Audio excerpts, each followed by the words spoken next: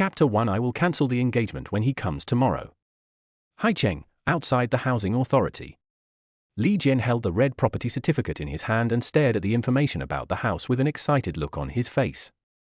3 names were clearly written on the property ownership list: Li Jian, Li Fu, and Zhao Yaping. Li Jian was so happy to see his name ranked first that he was simply beaming with joy. Mom, this is a 200 square meter house with 3 bedrooms and 2 living rooms.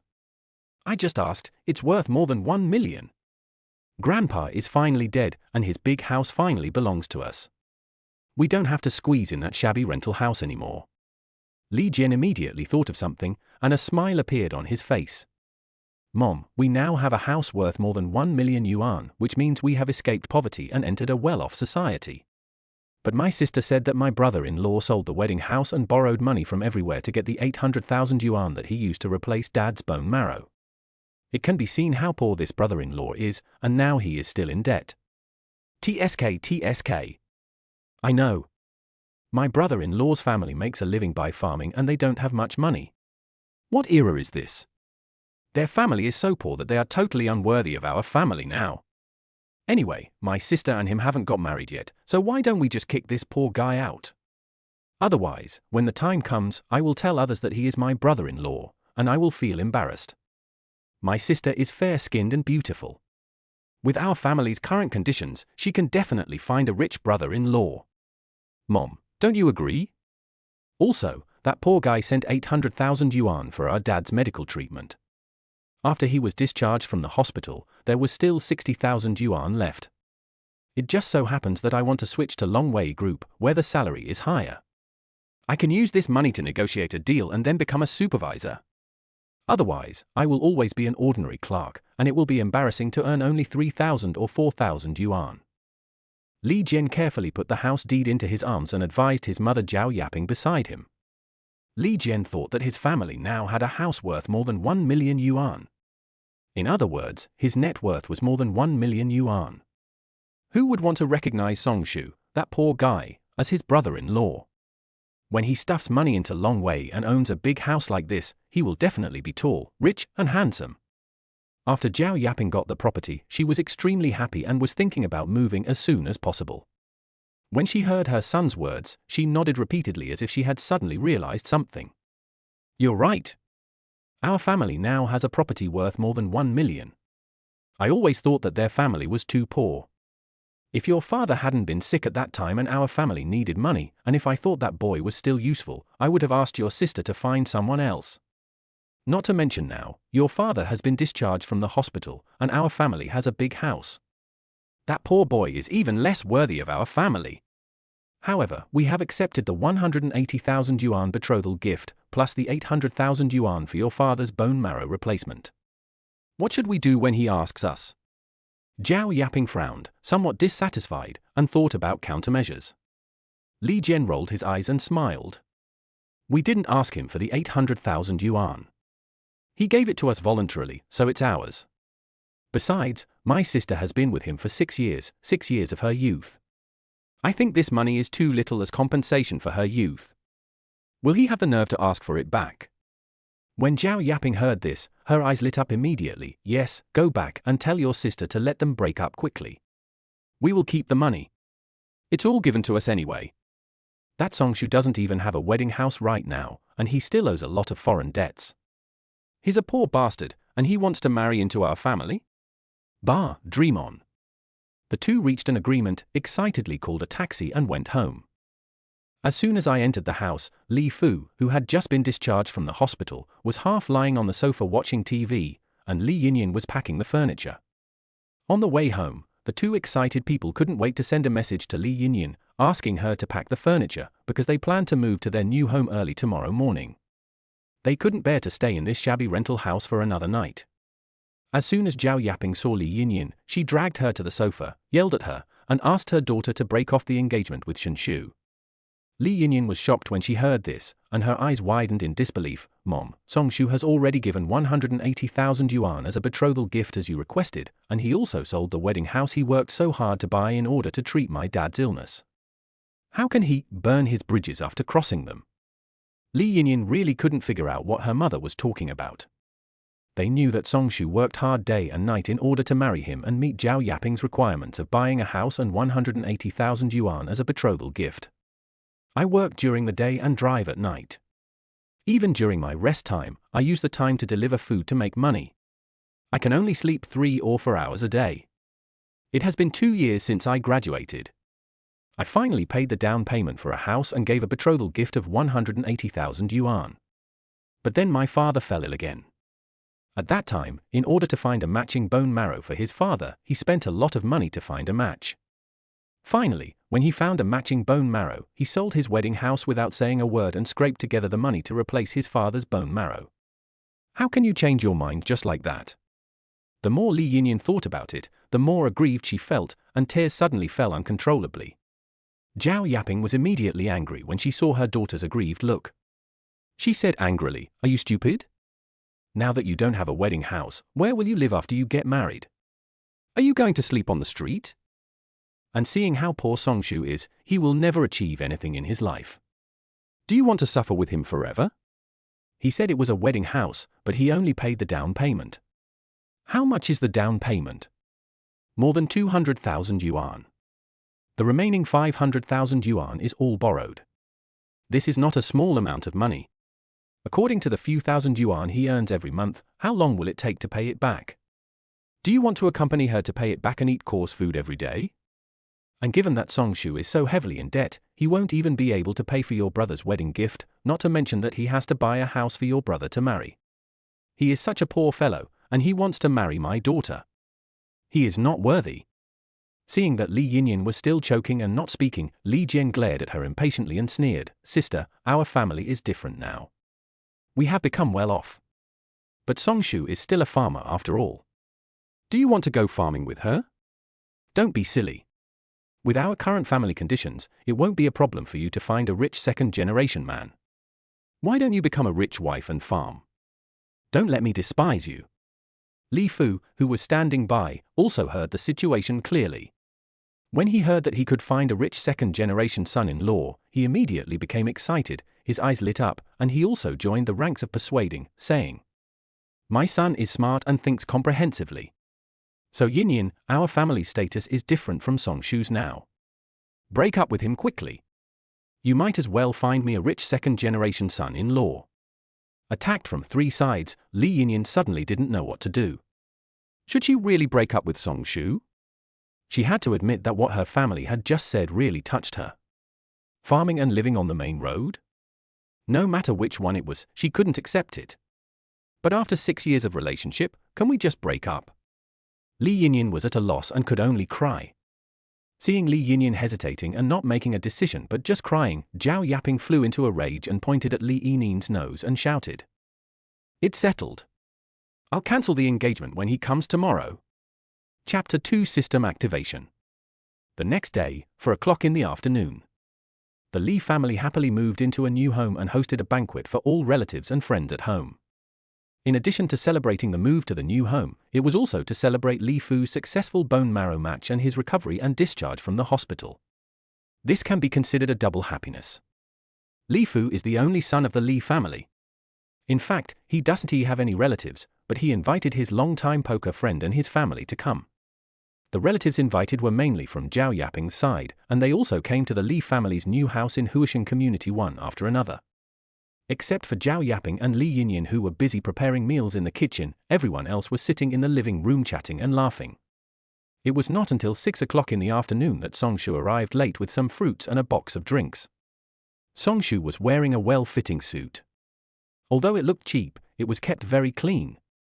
One could tell at a glance that he had made careful preparations before coming to his father-in-law and mother-in-law's house. He had dark circles under his eyes and looked a little haggard, but he still tried to stay awake and was polite in his behavior. He handed the gift to Zhao Yaping with a smile and said a blessing. He was about to change his shoes at the entrance when he heard Zhao Yaping coldly say behind him, "You came so late, and there are a lot of elders waiting for you. You don't know the etiquette. Besides, you only gave us a few fruits and a box of drinks when we moved to our new home. Who are you trying to embarrass?" After hearing these ironic words, Songshu looked at his mother-in-law in surprise and asked, "Aunt, what do you mean by that?" "Oh, you have the nerve to ask me what I mean?" Look at what you are wearing, cheap stuff, and you have dark circles under your eyes. Who are you showing off to? You poor bastard, you are not worthy of my daughter. Break up with Yin Yin and get out. Zhao Yaping put her hands on her hips, raised her head proudly, and looked at Song Shu with contempt. These words were deeply heard by all the relatives and friends present, and they all looked at Zhao Yaping in disbelief. They knew how much money and effort Song Shu had spent to save Li Fu. After all, the couple had always boasted to them that they had picked up a hard-working son-in-law for free. How come everything changed so suddenly after I moved and recovered from my illness? Song Shu's face darkened immediately. Auntie, are you serious? Do you want Yin Yin to break up with me? Zhao Yaping sneered and sat aside with a haughty attitude, sneering, it's okay if you don't want to break up, but the betrothal gift needs to be increased by 500,000. If you can afford it, you can marry my daughter. If you can't, get out of here right away. What? 500,000? Song Shu was so angry that he almost laughed. He clenched his fists, took a deep breath, and tried not to lose control. Auntie, you are not marrying your daughter off, you are selling her, right? And in order to treat your uncle, I worked hard to find a matching bone marrow. I even sold my house and borrowed money to help you raise the cost of the bone marrow replacement. It cost 800,000. Besides, I already gave you 180,000 yuan as a betrothal gift as you requested. Now you're asking me for 500,000 yuan? Zhao Yaping was immediately unhappy when she heard this, and said angrily, what do you mean by help us collect it? Did I ask you to collect it? It was obviously you who begged for it and gave it to us. And what do you mean by selling my daughter? I'm obviously thinking about Yin Yin. How can I let my daughter suffer with you? You have no house, no car, no savings, and you want to marry my daughter for 180,000 yuan. Don't you think about your own character? You are a poor bastard, dreaming. Li Jian, who was standing by, saw his mother's angry attack and quickly chimed in, Song Shu, stop pestering my sister. You are not worthy of our family now. Let's break up quickly. When Song Shu heard what the mother and son said, he suddenly felt nauseous. It was so damn disgusting. Song Shu didn't want to pay attention to these dogs' faces. He just looked at Li Yin Yin, who had been keeping her head down and saying nothing in the living room, and asked, Li Yin Yin, do you want to break up with me? Li Yin Yin and he met when they were freshmen. They were in the same club and they started a relationship in the first year. They have been together for 6 years now, and he is wholeheartedly determined to marry her. Song Shu thought that as long as Li Yin Yin said she wanted to be with him, he would definitely take her away directly. But all I got was silence. Li Yin Yin didn't even dare to look him in the eye, she just kept her head down and said nothing. Song Shu completely gave up. He loosened his clenched fists and laughed angrily. Okay, that's great. Just consider my 6 years of hard work as nothing. We can break up, but you must pay back all the money I gave to your family. I took 800,000 yuan for my uncle's bone marrow transplant and 180,000 yuan for the betrothal gift. When Li Jian graduated last year and was looking for a job, I helped him out with 20,000 yuan, and he still hasn't paid me back. There are also some odds and ends, like my uncle's hospital expenses, the gift Li Jian asked me to buy to please his boss, and the money for the gold jewelry you insisted I buy, etc. I just treat these as if they were eaten by a dog. But you must return all the 1 million to me. When Zhao Yaping heard that they were asked to pay back the money, she immediately jumped up and pointed at Song Shu's nose and cursed, how dare you call us dogs? This is your attitude towards your elders. Do you have any shame? How dare you ask us to pay back the money? My daughter spent 6 years of her youth with you. It's good enough that I didn't ask you to compensate for mental damages. You dare to ask us to pay you back? Bah, you have no shame. Li Jian, who was standing on the side, saw that Song Shu actually wanted to take back the 60,000 yuan in his hand, and he immediately stood up and shouted, you gave us this money voluntarily, so it belongs to us. You still want us to spit it out, isn't it disgusting? With your poor appearance, it's only my sister who is merciful enough to be with you for 6 years. You still want to ruin my sister's 6 years of youth for nothing. Ha, how ridiculous! No one will like you when you have no money and are in debt. At this time, Li Fu, who was sitting at the head of the table, became unhappy when he heard Song Shu, the little beast, calling him a dog in public. He frowned and shouted angrily, Song Shu, don't be so ungrateful. If you can't pay me 500,000, get out of here and stop disgusting me. Song Shu took a deep look at Li Yinyin, who was still silent, then glanced at the ugly faces of the three men and laughed in anger. Who is shameless and who is disgusting? Uncle Li was seriously ill and needed a bone marrow transplant. I begged the doctor to find a matching bone marrow as soon as possible. You told me you had no money. In order to save Uncle Li's life, I sold my house and borrowed money from everywhere. I worked day and night and only slept 3 or 4 hours a day since graduation. I didn't dare to spend money, just to meet your demands. Now that you have inherited the new house and Uncle Li's illness has been cured, you are disgusted with me for owing a huge debt and want to embezzle my money and kick me out? I tell you, I am not a soft persimmon that can be bullied by others. You must pay back this money. Song Shu's words made the Li family's relatives and friends feel sorry for him. At the same time, they were disgusted by the greedy and ugly faces of the 4 Li family members and wanted to vomit.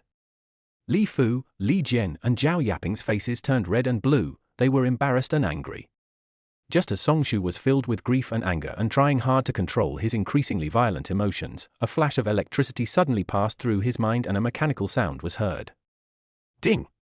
Congratulations to the host for successfully binding the limited time spending system, and it has been activated. Ding! Congratulations to the host for receiving the new member gift package, a Rolls-Royce Phantom. The cash gift package has been issued, and 1 million has been safely transferred to the host's bank card under a reasonable and legal name. Please spend it within 1 day, otherwise the host will be punished by the system. The daily lottery mode has been successfully opened. Would the host like to draw the lottery now? Chapter 3, Brother-in-law confesses to Goddess. A mechanical sound rang in his mind, and Song Shu suddenly became interested. In novels, systems are mostly benchmarks for time travelers, but they can also appear on me. Song Shu quickly looked through the system contents again. Rolls-Royce. 1 million. This is a big deal right off the bat. This system is amazing. But is there any punishment if you don't spend it all? It turns out there is no free lunch in the world. This punishment won't be too severe, right? But now he didn't have time to ask what the system punishment was, so he would talk about it later. He took a deep breath and entered his spiritual consciousness into the system, intending to draw a prize first. After all, this would only take a few seconds, so he would see what would come out first. So, I silently said, draw a prize. Ding! Congratulations to the host for obtaining the gold membership card of the gold medal law firm. The fraud case of Li Fu, Zhao Yaping, and their family has been reported to the police and handed over to the firm's gold medal lawyer for full handling. Song Shu stared at the information reported to the police and smiled. This system suits him perfectly. He took a deep look at Zhao Yaping and the other 3 who were eager to take all his money and get rid of him. Didn't they think that he was poor and had no future and would suffer all his life? He will make these people pay a heavy price for their shameless behavior. Zhao Yaping felt that Song Shu's smile was very dazzling, and immediately said angrily, "Little beast, don't be shameless. You want to marry my daughter, so it is natural for you to meet our requirements. Otherwise, with your poor appearance, who would want to be with you? Get out of here quickly and stop bothering our family and my daughter." Zhao Yaping's husband Li Fu also joined in, scolding Song Shu with all kinds of dirty words. At this moment, the middle-aged man sitting on Li Fu's left couldn't stand it anymore. His face turned dark and he slammed the table angrily, causing Li Fu to tremble without any defense. The middle-aged man stared at his poker-playing friend of many years as if he were looking at shit. Just as he was about to speak up for Song Shu, he was startled by a series of actions of his daughter Shong Ruwan. Shong Ruwan was seen wearing high heels and a light blue dress, with her long straight black hair casually scattered behind her head, and her light makeup just brought out her natural and delicate face. She stretched out her white and tender little hand and held Song Shu's arm, covering her nose and mouth. She glanced up and down at Li Fu, Zhao Yaping, and others, and said contemptuously, "I said, where is it so smelly? Also, who said that no one likes Brother Song Shu and no one wants to be with him? I am willing, Brother Song Shu, if you don't mind, I am willing to be your girlfriend." As Shong Ruwan spoke, she tightened her hold on Song Shu's arm, as if she was afraid that someone would snatch it away. She blinked her big round eyes at Song Shu. This? Everyone was shocked and stood there in a daze. Song Shu was even more stunned. He knew Shong Ruwan. She had excellent grades and was currently a junior in college. She was beautiful and was recognized as the school belle. She and Li Jian were childhood sweethearts and were once crowned a goddess by Li Jian.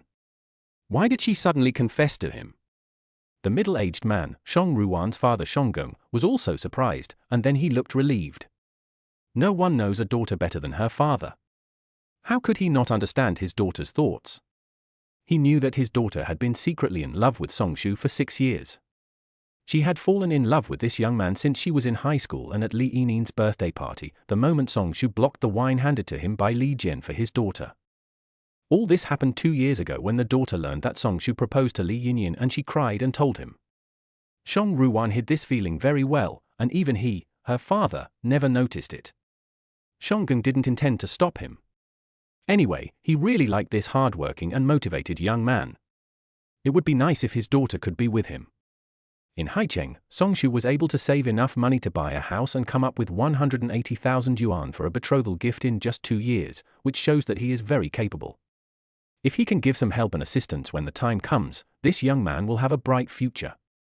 Shang Wanru, are you crazy or stupid? Don't you know? He is a poor man with no money, no house, and a lot of debt. You want to be with him? Sleep on the street? Ruwa, you don't have to feel sorry for this poor guy. Let me tell you, this house is 200 square meters and worth more than 1 million yuan. It will all be mine from now on. My name will be on the property certificate.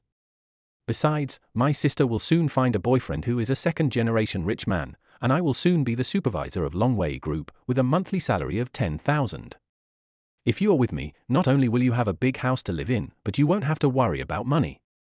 Li Jian had a proud look on his face. He took out his employment contract with Longhu Group in a flattering manner and waved it in front of Shang Ruwan. He had originally planned to get rid of Songshu today, show off his power in front of Shang Ruwan, and then put the employment contract that he had obtained yesterday by giving money and making arrangements with the HR department of Longhu Group on the table. His goddess Shang Ruwan would definitely take the initiative to throw herself into his arms. Now that he has a house and money, Shang Ruwan must be eager to marry him immediately. But now, no matter how Shang Ruwan confessed her love to this poor guy, he would never allow such a thing to happen, never. Shang Ruwan can only be with me, and must be with me. Li Jian's hands were sore from holding up the employment contract, but Shang Wanru not only did not throw herself into his arms as expected, she also took a few steps back in disgust. Seeing this, Li Jian became anxious and reached out to grab Shang Ruwan's arm. Seeing this, Songshu took a few steps forward to protect Shang Ruwan, and squeezed Li Jian with his backhand. Li Jian immediately screamed in pain. Compared with Songshu, who exercises regularly, the lazy Li Jian is far inferior. How dare you, little bastard, hurt my son? Zhao Yaping screamed and rushed over to hold Li Jian, then continued to scream at Songshu, "Get out, you two bitches, shameless things, get out of my house quickly." Songshu held Shang Ruwan's hand and said in a cold voice, "Auntie, please be careful with your words. If my girlfriend is frightened by you, I will make you pay a heavy price. Also, you are in such a hurry to get me out. You must have embezzled my money. You must feel guilty. Tell me clearly, when are you going to pay me back the 1 million you owe me?"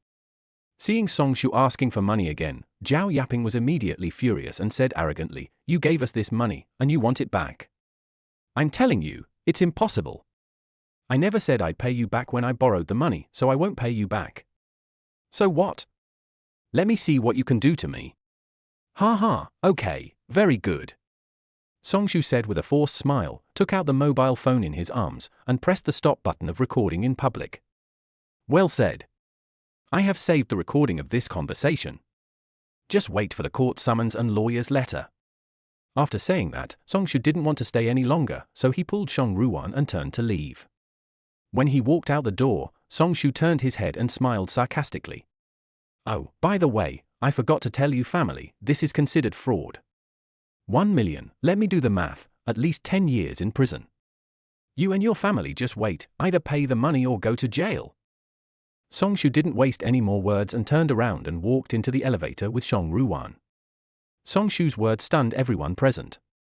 Li Jian was stunned. When did he record the audio? Zhao Yaping trembled with fear.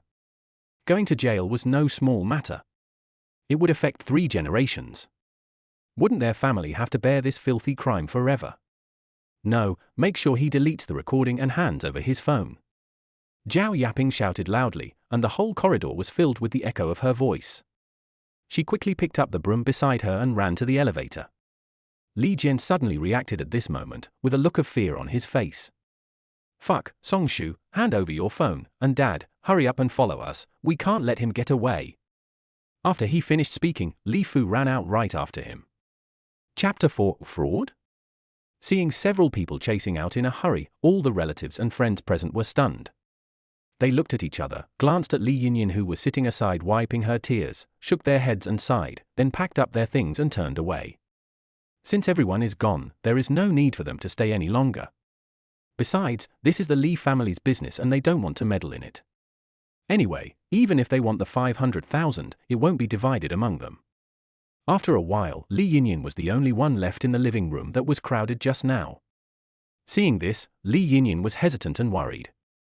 She wondered whether to go down and help Songshu stop his parents and brother. What if Songshu was beaten to a disability? But she was also worried that Songshu would really hand the evidence to the police, and her parents and brother would be arrested and put in jail. What would she do then? Li Yinyin hesitated for a long time, but finally went downstairs slowly with tears in her eyes. The other side. From the time Songshu left the house to the time he went downstairs, he kept holding Shang Ruwan's hand and never let go. Shang Ruwan's small face flushed red, and she lowered her head.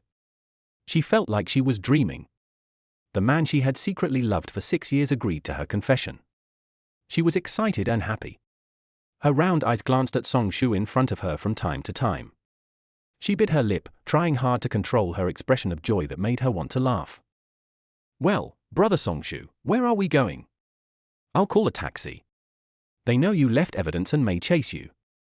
Shang Ruwan thought for a moment and said softly, "No need, I have a car." Songshu looked at Shang Ruwan and smiled gently. Then, Songshu took Shang Ruwan to the new Rolls-Royce Phantom, a particularly eye-catching luxury car parked in the community. Since the car was parked here in the afternoon, it has attracted many residents in the community to watch, and they are full of envy and guess who is the rich man who owns this luxury car. Luxury cars are rare, and they feel extremely lucky to see one worth tens of millions. However, they just watch from afar and dare not get close. After all, even if the car is scratched, the compensation will probably be hundreds of thousands, which is simply unaffordable. Under the envious gaze of everyone, Songshu naturally took out the key and unlocked the door. The lights of the Rolls-Royce flashed, and Songshu walked to the passenger seat, opened the door very gentlemanly, let Shang Ruwan, who was still in shock, get in, and then he walked to the passenger seat. Everyone took a deep breath, using the coolness to sober themselves up, and couldn't help but admire in their hearts, the owner of this luxury car is so young. Just at this moment, a loud roar brought everyone downstairs back to their senses. "Songshu, stop right there and hand over your phone." I heard the voice first, then saw the person. As soon as Li Jian stepped out of the door, he roared and looked around for Songshu. He knew that Songshu had no money and rode a shared bike to and from get-off work every day. There were no shared bikes in their community, so Songshu had to walk. As soon as Songshu entered the elevator, they took the elevator next to him. Songshu must not have gone far, so they thought of yelling at him to scare him first. But when he saw Songshu getting into a Rolls-Royce, he was dumbfounded. "Fuck, what the hell is going on? Rolls-Royce Phantom? It's a new car." Li Jian knows a lot about cars. He subscribes to car magazines every week, and buying a luxury car has always been his dream. But his dream was destroyed by Songshu. For a moment, shock, envy, jealousy, and hatred all rushed into his heart, and he didn't know how to react. Following closely behind were Li Fu and Zhao Yaping, who were also shocked when they saw Songshu sitting in the luxury car. Although they don't know the value of things, it's easy to recognize luxury cars. They can tell at a glance that they are worth at least millions or tens of millions from their sense of nobility. Li Fu was the first to react, and he spat in disdain. "Damn it, you lied to us and said you had no money." After cursing, he whispered something to Li Jian. Seeing that Songshu had already started the car and was about to step on the accelerator, Li Fu immediately jumped up swiftly and lay in front of the Rolls-Royce body that was moving forward. Songshu just stepped on the accelerator. The Rolls-Royce had excellent performance and was moving at a fast speed. It was about to hit Li Fu, so Songshu hurriedly stepped on the brakes. When Li Fu saw the car stop, he began to hug his legs and wailed. Seeing this, Zhao Yaping immediately ran forward, crying, Ouch! Someone has been hit, everyone, look, a luxury car has hit someone and killed someone. The loud wailing immediately attracted more people to watch. All they knew was that just as the Rolls-Royce drove to the center of the community, a middle-aged man who appeared out of nowhere fell down. Their field of vision only saw the rear part of the car in their blind spot, so they couldn't see the whole thing. But I was also confused.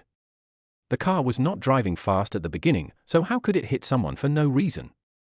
Li Jian, who was standing by, immediately turned on his mobile phone and activated the video recording function, recording everything. He also deliberately took pictures of Song Shu driving in the car and the license plate number. After everything was filmed, Li Jian took his phone, smiled smugly, walked up to Song Shu, and said in an extremely arrogant manner, "Now I have evidence that you hit someone. Hurry up, either give me your phone and I'll delete the recording, or you can pay me 1 million. Li Jian couldn't hide his inner joy. 1 million. He could get 1 million for free again. It was enough for him to squander for a long time. He would definitely show off to his colleagues later. He winked at his father Li Fu, who was lying on the ground, to show his affirmation. Li Fu had an idea when he saw Song Shu driving a luxury car. He concluded that the car must have been rented or borrowed by Song Shu to show off. After all, he had never seen Song Shu drive any car in the past 6 years, let alone a luxury car. But no matter whether this car belongs to Song Shu or not, since Song Shu can afford to rent this luxury car, he must have money that he hasn't taken out yet. He wants to marry his daughter, but he dares to hide the money. No matter what, he must make Song Shu take out all the money today. Zhao Yaping and Li Jian immediately thought that this plan was brilliant. Not only could they get more money, but they could also use it as a threat to make Song Shu surrender. Didn't he use evidence to threaten them with suing them and putting them in jail? So they could also use evidence to threaten him. Moreover, Li Fu had just been discharged from the hospital and was already injured. It was certain that he would sue both of them and see who could outlast the other. That's right, you have to pay me the money right now. My wife couldn't get up after being hit by you. 1 million, not a penny less. And take out your cell phone right now and delete the recording, otherwise I will sue you to death. Zhao Yaping also stood in front of the car with her hands on her hips, pointing at Song Shu, who was sitting in the car with a calm expression, and shouted angrily. Seeing this, Song Shu sneered and slowly rolled down the car window. Chapter 5. Are you crazy about extorting money? Are you done? Oh, you guys are so shameless.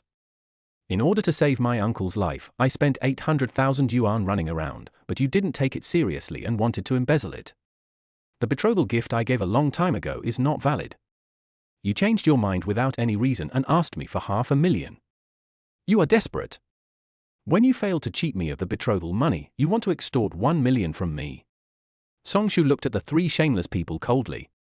As soon as these words were spoken, there was an immediate buzz of discussion.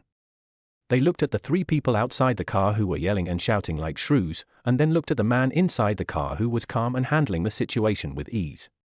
Why does it feel like these three shrew-like people are making trouble for the owner of this luxury car? And he asked for 1 million right away? That's a lot of money. Even if this young man is a rich second generation, 1 million is too much. The middle-aged man who fell to the ground didn't look like he was seriously injured. He still had the energy to roll back and forth. Even if he wanted medical expenses, it would probably only be tens of thousands of dollars at most. Listening to what the young man said, it was clear that these three people wanted to extort money from others, otherwise who would be so arrogant and ask for such a big sum of money?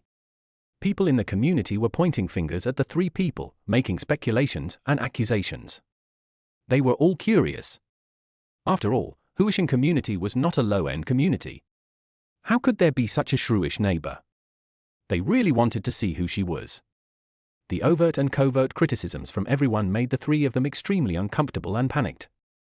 Zhao Yaping couldn't stand such criticism and shouted at Song Shu in the car, "Stop talking nonsense, you hit my wife like this, you fucking give me the money and hand over the phone, or I will call the police now." Song Shu was amused by their shameless and impatience. He crossed his arms and said, "Call the police." "How dare you say that?" "Then go ahead. I'll be waiting." Seeing such a fearless attitude, Zhao Yaping was immediately furious and angrily took out her cell phone to call the police. Li Jian thought of something and stopped Zhao Yaping's action. He gritted his teeth and looked at Song Shu fiercely. "Mom, you can't report to the police. Don't let him anger you." The recording is still in his hands. Li Jian glared at Songshu fiercely, thinking about how to get the phone and delete the recording.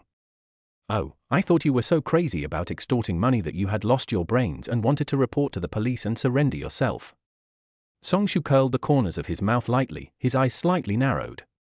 This family has gone too far. They want to dig a hole for themselves, so he has to go along with it. Li Jian's face was grim, and he stared at Songshu viciously. This guy definitely did it on purpose. He deliberately said that kind of words in front of everyone to provoke us and make us look bad in public. He is just a beast, but he dared to tease us. I advise you, I'm very busy and don't have time to watch a bunch of clowns perform. Get out of here now. Songshu's eyes were cold, piercing at the three people like an invisible icicle. Since the relationship has broken down, there is no need for him to save face for them. Songshu Gang started the car again after he finished speaking. Zhao Yaping and Li Jian were standing sideways in front of Li Fu. When they saw Songshu was about to step on the accelerator, they were immediately frightened and broke out in a cold sweat. They instinctively took a few steps back and moved out of the car's route. Li Fu looked at the two timid people with disdain and snorted, "Why are you so timid? That little beast doesn't dare to bump into them." The next second, Li Fu looked at the Rolls-Royce logo that was getting bigger and bigger in front of him in horror, and the words were stuck in his throat. Li Fu just stood there stupidly, his pupils getting bigger and bigger. When the car was only 1 centimeter away from Li Fu, it stopped suddenly. A gust of wind blew away, deforming the cold sweat on Li Fu's face.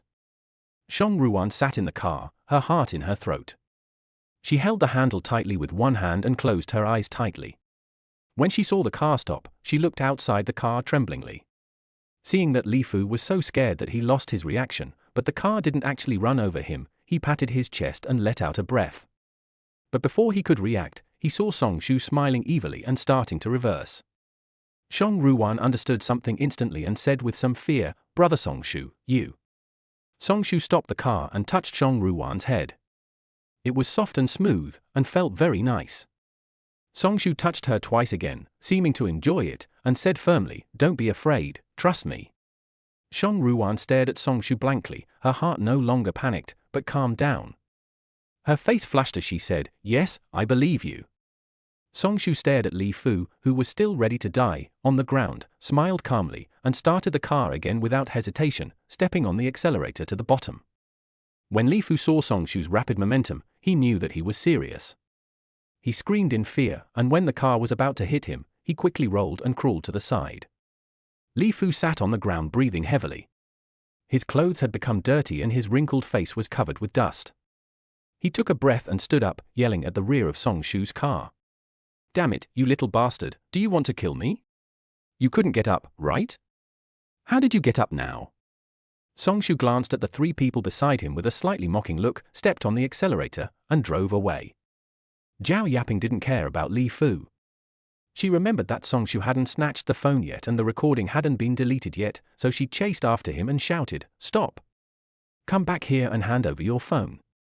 Zhao Yaping ran as hard as she could, but she couldn't even catch up with the exhaust gas of the car.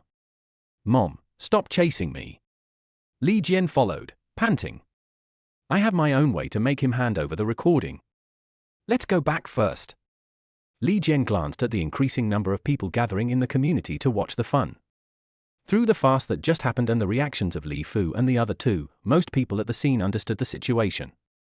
It seems that this family wants to extort money from this young man. For a moment, there was an uproar at the scene, and someone even shouted contemptuously, "I've never seen such a shameless person. He wants to extort $1 million from someone. Is he still a human being? How shameless.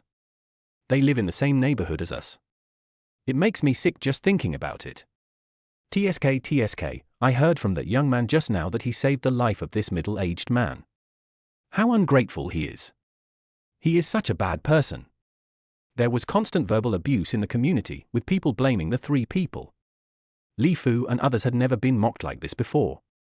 They were angry but did not dare to shout or refute. They could only run towards the residential building happily. Li Yinyan stood downstairs, her eyes red and swollen, staring at the direction where Songshu left, holding the corner of her clothes tightly in her hands. She recalled the scene where Songshu touched Shang Ruan's head in the car, Songshu's gentle smile, and Shang Ruan's shy face. She felt mixed emotions. Pa! A loud slap came suddenly, causing Li Yinyan to stagger and almost lose her balance.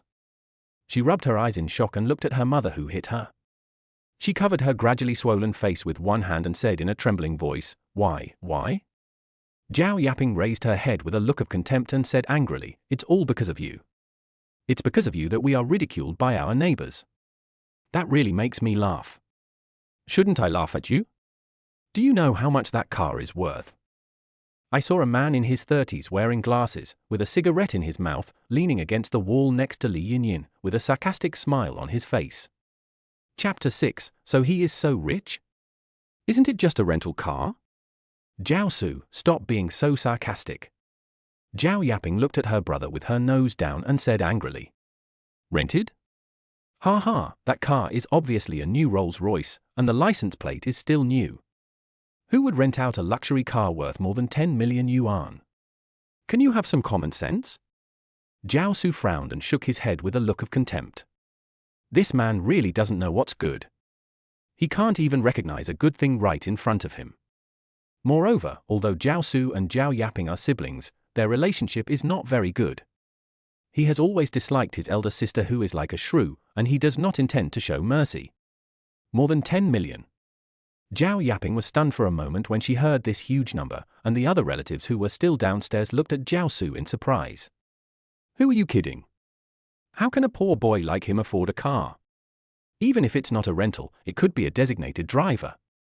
Zhao Yaping didn't want to believe that a poor boy could afford a luxury car worth 10 million yuan. She drove him away. Now I'm telling you that he can afford a luxury car. How is that possible? Zhao Su looked at these two strange people as if he had heard something extremely stupid. Don't underestimate yourself. Who would hire a designated driver at this time? Even if they did, have you seen the owner of the car? And even if he was a rich second generation, he wouldn't be so bold as to hire a designated driver for a brand new luxury car.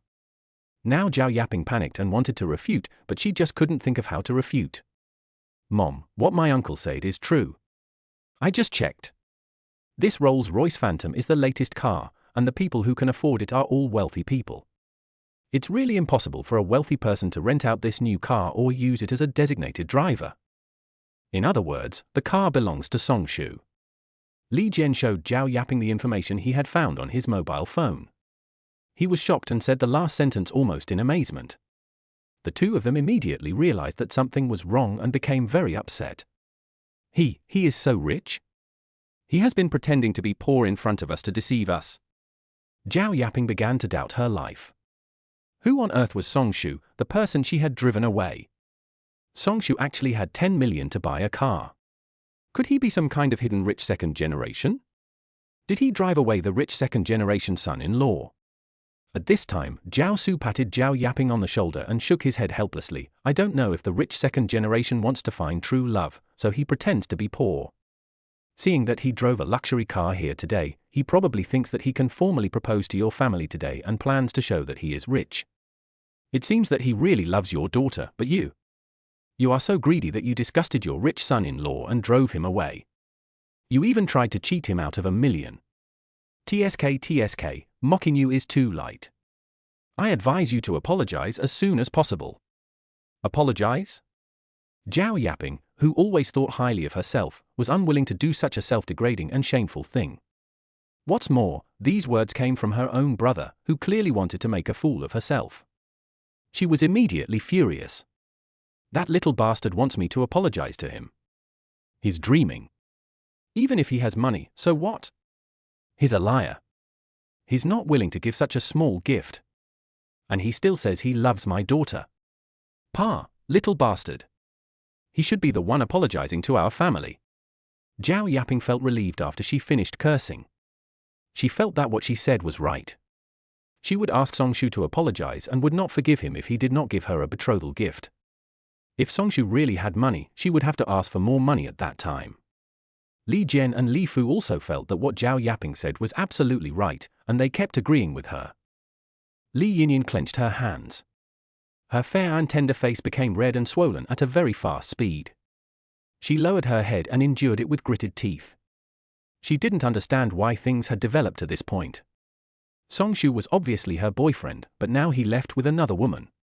She felt extremely aggrieved and burst into tears without caring about her image. As soon as Zhao Yaping said that and Li Yinyan started crying, the mocking and accusatory voices from the neighbors in the courtyard became louder and more numerous, and reached their ears one after another. Zhao Yaping felt extremely embarrassed and humiliated. She scolded Li Yinyan and dragged her home. Outside Huisheng community, a dazzling luxury car was speeding on the streets of this city, attracting the attention of people on the roadside, who were envious of the owner of the luxury car. Only then did Song Ruwan heave a long sigh of relief. She felt as if she had been in a wolf's mouth and had finally escaped. At this time, she paid serious attention to the luxury car in front of her and said in surprise, "Brother Songshu, this is a Rolls-Royce Phantom, right? I remember this car was just released. Is this your car?" A series of questions came out of her mouth. Song Ruwan was in such a hurry to get on the car that she didn't look carefully at all. After this look, she felt like there was something wrong with her eyes. She had been secretly in love with Songshu for 6 years, but she didn't remember that Songshu was rich or a second-generation rich. If it's not mine, then whose is it? In a blink of an eye, Songshu saw Song Ruwan's expression, which looked very similar to the surprised emoticon in WeChat. It was so cute that he couldn't help but pinch her fair cheeks and smiled. Song Wanru was even more surprised this time, and hesitated a little. A car worth more than 10 million, and it's a new model. "Brother Songshu, you are too rich. But how did you?" Song Ruwan was stunned for a moment. She remembered that Songshu had been working part-time since he started college. He would always find some part-time jobs in his spare time. By the time he graduated, Songshu had saved some money and rented a house outside. Later, because of the conditions proposed by Zhao Yaping, she worked day and night. Sometimes she went out to watch movies with friends on weekend nights. She also saw Songshu working as a designated driver, which made her feel distressed. But all these hardships are real. Why is that? Song Ruwan was not stupid either. She figured it out immediately and suddenly realized. "Oh Tilda, I see. You are not a rich second generation, like the legend says, and you want to find someone who loves you sincerely instead of your money, so you pretend to be poor, right?" Songshu was stunned. To be honest, he was still thinking of an explanation. But a rich second generation? He was not one of them. His parents were not rich either. So, Songshu thought about it, and then said, "I'm not some second-generation rich kid. I've just been investing in stocks recently. I just happened to succeed in my investment a few days ago, and my fund soared, so I just made some money. Hey, I thought my uncle's illness had been cured, and they had moved into a new house, so I wanted to formally propose to them today and explain everything to them, but I didn't expect them to do this to me at the last minute. Brother Songshu, don't be sad, they are not worthy of you." Song Ruwan saw Songshu sighing and thought he was heartbroken, so she hurried to comfort him.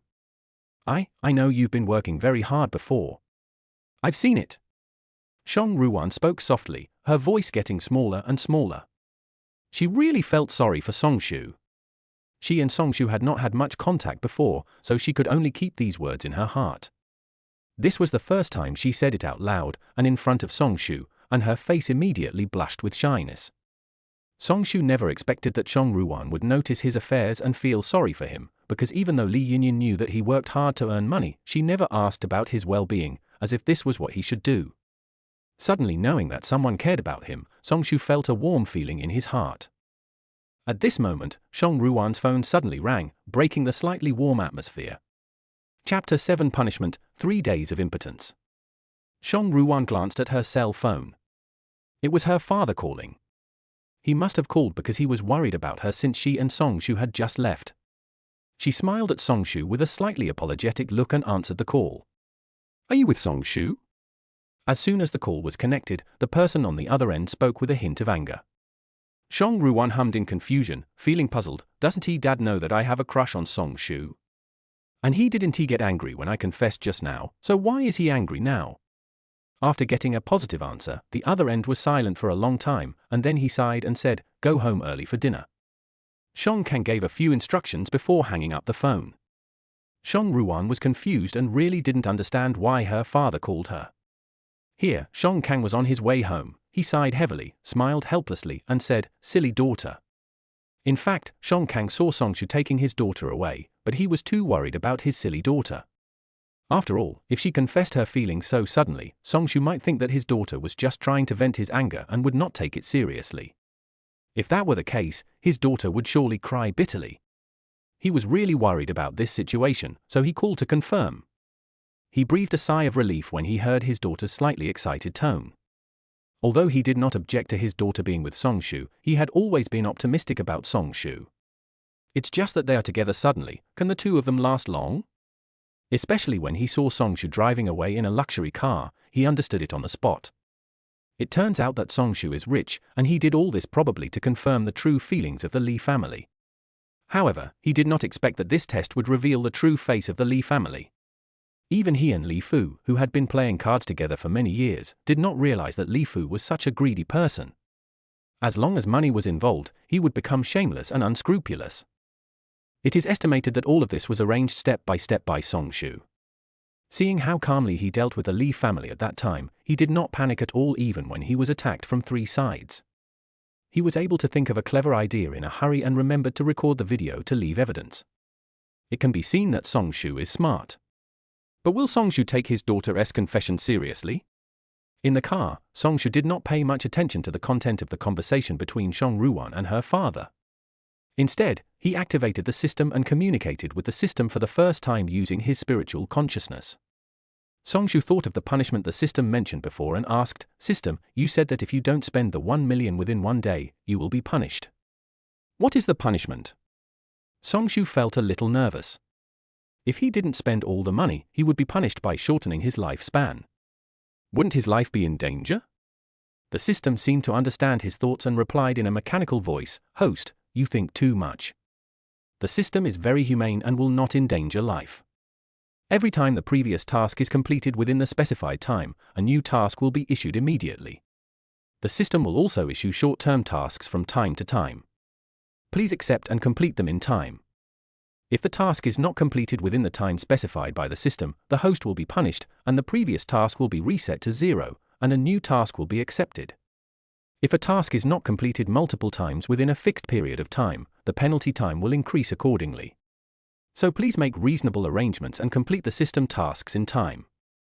Songshu understood. The introduction of the system was clear. It seemed that he just had to accept the system's tasks and spend the money given by the system within a fixed time period. This was not very difficult. It was not easy to make money, but was it difficult to pay it back? However, he was still a little concerned about this punishment and asked, "What is the unfinished punishment this time?" The system's mechanical voice sounded again. "Because this is the first time, the punishment will be relatively short. If you fail this mission, the punishment will be impotence for 3 days." Songshu breathed a sigh of relief. Fortunately, it didn't shorten his lifespan. "What?" Songshu exclaimed the next second, and the steering wheel in his hand involuntarily shifted to a different direction. This caused Song Ruan, who was standing by, to feel a pang in her heart, and she quickly grabbed the seatbelt around her chest. Seeing that the car was about to deviate from its course, Songshu quickly adjusted the direction and got back on track. "Brother Songshu, what's wrong?" Seeing that the car had stabilized, Song Ruan asked in confusion. "Ha ha, it's okay, it's okay." Songshu breathed a sigh of relief. He couldn't talk about impotence to a female student who was still in college. This is so special. They also said that the punishment time is relatively short. Could it be that if it is not completed in the future, it will take longer? How could he tolerate this? This system was too cruel. Songshu wanted to cry, but he had no tears. What could he do? He suddenly felt that other people were so happy when they spent money, but why did he feel bitter when he spent money? Wan, you didn't have time to eat after all the noise at noon. I'll treat you to a meal. What do you want to eat? Songshu forced a smile and tried to act as natural as possible. The important thing was to spend the money quickly. I'm fine with either. I'll listen to Brother Songshu. Song Ruan smiled and said that she usually spent most of her time in school. Today, she asked for leave from school because her father wanted her to go because Uncle Lee was having a wedding banquet. She usually either ordered takeout or ate in the school cafeteria. When she went home, she basically ate home-cooked meals made by her parents.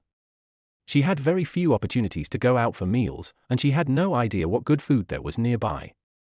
Songshu thought about it and decided that if he was going to go, he definitely couldn't go to a place that was too cheap, otherwise it would take a long time to spend the 1 million. He would just go to the most expensive place. Then let's go to a private banquet. I know there's an Earl private banquet hall over on Hangcheng Road, let's go and try it. The Earl's private banquet hall is quite famous in Haicheng, and Songshu is familiar with this place. After all, he has been a designated driver here several times. This private restaurant is different from ordinary private restaurants. It is located in the center of Haicheng City, in a whole villa in Huaishanfang. The boss here brings top-quality ingredients from all over the world to the table according to the seasons, combining gourmet food, fine wine, flower arrangement and tea art together to create this Earl-like private banquet. What's more, Songshu was very satisfied with the prices here. The minimum consumption for a meal was 200,000 or 300,000 yuan, which was a good choice. However, Songshu had another purpose for coming here to eat, which was Haicheng Building, the most prosperous place in Haicheng, which is also located in the city center. Haicheng Building is not only the largest luxury shopping mall in Haicheng, but also ranks among the top 10 in the country. Moreover, this building is not far from the Earl's private banquet hall. Songshu plans to go shopping in the building directly after dinner. After all, the fastest way to spend the 1 million in a short period of time is to buy luxury goods. Thinking about the system's punishment, he didn't want to wait until the next day. Chapter 8. He regretted it so much. In less than half an hour, a new luxury car stopped dazzlingly in front of the Earl's private banquet hall. Although the Earl's private banquet hall receives many wealthy people every day, it is rare to find people who can afford a new Rolls-Royce. After all, to be able to afford this car, one must not only be rich but also have strong connections. They have served countless wealthy people, so they have some knowledge. So when the waiter at the door saw him, he hurried forward and respectfully led the way for Songshu. Songshu had already booked a private room in the car. Fortunately, this kind of high-end restaurant not only has a limited number of guests per day, but also requires proof of sufficient assets and becomes their VIP customer before they will accept reservations. And it seemed that because of the system's blessing, he easily became a VIP customer of this store. After the waiter confirmed the information, the waitress led Songshu and Xiong Ruan to the private box. Xiong Ruan had never been to such a high-end restaurant and was instantly attracted by the luxurious scene. The chandeliers here are all European style, giving people a retro and stylish sense of luxury. Even the vases for flower arrangements are ceramic products with a sense of age. The tableware used was also a unique series of Renaissance styles. The translucent glass crystal cups were carved with noble rose shapes, exuding elegance and nobility everywhere. The ornaments and even decorations in the store are all priceless, and they all show the magnificence of this restaurant. Xiong Ruan followed Songshu carefully, fearing that she would do something wrong and embarrass Songshu, but she was amazed in her heart. "Excuse me, do you two have any food restrictions?" the waitress asked after the two men sat down. Songshu asked Xiong Ruan, and after getting a positive answer, he replied, "We don't have any." "Okay, please wait a moment, the dishes will be served to you right away." The waitress smiled politely and then retreated respectfully.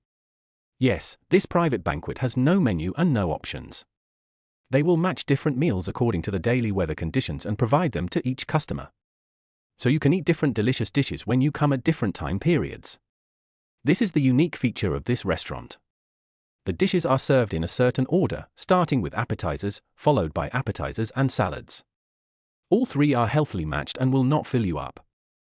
Soup will be served next. The variety of soup varies every day, and sometimes a single ginseng soup unique to the customer is made based on the customer's physical condition. After that comes the main part, the main course and staple food, and finally dessert. A total of 7 dishes are tailor-made for customers. During the service, the waitress will first bring the dishes in front of the two people. After placing them, she will half squat and introduce each dish in a soft voice. Even when closing the meal, the waitress will half squat to show respect. The dining ritual here has a high-end feel of elegant food and banquets. Xiong Ruan was amazed. Is this what it feels like to eat in a high-end restaurant? It's too ceremonial. The waiters are so respectful in their service. Xiong Ruan was holding a mobile phone in her hand, and she was extremely excited. Who wouldn't be excited when seeing delicious food and high-end things? "Brother Songshu, can I take a photo with you?" Song Ruwan hesitated for a moment before asking Song-shu. She really wanted to take a photo to capture this memorable moment. After all, she didn't know if she would have the chance to have dinner with Song-shu again in the future. Of course. Song-shu nodded and smiled dotingly. This little girl is so sensible. She knows how to ask for his opinion and respect his ideas. He recalled that when he had dinner with Li Yinyin, she never asked for his opinion on these things, and she always did whatever she wanted. He could only blame himself for loving Li Yinyin too much at the time and not noticing these problems. Song Ruwan got the affirmation, picked up the phone excitedly, posed, and took a photo. She was as excited as a little girl who got candy. She quickly saved the first photo of her and Song-shu, and then changed her WeChat and Penguin profile picture to this photo. The smile on his face never faded.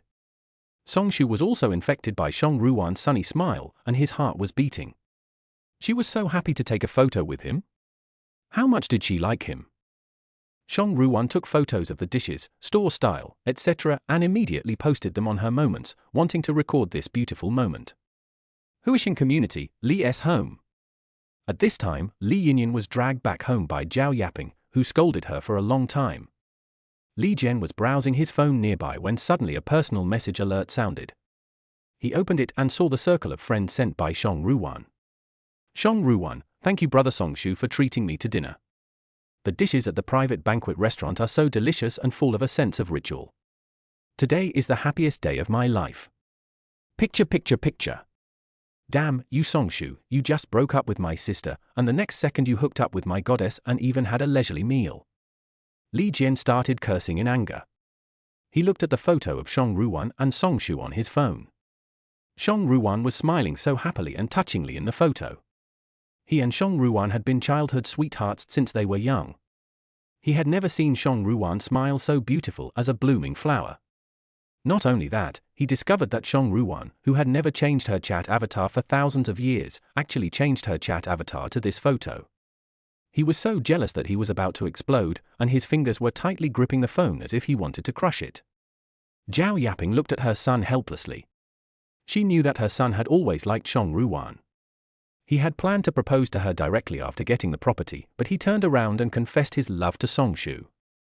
When she thought of this, she instantly became angry and said, "She's just a woman. Mom will find you a better and prettier one. Besides, it's just a meal. It must be from a street stall. Ru Wan is the campus beauty of Haicheng University. I have never seen anyone prettier than her in all these years." Li Jian retorted irritably. Then he discovered something and continued, "This restaurant looks familiar." Li Jian enlarged the picture and looked at the unique decoration pattern that he had only seen on the internet, and the high-end tableware of the Renaissance series that only this store had. He immediately raised his head in disbelief and looked at Zhao Yaping and said, "Mom, the restaurant they ate at was the Earl's private banquet hall." "So what?" Zhao Yaping said disdainfully. "Mom, this Earl's private banquet hall is a famous high-end restaurant in Haicheng. It only accepts VIP customers of their restaurant. Even millionaires can't get this place even if they try their best. So, Song-shu's net worth must be more than 1 million. It is said that a meal in this private banquet restaurant costs at least 200,000 or 300,000 yuan. When have I ever eaten at such an expensive restaurant?" Li Jian saw the priceless tableware in the picture, and the fresh imported Wagyu beef, Canadian prawns, fresh abalone, Italian black truffles, etc. inside the tableware. These were all delicacies from land and sea that he had only seen on the internet but had never tasted. Li Jian swallowed his saliva frequently, staring with his eyes wide open. His stomach, which had just finished its meal, actually started to growl due to the stimulation. Now he finally began to doubt his life, as if he had lost his soul, muttering to himself. He goes to a high-end restaurant to eat, and a meal costs 200,000 or 300,000 yuan. He drives a new car worth 10 million yuan. My God, Song-shu is really rich. The more Li Jian thought about it, the more he regretted it. He should have enjoyed all these. He also wanted to drive a luxury car and eat at high-end restaurants, but it was all Song-shu's fault for pretending to be poor and tricking him. If he knew that Song-shu was a rich second generation and so wealthy, he would never have given any bad advice to make Song-shu break up with his sister, but would have let them get married quickly. In this way, he would be Song-shu's brother-in-law, and it would be natural for him to let Song-shu, his brother-in-law, buy him a luxury car and a luxury house. If I ask him to give me tens of thousands or hundreds of thousands of living expenses every month, I won't have to work anymore. How great is that? With money, luxury cars, and mansions, Song Ruan will definitely be eager to marry me. But all these things that were within my reach were destroyed by my own hands. Li Jian really wanted to find a piece of noodles to hang himself in order to get Song Shu's forgiveness. He really regretted it. Chapter 9: Why not apologize to your brother-in-law? Li Fu and Zhao Yaping were even more shocked. Li Fu saw the picture and swallowed his saliva and asked, is he really that rich? Li Jian was still immersed in regret, and even his words seemed a little aggrieved. Dad, if you don't believe me, you can check online. Anyone who can become a VIP customer of the Earl's private banquet hall is worth tens of millions or even hundreds of millions. Even those who are worth millions have to have connections to get in. Song Shu can actually become a VIP and eat there. His net worth must be over tens of millions. Also, I just checked. His Rolls-Royce Phantom is a new model. It's not the kind that you can buy just by having money. You have to have strong connections with top people to get it. You said he has a relationship with a top noble, how can he not be rich? Now Li Fu and Zhao Yaping were completely upset, and they also regretted it very much. Are they driving away the prospective rich son-in-law? Not only did they chase him away, but the situation became so tense. How is this going to end? However, Zhao Yaping did not think that this situation was caused by herself or her son, but instead blamed her daughter.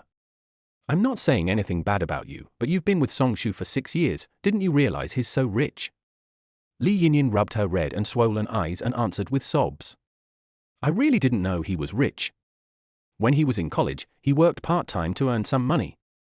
He was very hardworking and more diligent than his peers. And after he got his driver's license in college, I never saw him driving a car. After graduation, he worked several jobs every day. I saw him work seriously and never saw him slacking off or anything like that. Li Yinyin felt very uncomfortable when she saw the photo of Song Ruan and Song Shu that she sent on her phone. Li Yinin's words made the other 3 people even more withdrawn. This Song Shu is also a very good disguise. Li Jian fantasized about driving the Rolls-Royce Phantom he had always dreamed of, about sitting in a high-end restaurant being served by a group of beautiful waitresses, about living in a mansion worth tens of millions. And my friends, colleagues, and even my boss kept looking at me with envy and trying to curry favor with me. The more Li Jian thought about it, the more excited he became. Holding on to his fantasy, he couldn't help but say, Mom, why don't we let my sister apologize to my brother-in-law? After all, he has been dating my sister for 6 years and he really wants to marry her. As long as my sister goes to apologize, he will definitely forgive her and propose to her again. Then we will be rich in-laws. When Zhao Yaping heard this, the fog in her heart suddenly dissipated, as if she suddenly realized something. It was obvious that she was very tempted by this proposal. So he immediately pulled Li Yinyin up and said, your brother is right. Go change your clothes and dress up nicely, and go apologize to Song Shu. You two have been together for 6 years, how can you just end it like that? You go and apologize. Even if you can't reconcile, you can still act like a spoiled child and ask him not to sue us and delete the recording. He's so rich, it's only 1 million, he's definitely not short of money. Hearing what her brother and mother said, Li Yinyin widened her eyes in disbelief. Originally, they wanted her to apologize and reconcile, and she was eager to do so.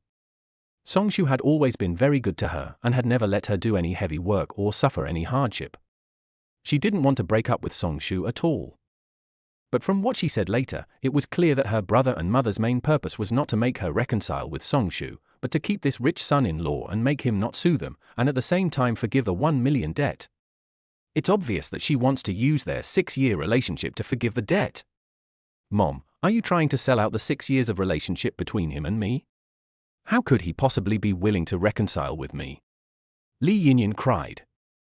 What do you mean by selling or not? Do you have a brain? Don't you see how Song Shu treats you? He is so rich, but he wants to marry you home with only 180,000 yuan? How cheap are you?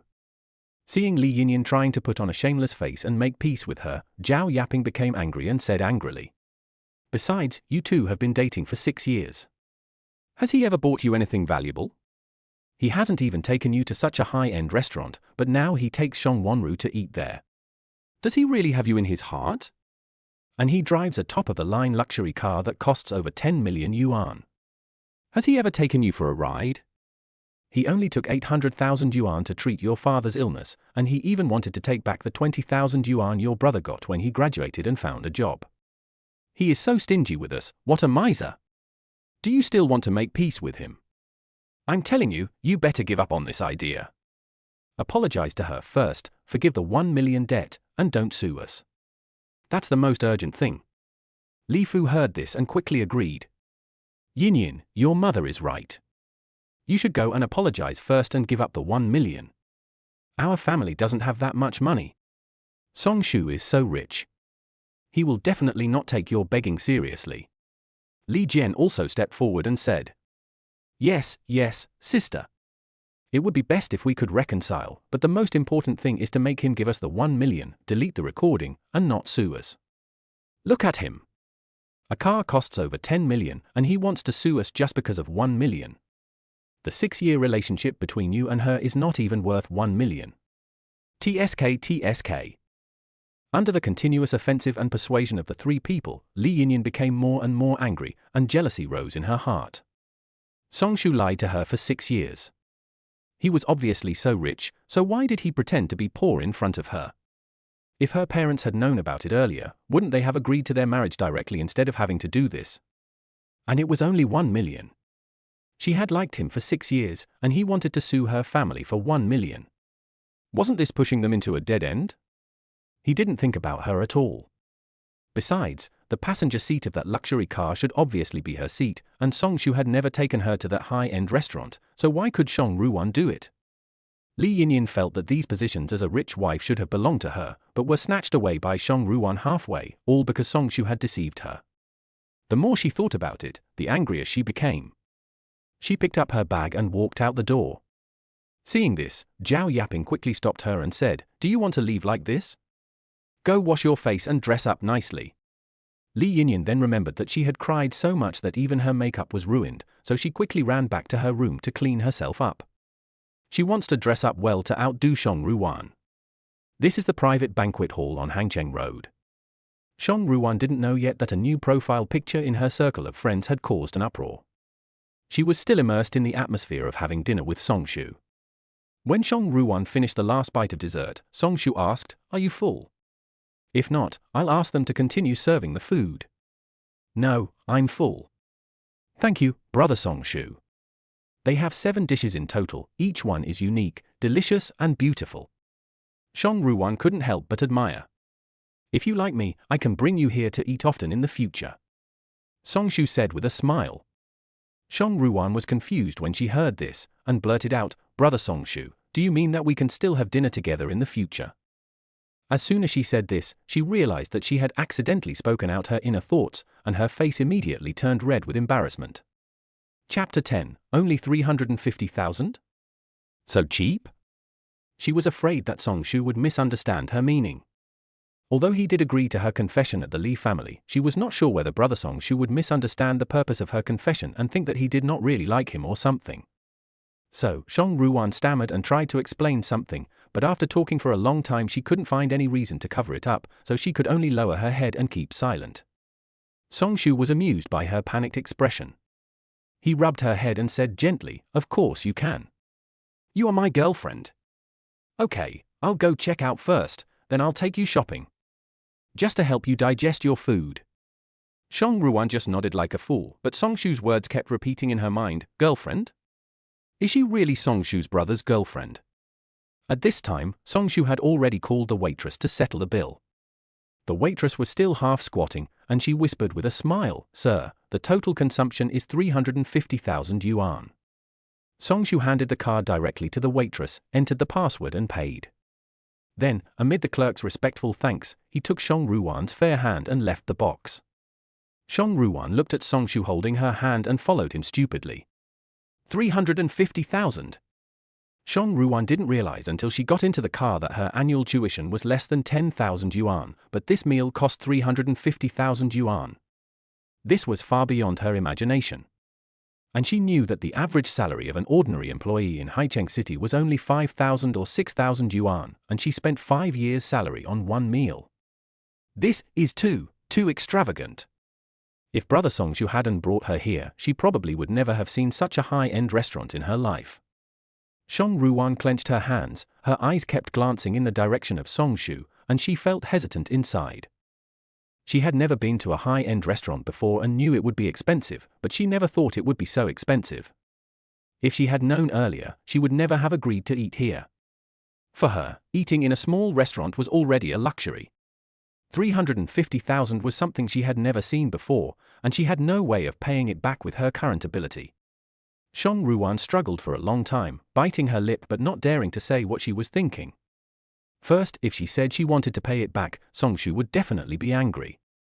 Second, even if she said it, she didn't have the money to pay it back. But doing nothing made her feel even worse. Since the money can't be repaid, let us use other methods. Songshu is so good to her, so she must be 100 times better to Songshu. Song Ruwan made up her mind silently. On this side, Songshu was driving the car with a distressed look on his face. It only cost 350,000 yuan, how could it be so cheap? He thought it would be more expensive if he came to eat in the evening. He didn't come here for the high-end ingredients, he came here for the expensive reason. He thought that even if he couldn't order a bottle of wine because he was driving, the two of them could at least spend 500,000 or 600,000, and then go shopping in the luxury goods mall and buy a few things, and then he would complete the system's task. After all, buying a house or a car still requires going through procedures, and the system doesn't give him time to wait. This method is the fastest way to spend money, and it saves both trouble and time. But this was much less than he expected. He glanced at the new prompt that the system had just sent. Congratulations to the host, you have successfully spent 350,000, and there is 650,000 left. Keep up the good work. Mission penalty, impotence for 3 days. When Songshu saw the task penalty, he suddenly became depressed. This system really reminds me all the time, and it's not out of kindness or intention. A total of 350,000 yuan was spent and there was 650,000 yuan left. After thinking about it, Songshu felt that it was too difficult to spend it all in a short period of time. There is only 1 day, and the countdown has started since the system released the task. Thinking of the punishment, if he doesn't spend it all today, he probably won't be able to sleep well tonight.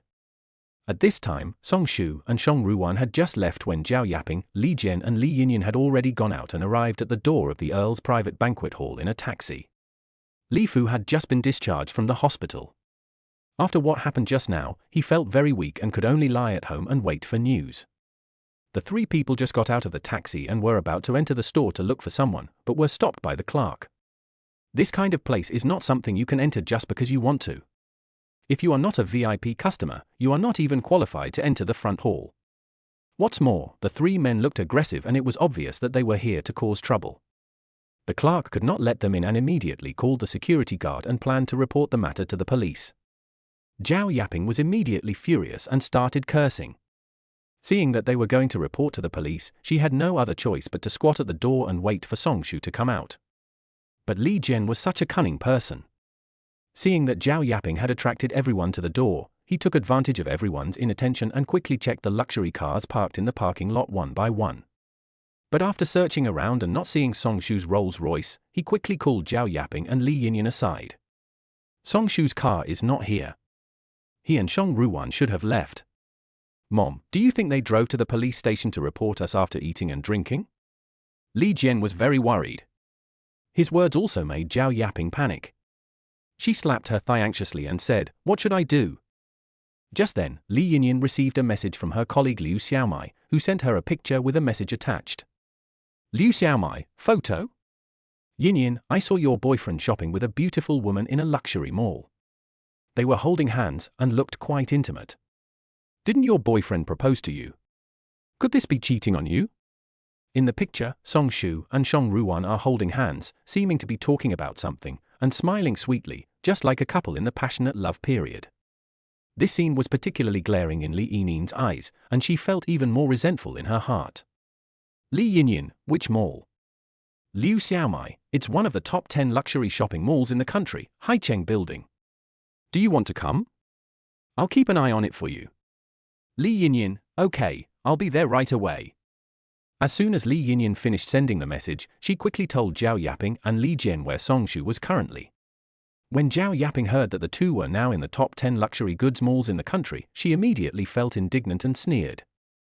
Look, he took Shang Ruan to buy luxury goods, but he killed our family and asked us to pay back 1 million. Songshu is too much. Although Li Jian was unhappy, he was afraid of missing it again, so he hurriedly said, "Stop talking, let's go quickly. What if we miss it again? We must delete the recording today." Yes, I must make things clear to him today. Zhao Yaping also hurriedly responded.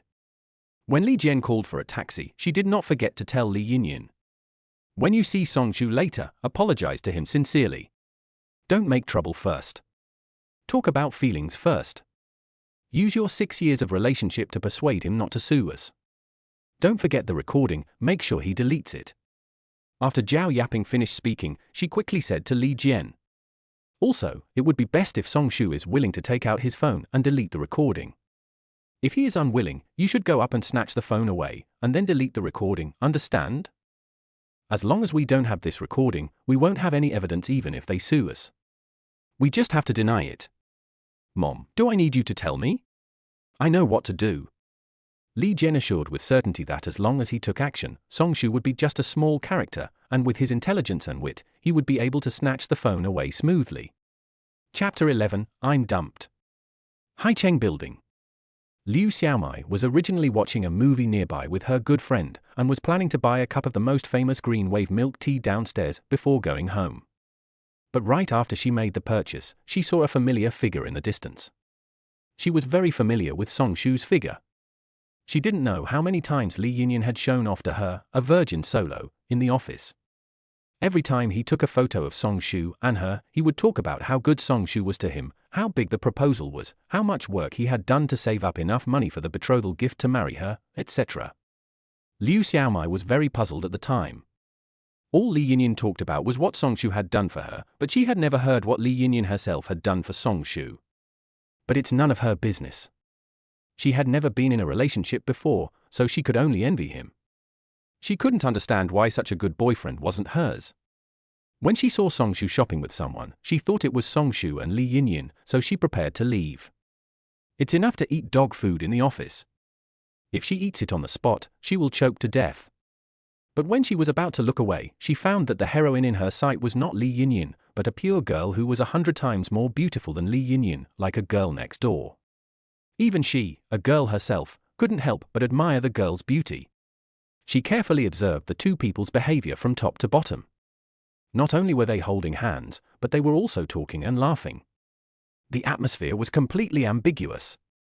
Could it be that the good man finally realized that Li Yinyin was not giving anything and was just waiting to be served, and he was fed up with her? Liu Xiaomai had a lot of guesses in her mind and immediately planned to follow her. She also secretly took photos and sent them to Li Yinyin. Seeing that Li Yinyin was coming, Liu Xiaomai, who had always been ridiculed for not being able to find a boyfriend, suddenly became interested. He was dumped, huh? Now it's time to watch some fun. The other side of Haicheng Building. Inside the Hermes official store. Songshu sat on the leather sofa on the second floor of the store, and Shang Ruan sat beside Songshu. The sales lady was wearing a well-tailored suit and white gloves. She respectfully recommended several of this year's newest models of bags to Songshu, and Shang Ruan one by one according to Songshu's request. The shop assistant was very excited at this moment. You know, even if a wealthy customer places an order for Hermes products, it is only 1 or 2 bags, so for them, the commission is not small. But this customer, as soon as he came in, didn't say anything and just asked for it as soon as the lady next to him showed some interest. So far, 5 bags have been ordered, and the price of each bag is no less than 60,000. The accumulated amount is now nearly 400,000, and there is a trend of buying more. This customer is really generous. What's more, these are all her achievements. And as long as she provides good service, this big client will always be hers. Thinking of this, she introduced herself more enthusiastically and her smile became more sincere. Do you like this? Songshu asked after looking at the bag. Well, brother Songshu really doesn't need it. This bag is really too expensive. I really can't accept it. Song Ruan waved her hand to decline. In fact, she was really lying in her heart. She felt a little uneasy just having a meal. Song Shu spent 350,000 yuan on that meal, but she and Song Shu had not officially confirmed their boyfriend-girlfriend relationship. Even if they were in a boyfriend-girlfriend relationship, she couldn't bear to spend her boyfriend's money like this. After all, no one's money comes from the wind. What's more, Song Shu had already spent 350,000 yuan on the meal just now, and she really couldn't convince herself to accept it again. Song Shu felt a surge of emotion. Song Ruan must respect herself so much that she would say such humble words. As the saying goes, there is no harm without comparison. This comparison is really a world of difference. Li Yinyin never felt bad about spending his money. Instead, she felt it was her due. That's why she never spoke for him or considered him at all when Li Fu and Zhao Yaping made those requests.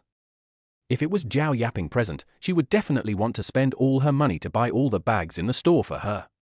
Song Shu gently rubbed Song Ruan's head. The soft touch made him feel very comfortable. He smiled and said, "What nonsense are you talking about? You are already my girlfriend. Is it too much for me to buy a bag for my girlfriend? Don't tell me. You don't want to be my girlfriend?" Song Ruan subconsciously shook her head when she heard this. Being able to be with Song Shu has always been her dream. She always thought it was a luxury, but she never expected that it would come true one day. Looking at Song Shu's eyes, she was stunned and said foolishly, "I really like you." Song Ruan's eyes were full of sincerity. Song Shu was deeply moved by this sincerity, which was different from the way Li Yinyin looked at him, pure and clean, without a trace of distracting thoughts. In fact, he has always known that Song Ruan seemed to have liked him since high school. In the past, whenever we met, she would look at me cautiously, and whenever I spoke to her, she would smile brightly like a child who got candy. He has always regarded Song Ruan as his own sister, and thought that this feeling was just an illusion of an emotionally ignorant girl. As time goes by, she will realize it herself and gradually forget it. But he didn't expect that Song Ruan's feelings for him have continued to this day, and that sincerity has never changed. Song Shu felt a warm feeling in his heart and he held Song Ruan's hand tighter. Song Shu bought several more bags in succession, bringing the total to 10, some of which were the latest limited edition bags that had not yet arrived and went on sale. Song Shu calculated the amount again and saw that it was just right. He finally felt relieved and took out a bank card and handed it to the clerk very decisively. The clerk next to her was shaking in her hands as she held the bank card given by Song Shu. More than 600,000. This is a first-time customer who has placed an order in less than 10 minutes since entering the store. Although wealthy people who usually reserve or purchase bags often spend hundreds of thousands or millions, this is the first time someone has been so generous and made the decision within 10 days. The shop assistant pinched herself in disbelief. After feeling the pain, she realized that she was not dreaming. The other shop assistants all looked at him with envy. They regretted it very much. If they had been more proactive in their work from the beginning and not judged people by their appearance, this big customer would definitely have been theirs. Moreover, he spent more than 600,000 yuan in just 10 minutes without blinking an eye. He must be very rich to be in such a hurry to end it. After the clerk swiped the card, she respectfully handed it to Song Shu. At this moment, the system prompt sounded in Song Shu's mind. Congratulations to the host. The first mission of spending 1 million in one day has been successfully completed. The mission penalty has been closed. Please keep up the good work. Song Shu was very happy. Well, he had avoided the crisis of impotence in 2 hours. He was very satisfied with the result. Here, after the clerk asked Song Ruan for her delivery address and made a note of it, she smiled and said, "Ms. Song, there are a total of 10 women's bags, 3 of which are new limited edition bags. They will arrive at our store tomorrow. I will personally deliver them to your door for confirmation." Song Ruan was confused for a moment, especially after the clerk told her the total price just now. She didn't know how to react. The meal costing over 300,000 yuan plus the bag costing over 600,000 yuan, the total is probably 1 million yuan. 1 million in less than 2 hours. Almost all of it was spent on her. Chapter 12. Is he so perverted as to stalk you? This? Song Ruan pursed her lips and wanted to say something, but was interrupted by Song Shu. "I've already bought it, you can't ask me to return it, right?" Song Shu pretended to be serious and said that his girlfriend's thoughts were very easy to understand. It's only 1 million. It's nothing to me. If you don't accept it, I'll be angry. After spending the money with great difficulty, he wanted to get it back. Would he be able to complete his mission? Buying women's bags is the most convenient and fastest way to spend money.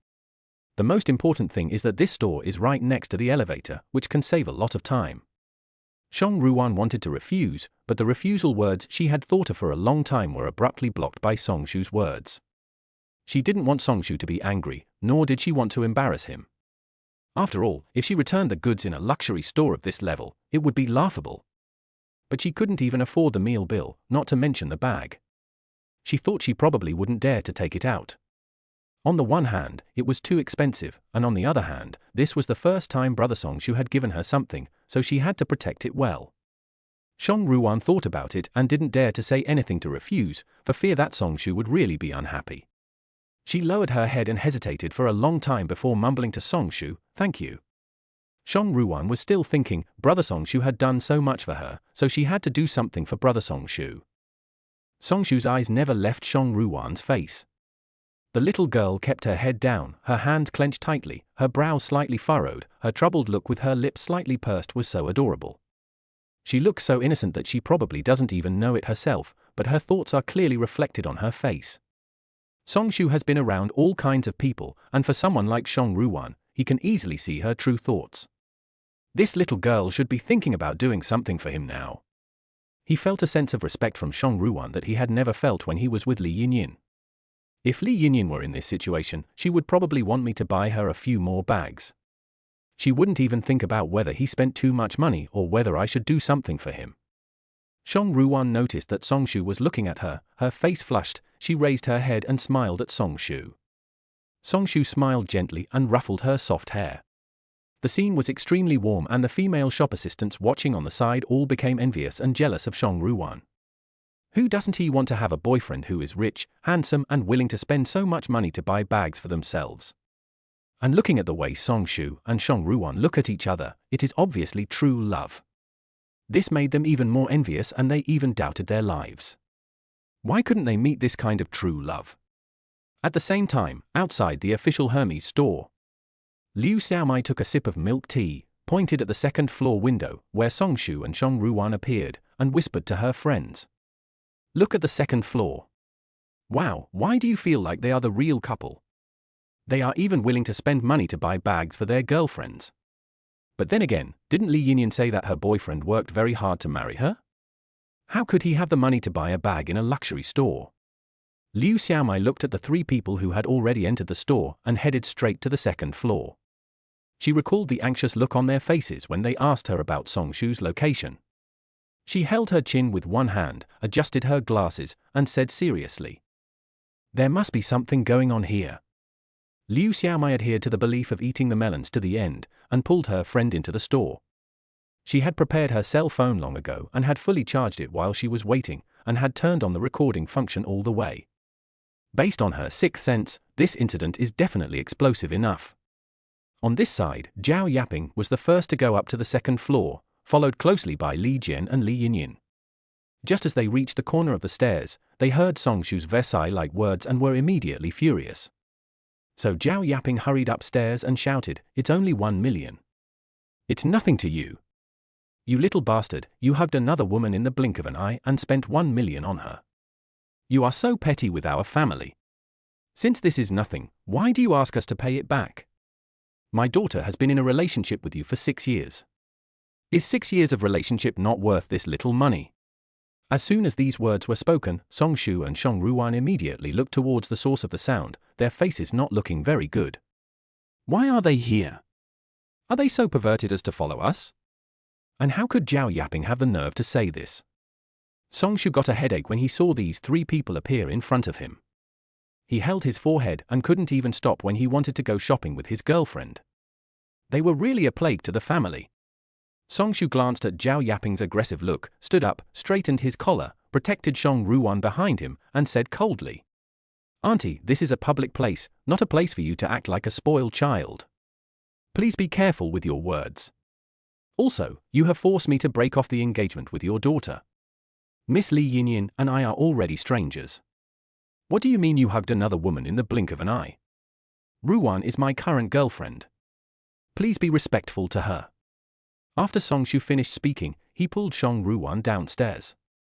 He really didn't want to argue with this family anymore. They were a bunch of unreasonable people who were obsessed with money and would only waste his time and energy.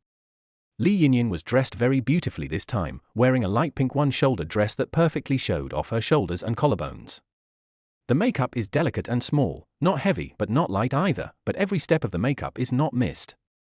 She had already prepared to apologize, act coquettishly and beg for forgiveness. She believed that as long as she acted coquettishly and said a few nice words, Songshu would forgive her and come back to her again. Besides, how could Songshu possibly fall for that little girl Shong Ruwan? Although she had a pretty face, she was annoying no matter how he looked at her. What's more, how could their 6-year relationship be diluted by a little girl who intercepted them halfway? Songshu and Shong Ruwan had only met a few times, and Shong Ruwan's relationship could not compare to the one between her and Songshu. But Songshu's words just now were like a bucket of cold water in winter, completely extinguishing her fantasy. Li Yinyin and I are already strangers, Ruwan is my girlfriend. This sentence kept playing in Li Yinin's mind, occupying her entire brain. She looked in surprise as Songshu held Shong Ruwan's hand tightly as he walked past her. From beginning to end, Songshu didn't even give her a glance. Li Yinin's heart completely began to collapse at this moment. Could it be that Songshu really no longer forgave her?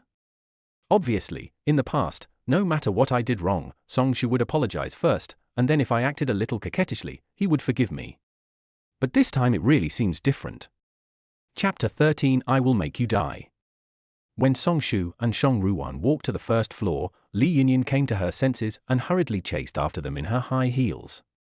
She grabbed Songshu's sleeve and said with a pitiful expression, "Songshu, I am your girlfriend, how can you be with Shong Ruwan?" Songshu found it ridiculous. When he was surrounded by her parents and brother and asked him to give another 500,000 yuan as a betrothal gift, he was sincerely waiting for Li Yinyin to say something, but Li Yinyin just looked at him from beginning to end and didn't say a word. But when he became rich and bought Shong Ruwan a brand name bag, she spoke, and the first sentence was to comically deny everything that happened in the Li family. It's really ironic. Li Yinyin slapped herself in the face. Doesn't it hurt?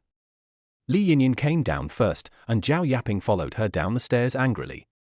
Songshu, damn, who did you just say was throwing a tantrum? My daughter has been dating you for 6 years, and you want to marry her? Is it too much to ask for a dowry? Not only did you not want to, but you also wanted to sue our family just because Yinin's father was ill and asked you to take some money.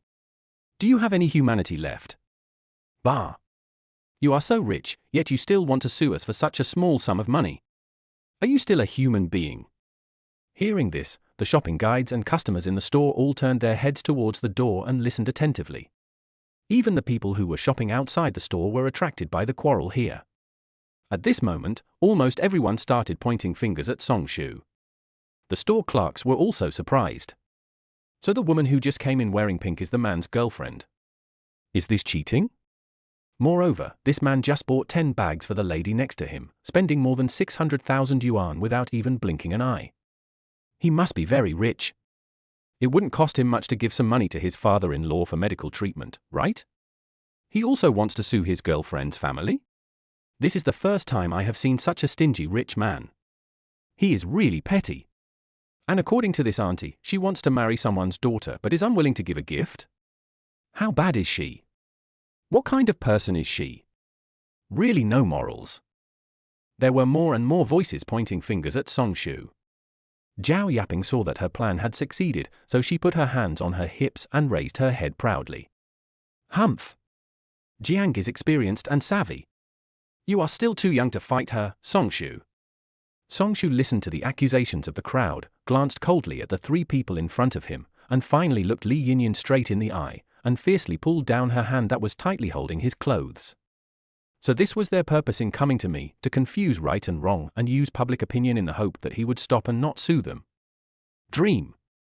Songshu had a gloomy face and was about to refute, but Shong Ruwan beside him suddenly blushed and looked like she was suppressing anger, seeming to be even angrier than Songshu. She stepped forward a few steps and said in a sonorous and powerful voice, Auntie, we respect you, so we wanted to save your face, but you are shameless. In order to avoid being sued by Brother Songshu for stalking us, you even turned black into white. I will never let you wrongly accuse him. How much has Brother Songshu done for your family during the 6 years that he and Lee Yinyin have been dating? In order to meet your conditions, he had just graduated. At that time, Brother Songshu had no money, so he started working day and night. Later, he worked so hard to buy a wedding house and even paid the betrothal gift. As a result, my uncle became seriously ill and needed a bone marrow transplant. It was Brother Songshu who begged people every day. It took several months and a lot of money to find a matching bone marrow for my uncle. In order to help you raise enough money for the bone marrow transplant, I not only bought a wedding house but also borrowed a lot of foreign debt to save my uncle's life. What is your son doing at this time? He is not doing anything, but he keeps asking his boss to help him buy gifts in order to curry favor with him. However, he has never paid back the money. Now that your uncle has recovered from his illness and inherited a property worth more than 1 million yuan, you have begun to look down on Brother Songshu, who has no money and is in debt. In order to force him to break off the engagement with Lee Yinyin, he had to pay an additional 500,000 yuan as a betrothal gift. Now that you know that Brother Songshu has made money, you are trying to extort money from him again. You are doing this now, don't you feel guilty? You are the first to despise the poor and love the rich. This is a life-saving favor, but not only did you ignore it and ungratefully, you also tried to embezzle all of Brother Songshu's money and keep it for yourself. Now you are trying to confuse right and wrong. Do you still have any humanity? Shang Ruwan herself didn't expect that she could say so many words in a row in such a fit of anger. Because she was too angry, her chest was still heaving, her hands were clenched tightly, and she glared at Zhao Yaping and the other two. At this moment, everyone looked at Zhao Yaping and the other two in shock after hearing this. This dramatic story and the shameless father-in-law and mother-in-law actually happen in real life. I have never seen such a thing before. All of a sudden, everyone's previous contempt for Songshu disappeared, and they all felt sympathy for him for having to deal with such a family. Moreover, when they looked at Zhao Yaping and the other two, they began to smack their lips as if they had seen something extremely dirty. When they think people are poor, they squeeze them dry. Now that they are rich, they come to blackmail them. They are so shameless. That's right, ungrateful bastard. I've never seen anyone so shameless. They embezzled the money and still thought that no one would sue them. They're dreaming. Disgusting. I hate people who despise the poor and love the rich the most. They think they are so great and yet they have the nerve to look down on others. While a group of people were cursing, they quickly took out their mobile phones and planned to record this strange scene. Li Jian originally thought that Zhao Yaping was guiding public opinion, and Songshu would definitely give up when he saw the difficulty. Unexpectedly, Shang Ruwan actually stood up and spoke for him and told him the whole truth. He felt the strange and contemptuous looks from everyone, the look of disgust towards him. He had never been looked down upon like this since he was a child, and he simply couldn't accept it. He immediately started to feel guilty and directly retorted. So what? He gave our family the money he wanted to give. Isn't he very rich now? He took you to a meal worth 200,000 or 300,000 yuan and bought you a bag. Does he still need this little money? He cheated our family, okay? Songshu was so angry that he laughed and said coldly. Lie, please understand clearly, okay? You are the one who cheated me of my money. It's really funny. When I was working so hard to treat my uncle, you guys were complimenting me so much. Later, you found out that I had no money and was in debt, and you inherited the property. You felt that I was not worthy of you and wanted to get rid of me. Not only did you embezzle my money, but you also wanted to extort more money from me before getting rid of me. Now that you know I'm rich, you've turned into this disgusting face again. I warn you, you must pay me back the 1 million you owe me. If you don't, I will sue you. Oh, 1 million. The Hermes clerks and passers-by were all shocked. It was really inhumane that he cheated people out of so much money and didn't want to pay it back. When Zhao Yaping heard Songshu demanding that they pay back the money or else appeal, she became completely panicked. Coupled with the guilty feeling of having the truth revealed in public, he was so angry that he threw the jar and started to curse. Damn it, you little bastard, this money is what you gave us. It's the compensation for my daughter's 6 years of youth loss. And you even warned us that whoever gave you the face is not a human thing. If you still want to appeal, I tell you, give me your phone immediately and delete the recording, or I will kill you. Li Jian received Zhao Yaping's gaze, stepped forward, and rushed towards Song Shu. Chapter 14. Please pay the price. Seeing that Li Jian's fist was about to swing up, Song Shu remained calm and dodged it with a flash. Li Jian stretched out his feet and stumbled to the ground. Song Shu is about 180 centimeters tall, half a head taller than Li Jian. He keeps exercising, so Li Jian can't compare to him at all. What's more, Li Jian's disorganized and fancy moves could not pose any threat at all. Li Jian was face to face on the ground. Before falling, he struggled to grab something to keep his balance, but in the end, he still fell down in a mess. It was funny and amusing, and instantly caused everyone to burst into laughter. They all laughed and said he deserved it, and he still wanted to hit someone. Li Jian's face was red, and he didn't know whether he was angry or embarrassed. His neck also turned red. He reached out and grabbed the shelf beside him, trying to support himself to stand up better, but when he exerted force, with a ripping sound, the bag he was pulling on the shelf could not withstand the gravity and was torn to pieces. Another person lost his balance and fell to his knees. Li Jian threw the bag in his hand away and cursed. What a broken bag! It can't even bear my weight. As he said this, he climbed up again. When he saw the phone in Song Shu's hand, he once again ran forward like a hungry wolf hunting for prey and tried to snatch the phone. Song Shu, give me your phone and delete the evidence. Li Jian had just finished speaking when the Hermes store manager frowned and called the security guard immediately, seeing that Li Jian was about to rush forward and hit someone again. The security guard came upon hearing the noise, subdued Li Jian in a few moves, and pressed him against the wall. On one side is the ungrateful, trouble-making ungrateful guy, and on the other side is a big customer who spent more than 600,000 yuan in the store. The store manager doesn't even have to think about which is more important. But Li Jian still refused to give in and continued to struggle and curse.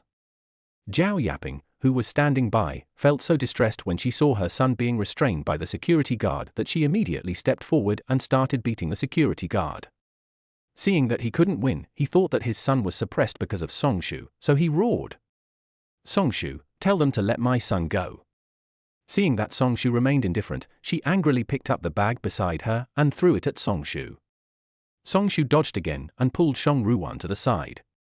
I advise you to respect yourselves. I will not delete the recording. I will give it to the detective as evidence. You are responsible for what you have done. When Zhao Yaping heard that he was going to hand him over to the constable, she jumped up and said angrily, "Ah, you little beast, you are not even a human being, delete the recording for me, delete it." Zhao Yaping's voice became louder and louder. If the security guard at the side hadn't restrained her, she wouldn't have been able to touch Song Shu no matter how hard she struggled, and she might have done something crazy. The crowd who were taking photos and recording videos with their mobile phones were even more shocked. Boy, there's evidence. Judging from the situation, it seems that this family followed us here just to destroy the evidence. This family is so shameless. Angry people began to speak up for Song Shu, and some even threatened to upload the video to the internet to expose this shameless family. Li Jian felt something was wrong when he heard this. He struggled desperately and went crazy, trying to snatch the cell phones of everyone present. However, he was held tightly by 3 security guards, and no matter how he struggled, it was useless.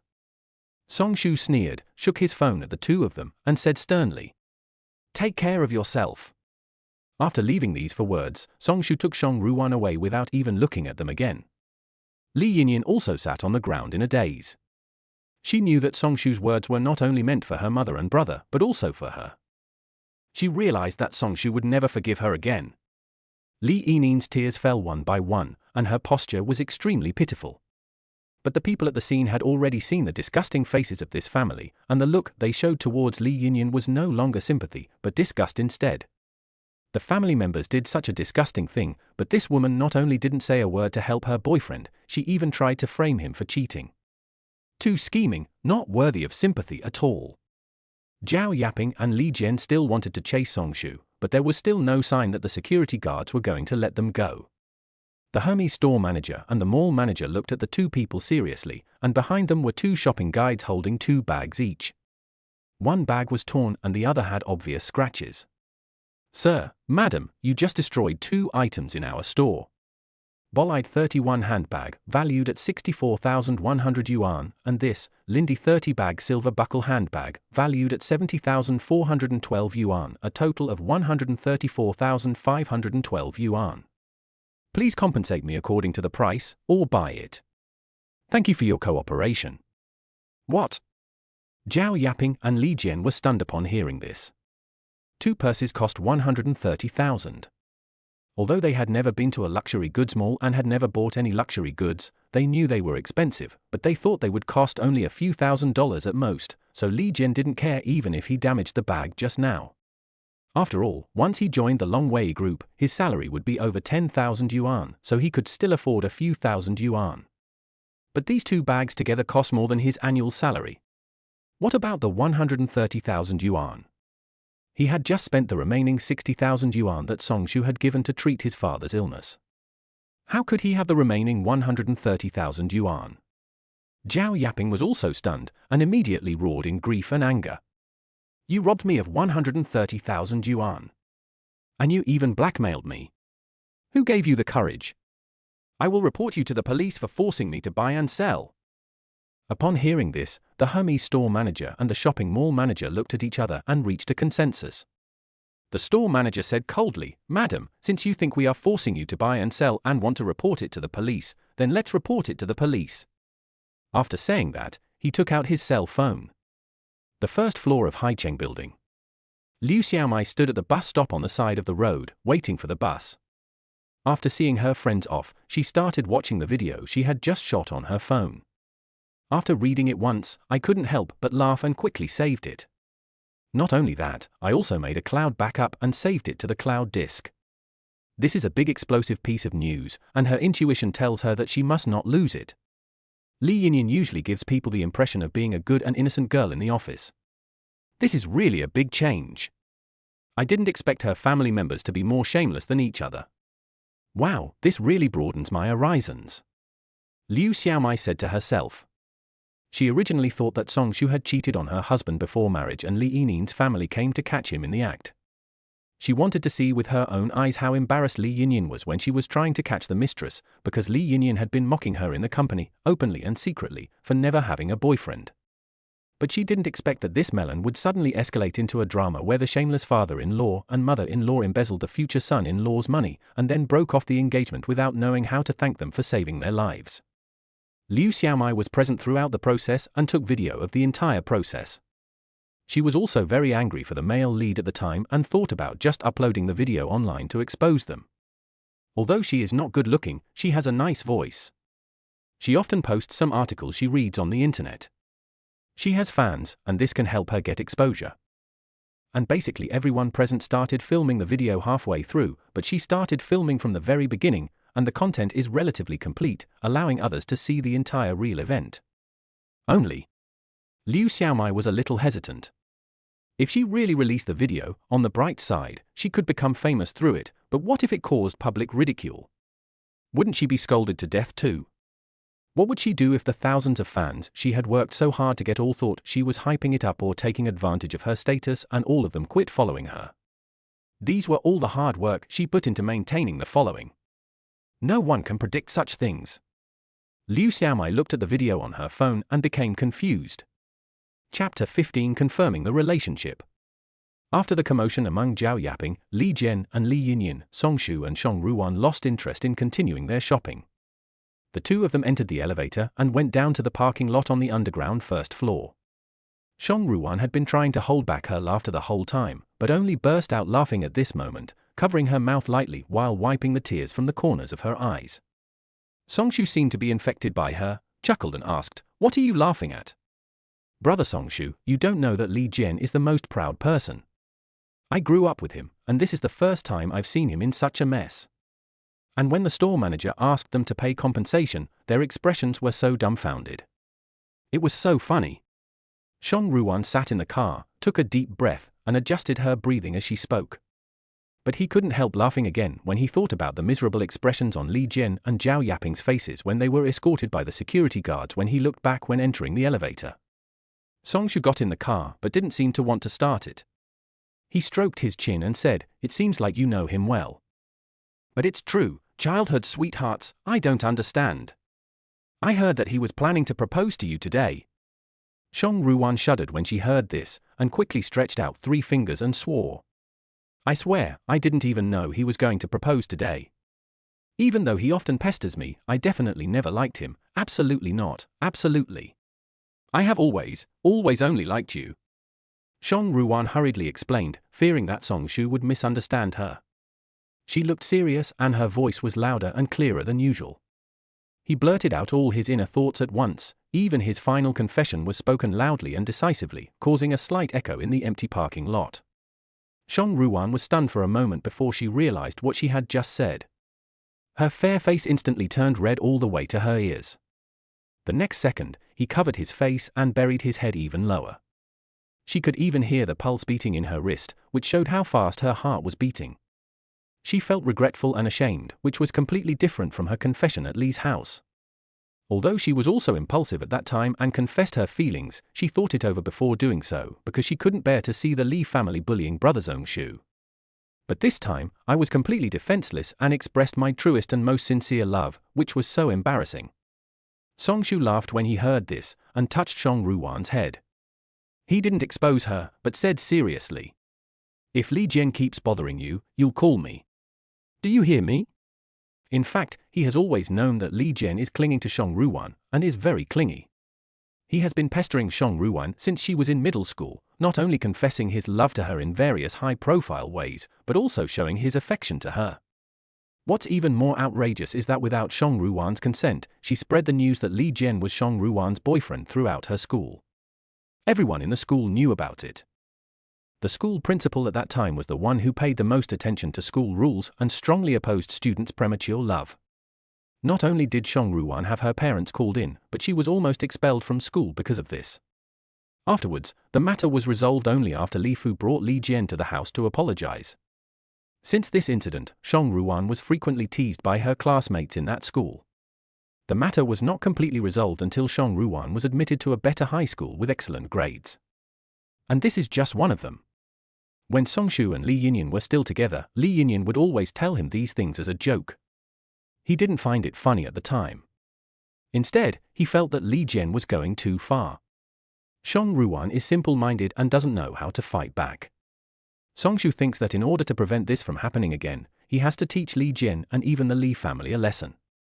Don't blame them for being unjust if they are unkind. Song Ruan still covered her face and nodded obediently. Song Shu looked at her red ears and gently pinched her earlobe with his fingers. It was warm and soft and felt great, but Song Ruan pouted in protest. He then smiled and withdrew his hand. He started the car, stepped on the accelerator, drove out of the building, and headed towards Song Ruan's home. Song Ruan's home is not far away, located in the city center of Haicheng. This is a community with a classic layout and is more than 10 years old. It has an excellent location and is next to a park. There is a vegetable market, fish market, large and small shops, and so on. The property management in the community is also very good, and the vegetation and flowers are all well maintained. Because this is the city center, the housing prices here are not low, so people who live here have a certain economic foundation.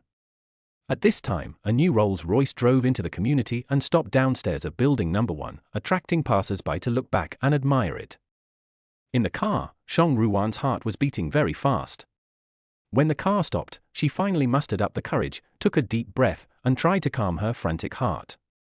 Looking at Song Shu, he asked seriously, "Brother Song Shu, we are really a couple, right?" Song Ruan tightly grasped the corner of her clothes. Too many things happened today, and they made her too upset. She clearly remembered that Brother Song Shu told her 3 times today that she was his girlfriend, as if to comfort her uneasy heart. But she still felt like she was dreaming. She had been secretly in love for 6 years, and she had thought that this secret love would become her unique, beautiful and sad youth history on the day Song Shu and Li Yinyan got married. But all her fantasies suddenly became reality one day, and for a moment she really felt like she was dreaming. If this was a dream, she really hoped she would never wake up. Silly, of course. As soon as Song Shu finished speaking, Song Ruan hugged him tightly, and the two of them were pressed tightly together. Song Shu laughed out loud and hugged his girlfriend, who was as soft as water, in his arms. He touched her soft hair and felt the faint scent of gardenia emanating from her body. It is a refreshing, soothing, and warm scent. The two hugged each other for an unknown amount of time before finally letting go of each other's hands reluctantly. When letting go, Song Ruan quickly pecked Songshu's face. Songshu felt itchy in his heart and wanted to go deeper, but Song Ruan pushed him away and said with a red face, "No, no, my dad is watching upstairs." Songshu was stunned when he heard this, and looked upstairs, but did not see anyone. Then he realized that he had been deceived by this little girl. But when he turned around, the person in his arms had already run out of the car. Songshu pretended to be slightly angry and looked at Song Ruan, who was walking around the front of the car towards him. Song Ruan's face turned even redder, and she was obviously at a loss. Finally, she bent down and kissed Songshu on the cheek again, muttering, next time." I don't know if Song Ruan had finished her words or not. After she said 2 words, her face turned red and she ran into the building as if she was escaping. Song Ruan leaned against the wall, breathing heavily, feeling extremely embarrassed. After he calmed down a little, he sneaked his head out of the building and looked outside. Only when he saw that Songshu and the car were gone did he breathe a sigh of relief, smile happily, and go upstairs. All these little movements were seen clearly by Songshu, who was driving in front, through the rearview mirror. Songshu was amused by Song Ruan, his cute look is so endearing. Songshu felt that this was a blessing in disguise. Why didn't he realize that Song Ruan was so cute before? The warmth in his arms had not yet subsided, and Songshu smiled happily. Thinking back to how Song Ruan was shy in his arms just now, it seemed that all the unhappiness of the day was just a passing cloud and insignificant. Thinking this, Songshu returned home. Songshu was in a good mood, but the other side was completely the opposite. Chapter 16, Li Jian wants to take the initiative? Zhao Yaping and Li Jian damaged 2 Hermes bags and needed to pay a total of 134,512 yuan in compensation. When Li Jian saw Songshu leaving, he wanted to chase him. He was not willing to pay compensation, so he thought of slipping away when the security guards were not paying attention, but in the end his way was blocked by the security guards. Zhao Yaping was even more unwilling to pay compensation, and even accused the Hermes bag of poor quality, but everyone watching knew the truth. One of them pulled it hard while the other threw it to the ground. No matter how good the quality of the bag was, they couldn't bear the torture and started to blame the 2 of them. However, in the face of so many accusations, they still acted like a scoundrel and refused to pay compensation. Finally, the store manager and the mall manager had no other options and decided to report the matter to the police. When the police arrived, there was surveillance and witnesses. Either you are detained or you pay compensation on the spot, and even if you are detained, you still have to pay the full amount. Finally, the 2 had no other choice but to use the only 70,000 yuan in Li Yinin's salary card and the few savings of Zhao Yaping and Li Fu themselves to collect 134,512 yuan and buy the 2 bags they had damaged. Li Yinin was very depressed. Her savings of the past 2 years were not much to begin with. Ever since her father fell ill, she had been subsidizing the family expenses. Now all of the money was used by them for compensation. What should she do in the future? Li Jian has just graduated for a year and his monthly expenses are insufficient to make ends meet, let alone saving money. But he didn't feel the slightest bit of shame. Instead, he looked indifferent, patted Li Yinin's shoulder, and said proudly, "I will soon join Long Wei Group as a supervisor, with a monthly salary of 10,000 yuan. Li Yinin glared at him and cursed. "I've never seen you contribute to the family expenses. You just eat, drink and have fun every day. How dare you say that? Why do you have to spend my money when you broke your bag?" Seeing Li Yinin scolding Li Jian, Zhao Yaping, who was already angry because she had spent more than 130,000 yuan, slapped Li Yinin in the face, venting all her anger on her, and angrily said, "It's because of you that you dare to scold your brother. If you knew earlier that Songshu had made money, would this have happened? These bags can be bought by Songshu if you want them." Li Yinin covered her swollen face and dared not speak, tears streaming down her face. She thought of the scene where Song Ruan was protected by Songshu behind her, and once again blamed all her jealousy and anger on Song Ruan. He believed that it was Song Ruan who seduced Songshu with ill intentions, which was why Songshu was unwilling to forgive him. Li Yinin blamed Song Ruan for all the things that went against her, including the fact that she was beaten and Songshu was unwilling to be with her anymore. No matter how unreasonable the reason was, she would blame it on Shang Ruwan. Now in her heart, all this was Shang Ruwan's fault. On the other side, the Li family. Li Fu was lying on the sofa, watching TV leisurely and enjoying this rare leisure time. It wasn't until he saw the text message on his mobile phone showing that his bank card had spent 64,512 yuan that he became so angry that he almost had a myocardial infarction. When the three of them returned home tiredly, Li Fu, who was waiting at the door, saw Zhao yapping and slapped her in the face without saying a word. The sound of this slap was extremely crisp, even harder than the one Zhao yapping had given Li Yinyin. It made half of Zhao yapping's face immediately become red and swollen, and her head was buzzing. Zhao yapping was completely stunned and asked in disbelief, "Why the hell did you hit me? Old man, I'm going to fight you." As Zhao yapping cried and wanted to hit Li Fu, but Li Jian stepped in and stopped her. "You just went out for a trip and the 60,000 yuan in your card is gone. Who else should I punish if not you? Tell me where you spent the money?" Li Fu looked down at Zhao yapping and said sternly, "It's all because of Song Shu. He spent hundreds of thousands to buy a bag for Shang Ruwan. Together with the food expenses, the total was over 1 million.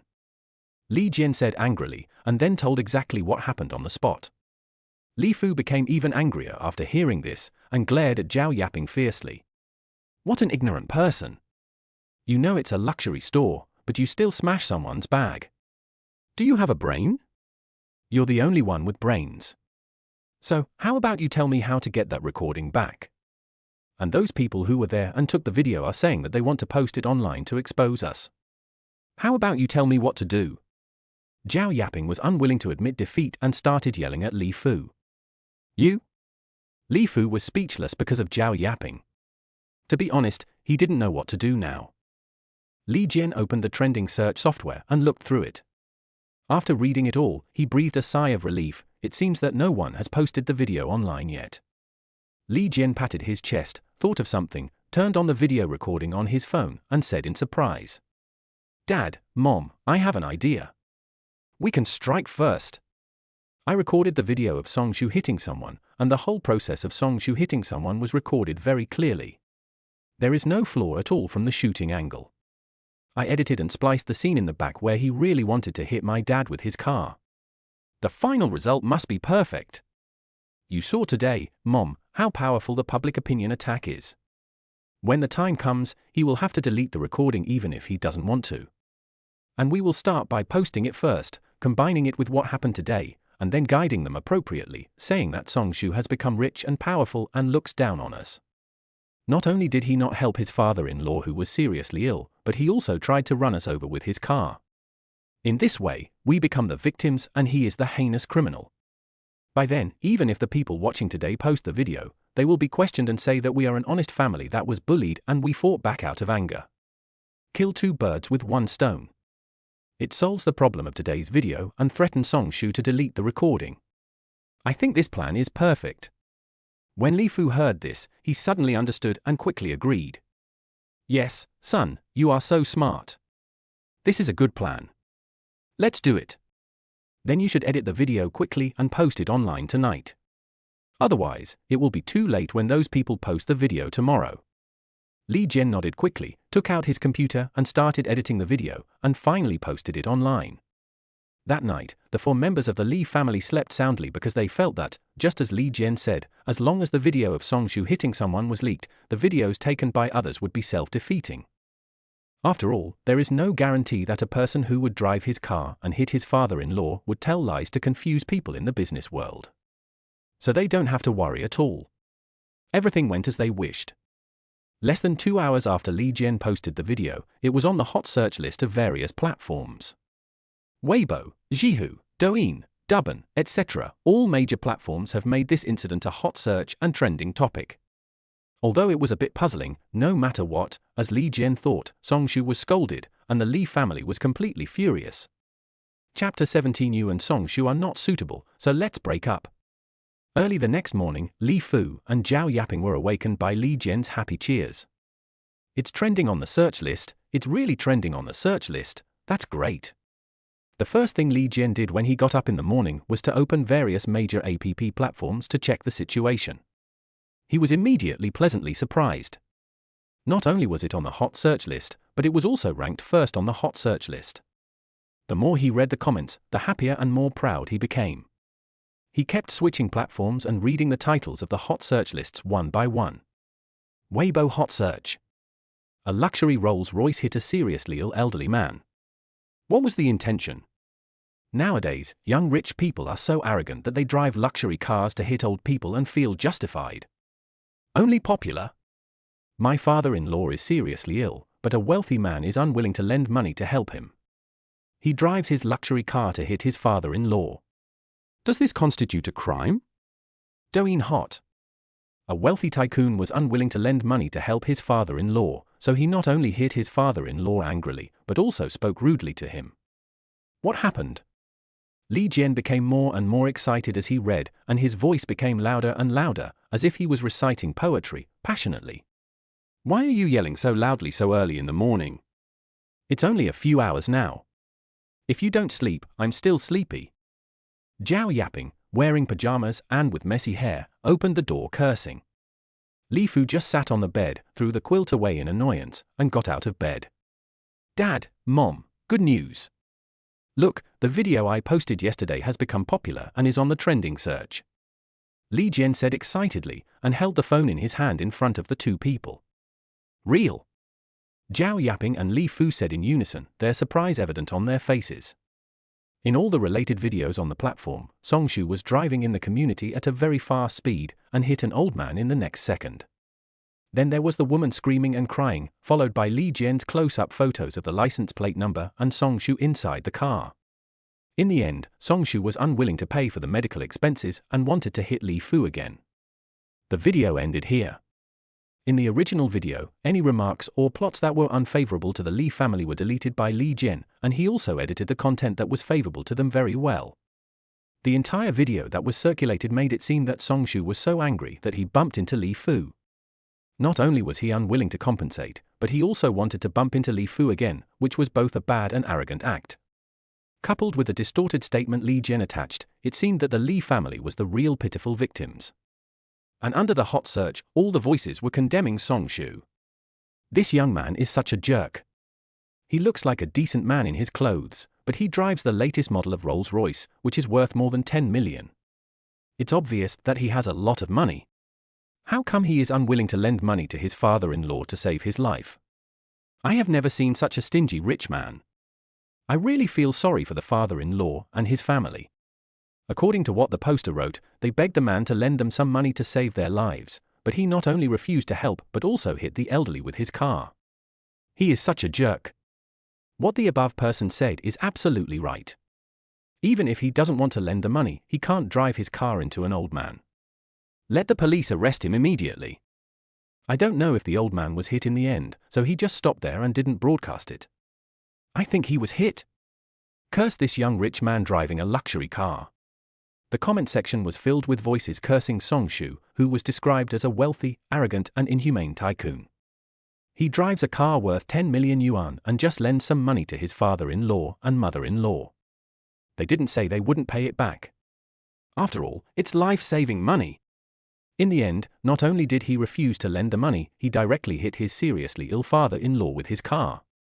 In their eyes, this is too much and too inhumane. Li Fu's family became the ones who had no money to treat their illness and had to ask their wealthy son-in-law to borrow money. The wealthy son-in-law thought they were trying to extort money, so not only did he refuse to lend the money, he also drove his car with the intention of hitting and killing his seriously ill father-in-law. They were the weak ones who were bullied by the rich man. After reading these comments, the three of them were so happy that they were smiling from ear to ear. Zhao Yaping was reluctant to leave out a single word and read more and more vigorously. Finally, when she was tired, she said, "Son, do you think it's safe this time?" Li Jian smiled slyly, raised his eyebrows and said, "Of course. With public opinion developing like this, it can't be false. Song Shu is doomed this time. I think that this time, we can not only get him to delete the recording, but we can also get another million as compensation for our mental damages." Zhao Yaping thought for a moment and asked uncertainly, "Will he be willing to give us money?" Li Jian immediately affirmed, "Of course, as long as he doesn't want to be disgraced and wants to survive in Haicheng, he must meet our requirements, otherwise we will expose his evil deeds." Zhao Yaping looked at the negative comments about Songshu under the hot searches on major platforms and felt that her son's analysis was correct. Public opinion was now in their hands, and they had no say over whether Songshu was willing or not. But the main thing is to delete the recording first. Well, Mom, call Songshu later and ask him to delete the recording first, then talk about the money. Li Jian instructed. At the same time, Shang Ruwan had just gotten up when her mother dragged her to the sofa with a dark face. Luo Suyan looked at Shang Ruwan with a serious face. Shang's father was sitting next to her, winking and hinting at his daughter. Shang Ruwan looked confused. She rubbed her eyes, yawned, and said, "Mom, what are you doing so early in the morning? I still have to go to school today. Let me ask you, are you with that kid Songshu?" Luo Suyun asked harshly. Luo Suyun is an elementary school teacher. She should have attended the Li family's moving party yesterday, but something urgent happened at school, so she didn't go. When she came back it was already very late, and she saw Songshu hugging her daughter from afar. When she got home, she wanted to question him, but she held back. In the end, it was Shang's father who explained to her everything that happened at Li's house yesterday. Luo Suyan knew what her daughter was thinking. She had been secretly in love with Songshu for 6 years. It could be said that she knew about this before Shang's father did, but she never revealed it. After all, at that time, Songshu loved Li Yinyan wholeheartedly. She felt that her daughter was just in love for the first time and her feelings would fade after this period of time. However, what Luo Suyan did not expect was that her daughter's feelings for Songshu not only did not fade, but she even confessed her feelings yesterday. In fact, it was not that she could not accept Songshu being with her daughter. After all, she knew what kind of person Songshu was. Over the years, although the Shang family and the Li family did not have too deep an intersection, because Shang Kang and Li Fu were card-playing friends and Li Jian had been pursuing his daughter, they had always maintained a superficial relationship with the Li family. So she often heard Li Yinin's boyfriend mentioned by the Li family, and her daughter would also talk about him frequently. She also met Songshu once at the Li family, and she knew that Songshu was a good person. But Luo Suyan was terrified when she thought of the hot search she saw this morning. She looked at Shang Ruwan seriously and said in a gentle tone, "Mom thinks you and Songshu are not suitable for each other, you should break up with him." Chapter 18. Who else could it be besides Li Jian? Shang Ruwan blushed and was about to admit that she was with Songshu when her mother suddenly said this. It was like a basin of cold water in winter, cruelly extinguishing the warmth that had just risen in her heart. Shang Ruwan was stunned and puzzled. Why? Mom, didn't you also think highly of brother Songshu before? This is a different time. When you confessed your feelings yesterday under those circumstances, you couldn't be sure how other people would view you, not to mention how Songshu would view you. Will he take your relationship with him seriously? You are venting his anger for him, but have you thought about the consequences? Luo Suyun sighed. She felt that Shang Ruwan was still too naive. She had never been in society and did not know the terrible nature of human nature. She believed that her daughter did that out of genuine love for him. Even if she was attacked by the Li family, Shang Ruwan still wanted to stand by Songshu. She didn't help him out of sympathy or helplessness. Because she knew that her daughter was never the one who dared to take the lead. But what will others think? When she saw the video today, she was a little scared. In the video, sitting in the passenger seat of the luxury car that hit Li Fu was his daughter Shang Ruwan. Even though the figure was blurred, Luo Suyun could recognize it at a glance. With a simple guess, she knew that this video was posted by Li Jian. Perhaps it was because he liked Shang Ruwan, or he felt that he still had hope of pursuing Shang Ruwan, so Li Jian blurred the existence of Shang Ruwan from beginning to end. Luo Suyun was thinking at the time, what if this was seen by the world? Or if Li Jian exaggerated it? What will my daughter become? A mistress who destroys the relationship? Luo Suyun didn't dare to think about what her daughter would do if she was really slandered and defamed like this. What would Songshu do as well? Will my daughter really be happy with Songshu?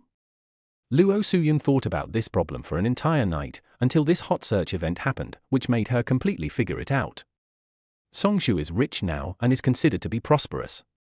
He will meet all kinds of people and stand in the spotlight, but Shang Ruwan is not suitable. Shang Ruwan is her most beloved daughter.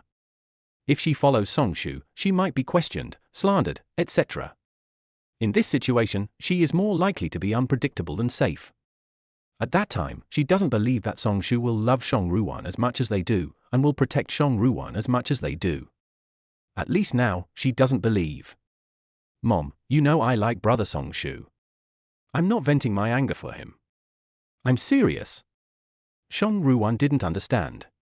Every time she talked about brother Song Shu, her mother would say that he was a good boy who worked hard and was ambitious. Why couldn't she date him?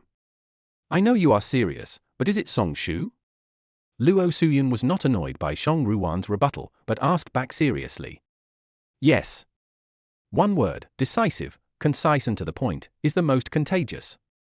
Song Ruwan gave the answer almost in the next second. Her eyes met Luo Suyun's without any avoidance. Her eyes were full of affirmation and sincerity, sparkling and dazzling. The air suddenly became quiet. Song Kang sat on the edge of the sofa, not daring to make a sound. He looked back and forth at the two of them, even his breathing becoming unconsciously tense. About a minute later, Luo Suyun exhaled heavily, rubbed his neck and said, "It's sore to look up. Do you want to tire me to death?" "Who?" Song Ruwan blinked, not knowing what was going on. I'll do it, ha ha. Song Kang said, and then he slipped in front of Luo Suyun and pinched her shoulders. Why are you still standing there like an idiot? Your mother agrees. Song Kang reminded Song Ruwan. Really, thank you, Mom. Song Ruwan reacted after hearing it and hugged Luo Suyun excitedly. What do you mean by agree? I didn't agree. It's observation period, observation period. Luo Suyun reminded with a stern face. Yes, I love you the most, Mom. Song Ruwan said as she rubbed her face against Luo Suyun's. Ah, go away. You haven't even washed your face yet. Go wash up quickly. Luo Suyun pushed Song Ruwan away with a look of disgust on his face. He. Song Ruwan rubbed her head, smiled, and ran to the bathroom in slippers. By the way, Ruwan, have you seen today's hot searches? Song Kang asked while rubbing Luo Suyun's shoulders. Hot search? I haven't checked my phone yet. I just got up and my mother dragged me to the living room. Did something happen? Song Ruwan just finished brushing her teeth and ran out to ask. Song Kang and Luo Suyun looked at each other, realizing that their daughter was so determined to be with Song Shu before she even saw the trending searches. What if she was misunderstood as a mistress? Wouldn't she be scolded badly? Although public opinion has not reached this point yet, it is all about attacking Song Shu for hitting someone and not lending money to his father-in-law to save his life. Song Ruwan then opened her Weibo in confusion. When she saw the number 1 on the trending search list, her heart suddenly started beating rapidly, and then she quickly clicked on the video. No, that's not the case. That's not the reality. Song Ruwan started reading the comments again, and they were all insulting Song Shu. Song Ruwan held the phone tightly, as if her fingers could pinch into it. She was extremely angry and uneasy. I am angry at the person who maliciously edited and spread the video. It is obvious that he has ulterior motives. Not only are all the remarks that are unfavorable to Song Shu biased, they have also risen to the social level. Song Shu's brother has just succeeded, how can he gain a foothold in society in the future? Song Ruwan couldn't bear to watch the video at all, but she forced herself to finish it. She wanted to know how the person who posted the video maliciously edited the video to slander Song Shu's brother. She had to understand it clearly so that she could find the flaws. Song Ruwan watched the video more than 10 times in a row, and suddenly her eyes lit up and she found the flaw. Because the video was edited and connected very cleverly, people who have not seen the live event would find it difficult to tell that the video was maliciously edited. However, for her, who took a film and television editing course in college, she could still see the traces of editing. Song Ruwan thought about it carefully again. The only person who could shoot the video so close at that time was Li Jian, and he was the only one who had enough reasons to frame Song Shu's brother. Li Jian also took a video editing course in college. Obviously, there is no one else but Li Jian. Song Ruwan bit her lips tightly, her heart chilled. The Li family really went too far. Song Shu slept until dawn. He has always had the habit of getting up early, so he got up as soon as the sky was just getting light. When he saw the Weibo push notification on his phone, he saw something about a Rolls-Royce hitting someone. Upon closer inspection, he discovered that he was the person involved. And it's not just Weibo. The hot headlines on major platforms such as Jihu, Douyin, Douban, etc. are all about this incident. Not only is the content written vividly, but it also comes with a video. Seeing these trending searches, Songshu was surprised for a moment and raised his eyebrows slightly. He knew who did it without thinking. Who else could it be except Li Jian? Chapter 19. I'll take you with me even if I die. After watching the video, Songshu commented, the editing is not quite right. The positions of the people in the front and back are different, but it's still okay. Songshu was a top student when he was in school. As long as he was interested in a subject, he would take part-time courses if he had the chance, and he would learn the best of them. Video editing was one of them. He understood this simple editing technique after watching it once. Just then his cell phone rang. Brother Songshu, have you seen the trending searches? Are you okay? The person who called was Shong Ruwan. Songshu had just answered the phone when a soft voice on the other end anxiously asked about his situation. There was worry in his voice. Well, I saw it. What can I do? Fake is fake and can't come true. Songshu smiled and said that even an edited video could become a hot topic, but it was also good this way. Let the Lee family add another shovel to the hole they dug themselves. It's ridiculous. The Lee family wanted to take the initiative and ruin their own image first. The next step is to call and threaten them. It was really difficult for them to come up with this method and go to such lengths to get the recording back. Brother Songshu, it's good that you think so. By the way, I found the flaws in the editing of the video. How about I ask the students in our school's editing department for help and do an analysis specifically for this video to expose the fact that Li Jian edited it maliciously. Shong Ruwan became more and more angry as she spoke. This was the only method she could think of after finding the flaw in the video. No matter whether this method could turn the situation around, she couldn't just sit there and do nothing, allowing the incident to ferment. That's why she made this call. First, she was really worried that Brother Songshu would be affected by seeing those malicious comments. The second is to tell Brother Songshu about my idea. Songshu was stunned when he heard this, and then smiled knowingly. This girl wanted to help him, and she had already thought of a way, so she came to ask for his opinion. You don't have to worry so much. These are just trivial matters. How can I let my girlfriend give up her beauty sleep so early in the morning and worry about me? Hearing the muffled groans from the other end, Songshu knew that Shong Ruwan's face must be red to her ears due to shyness. When Songshu thought of Shong Ruwan's fair and soft face turning into a delicious red apple color, he couldn't help laughing out loud. You are not allowed to laugh. Shong Ruwan blushed, pouted, and looked angry, which was very cute. Suddenly, she asked anxiously, what should we do? We can't just let things go on like this. Of course we can't let the Lee family succeed. They dug a hole for themselves and jumped into it. I have to do them a favor and help them. Songshu narrowed his eyes slightly. As smart as he was, he had already figured out a solution. It was just a little trick. How could it be difficult for him? So you have any solution? Shong Ruwan asked in surprise. As expected of Brother Songshu, he thought of it so quickly. Well, check out the trending searches later. Songshu said. Yeah, okay. Shong Ruwan believed Songshu very much. As long as he said yes, she would believe it 100% without any doubt. The two chatted briefly for a few more sentences before hanging up the phone. After Songshu finished washing up, he slowly turned on the computer. Songshu looked at the increasing number of comments on the hot searches, which were still all abusive, and the corners of his mouth curved up in a beautiful arc. Li Jian's pit was not dug deep enough and his body did not fall fast enough, so how could he kill him with one strike? Here, Li Jian was curled up on the sofa. Seeing that the hot search list on his mobile phone had almost reached its climax, he excitedly called Zhao Yaping. Mom, I think the trend is right now, you should call Songshu right away. Li Jian threw his phone to the side of the sofa, picked up Zhao Yaping's phone and handed it to her. 1 million. He was happy just thinking about it. The money will all be his as long as he gets it. As soon as he gets it, he will go to the Hermes store again and ask the store manager to serve him so that he can see what it means to be rich. Yesterday, he even dared to call the constable, which made him look very embarrassed. Okay, why are you in such a hurry? It's already a done deal and Songshu can't change anything. Although Zhao Yaping was cursing, the smile on her face never faded from beginning to end. After saying that, Zhao Yaping called Songshu. Songshu answered the call immediately as if he had known about it before, but he didn't say anything, just waiting for the other party to speak. Zhao Yaping didn't have much patience and said directly in a stern voice, "Songshu, I think you have also seen the trending searches. You are being insulted online. I think they are right to insult you.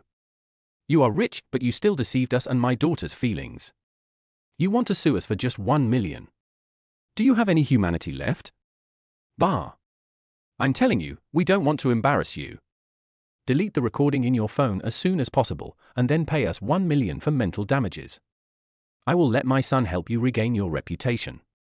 Otherwise, you will be ruined. If you dare to sue us, we will take you down with us even if we die." Zhao Yaping became more and more proud as she spoke. Even when she was on the phone, she held her head high, as if Songshu was right there. Upon hearing this, Songshu chuckled. Zhao Yaping was immediately furious when she heard the slightly sarcastic laughter. Just as she was about to curse, she heard Songshu speak. "You are really obsessed with money. You are always thinking about my money. It's really pathetic. A mouse is thinking about the oil in its owner's oil barrel. In the end, it will be drowned." Li Jian was right beside him. When he heard this, he was so angry that he jumped up and snatched the phone from Zhao Yaping, who didn't understand what Songshu meant, and started to curse. "Who the hell are you calling a rat? Stop talking nonsense. Hurry up and delete the recording. No, send us your phone and bring a bank card with 1 million in it. And apologize to me. I am the master. Just you, damn it, Bah, don't think you're great just because you've made some filthy money now. I can still make you notorious." Songshu had a dark face, but a smile appeared on the corner of his mouth. He fiddled with the computer mouse in his hand. He didn't seem anxious or angry. He just stared at the clock hands. "It's been 5 minutes since you called me," Songshu said lightly. Li Jian was stunned, frowned, and said irritably, "What do you mean? You should go back online and have a look before you talk. You old rat." After Songshu finished speaking, he hung up the phone.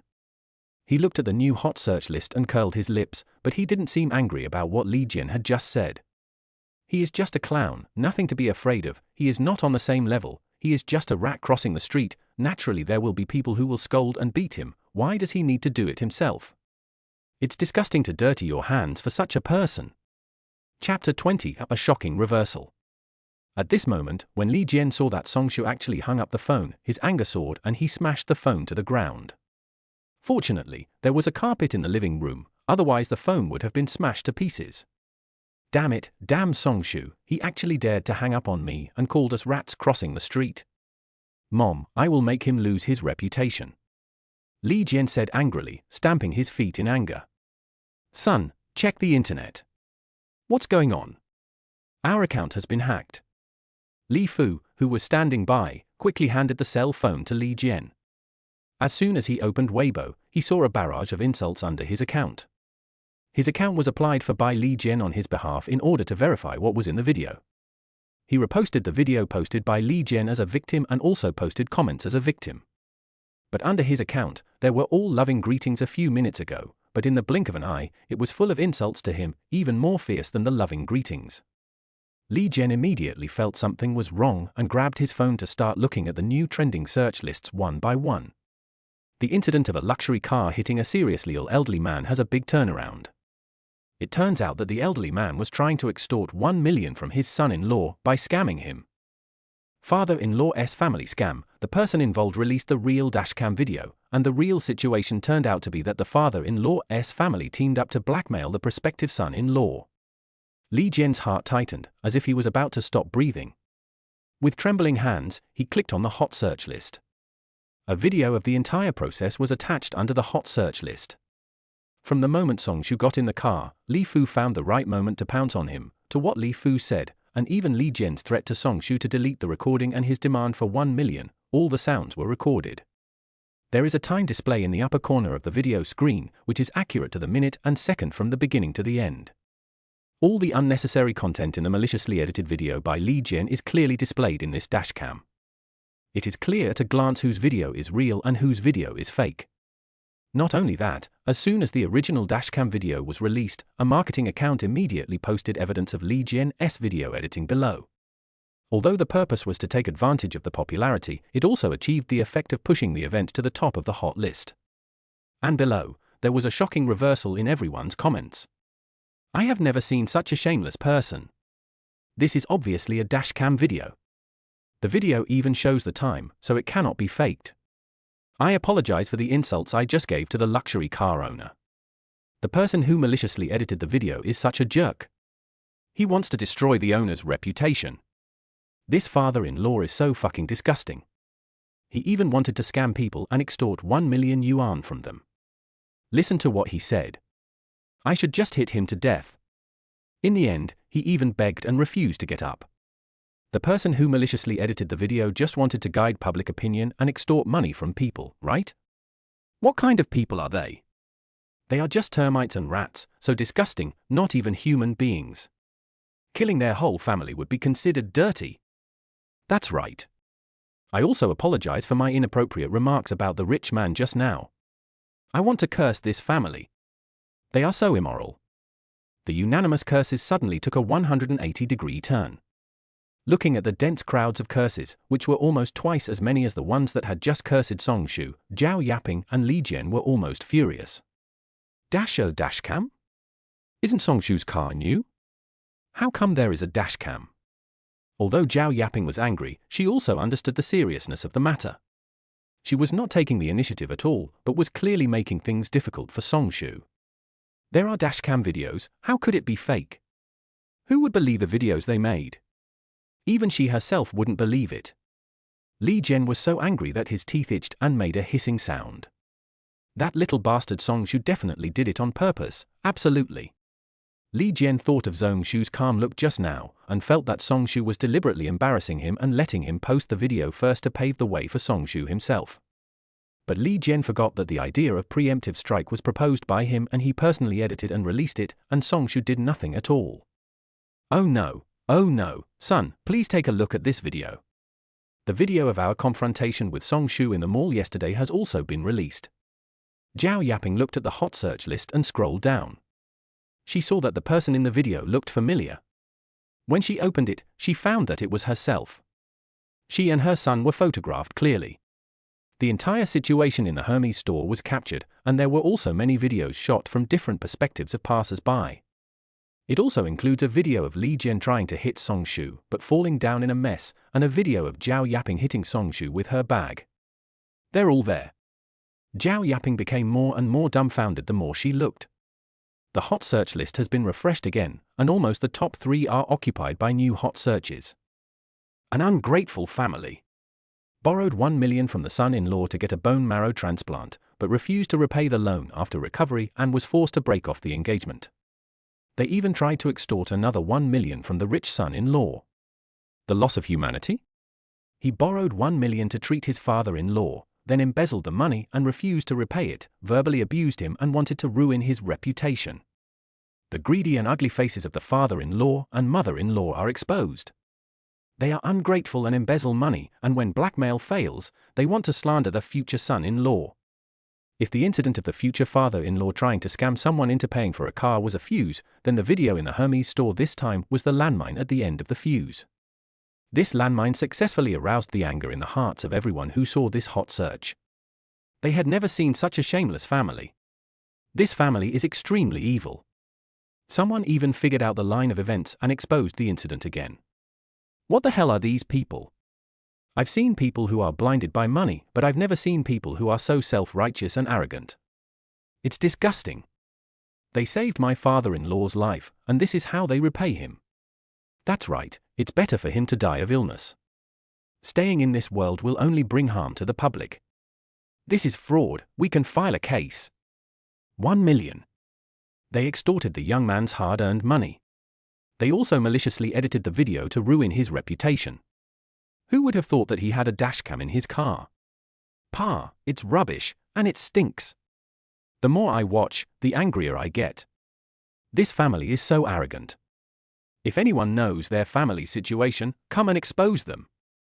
Even though the dashcam video was released just now, and although most people were scolding the Li family, there were still some voices questioning the authenticity of the video. After all, I have been deceived by videos so many times that I tend to question them first. But among the videos related to Hermes, there is a video posted by the owner of the ID account Talking Plum that is more than 20 minutes long. The entire process was filmed from beginning to end, including the crowd at the door, the movements of the store clerks, the behavior of the people in the video, etc. It is impossible to edit and falsify the flow of the video. This video has the highest click-through rate, and it is also this video that made those netizens who had been wavering and hesitating whether to believe it, completely put aside their doubts and despise the Li family from the bottom of their hearts. Li Jian, Zhao Yaping, and Li Fu became increasingly frustrated as they scrolled down. Those insults sound like they are right next to their ears, and each one is harsh, but the key is that every word of the insults from netizens is true, and this is what makes them most tremble. Until Zhao Yaping saw an article on Zhihu, which made her even pause for a moment. Chapter 21: Adding Crime to Crime, 10 Years in Prison? Almost every comment and article on it seems more professional. Some words even give people a sense of authority that is unique to professional elites. As a native of Haicheng, although I am away from home, I always pay attention to what is happening in Haicheng. Today, when I turned on my mobile phone, I didn't expect to be completely disgusted by this shameless family one after another. A weird operation that destroys all your worldviews. Let me make it clear in advance that I am a lawyer in a law firm. Combined with the video summary. First, when both parties are engaged and have given a betrothal gift, if the father-in-law is seriously ill and the prospective son-in-law helps and pays for the medical expenses, this is done out of kindness, not giving. The engagement has been called off, and the man has the right to get it back. Second, it was the woman who took the initiative to break up with the couple, but refused to repay the money in the end. This is against the law, and the man can sue the family for fraud. Third, the amount is as high as 1 million. You should know that defrauding 1 million can be sentenced to more than 10 years in prison or life imprisonment. Finally, the family wanted to use the act of fraud to force the man to destroy the evidence and extort another million yuan. This is pure extortion. It's crime upon crime. If he doesn't pay back the money and apologize, he will not be able to escape more than 10 years in prison. I support the man in using legal means to protect his rights. He must sue. When Zhao Yaping saw the words more than 10 years in prison, she gasped, her heart started beating wildly, and she was extremely scared. It turns out that it is illegal not to pay back the money. What's more, this was written by a lawyer from a law firm, so it must be true. What should I do now? What should I do? Pay back the money? Zhao Yaping thought about it and realized that their family had no money left. The remaining 60,000 yuan from Songshu's 800,000 yuan was used by Li Jian to please the leaders of Longwei Group, so there was nothing left. They had been renting a small house before, and it was only after their father-in-law died that they inherited the only house and finally had a proper place to live. This house is still worth more than 1 million, but if they sell it, where will they sleep? Zhao Yaping had never been so panicked before. She was so anxious that she was almost crying. She glanced at the house she lived in. I'm warning you, don't think about taking this house. If we lose the house, will our family have to sleep on the street? Li Fu saw what Zhao Yaping was thinking and immediately warned her sternly. Mom, don't worry. Don't worry about these trending searches. The heat will fade in a few days. Li Jian was also filled with anger after reading these remarks, but when he heard what Li Fu said, he hurried to comfort Zhao Yaping, fearing that she would get excited and use the property deed to sell the house to pay off the debt. They haven't lived in this house for a few days yet, and he hasn't enjoyed it yet. How can he sell it? What's more, his name is on the property title, so it will be his house from now on, and he's going to get married, so he can't sell it no matter what. However, he really needed to think of a new solution quickly. Li Jian clenched his fists and his eyes became fierce. Songshu, it's not that easy to bring me down. Liu Xiaomai sat in her office, watching the video she had successfully posted. In less than an hour, it became a hot topic on the internet, and the number of reposts exceeded 10 million. She was very excited. I am happy, indeed. The ID account that I have worked hard to manage has become popular. The number of fans has skyrocketed from 1,000 to 10,000. But what excited her even more was seeing the comments criticizing the Li family. She was originally hesitant about whether to release the video. But this morning, she saw the maliciously edited video and the text attached to it. She was confused by the news that her wealthy son-in-law refused to lend her money, did not help a man in need, and even hit a sick old man. This made her even more hesitant. She was not familiar with Songshu, having only met him last time in the mall. But at that time, Songshu seemed to be well-mannered, and his speech was orderly and logical. He was obviously an elegant man with a higher education. He doesn't look like the person with extremely bad moral character described in that text. But before long, Songshu's dashcam video was released online, completely counter-attacking the malicious video and revealing the truth. Liu Xiaomai was surprised and extremely angry at the same time. She was disgusted by this family, so she made a prompt decision and released the video without caring whether it would have a negative impact on her. She was not a saint and she didn't want to help anyone. She just couldn't stand this disgusting family who kept slandering a good person, which made her extremely unhappy. However, she never expected that this video would go viral and eventually become a hot topic, becoming so popular. But looking at these comments, she felt very happy.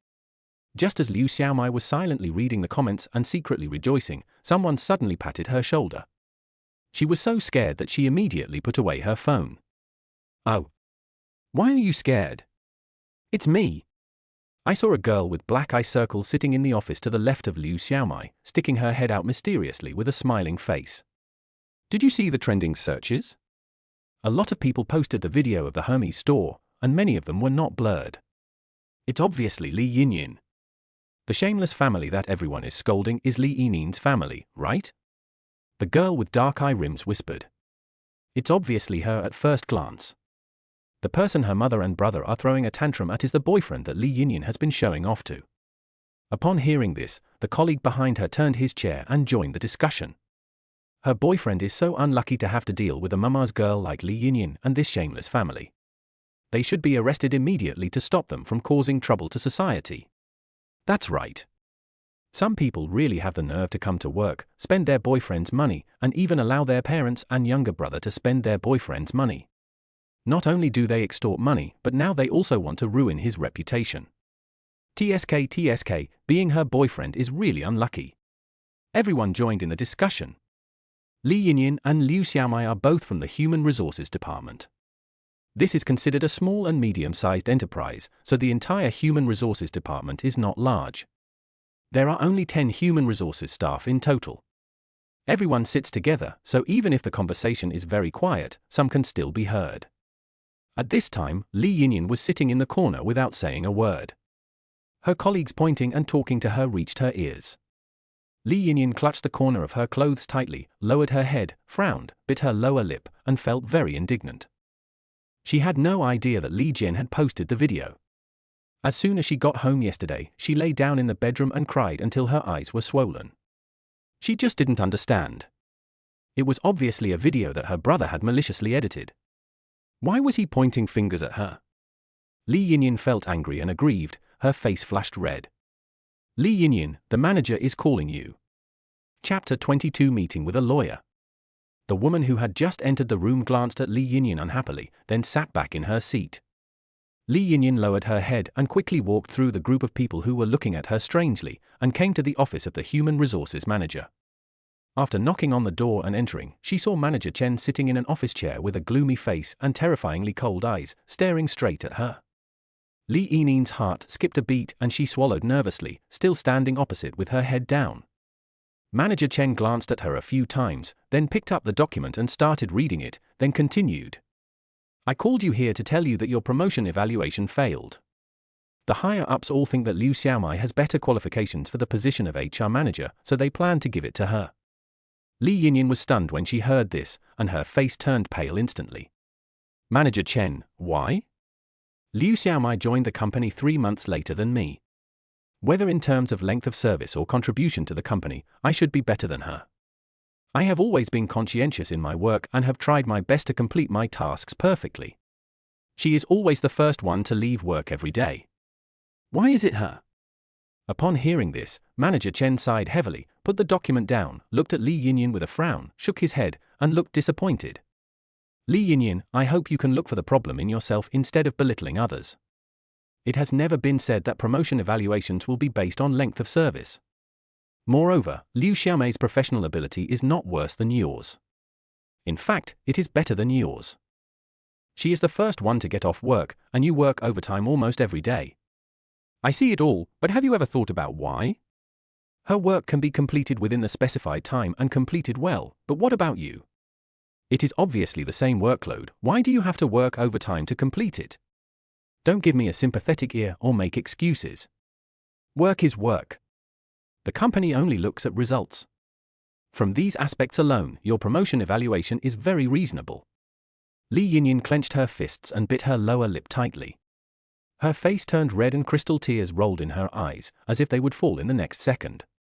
Manager Chen has seen Li Yinyin cry too many times.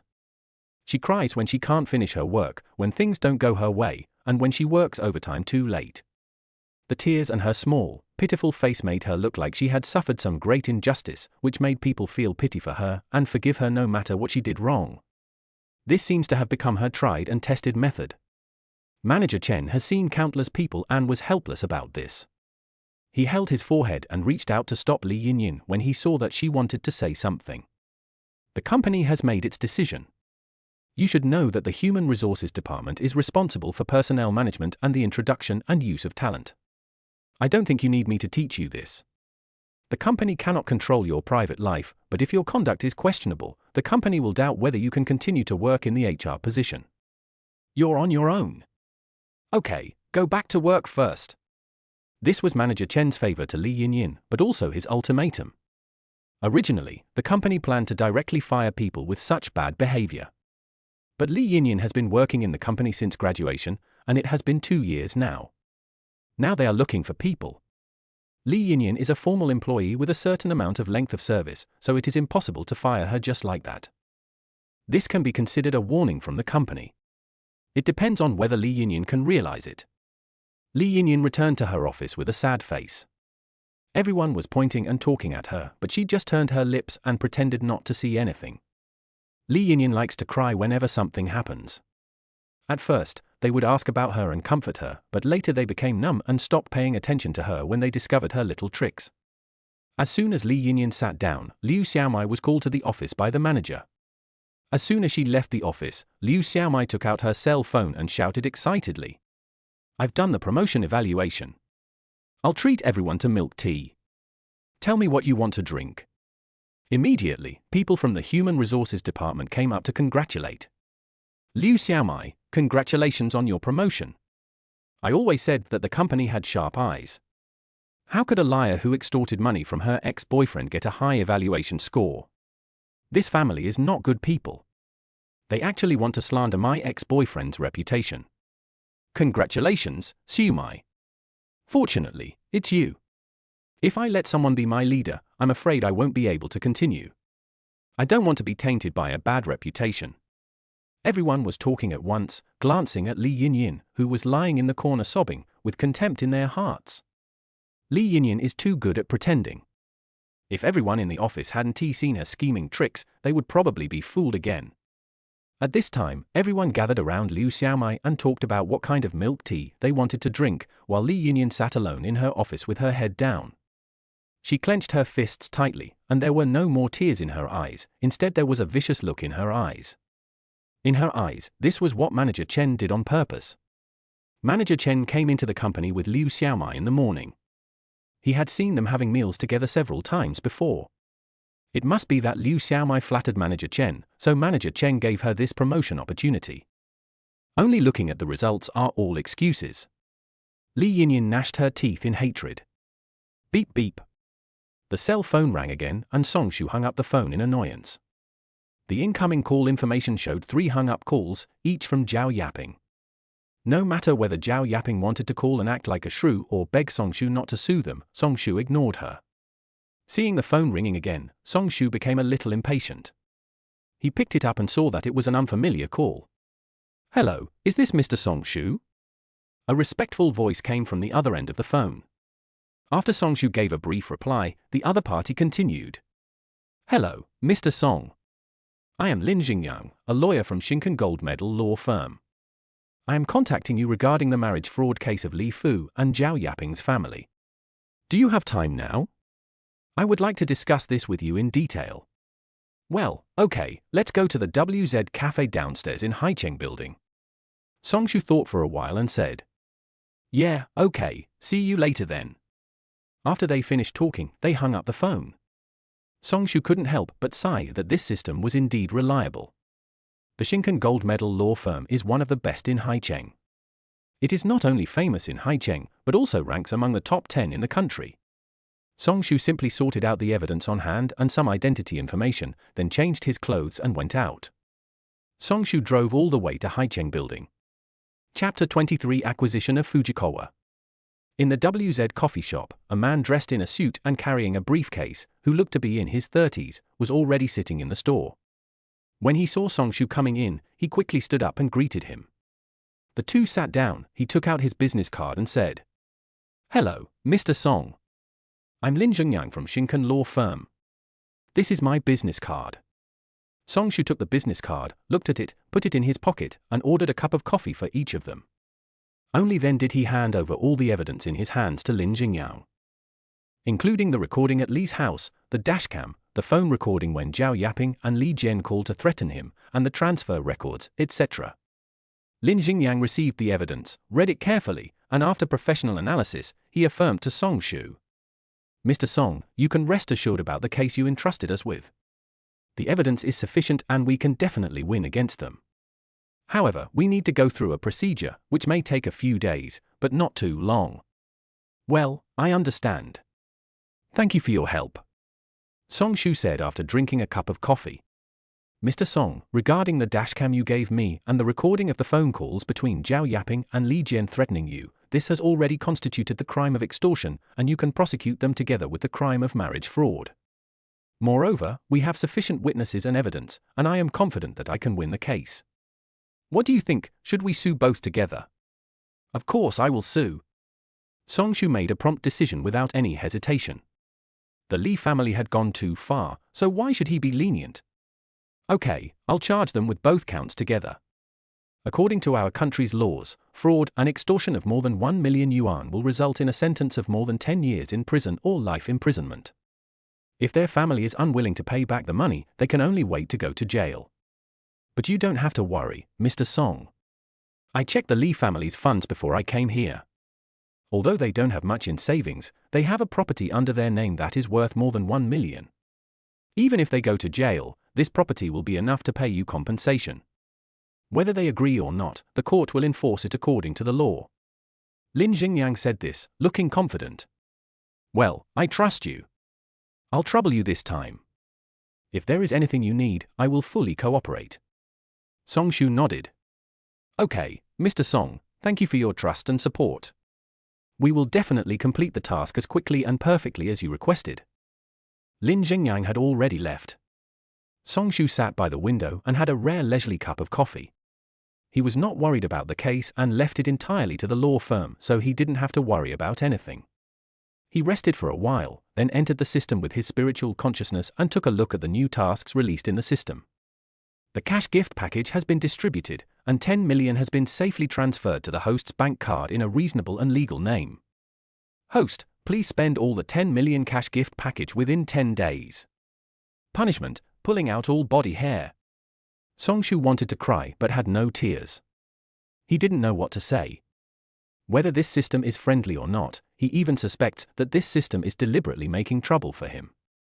As for plucking out all the body hair, not to mention other things, just the thought of it makes him shudder all over. It must be very painful. It's just 10 million, which is barely enough in 10 days. I'll think about what to buy later. Song Shu has now discovered that the money given by the system is in both zeros and whole numbers. Doesn't that mean he has to spend it just right? I was lucky yesterday. The total amount of money I spent was exactly 1 million, no more, no less. But what if I spent more than 10 million? I wonder if the system will recognize it.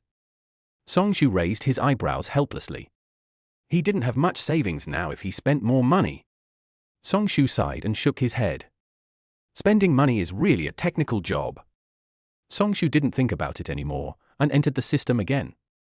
Looking at the daily lottery system, he silently said, "Lottery." Ding! Congratulations to the host for winning one of the two options. 1. Fujikawa Technology Company is currently being sold due to poor management. The price is 10 million. The host can decide whether to buy it. 2. The cash gift package is 10 million. Please spend it within 10 days together with the tasks issued by the system. Another cash gift package of 10 million. This 10 million plus the 10 million from the system's own mission, the total is 20 million, and we have to spend all of it within 10 days. Song-shu became worried when he saw the cash gift package. This system only doubled the amount of money but did not at any time. Before he could figure out how to properly divide and allocate the 10 million, the system wanted to give him another 10 million. No, absolutely not. He doesn't want to experience plucking out all his body hair. I just don't know if this hair counts. What if I become bald? When Song-shu thought about his bald head, he felt a chill on his back. He should just complete the system's task honestly. Song-shu was thinking about the terrible consequences of option 2 and kept complaining in his heart. When he looked at option 1 again, he noticed something and was a little surprised. Isn't Fujikawa Technology the company where I work now? Failure? Selling? This? Yesterday was a holiday, and Song-shu only took a day off today. Is this good company going to go bankrupt? And the price has dropped so low. Fujikawa Technology is not a big company. It is a game company with only about 30 employees in the whole company. Develop some small games and small programs. Although they are not big hits, they still make millions of net profits every year. The market valuation of this company is as high as 50 million. How come it is discounted to such a low level now? He remembered that he was fine last week. Song-shu plans to go to the company tomorrow to check the situation and find out the reason. Because Song-shu had some feelings for Fujikawa Technology, he decisively decided to buy Fujikawa Technology. Ding! Congratulations to the host, Fujikawa Technology has been successfully transferred to the host's name, legally and compliantly, and the host has 100% controlling stake. Not bad. Apart from the punishment, everything else about this system is very much to Song-shu's liking, fast and efficient. At this time, the familiar mechanical sound rang out from the system again. Congratulations to the host, the task of spending 10 million in 10 days has been successfully completed, and the task penalty has been closed. Please keep up the good work. New tasks are being released, please receive them in time. This is possible. Song-shu couldn't help but sigh. It would be great if there was a system to support us every time, like today, so that we could acquire a company directly without going through too complicated procedures. It would be fast and save time, and we wouldn't have to worry about how to spend all the money in a short period of time. When Song-shu received the next task again, he was completely pulled back to reality from his fantasy. He looked at the huge amount of money and penalties for the next task and felt helpless. You should think about how to spend your money honestly. Chapter 24 Li Jin, I have an acquaintance in Fujikawa. The next morning. Haicheng, Longwei Group. Li Jin, dressed in a tailor-made suit, was sitting in the Human Resources Department on the second floor of Longwei Group, going through the entry procedures. After completing the procedures, the HR staff took Li Jin to the Operations Department on the third floor. In the office of the Operations Manager, Lu Kuan was sitting in the manager's position. The leather sofa chair behind him was obviously imported from abroad and was very valuable. On the table there is a golden dragon ornament, a small pot of green plants, and a computer. Behind him is a landscape painting that looks magnificent. To the left of the desk are a leather sofa and coffee table, dividing the space into a simple tea room. The office is very large, estimated to be around 40 to 50 square meters. As soon as Li Jin arrived at the operations department, he was called to see the manager. As soon as he entered the door, he was amazed by the grand decoration layout. Li Jin couldn't help but sigh. Longwei Group is different, the treatment of the operations manager is too good, not only does he have a big office, but he also has money. The price of that leather sofa is probably at least 5 figures. Look at the golden dragon ornament again, it is shining brightly, I wonder if it is real gold. As Li Jin thought about this, he saw the golden dragon shining like gold in front of him and couldn't help but reach out to touch it. Lu Kuan noticed this little action, but did not say anything. The two chatted briefly for a while, and then there was a knock on the door behind them. Seeing the visitor, Li Jin smiled, stepped aside and said, Manager Wang. Wang Lin is the head of the operations department and the father of Li Jin's college classmate. Li Jin was able to enter the operations department of Longwei Group by bribing him. Wang Lin looked at Li Jin in confusion, not understanding why he was here. Shouldn't the new employee report to him first? Without giving him time to think, he looked at Manager Lu and said, Manager Lu, you called me. Wang Lindue had a smile on his face and even bent his waist a little while speaking. Wang Lin glared at Li Jian next to him again. How could this guy be so ignorant? It was obvious that President Liu wanted to talk to him about something, so why didn't he leave? Li Jian, our company is a benchmark enterprise.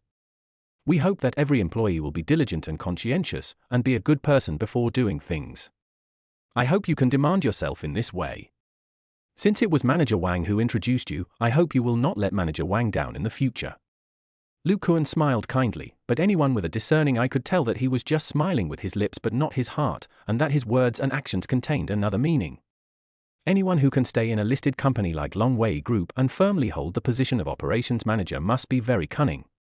As for this other meaning, Wang Lin, who has been in the workplace for many years, still does not fully understand it, let alone Li Jian. Li Jian smiled even more brightly, thinking that he had received the manager's approval on the first day, and immediately said, "Thank you, Mr. Liu. I will definitely work hard." Wang Lin glanced at Lu Kuan's fake smile, then looked at Li Jian, who looked very happy, and shook his head slightly. This was not an endorsement at all, it was clearly a test and a warning. Li Jian is a classmate of Wang Lin's son. Li Jian came to Wang Lin's house with 60,000 yuan that day, invited him to dinner, brought gifts, and forced the 60,000 yuan into his hand. He was very excited when he had the 60,000 yuan in his hand. He slammed the table and said that he had a way to get Li Jian into Longwei. Longwei Group is different from other private enterprises in that its share structure is state-funded.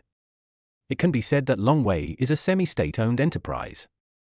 So there is a big advantage of working here, that is, a stable job. As long as you don't make a big mistake, Longwei can provide retirement benefits for every employee. In addition, Longwei Group offers good treatment and high benefits, which are 20% higher than the salaries in all walks of life. Therefore, every year all new graduates try their best to get into Longwei Group. For many people, being able to enter here is a sign of having a promising future. People like Li Jian don't even meet the most basic requirements of Longwei Group in terms of academic qualifications or experience. However, Li Jian's family hoped that Li Jian would have a bright future, so they bribed Wang Lin 60,000 yuan, hoping that Wang Lin could give Li Jian a stable job. I have to say that the 60,000 yuan was worth it. Li Jian finally got into the Longwei Group as he wished. Finally, Wang Lin used his authority to find an assistant position for Li Jian. Manager Liu was obviously dissatisfied with the fact that he recruited Li Jian into Longwei, so he issued a warning. However, this kind of behavior of abusing power to get people in is common in every company, not to mention Longwei. In most cases, Manager Liu would turn a blind eye and would not say anything. "Li Jian, you go out first," Lu Kuan said, glancing at his phone, which was displaying today's hot search list and information about the video blackmailing his son-in-law. Li Jian was also confused. He was called to the office by the manager without knowing what was going on. The manager gave him a few instructions and asked him to leave. Does he care so much about his reputation? As soon as I started working, the operations manager started to care about my performance at work. I thought there must be something outstanding about me that Manager Liu appreciated. The more Li Jian thought about it, the happier he became. He felt good about himself and thought he was simply outstanding. As he thought about it, Li Jian couldn't suppress his inner excitement, so he posted this matter on his circle of friends, saying how much the leaders of Longwei Group valued him, and also sent a separate message to the family group. Zhao Yaping was even more excited when she saw the message from her son. She was still buying vegetables at the market, showing off her mobile phone to everyone, saying that her son now worked for Longwei Group and was praised and valued by the leaders, which aroused the envy of many people. After all, being able to enter the Longwei Group means that one's strength cannot be underestimated. Li Jian sat at his workstation, immersed in the sense of superiority of being valued by his leader. He held his head high, and looked at his colleagues around him with a somewhat arrogant look. Li Jian didn't notice at all that when the people from Longwei Group saw him, they pointed and booed him. Wang Lin came out of Manager Liu's office with a beaming face, obviously having some good news. Seeing this, Li Jian hurriedly came forward and said with a smile, "Thank you, Uncle Wang. If it weren't for you, Manager Liu probably wouldn't have valued me so much and let me work hard in the company." Wang Lin's eyes turned when he heard this, and he was confused. Could Manager Liu mean this? Isn't this a clear warning? Am I overthinking? Wang Lin couldn't figure it out, so he simply stopped thinking about it. Manager Liu had given him a big project, which was waiting for him to deal with. If this project is handled well, he will be able to move to a higher level and will definitely get a promotion and a raise. Wang Lin thought about it and went back to his seat to prepare the documents. He took his briefcase and prepared to go out. Uncle Wang, are you going out to discuss a project? Can you take me with you? I just need to get familiar with the business as soon as possible. Li Jian said attentively. In fact, Li Jian was just too proud. After successfully entering Long Wei and feeling that he was supported by his supervisor and manager, he suddenly felt that those little people in the office were not worthy of sitting with him. He had to familiarize himself with the business as quickly as possible so that he could get started as soon as possible. Before he joined Long Wei, he always told others that he came to Long Wei to be a supervisor, and there was some element of bragging in this. A more important reason was that after Wang Lin received 60,000 yuan from him, he promised him that he would be promoted soon and that his supervisor would be Li Jian. Li Jian was so happy after hearing this that he skipped the middle steps and just told others that he would be the supervisor. In the end, he didn't expect that his parents were convinced that he would become a supervisor directly, and they showed off to everyone they met. He had no choice but to go along with the mistake and keep lying. When he first started working, he was worried about how to cover up the lie, but now it seems that it is entirely possible within a month. Okay, then come with me, Wang Lin said. Seeing that Wang Lin agreed, Li Jian took the handbag from Wang Lin's hand attentively, followed Wang Lin into the elevator, and went to the parking lot on the underground first floor. Uncle Wang, which company are we going to discuss the project? Li Jian asked while sitting in the passenger seat and fastening his seat belt. Fujikawa Technology, there is a project, and our company has been cooperating with them, Wang Lin replied. Fujikawa Technology? Li Jian blurted out subconsciously. What's wrong? Is there a problem? Wang Lin was puzzled by Li Jian's suspicious question. Oh, no, I have an acquaintance in Fujikawa. Moreover, it is familiar. That little beast is Fujikawa's salesperson. What a narrow road for enemies. Li Jian thought of Songshu, his eyes became fierce, and a smug arc appeared at the corners of his mouth. Chapter 25, Former Subordinate Becomes the Boss? Fujikawa Technology. More than 30 people arrived at the company early in the morning and received the news that the company had been acquired in full. People were in panic, and everyone was guessing who the new chairman who bought the company would be. You guys should do what you need to do. The new chairman will be here today. If you don't want to be fired, you should work hard and pay attention. Do you hear me? Sun Yang, the company's general manager, saw his subordinates whispering to each other and not paying attention to their work, so he warned them in an irritable manner. Sun Yang has been working in this company since its early days, starting as a lowly clerk and climbing up step by step to his current position. But even he only found out today that the company had been sold by the former boss. He was called into the office by his former boss early this morning, who said that the company had no working capital. Last year, the former boss accidentally offended a financing tycoon at a dinner party, and his investment was withdrawn this year, and the boss could not get new investment. In a word, the company is completely out of money, and the boss can't support it any longer, so he has no choice but to sell it at a low price. After the former boss finished speaking, he packed up his things and left, saying that he had worked hard for most of his life and wanted to have a good rest and take a plane trip. He then left all the remaining transfer matters to Sun Yang to complete. Sun Yang was so miserable inside. The previous boss felt relieved after selling the company, but it was difficult for him. All this happened too suddenly. The handover issue is a small matter, but who the hell knows who the new chairman will be? If the new chairman makes some big moves upon taking office, he won't know if he can handle it. He has elderly parents and young children to support, and the whole family depends on him for food. If the new chairman fires him, how will he survive? He is already in his 30s, does he need to start all over again and compete with young people in their 20s for jobs? Sun Yang was feeling anxious and uneasy. Ding dong! Sun Yang's computer mailbox sounded. When he opened it, he saw that it was information about the new chairman sent to him by his former boss. When he opened it, Sun Yang was stunned. Songshu. These two words kept circling in Sun Yang's mind, and he couldn't believe it. Songshu was remembered. He was an employee of the company and had been there for 2 years. He was the only one among the original batch of new employees who had stayed the longest and was the most diligent and motivated. Therefore, Sun Yang had an impression of him. However, he heard from his colleagues at the company that Song Shu worked several jobs every day just to save money to marry a girlfriend, and now he has become his own boss. Sun Yang didn't believe it at first, thinking it was just someone with the same name, but when he saw the photo, he had to believe it. His former subordinate became his boss. Who is Song Shu? According to the former boss, this company was acquired in full and the new chairman owns 100% of the shares. The purchase price must be at least tens of millions. Song Shu actually has the money to buy a company. Regardless of how much money he used to buy the company, just seeing the 100% stake was enough to shock Sun Yang for a long time. You have to know that gaming technology companies are different from ordinary companies.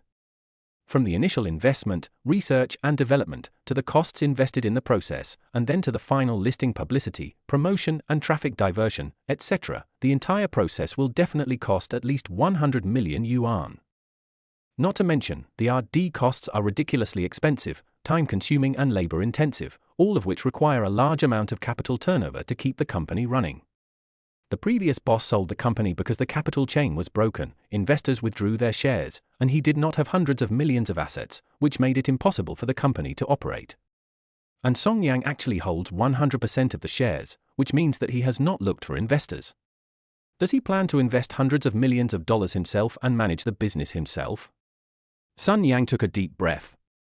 From this perspective, how powerful are Song Shu's interpersonal relationships and capital power? Sun Yang couldn't imagine, could it be that Song Yang was the son of a business tycoon with billions of assets? But he has never heard of any billionaire with the last name Song. Just as Sun Yang was shocked, there was a knock on the door of the general manager's office. Mr. Sun, someone from Long Wei Group is here. It was the general manager's secretary. Sun Yang then remembered that he had an appointment with people from Long Wei Group today to discuss the development of an app for them. He was so worried about the change of chairman this morning that he forgot about it. Sun Yang quickly adjusted his thoughts and welcomed Wang Lin and others to his office. Sun Yang's office is relatively large, about 40 square meters. Since he often receives clients, he also uses a screen to separate a tea room of about 20 square meters. Boss Sun. I'm Wang Lin from Long Wei Group, and this is my assistant, Li Jian. Wang Lin smiled kindly but kept his back straight. After all, they, Long Wei, were the party A. How could they be so humble and lose face? Sun Yang nodded, smiled and shook hands with Wang Lin, then took him to the tea room and poured 2 cups of tea for them. Long Wei Group has recently expanded its project and needs to produce an app. According to the plan, this project will bring great benefits to Long Wei, and this app software is the most important part of it. Fujikawa is the cooperative company chosen by the senior management of Long Wei Group after careful consideration. Fujikawa technology has a very high reputation in the industry and a certain degree of popularity. It also has several highly skilled technology R&D personnel. Not only that, their prices are reasonable and they do things conscientiously. Based on historical performance, we will do our best to develop exclusive apps according to the requirements of each customer, and the effects achieved by the developed apps are also the best among companies in the same industry. This is also the reason why Long Wei's top management finally decided to cooperate with Fujikawa from among many companies. Wang Lin came here this time to discuss the contract matters regarding this project at the request of Manager Liu. Manager Liu's meaning was very clear. As long as the 2 parties reached an agreement and signed the contract, Wang Lin would be responsible for the most important part of the project, the app software. And from now on, Wang Lin will be fully responsible for coordinating with Fujikawa.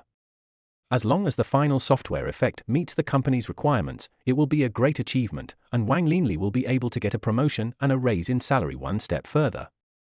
Wang Lin attached great importance to this negotiation, so although he maintained the posture of Party A, his attitude was gentle. Li Jian sat aside, not saying anything, just listening and occasionally agreeing with something.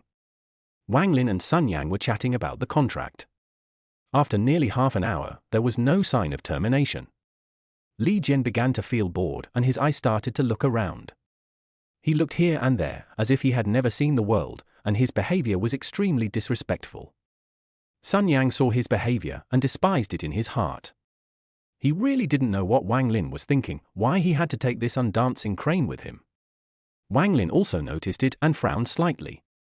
He was about to remind Li Jian indirectly when he was interrupted by the sound of the door opening.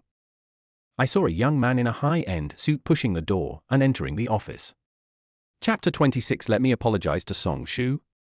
Li Jian turned around and saw that it was Song Shu. His eyes were full of mockery and he said in a sarcastic tone, "Some employees just have no manners. Song Shu, didn't you see that Mr. Sun was discussing business with our Longwei group? Can you be more discerning?" Li Jian stood up and folded his arms across his chest. When he saw Song Shu, he thought of the insults he had received online. He immediately became furious, not caring that his leader and general manager Fujikawa were present, and deliberately spoke in the leader's tone. "Song Shu, why don't you get out quickly? Don't disturb us while we're talking about business." Song Shu glanced at Li Jian coldly, ignored him, and sat directly in the main seat of the office, saying lightly, "Mr. Sun, am I disturbing you?" Sun Yang stood up with a bang, glared at Li Jian fiercely, and said with a smile on his face, "Mr. Song, how could that be? Our cooperation with Longwei requires your approval. I just wanted to invite you." "Mr. Song?" Li Jian couldn't hear what Sun Yang said next. He just kept repeating these two words in his mind. He widened his eyes in disbelief and began to doubt his ears. What was the name of Fujikawa's general manager Song Shu? Li Jian immediately thought of something, covered his stomach and laughed. "No, Mr. Sun, what did you just call this poor fellow? Mr. Song? Ha ha, you called him wrong. His name is not Mr. Song, his name is Song Shu. Song Shu, you are so unpopular in this company that people even remember your name wrong. Trash is trash and cannot be put on the table. Also, is that the seat you're supposed to be sitting in? Get out of here right now. Mr. Sun is being kind to save your face, but I know your true face, a beast in human form."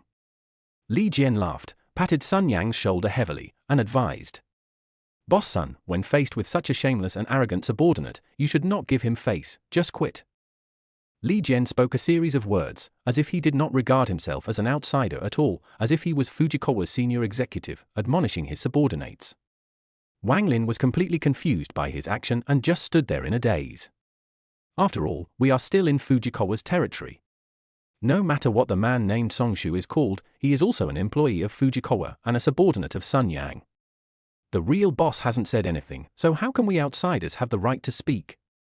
Does Li Jian know what he is doing? It is a big taboo to point fingers at other companies in front of other people. At the dinner table, Li Jian was quite smart when he bribed me. Why is he so stupid now? Wang Lin's face turned blue and purple due to Li Jian's tricks.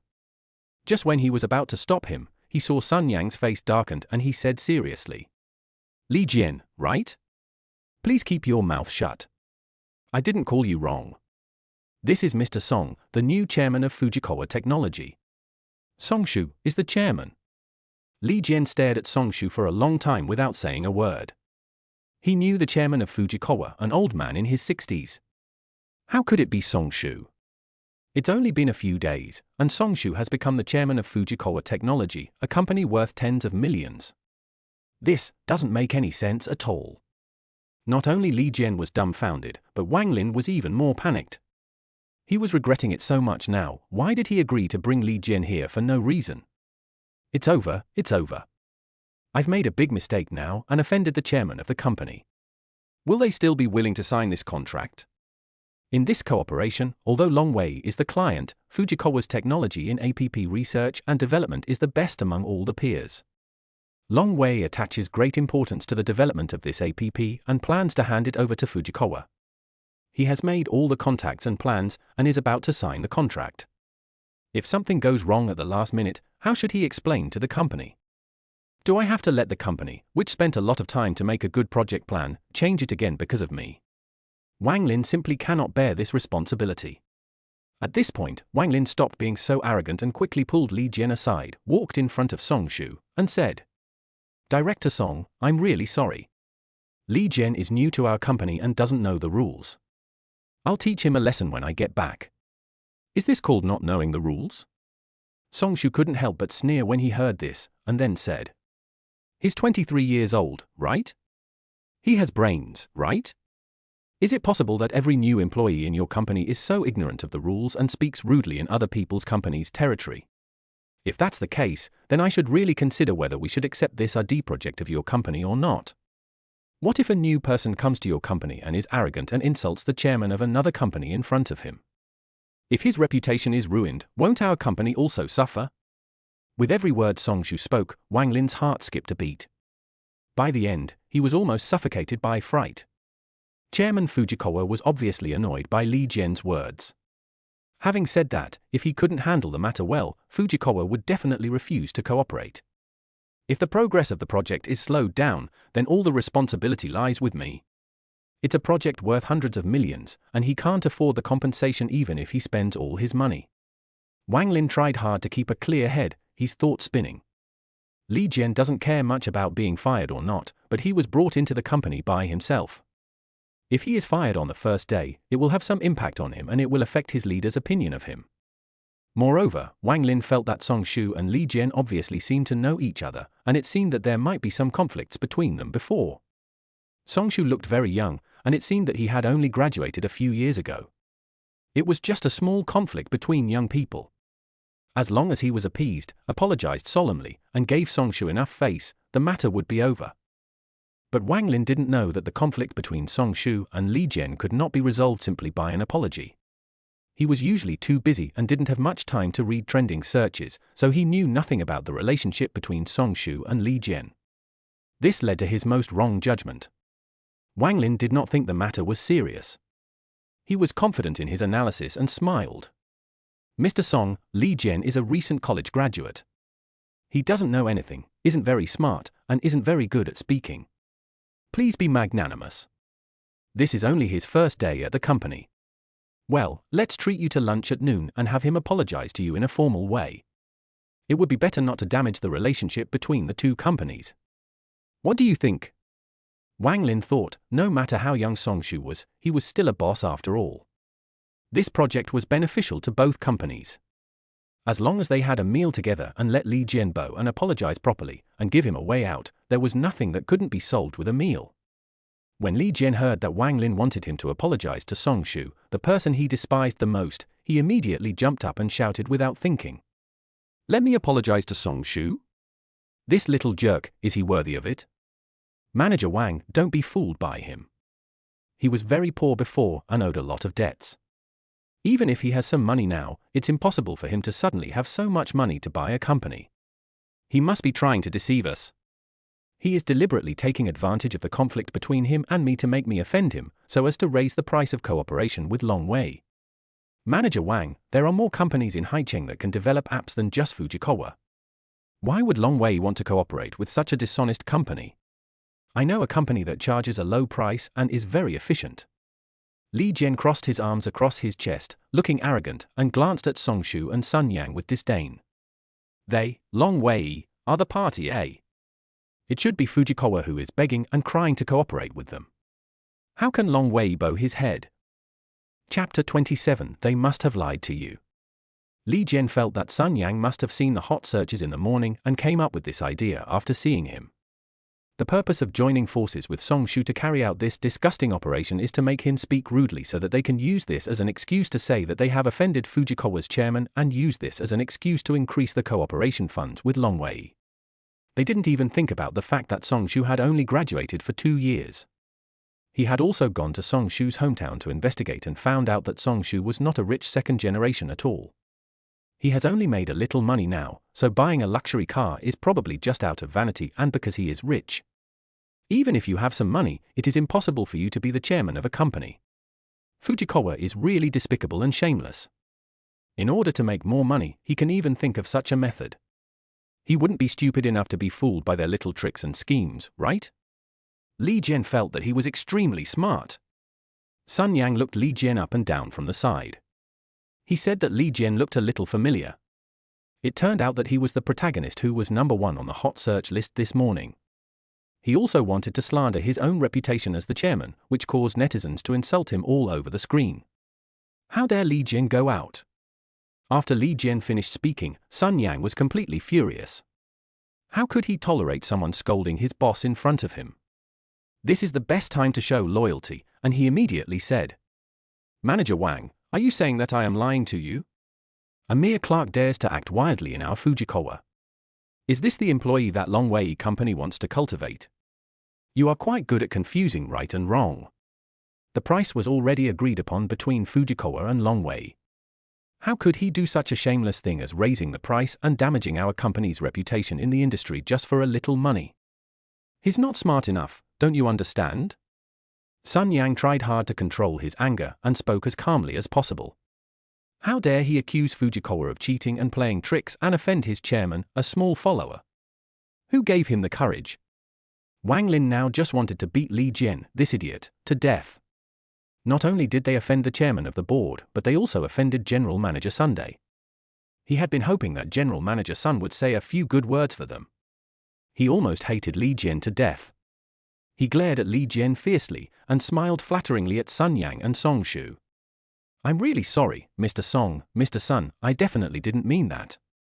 After that, he yelled at Li Jian, why don't you apologize quickly? Li Jian was extremely angry.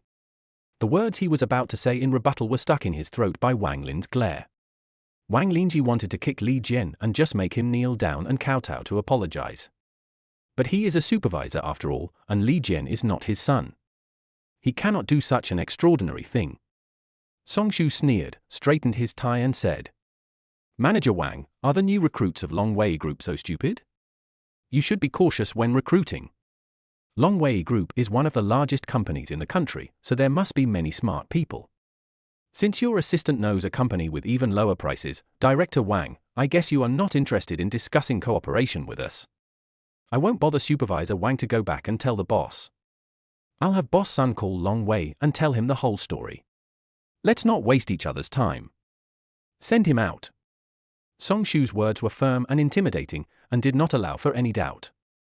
The cooperation between Long Wei and Fujikawa cannot be terminated because of small characters like Li Jian or Wang Lin, and there are more than just two people in a company as big as Long Wei. At worst, they can just replace them. This is Song Shu's warning and threat. There was no way he would sign a contract for a project worth hundreds of millions of dollars with Wang Lin, who protected someone like Li Jian. Song Shu has already made it clear Wang Lin can judge for himself which is more important. Wang Lin was completely confused now. He felt like his heart was about to stop every time he heard Song Shu say something. Director Song's intention is not to terminate the cooperation with Long Wei, but to ask Long Wei to replace someone to negotiate. Even though he was not the one who said the rude words, Li Jian was his subordinate. If Manager Lu knew about this, would he still be able to keep his job? Moreover, Li Jian didn't understand the importance of this project in cooperation with Fujikawa, but he did. This was a done deal, which meant that he didn't have to work hard. He just had to talk and provide some information, and cooperate with Fujikawa to successfully complete the development of the APP. Then he would be the biggest contributor to Long Wei Company. Such opportunities for promotion and salary increase can be easily obtained, which is a good thing that many people cannot ask for. Originally, other colleagues in the company had tried every possible means to win this project and had worked hard to get it, but in the end he finally got it. How could he be willing to give up the credit to others? It's all the fault of that idiot Li Jian. Why did he make such a fuss and make things so difficult to deal with now? Wang Lin regretted it so much that he should not have taken Li Jian's money and arranged for such an idiot to join the company. Wang Lin broke out in a cold sweat and could only bow his head and say attentively, Misunderstanding, Fujikawa has always been trustworthy and conscientious, how dare I question it? Moreover, our Long Wei leader specifically asked us to cooperate with your company. How can a cheap company compare to Fujikawa technology? Boss Song, I will definitely handle this matter properly. Thank you for your reminder. The new recruits of the company should be properly rectified. Not everyone should be kept. Don't worry, I will give you a satisfactory answer and I will come to apologize afterwards. I have been following this project for a long time. Please reconsider it. It is not right to hurt our harmony for some unworthy people. Then I will leave today. I will meet you another day to discuss in detail. After saying that, Wang Lin nodded and bowed respectfully to Song Shu, then pulled Li Jian out the door. Wang Lin and Li Jian arrived at the first floor of the building where Fujikawa was. At this time, Li Jian's heart was still full of resentment. Why should he apologize? What did he do wrong? It was obviously Song Shu, that little scoundrel with a petty mind. He couldn't stand a few words and pretended to chase the guests away. If Wang Lin hadn't dragged him downstairs, he would have torn off Song Shu's mask. He wants him to pay back the money and also wants him to apologize. Song Shu is really shameless. Li Jian still hasn't realized that he has made a fatal mistake and offended the leaders of two companies at once. And even at this point, he still felt that Song Shu and Sun Yang were pretending, and Wang Lin was completely deceived by them. He was so angry that he pulled Wang Lin and said solemnly, "Uncle Wang, you shouldn't be so humble. They must be lying to you." Chapter 28, Foxes and Dogs Are Not Good Things. Wang Lin looked at the contents of the hot search list on his mobile phone with an extremely gloomy expression. Just when he went downstairs, he was still sending a message to Sun Yang to apologize, saying that he would definitely handle the matter well, and hoped that Sun Yang could say a few good words for him in front of Director Song, and not call Long Wei to replace him. He received a kind reminder from Sun Yang, asking him to read more trending news. After seeing this, he realized, wow. He had invited a disaster into the company. He now understood why Manager Lu called Li Jian into his office for questioning right after he had completed the entry procedures in the morning, as well as the other meaning of Manager Lu's words. It turned out that Manager Lu also saw the hot searches this morning and sneered at the shameless Li Jian. But he saved face for himself by not revealing the truth on the spot. This was to remind himself not to confess to just anyone, and also to warn Li Jian to be a good person. This Li Jian really made him suffer a loss.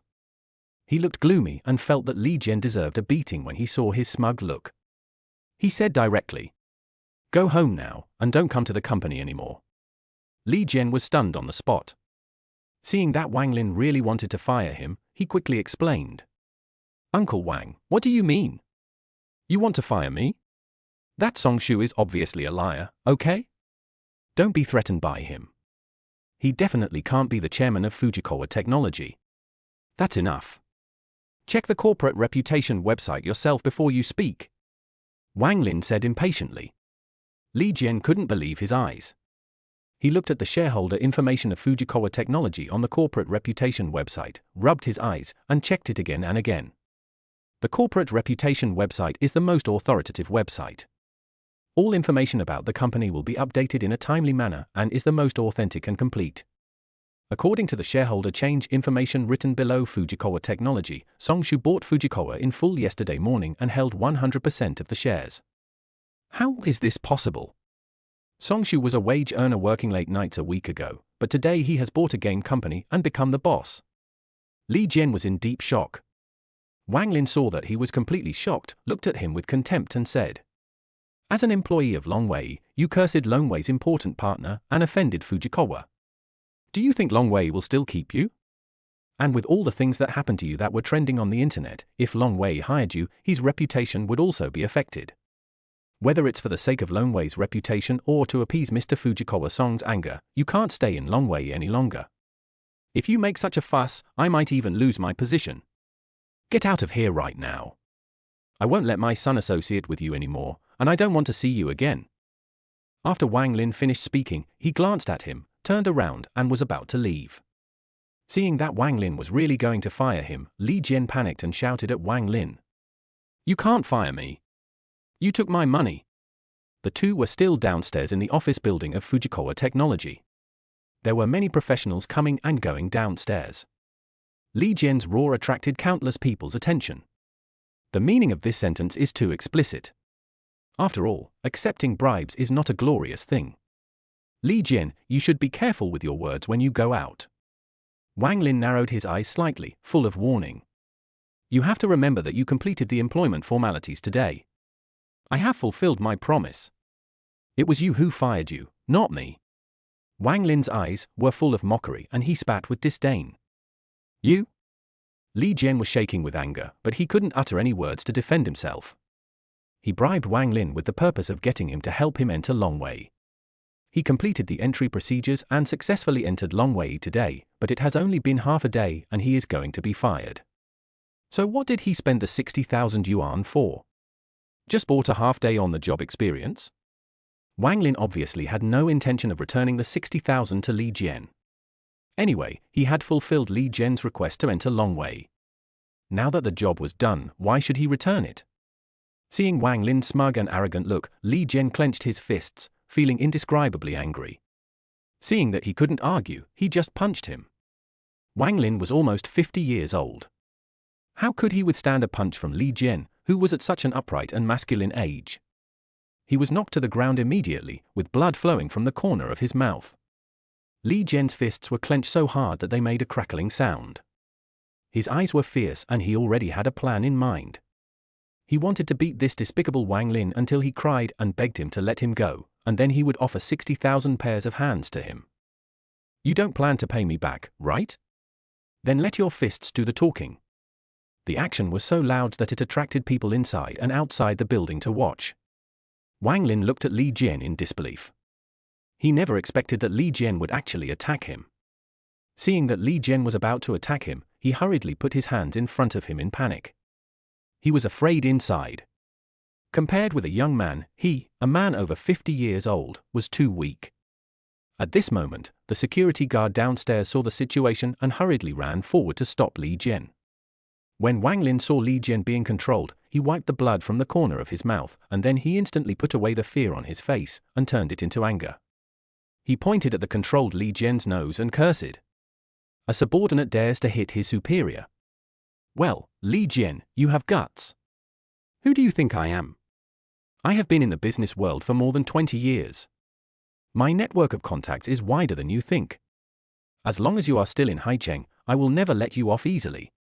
After Wang Lin finished speaking, he roughly straightened his suit that had been moved, spat at Li Jian, turned around and drove away. Wang Lin was very angry when he was beaten, but then he thought that Li Jian's beating was actually helping him, proving to Song Shu and Sun Yang that he and Li Jian were not in the same group. Li Jian was still yelling at Wang Lin to pay back the money. The security guard stopped trying to stop him after seeing the man had left.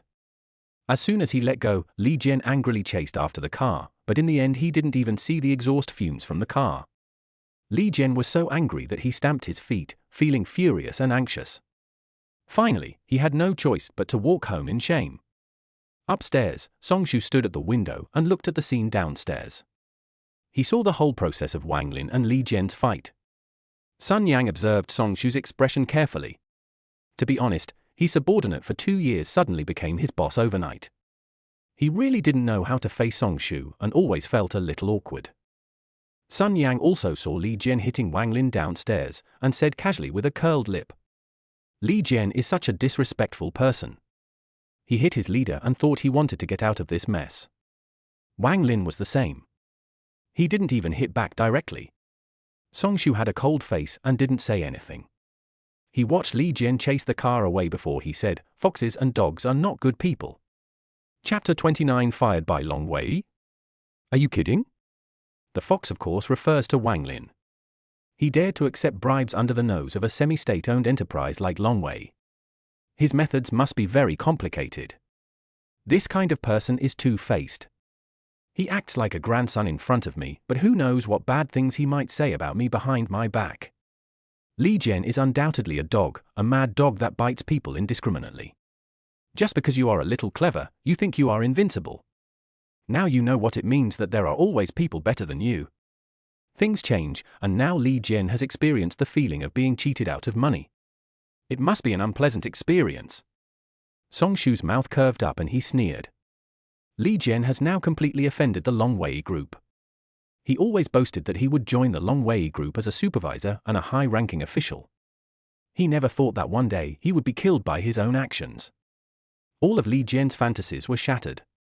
He didn't know how Zhao Yaping, who had always been proud of her son, would react when she found out about this. Li Jian was walking on the way home when he finally calmed down. Thinking back to what Wang Lin had just said, he was still frightened. What Wang Lin said was right. He had been in Long Wei Group for at least more than 20 years. Long Wei Group is a semi-state-owned enterprise involved in both business and politics. What Wang Lin said might be true. He has extensive connections in Haicheng. Li Jian is just a college student who just graduated a year ago. What if Wang Lin seeks revenge on him? But he was so angry about the situation at that time.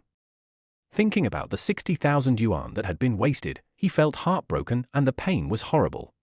When Li Jian returned home, Zhao Yaping and Li Fu were sitting in front of the TV, watching TV leisurely.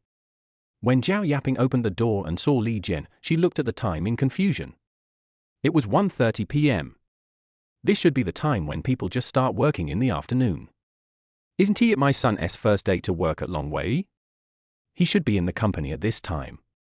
Why is he going home? Son, didn't you go to Longwei Group to start work today? How come you're back so early? I saw your circle of friends. Your department manager is very optimistic about you. You are worthy of being my son. Zhao Yaping became more and more proud as she spoke. If there were no outsiders present, she would probably pull Li Jian aside to show off to others. Li Jian had a look of resentment on his face. He then remembered that he had posted a circle of friends this morning to show off, and there were many envious comments from classmates and friends below. But now Li Jian couldn't care less. He hurriedly opened his moments and deleted the post decisively. He has already left Longwei. If that bragging post was seen by more people, or if Wang Lin said in the post that he had been fired, wouldn't that be a slap in his own face? Zhao Yaping was confused by Li Jian's series of actions. Why would he delete his moments for no reason? Only then did she notice that Li Jian's face looked a little strange, and she asked anxiously, "Son, what's wrong? Did something happen to you? Or did Songshu cause you trouble?" As soon as Songshu was mentioned, Li Jian became annoyed. Tracing back to the source, he was expelled from Longwei Group because of that little beast. Mom, do you know about Fujikawa Technology? I know. It's an app that went viral on the internet some time ago. It was said that it was developed and produced by this company. What happened to their company? Zhao Yaping asked in confusion. Her son joined Longwei. Why did he care about other companies for no reason? Then do you know that Fujikawa has a new chairman? It's Songshu. He bought out Fujikawa Technology Company and became the chairman of the company. And he owns 100% of the shares. According to last year's market research, Fujikawa's market value is 50 million. It may be even more expensive this year. Li Jian was afraid that Zhao Yaping didn't understand the interests involved, so he went out of his way to explain it. 50 million. Zhao Yaping was surprised for a moment, then touched Li Jian's forehead and said worriedly, "Son, are you okay? Are you sick and dizzy? Even if Songshu made money, it's only been a few days. How can he buy a company with that money?" "Mom, it's true. I went to Fujikawa today to discuss business with Longwei's supervisor. I met him and the general manager there was very respectful to him. How could it be fake? I saw that he was so angry, so I said a few words to him. He threatened Longwei with the project and asked me to fire him. Damn it, idiot. Songshu did it on purpose to get revenge on me." Li Jian became angrier and angrier as he spoke. He was so angry when he thought about the arrogant look Songshu had seen in Fujikawa today. His eyes stared fiercely ahead, as if Songshu was standing there and could be stared to death by him. This was a lot of information and Zhao Yaping was a little overwhelmed for a moment.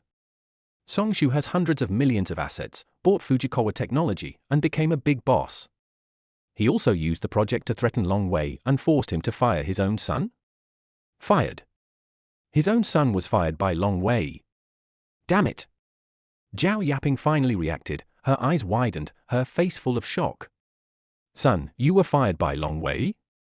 Are you kidding me?" Neither she nor Li Fu had any source of income, and Li Yinyan earned very little, only a few thousand yuan.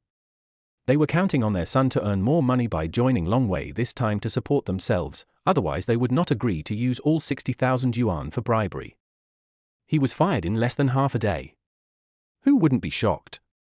"Mom, who is kidding you? It's because of Songshu, that little bastard, that I lost my job. It's all his fault. Who would have thought that he would really be the chairman of Fujikawa Technology? If I had known, I would not have scolded him, and I would not have offended my boss, and I would not have been fired." As Li Jian spoke, he angrily threw the glass he was drinking from to the ground, scaring Li Fu, who was concentrating on watching the TV program nearby, so much that he trembled. "Li Jian, why are you so mad? It was you and your mother who came up with a bad idea to break off the engagement with Songshu. Now, he has money and has bought a company. It shows how much money he made in just a few days. You've got a good and wealthy son-in-law, but you're still worried about not having a job? I would say you should go and apologize to him right away. Maybe Songshu will forgive you, and you can work in his company." Li Fu shouted angrily. When Zhao Yaping heard this, she immediately became unwilling. No one could say anything about her son, not even his father. "Why are you yelling at my son? You agreed to all of this in the first place. Who are you trying to show off to? You want my son to apologize? Songshu, you're dreaming. Woman's kindness, then what do you think we should do now? Li Fu frowned in annoyance. He was still rational and felt that Songshu was no longer someone they could afford to offend. But Zhao Yaping just refused to give in, and Li Jian was obviously unwilling as well. If she couldn't find a job, would she have to rely on him, a patient, to support her? Boom, boom, boom. At this moment, there was a sudden knock on the door. Chapter 30. Li Jian was detained? Zhao Yaping opened the door and saw that it was the courier. She signed for the package. She was originally confused because her family hadn't bought anything recently, so where did the express delivery come from? But when he opened it, he was so scared that he threw the express document on the ground. She turned to look at the two people sitting on the sofa, her face full of disbelief. Songshu, he really reported it to the police. This is the lawyer's letter from his lawyer. Upon hearing this, Li Fu quickly picked up the document on the ground and started reading it. The lawyer's letter clearly stated that they had to pay back the money within 10 days, that the lawyer already had all the relevant evidence, and finally there was the red seal of Haiqing's famous gold medal law firm. This lawyer's letter is real, Li Fu said after checking the lawyer's letter. Li Jian panicked when he heard this. The lawyer's letter had already been sent. Songshu was determined to sue them. The recording might have already been handed over to the lawyer. Mom, what should we do? All the money has been spent. Where can we get 1 million? Just then, the door was knocked again. Li Jian was frightened by the lawyer's letter, and when he heard a knock on the door, he jumped to the end of the sofa. Li Fu and Zhao Yaping are also very nervous now. They have lived for most of their lives and have never seen a lawyer's letter. However, as long as it has something to do with the law, they will think of going to jail and feel fear in their hearts. The knock on the door again made them alert. This time it was Li Fu who opened the door.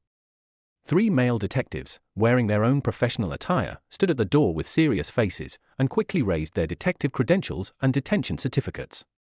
We are from the Haicheng government office. We are here to investigate the marriage fraud case and fraud case involving Li Yinyin, Zhao Yaping, and 4 others. Who among you is Li Jian?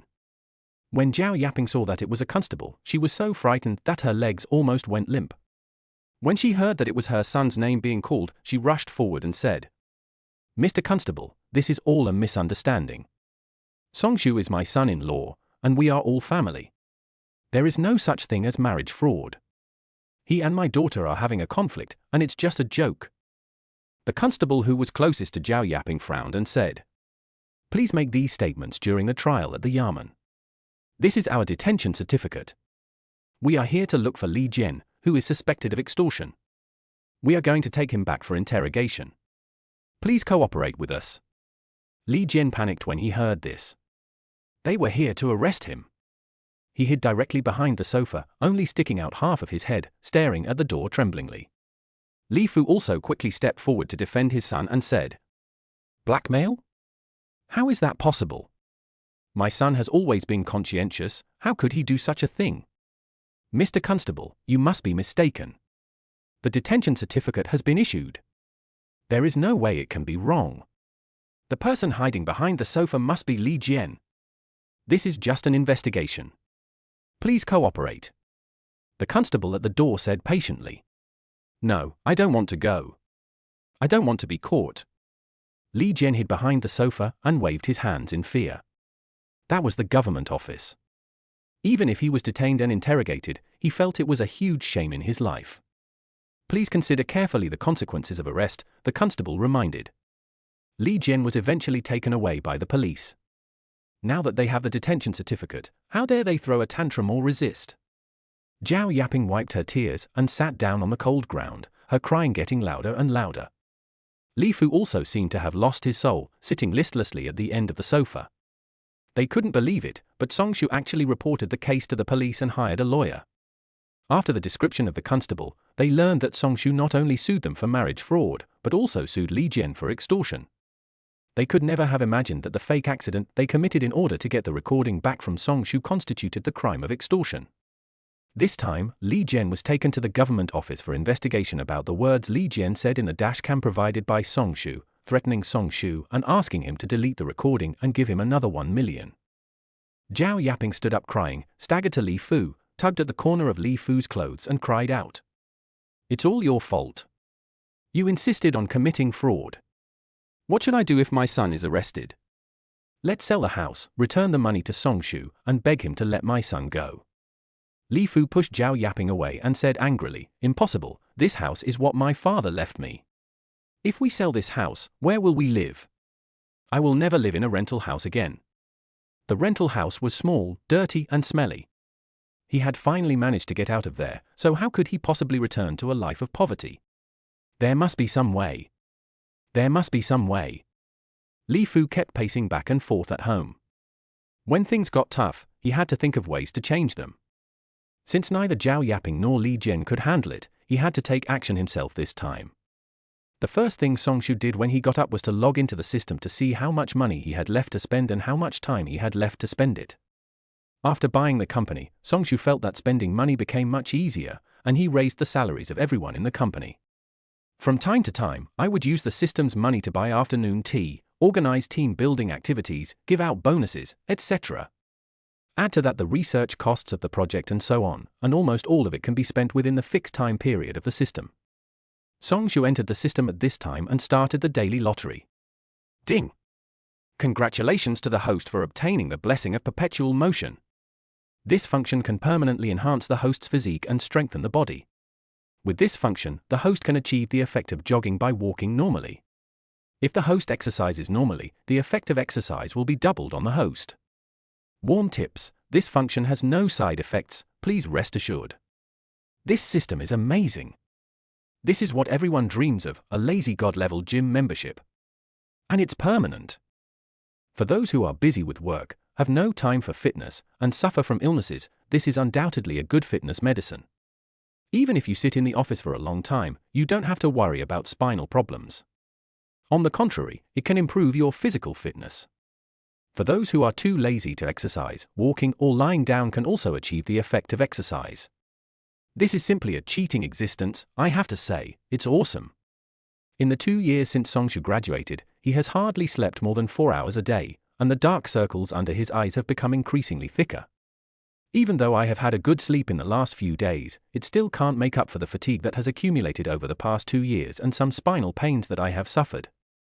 But now, Songshu suddenly felt very energetic.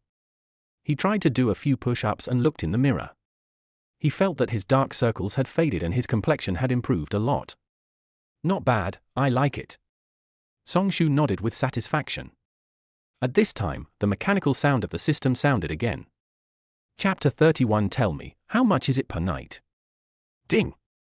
Congratulations to the host, the short-term task has been successfully activated. Short-term task, spend 1 million in 1 hour.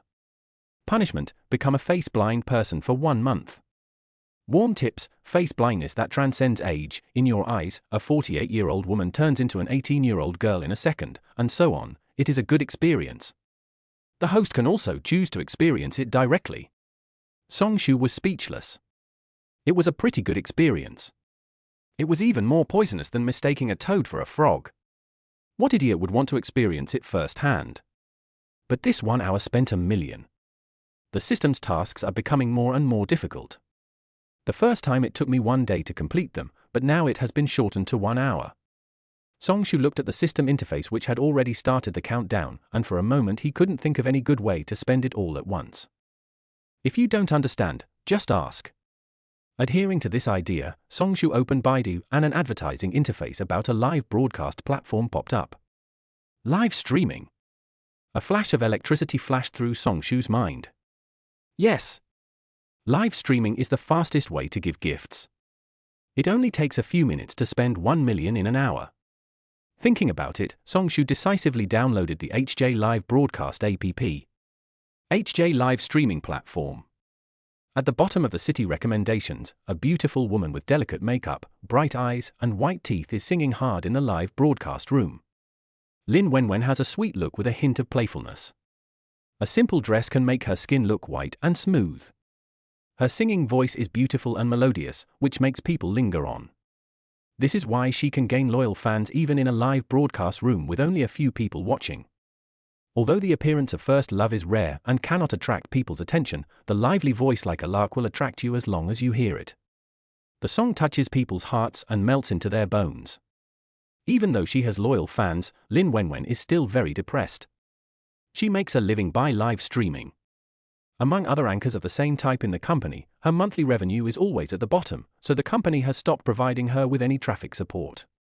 This month she estimates that she will perform worse than last month, and she really doesn't know what to do. The live broadcast has been going on for 2 hours, and the total number of viewers has not exceeded 10,000. She looked at the backstage flow and saw that the total so far was only over 3,000.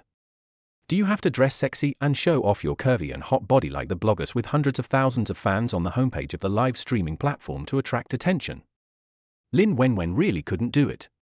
After the song was finished, the comments below were not the usual praises, but a bunch of insults, condemning Lin Wenwen as if they were denouncing justice. Why are you pretending to be so noble, Lin Wenwen? You said at the beginning that you would have dinner with Brother Yi. Brother Yong from the Whitewater Rides has already bought 50 Ferris wheels, 50,000. And you want to break the contract now? That's right, you bitch who goes back on her word. Why are you pretending to be innocent here? You don't even admit what you said. Do you have any shame? 50,000 can't even buy a meal? Lin Wenwen, you think too highly of yourself. You always try to trick Brother Yong into giving you gifts, but you're such a liar. Who will dare to give you gifts in the future? The insults came overwhelmingly without any reason. Lin Wenwen could no longer ignore them and stopped singing. Her eyes were filled with tears, but she was stubborn and refused to let them flow out. She lowered her head in grievance, looking at the content of the dialogue box in the WeChat message on her mobile phone with the note titled "Dare to Forge Ahead in the Rapids." A few days ago, a fan who called himself Brother Yong started to be active in the live broadcast room. Yesterday, he gave her gifts worth 50,000 yuan, making her number 1 on the list. So yesterday, under the instigation of a group of people in the live broadcast room and the request of Brother Yong, Lin Wenwen had no choice but to add Brother Yong's WeChat. Since adding WeChat yesterday, Brother Yong has changed a lot, completely different from when he was in the live broadcast room. In the live broadcast room, Brother Yong's comments were polite and generous, and the netizens in the barrage all thought that Brother Yong was tall, rich and handsome. But after adding WeChat, the first WeChat message that Brother Yong sent to Lin Wenwen was, "Just pretend and tell me, how much is it per night?" At that time, Lin Wenwen's face turned red with anger, and she replied to Brother Yong, "Brother Yong, I'm not the person you think I am." After Lin Wenwen finished speaking, she did not reply to Brother Yong.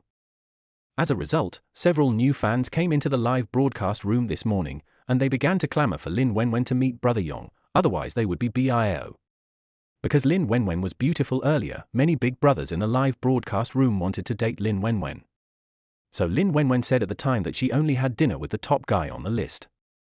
There is a reason why Lin Wenwen dared to say this. At that time, she had just joined the company. The company provided cash flow support to each anchor and would provide cash flow to help each anchor to top the list. So after seeing that the company gave her the top spot on the list, Lin Wenwen dared to say this, unless someone else gave her another 50,000, she could be the top spot. For Lin Wenwen, she felt that no one would be willing to give her 50,000 yuan. She was just a little girl who could only sing, and she had never made any money from live streaming. It is impossible for a big shot with spare money to give expensive gifts to a small anchor like myself. It was because of this sentence that I rejected many perverts at that time. At present, the live broadcast room was fanned by this group of new fans. Other netizens who did not know the truth thought that Lin Wenwen was defrauding people of their money and began to join in the fun. At this time, Brother Yong also appeared and said in Lin Wenwen's live broadcast room that Lin Wenwen was fickle, deceiving fans to give gifts, and cheating him of his money. With Brother Yong's instigation and the support of several new fans, this incident directly aroused public outrage, and everyone began to scold Lin Wenwen. Lin Wenwen realized something was wrong only then. It all seemed more and more like Brother Yong's conspiracy. Combined with the few people who kept stirring up trouble and leading the way, it seemed like they had been in the same group from the very beginning. Lin Wenwen did not have time to think about it, as the voices in the live broadcast room, cursing and forcing her to keep the appointment, were getting louder and louder. There were even several old fans who unfollowed her, which made Lin Wenwen anxious. If this continues, her live broadcasting career may be over. Chapter 32: The Mysterious Boss in the Live Broadcast Room. Lin Wenwen finally couldn't hold back her tears anymore, and they fell drop by drop, looking extremely pitiful. With a crying voice he said, No, I didn't want to break the contract. It was Brother Yong who had bad intentions, so I refused. Besides, I never tempted him to give me gifts, never. Lin Wenwen's crying became more and more uncontrollable, with big tears falling down like a crying hibiscus flower, which made people feel pity for her. However, the few people who were in cahoots with Brother Yong still did not let Lin Wenwen go, and they made a lot of instigation in the comment section below. Stop pretending. That's 50,000 yuan, half a year's salary. Who would spend it on you for no reason? If not, you've bewitched me. What could it be? All the money has been spent on you, and you are still here confusing right and wrong and wrongly accusing Brother Yong. I have never seen a bitch as shameless as you. That's what you said. Brother Yong is still number 1 on the list. You have to fulfill your promise and have dinner with Brother Yong. Why are you still pretending? You don't want to acknowledge the money now that it's yours, right? Your credibility is so questionable. How dare you continue to live stream? Get off the internet now. That's it. Quit the internet. Quit the internet. In an instant, the entire live broadcast room was filled with the atmosphere of quit the internet led by those celebrities, and the entire comment section was filled with these 2 words. At this time, Lin Wenwen's WeChat message rang again. Jiliu Yongjin, Lin Wenwen, I advise you to be sensible. I gave 50,000 yuan. No one on the entire platform gave 50,000 yuan to the anchor at one time today. I also indirectly helped you push the live broadcast room to the homepage. If you don't come to my house to see me today, I will make sure you will never be able to do live broadcasts again. Lin Wenwen held the phone, her eyes filled with tears and her lips tightly pursed. Not long after Brother Yong sent the message, a large number of internet trolls flooded into Lin Wenwen's live broadcast room and began to criticize her for no reason and asked her to quit the internet. No matter how strong a person's mental qualities are, they cannot withstand the scolding of a group of people. Lin Wenwen's psychological defenses were gradually trampled upon and collapsed. She now has only 2 options, either quit the internet permanently or go meet Brother Yong. There were more and more verbal abuses in the live broadcast room. At this moment, a series of sounds of gift-giving suddenly rang out on the page of Lin Wenwen's live broadcast room. The image of the Ferris wheel kept flashing, almost drowning out all the insults. Ferris wheel plus 10. Ferris wheel 100. Ferris wheel 1000. The live broadcast room displayed the images and sounds of the Ferris wheel for nearly 10 minutes. For a moment, the entire live broadcast room fell into deathly silence, and there was no new curse in the comment section. 1,000 Ferris wheels, 1 million. Brother Yong's salary, which he earned without eating or drinking for 2 years, was given to the anchor as a reward in less than 10 minutes. This person really doesn't take money seriously. At this time, there was a burst of excitement in the comment section, and this series of long-term rewards attracted more people to the live broadcast room. Fuck, am I seeing things? The whole screen is full of Ferris wheels. This is the first time I've seen one. Who is this? So rich? Rich boss, who is it? Stand up and let me worship you. Please be kind and give me 10,000 yuan. Why didn't anyone come out to claim it? They just left after giving the reward? Oh my god, this is too arrogant. I saw it. The user with the registration ID 040511216. Is he a diamond bachelor? Rich people are awesome. I want to be awesome for once. Compared with Brother Yong's 50,000, this seems too low. You're leaving after spending the 1 million? You didn't even mention meeting her. Look at your mentality. Brother Yong, you're too narrow-minded. You won't have the chance to meet this beautiful woman. Ha ha. There was no more movement from the internet army, and even Brother Yong's account did not post a single comment. Lin Wenwen widened her eyes in surprise, then rubbed them, looking at the ID names that kept appearing in the system prompts in disbelief. ID 040511216. You can tell at a glance that this is the initial account name and it has not been changed. Lin Wenwen searched her memory and did not remember that there was such an account among her loyal fans, but she still silently remembered this account that helped her escape from trouble and was very grateful in her heart. She went to the backstage and sent a private message to this account. Hello. I am the anchor Lin Wenwen to whom you gave 1,000 Ferris wheels. Thank you very much for your support and love. You also helped me a lot. XXXXX, this is my WeChat ID. I want to treat you to a meal and thank you in person. Would you mind adding WeChat? Brother Yong's ill intentions are too obvious, and anyone who understands will know what happens when you go to a place like a fan's home at night. But she had previously promised to meet and have dinner with the number one on the list, and she couldn't go back on her word. She thought, since she didn't want to be passive, she might as well take the initiative and decide where to eat by herself, then there wouldn't be any problem. But Lin Wenwen discovered that this person didn't seem to care about her. Lin Wenwen's heart was pounding. She kept opening and closing the private message dialog box with him, and began to look forward to his reply. She didn't want to miss the chance to reply as soon as possible. But she waited for a long time and didn't see any reply to the private message. It was as if this person just came here to complete an insignificant task, and once the task was completed he would disappear forever. The other side. Songshu didn't know that he had accidentally saved a young girl. After he downloaded the HJ Live Broadcast Room, he clicked on it and saw the live broadcast room in the lower right corner of the homepage. This live broadcast room is different from the other live broadcast rooms on the homepage. The page looks quiet and elegant, so he saw it at a glance and clicked in. Almost instantly, I finished the Ferris wheel. Songshu was very satisfied when he saw that the balance in his bank card was 0. At this moment, the familiar mechanical sound rang in my mind again. Ding! Congratulations to the host for completing the first short-term mission. The mission penalty has been closed. Since the host has set a new record and completed the task within 10 minutes, the system will reward you with a chance to draw a lottery. Please keep up the good work. Songshu widened his eyes as if he had discovered a new continent and read the system's prompt again. There will be rewards for completing the task within 10 minutes. This? Songshu was extremely annoyed. Why didn't this system explain it clearly? If he had known it earlier, he wouldn't have struggled for so long the last time he spent money to buy a company. Missing out on a chance to win a lottery feels as tragic as losing 100 million. Songshu discovered that this system was too lazy. It would not tell you unless you asked. It seemed that he had to find an opportunity to communicate with the system. Just then, Songshu's WeChat message notification sounded. Shong Ruwan, brother Songshu, are you free today? Songshu, yes. What's wrong? Did you miss me? Shong Ruwan, well. Shy, I don't have classes this afternoon, please come to my school to pick me up. Songshu, okay. Let's go have lunch together. Shong Ruwan, my friend wants to come with me, is that okay?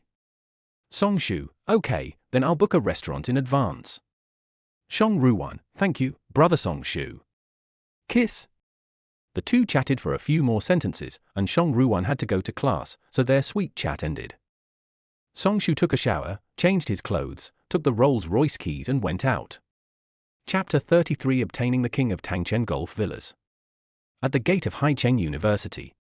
An eye-catching Rolls-Royce Phantom constantly attracts the attention of college students and pedestrians inside and outside the campus. People are as envious as they can be. Some even stop to admire this luxury car that they may never see again in their lifetime. Songshu didn't care about it. He used his spiritual consciousness to enter the system to draw the lottery. Ding! Congratulations to the host for winning Tangchen's Golf E60 villa worth 280 million. The property has been recorded under the host's name, the property is reasonable and legal, and the memory of the relevant personnel has been entered. Tangchen Golf Villa. Songshu was so surprised that he was speechless. Not only in Haicheng, it is one of the famous luxury villas in the whole country. It is a very mature villa area with great scale and influence. This villa area is divided into 8 phases in total, one of which is an apartment, and the remaining 7 are villas. E60 is the king of the entire Tangchen Golf Villa. Songshu never thought that he would win such a big prize. It was lucky enough to win Tangchen's villa, but I didn't expect to win the king of the building. This is a top-notch luxury house covering an area of 6 acres and with a total construction area of 1,369 square meters. This is the only one of its kind, a luxury house that is out of stock. Songshu was very excited. He felt like he was lucky and got a top-notch mansion that others couldn't get even if they had money. This feeling is so good. In the classroom of Haicheng University. Ru Wan, Mr. Gua sent me chocolates and Hermes Click H bracelets again. This Lindt dark chocolate alone costs 300 per box, not to mention the Hermes bracelet, which costs 6,000. Are you sure you don't want it? A plump girl with delicate makeup and wearing a Chanel-style skirt pushed up her thick glasses. Looking at the exquisitely packaged chocolates in his hands and the Hermes gift box with a high-end brand label flashing on it, he confirmed it again and again with great doubt. Shang Ruwan, who had just finished class, was packing her things anxiously. Upon hearing this, she frowned impatiently and said, "Meng Meng, I've told you many times that I don't want the things he gave me, so why are you still helping him deliver them?" Qin Meng Meng curled her lips, not caring about Shang Ruwan's rebuke, and instead said jokingly, "Mr. Gui has been pursuing you for 3 years. Giving you snacks every day is just an indispensable part of every pursuit. I don't believe that you haven't been moved. He's handsome and rich, a rich second-generation kid in school, and he's popular with all the girls in school. And you rejected him so many times in a row. I don't know what you were thinking. I already have a boyfriend." Shang Ruwan glared at her, then thought of something and said with a smile, "If you like it, you can just confess it. If you need my help, just tell me. Don't change the subject." "What about you?" Qin Meng Meng said seriously. "Ruwan, you have to open your eyes and be sober. Don't just pick anyone as your boyfriend, okay? You are the campus belle of our school. It is not good to fall in love too young, let alone just pick someone randomly." Qin Meng Meng and Shang Ruwan met in their freshman year.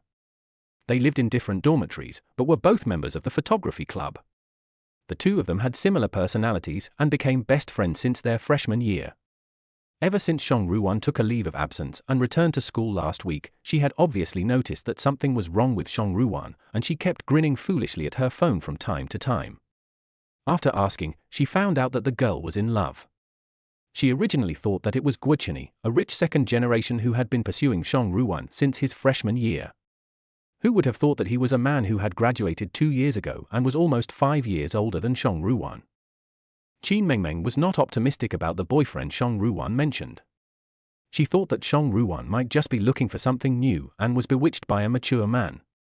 After all, society is complicated, and Shang Ruwan is beautiful and simple. Who knows if this girl named Songshu is just playing around? I didn't just find someone randomly. I really like brother Songshu. Shang Ruwan blushed and was stuck. She had been secretly in love with Songshu for 6 years, but she had never told anyone except her parents. She also didn't know if speaking out would cause unnecessary misunderstandings. After all, when she had a crush on Songshu, Songshu already had a girlfriend. "What is it?" Qin Meng Meng, determined to get to the bottom of things, came forward and asked. "I really love brother Songshu." Shang Ruwan pouted and shyly pushed away Qin Meng Meng, who was approaching her, and then said, "Hurry up and pack. Brother Songshu is already at the door and will be waiting anxiously." Qin Meng Meng gently pushed up her glasses, shrugged, and said, "I still think you and Guicheni are a perfect match, a talented man and a beautiful woman. 3 years of unchanged feelings is enough to prove your sincerity. You are just too naive. I have to help you check it out." As she spoke, Qin Meng Meng put the chocolate into her backpack and started packing her things. After a while, the two left the classroom and headed to the main gate of the school, the main entrance of Haicheng University. Songshu saw a petite and familiar figure walking towards him from afar. Shang Ruwan wore a white lace one-shoulder dress today, showing off her beautiful collarbone. Her hair was simply tied up into a half bun, with a few strands left in front of her chest, covering half of her collarbone.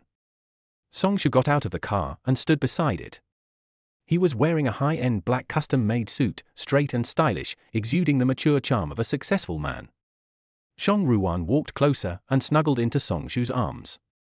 Although they hadn't seen each other for only a few days, Shang Ruwan missed him very much, as if a year had passed.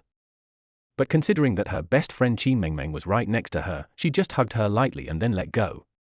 "Brother Songshu, this is my best friend, Qin Meng Meng," Shang Ruwan introduced. Qin Meng Meng's attention had already been attracted by the luxury car behind Songshu. She held her glasses with her hand, moved closer to the car, swallowed, and said, "This is a new Rolls-Royce. It's worth more than 10 million. Ruwan, is this your boyfriend's?" Qin Meng Meng couldn't believe her eyes. After all, this car was not something you could get just by having money. It required connections. "Yes." Shang Ruwan nodded affirmatively. "It's a pity that I didn't bring a camera. If I had, I could have taken a good picture. Qin Mengmeng sighed regretfully. Song Ruan smiled helplessly and explained to Song Shu. Brother Song Shu, Mengmeng is just like this. She likes to take pictures of all the good things with her camera and collect them, including beautiful, expensive, meaningful things, etc. She is a photography fan. Please don't mind. How could that be? Wanna's friends are my friends. Song Shu rubbed Song Ruan's head and smiled at Qin Mengmeng. Next time we meet, I'll let you take as many photos as you want. This time is worth it. Qin Mengmeng managed to suppress her excitement of taking pictures of the luxury car. She smiled and nodded politely, thinking about what angle she should take the picture of the luxury car from next time. After all, this was the first time she saw this Rolls-Royce Phantom. Then, she took a deep look at Song Shu and found that this man did not seem to be as greasy and frivolous as she thought. However, it remains to be seen. Chapter 30 for Song Ruan, why are you here? Song Shu took the two of them all the way to Haicheng Building. Haicheng Building has a total of 38 floors. Starting from the 20th floor upwards, each floor is an independent high-end restaurant. And the higher the floor, the higher the grade of the restaurant, and of course, the average consumption is also relatively higher. The Haicheng Pearl restaurant on the 38th floor has a business area of more than 1,000 square meters and can accommodate more than 300 guests for dining at the same time.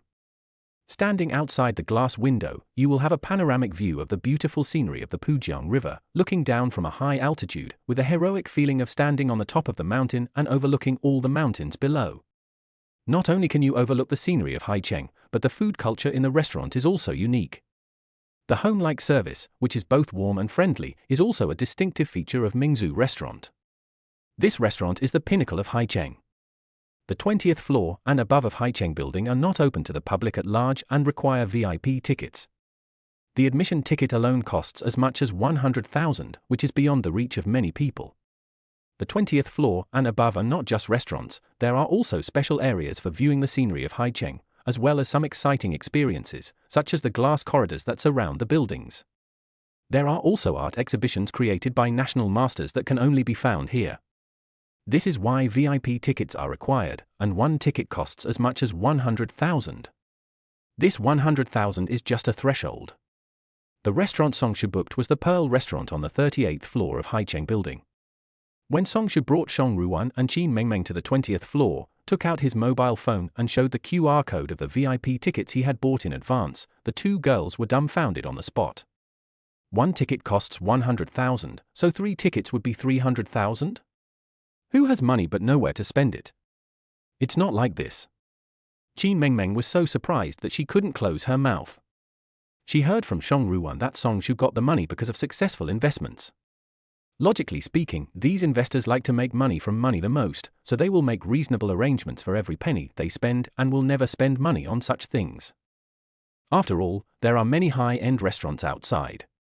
Although they are not as luxurious as here, it's just a meal and it's enough to fill your stomach.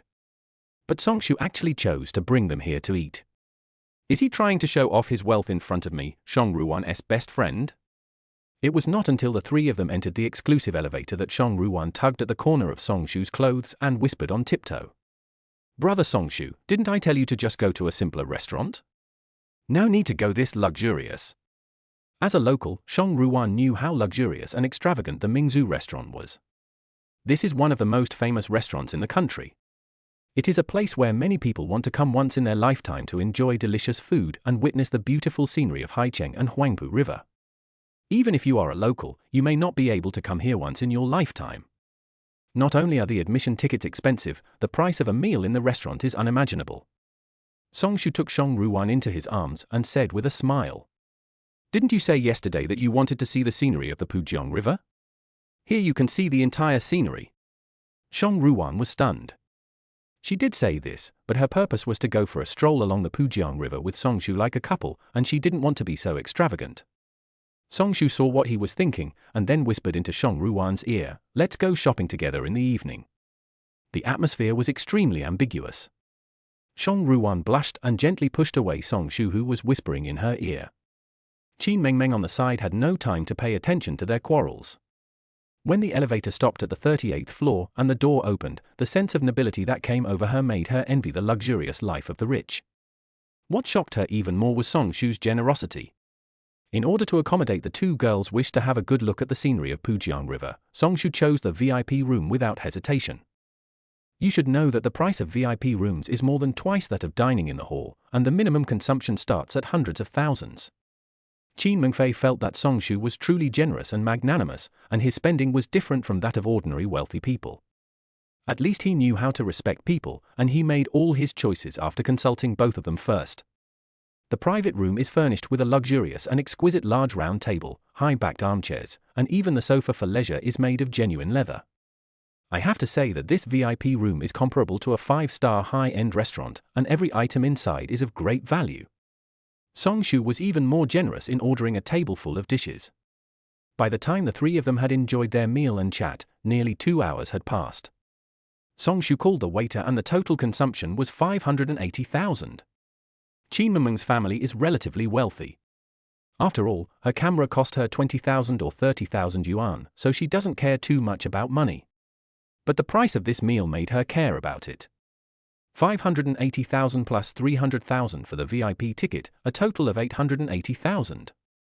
After Qin Mengmeng made this calculation, she began to seriously doubt her life. She had always thought that her parents' combined annual income was as high as 1 million and that they were already a wealthy family. This comparison. The meal that Song Shu took them out cost their family nearly a year's income.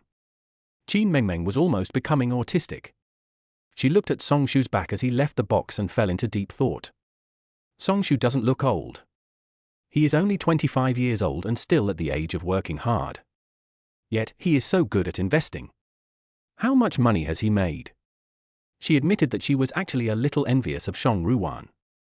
As Song Shu stepped out of the box holding Shang Ruwan's hand, they bumped into someone head-on. The person who was hit didn't hold the champagne firmly in his hand, and it spilled all over the floor and even onto the clothes of the two people who had collided. Do you have eyes? Don't you know to look ahead when you walk? A yellow-haired boy, wearing a dazzling suit of brand-name goods, walked past the man who collided with Song Shu, pointed at Song Shu and started cursing. After saying that, he immediately turned around, took the tissue handed to him by the waiter, and started to wipe the man diligently. Brother Song Shu, your clothes. When Shang Ruwan saw that Song Shu's chest was wet with champagne, she frowned slightly, took out her handkerchief from her bag and started wiping it. Qin Mengmeng was following Song Shu. She staggered and almost lost her balance due to the sudden braking action. After finally standing firm, she heard Huang Mao say this again. She was not in a good mood to begin with and immediately got angry and cursed. It was you who didn't look at the road, okay? And you are the first to complain. Huang Mao was not willing to admit defeat when he heard this. Just as he was about to retort, the man behind him spoke first. Shang Ruwan, why are you here? Guocheni looked back and forth at the two of them with a little shock. When he saw Shang Ruwan and Song Shu's hands clasped together, his eyes darkened noticeably. Chapter 35, Just a Nouveau Riche. Hearing the familiar voice, Shang Ruwan and Qin Mengmeng were both stunned. Qin Mengmeng's eyes turned, and she thought of something. She smiled evilly and approached Song Shu and whispered. This is one of Shang Ruwan's many suitors, Guocheni, a rich second generation. After saying this, Qin Mengmeng's eyes never left Song Shu, observing his reaction. She wanted to see whether Song Shu was just trying to play with Shang Ruwan's feelings. Song Shu raised his eyebrows, ignored Qin Mengmeng, and held Shang Ruwan's hand tightly. One of many suitors? I didn't know my girlfriend was so popular in school. Shang Ruwan was shocked when she heard this, and hurriedly waved her hands and explained. No, don't listen to Mengmeng's nonsense. She did pursue me, but I rejected her. Shang Ruwan paused, thought of something, and smiled sweetly with her little mouth slightly curved. She held Song Shu's hands with her two pairs of white and tender hands, and looked at Song Shu with bright eyes. Brother Song Shu, are you jealous?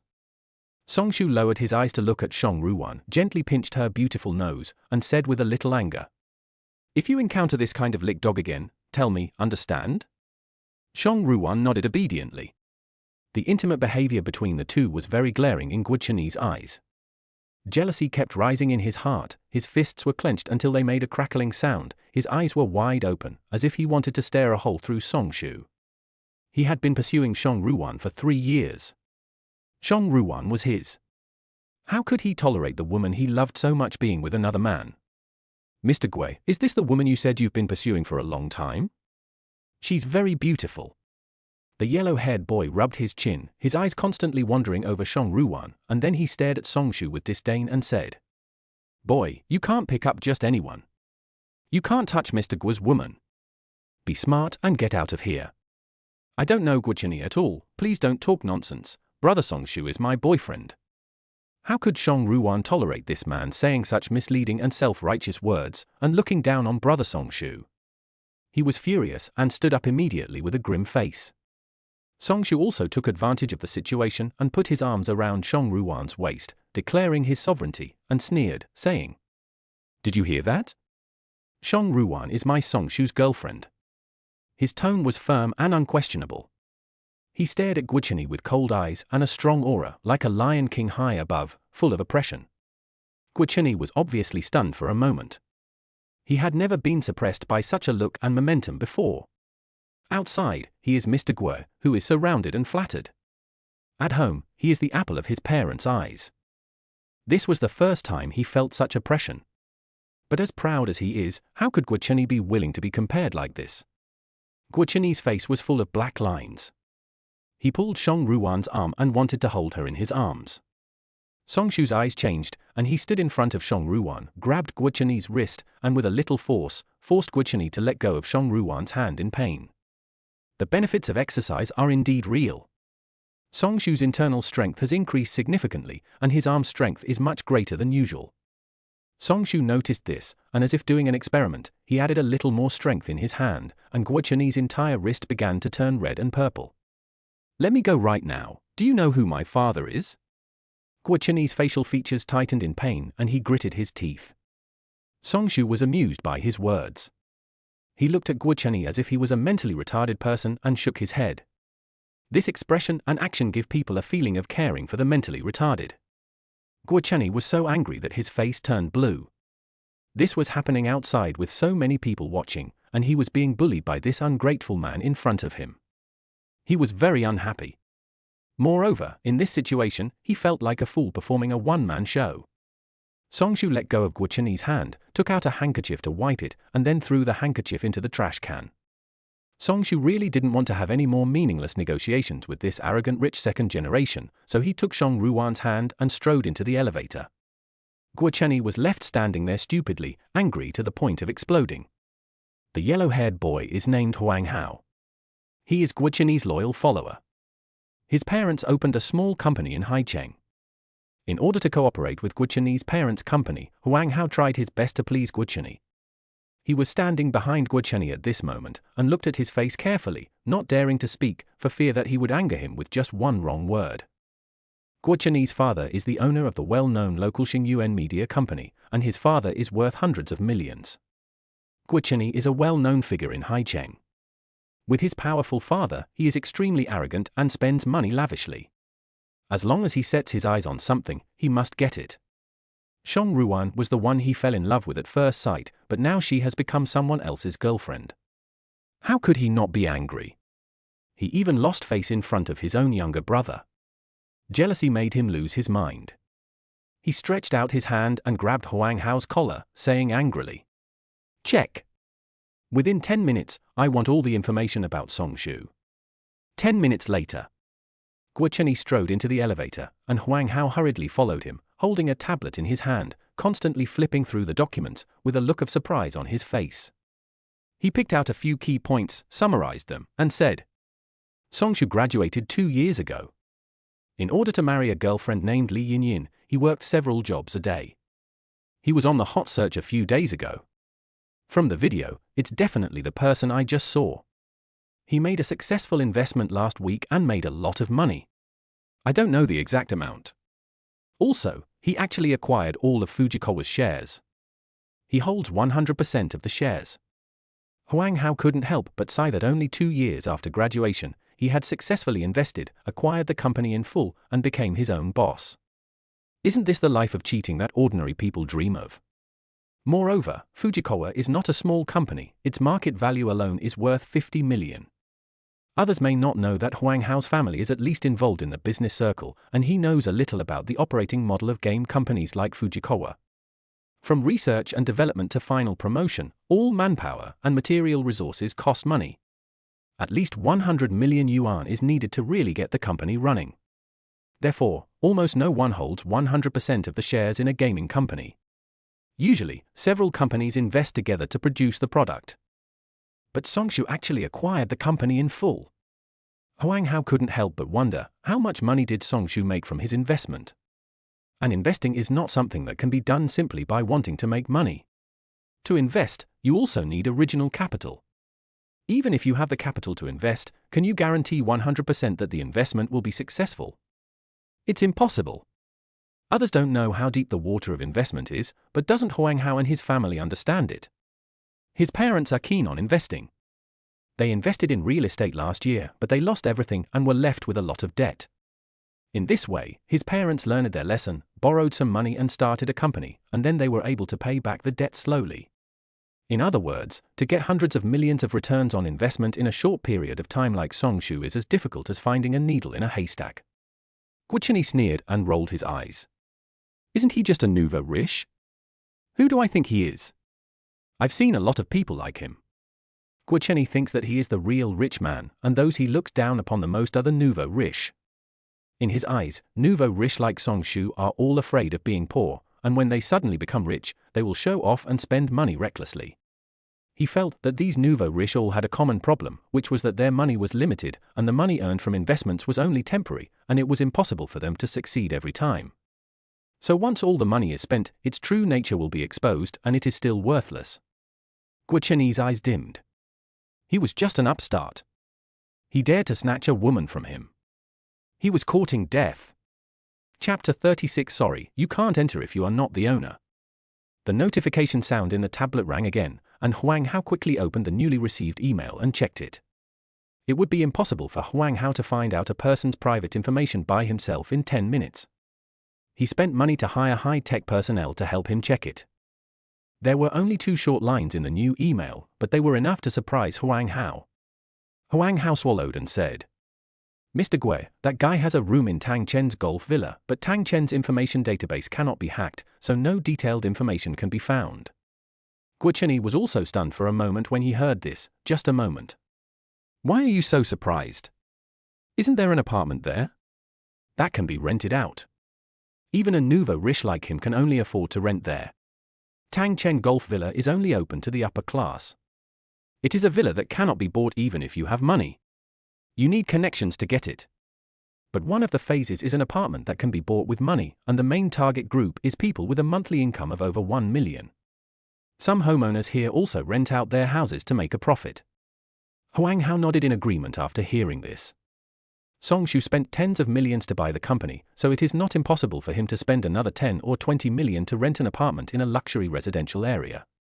Huang Hao also felt that Songshu was just a nouveau riche who suddenly made some money. Today he was generous enough to spend money to eat at Mingzhu restaurant, just to satisfy his vanity that had not been satisfied for a long time. And if he continues to spend money the way he does, he will run out of money sooner or later. Even if he bought the company, today is a working day and he is not at the office to do business. He brought a woman to a high-end restaurant to eat. It is obvious that he likes to show off his wealth. I guess he bought this game company just to save face, and he doesn't understand the operation of the company, otherwise he wouldn't have dug a hole for himself by making a full acquisition. Come to think of it, getting hundreds of millions in return from an investment is simply a fantasy. Shong Ruan is so short-sighted. She ignores the real rich second generation and instead throws herself into the arms of such a vain person. When the two arrived at the first floor, they saw Qin Mengmeng and Shong Ruan standing at the door holding milk tea. Huang Hao saw this and said sarcastically, "Why, that guy doesn't have a car to take you home, so you still want to take a taxi?" Mr. Gue has a car. Guocheni proudly shook his Ferrari sports car keys and said, "I have a car, I'll take you back." When Shong Ruan saw that it was Guocheni, she obviously stepped back a few steps, keeping a distance from Guocheni, and said, "Brother Songshu went to the garage to drive the car. He asked us to wait for him here. He will take us back. Sorry for your worry." "You? Guo Chenyi's words were interrupted by a horn sound. A new Rolls-Royce was parked in front of the mall, and Song Shu, the nouveau riche they despised the most, was sitting in the car looking over here. When Guo Chenyi saw that Song Shu was driving a Rolls-Royce sports car that was 5 times more expensive than his Ferrari worth more than 2 million, he felt jealous and angry. This kid's car is even more luxurious than his own. How can he, a genuine rich second generation, tolerate this? He made up his mind that this time when he returned, he would ask his father to buy him a Rolls-Royce, and it had to be better and more expensive, and it had to be better than Song Shu's. But he only felt these resentments in his heart and did not show them on his face. Seeing Song Ruwan turn around and get into the car, Guo Chenyi hurriedly followed, looking down at Song Shu in the car with a haughty look. He winked at Huang Hao, who immediately understood. He thought for a moment and said, "By the way, didn't Uncle Guo buy an 800-square-meter villa from Tangchen a few days ago? It's really grand, especially suitable for a party. There's also a famous antique painting that Uncle Guo bought at an auction a few days ago. I was planning to go and see it to broaden my horizons. Why don't you go and see it together? That painting is very famous." Qin Mengmeng, who was sitting in the back row, immediately understood Guo Chenyi's purpose when she heard this. Guo Chenyi intends to suppress his love rival with financial resources and openly challenge Song Shu. Qin Mengmeng raised her eyebrows, still not intending to respond. She seemed to be playing with her phone with her head down, but she was actually observing Song Shu secretly. With such an open provocation, will Song Shu accept it or not? No. This means Song Shu is afraid. After all, Tangchen's 800-square-meter villa costs at least 80 million yuan. The total cost of buying it may be close to 100 million yuan. Even if Song Shu drives a better car, it is impossible for a person who just made a successful investment a few days ago to have 100 million. There is no comparison. If he goes, Song Shu will just get slapped in the face. Either option is disadvantageous to him. Guo Chenyi glanced at Song Shu with a smile. "You dare to compare your wealth with mine, Song Shu, just wait to lose face in front of Song Ruwan. Sure, I wouldn't mind coming along." Guo Chenyi held his head high and looked at Song Shu proudly. Song Shu also saw the real purpose of the two of them, shrugged helplessly and said with a smile, "Okay, I don't mind, then you lead the way." Anyway, he was planning to go and see the villa he had won today. Since they were going the same way, they might as well go and see it together. It also saves him the trouble of navigating. 2 luxury sports cars drove all the way to the east of Haicheng. A Ferrari worth 2.8 million yuan and a Rolls-Royce worth 16.89 million yuan were driving side by side. No matter how luxurious the Ferrari looked, it was outshined by the Rolls-Royce next to it. Guo Chenyi refused to accept the defeat and drove at full speed, trying to surpass Song Shu's Rolls-Royce with his driving skills to gain a little inner comfort. Song Shu was too disdainful to pay attention to him.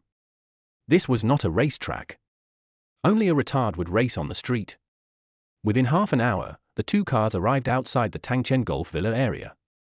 There is a special open space outside the villa area for parking visiting vehicles. In fact, cars can be driven in, but the Tangchen Villa area is too large, with a total of 8 phases. There are hundreds of high-end and medium-sized villas alone, not to mention ordinary villas and apartment buildings. Song Shu and Guo Chenyi were both here for the first time and were not familiar with the place. If they drove in by themselves, they might not be able to find the right direction.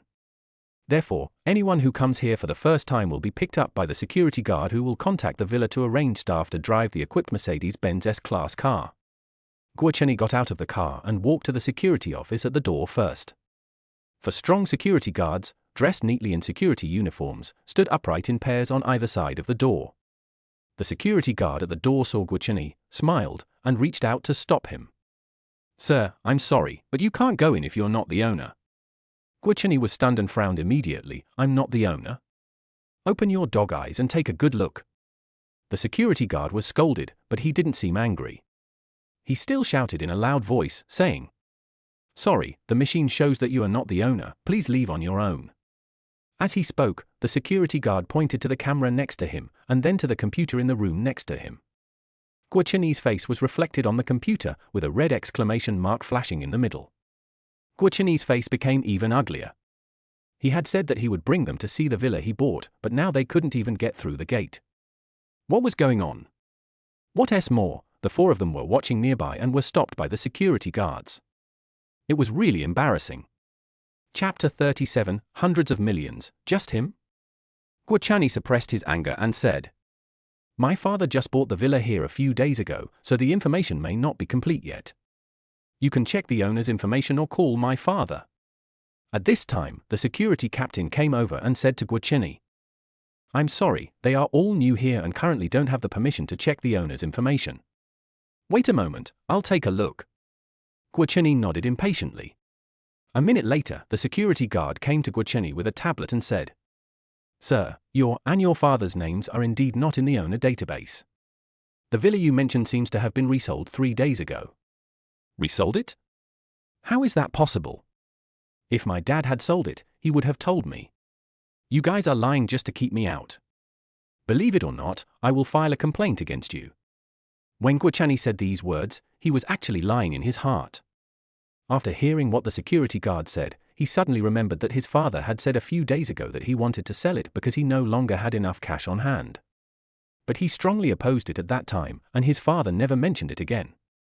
Could it be that his father really sold it? But he has already made such a boast, and Shang Ruan and Song Shu are watching him right behind him. How can he say that the mansion suddenly doesn't belong to him? No, this was too embarrassing, he could never admit it. He had to find a way to get in today.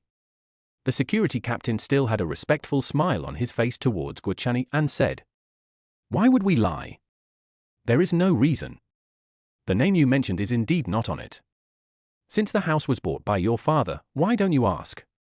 However, please cooperate with our work, thank you." After saying that, she gestured for him to leave. You guys?" Guochani was furious, but there was nothing he could do. He couldn't beat the security guards, and he couldn't just force his way in. It's too embarrassing to force your way in front of your love rival. At this moment, a staff member in a suit drove a Mercedes-Benz S-Class from the villa area to the door. As soon as he got out of the car, he hurriedly ran towards the few people. The man was wearing a staff badge belonging to Tang Chen Golf Villa on his chest. It was obvious at a glance that he was the person specially arranged by the villa to pick up people. When Guochani saw the staff, he immediately sneered, looked at the security guard at the door sarcastically, and snorted. "Humph, you look down on others. Did you see that? You must have made a mistake. My dad just saw the message I sent and arranged for someone to pick me up. How dare you stop me, young master? Don't you even look at who I am?" Guochani held his head high, waiting for the staff to come forward, nod and bow to him, and ask for forgiveness. Just when he was feeling proud, the staff member simply passed by him, ignored him, and walked quickly towards Song Shu. The staff member came to Song Shu with a big smile on his face. "Hello, Mr. Song. I am the staff member in charge of Area E, where your villa is located. I will take you to Area E of the villa." Guochani was dumbfounded and stood there in a daze, his face full of disbelief. This staff member actually ignored him, the real owner, and went to serve the tenant Song Shu. And what about District E? Only District E has high-end villas. How could a nouveau riche like Song Shu afford them? Ridiculous. Guochani rolled his eyes in disdain and gritted his teeth. Don't make any mistake, only a nouveau riche like him can afford a luxury house in District E. I am the owner you should be meeting, okay?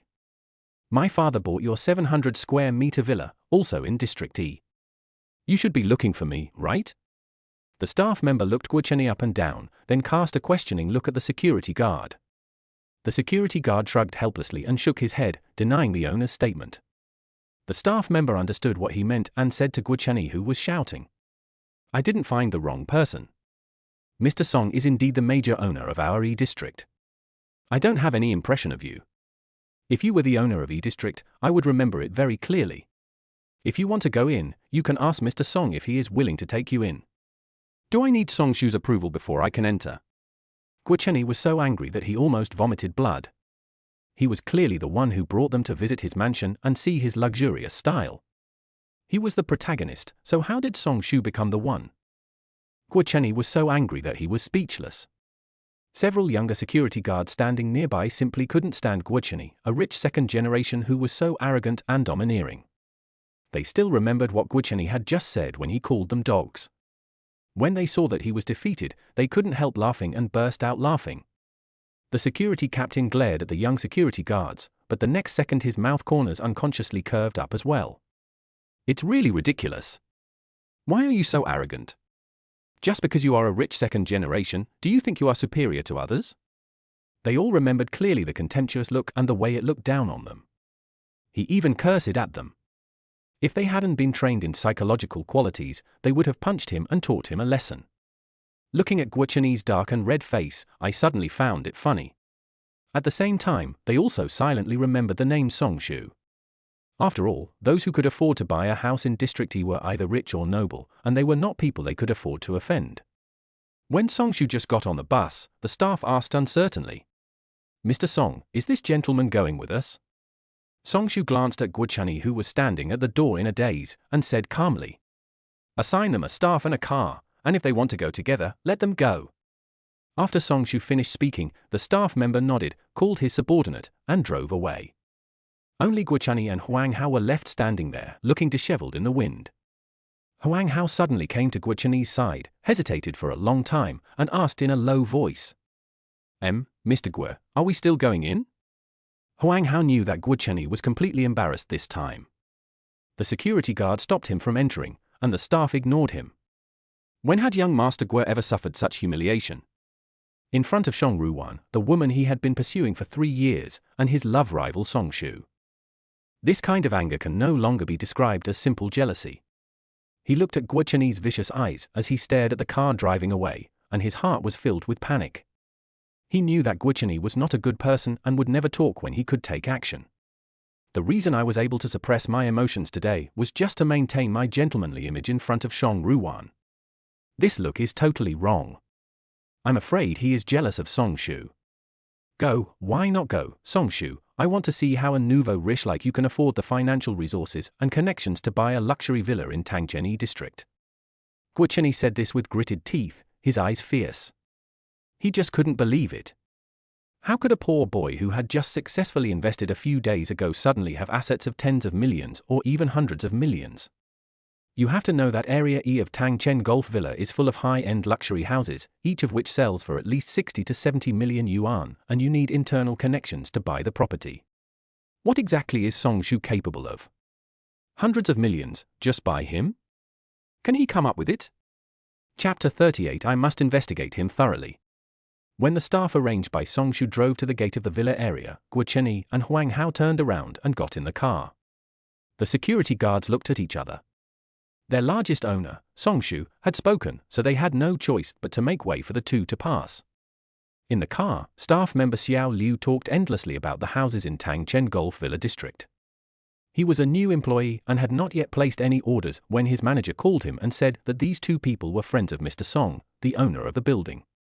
He thought, since they were all friends of the building king, they must be no simple people, so he started to recommend the house to him. Xiao Liu is also a good talker. He praised Guocheni in various ways along the way and was very good at flattering him. Guocheni was rarely impatient and started chatting with the man. After all, who doesn't he like to be praised? When the car drove to Area E, Huang Hao's eyes suddenly lit up and his vision suddenly became clear. Tangchen's other villa areas are lined up in rows, and they are all ordinary villas. The villas in Area E are all single-family villas, especially the one in the center of the entire Tangchen Villa district. The word luxury cannot be used to describe its luxury. The private garden and private parking lot alone occupy an acre of land, and these are just the tip of the iceberg. It is hard to imagine its true size. Compared with other detached villas nearby, this one is of a completely different grade. Like a king, he stands alone in the world. Guocheni was quite shocked when he saw it and immediately became interested. Huang Hao had never seen a villa that looked so much like a manor, and he exclaimed on the spot, "This villa is too luxurious. How many billions does it cost?" Xiao Liu, who was driving in front, smiled and said, "I was also surprised when I saw it for the first time. This villa is our Tangchen's top building. It is worth 280 million yuan and covers a total area of 6 mu, which is more than 4,000 square meters. The total building area is 1,369 square meters, and the rest is a private garden, a private gym, a private helipad, etc. Even the hundreds of trees inside are rare species. The water in the private swimming pool is world-class heated water, and there is also a private golf course. Xiao Liu was introducing the villa in a torrent of words, even describing his first impression of the villa, including all the facilities inside. 280 million? The only person who can afford this house must be a billionaire. At least he must have several billion in liquid assets to be able to afford it. Huang Hao exclaimed, looking at this top-notch villa with envy. He was afraid that he would never be able to live in a villa of this level in his entire life. Only ordinary families might be able to afford it. Guo Chenyi, who was standing aside, became more and more interested the more he listened. The best building. 280 million. This is the mansion he has always dreamed of. Although the house my dad bought can also be considered a high-end luxury house, with a construction area of 800 square meters and a total area of 1,500 square meters, it is far inferior to this king of buildings. I'm the king. Just when the two thought they were going to pass by this huge building and walk back, Xiao Liu turned the car and drove in. No, we're not buying anything. Why did you bring us here? Huang Hao wondered, could it be that Xiao Liu was so obsessed with performance that he wanted to strongly recommend this house to them? It is luxurious, but they can't afford it. Uncle Guo was able to buy the 800 square meter mansion worth 100 million yuan, but it was said that he had to use a large amount of cash assets to barely buy it. Guo Xiao's family couldn't even come up with 280 million yuan, so it was even more impossible for him. Xiao Liu looked confused, turned to Chan Chan and said, "Didn't you two gentlemen ask me to take you to Mr. Song's residence? Here it is." Here? Huang Hao almost shouted. Guo Chenyi's eyes widened in disbelief. You, tell me, who is the owner of this villa worth 280 million? It belongs to Mr. Songshu. He paid the full amount at once this morning. He is our largest owner.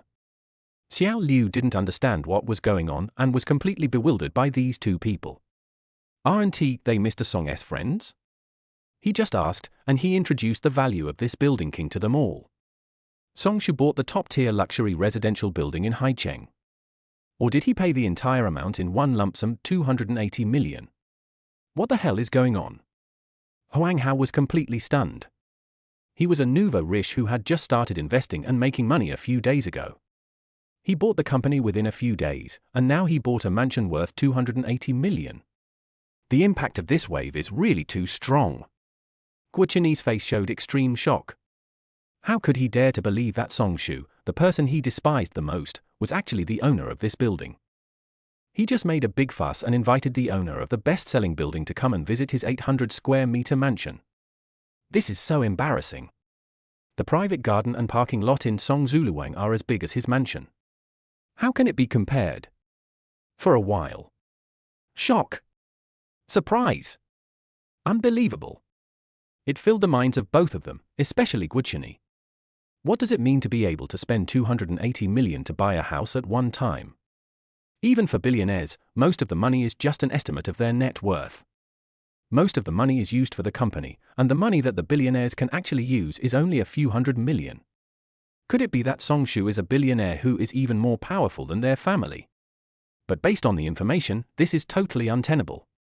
Guo Chenyi stood at the door of the mansion, glared at Huang Hao beside him irritably, and whispered, "Didn't you say that you were successful because of your investments?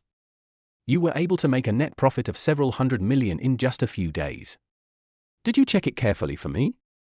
Huang Hao was still in shock from what Songshu had done and nodded blankly until Guo Chenyi patted him hard, and then he came back to his senses. He replied quietly, "I hired the fastest and most ruthless hacker in the entire network. There is no way he could make a mistake. It's also possible that the time was too short, so the investigation was incomplete. Investigate, keep investigating, and make sure you investigate him thoroughly." Guo Chenyi gritted his teeth. He looked at the intimate behavior of Songshu and Shong Ruwan in the room and was so angry that his lungs were about to explode. He felt extremely unhappy. Qin Mengmeng, who had just woken up from the shock of the mansion, saw Guo Chenyi and Huang Hao and hurriedly called them and said, "Why are you standing at the door? Why don't you come in and admire it? Mr. Guo, why don't you see which one is better compared to your mansion?" Qin Mengmeng looked at Guo Chenyi with a half-smile in her eyes, and her usual humble attitude was gone. Chapter 39, There is always someone better. Qin Mengmeng had always thought that Guo Chenyi really liked Shong Ruwan. After all, if he wasn't sincere, how could he have pursued her for 3 years? This is not a short time. But I don't know if Guocheni was provoked by Songshu, so he got so angry that his true colors were revealed. What was said in the restaurant, driving recklessly on the road without regard for safety, and trying to use money and financial resources to suppress Songshu's various behaviors were all childish and low class. And from the beginning to the end, he had an expression as if Songshu had snatched his toy. He wanted to take it back, but found that the other party was better than him, so he became more determined to surpass Songshu. In the end, it became a contest between him and Songshu, and Shang Ruwan's ideas were ignored. This is not something that can be done with genuine interest. On the contrary, she had a new respect for Songshu. From the very first meeting to the final top-notch villa, she was not only shocked by Songshu's huge financial resources, but also by his dedication to Shang Ruwan. In addition, after listening to Shang Ruwan's story about Songshu's experience, she admired him even more. How could a man who works several jobs a day just to marry his ex-girlfriend not be a good man? Qin Mengmeng had to admit that she really envied Shang Ruwan for having such a good boyfriend by her side. Guocheni stood at the door, glared at Qin Mengmeng, and grabbed Huang Hao, who wanted to go in and visit the mansion. With a strong pull, Huang Hao staggered and fell to the ground. Guocheni looked down at Huang Hao, and seeing his curious expression, he became angry. "Why, you want to go in and take a look?" Huang Hao quickly got up and patted his butt, grinning and saying against his will, "How is that possible?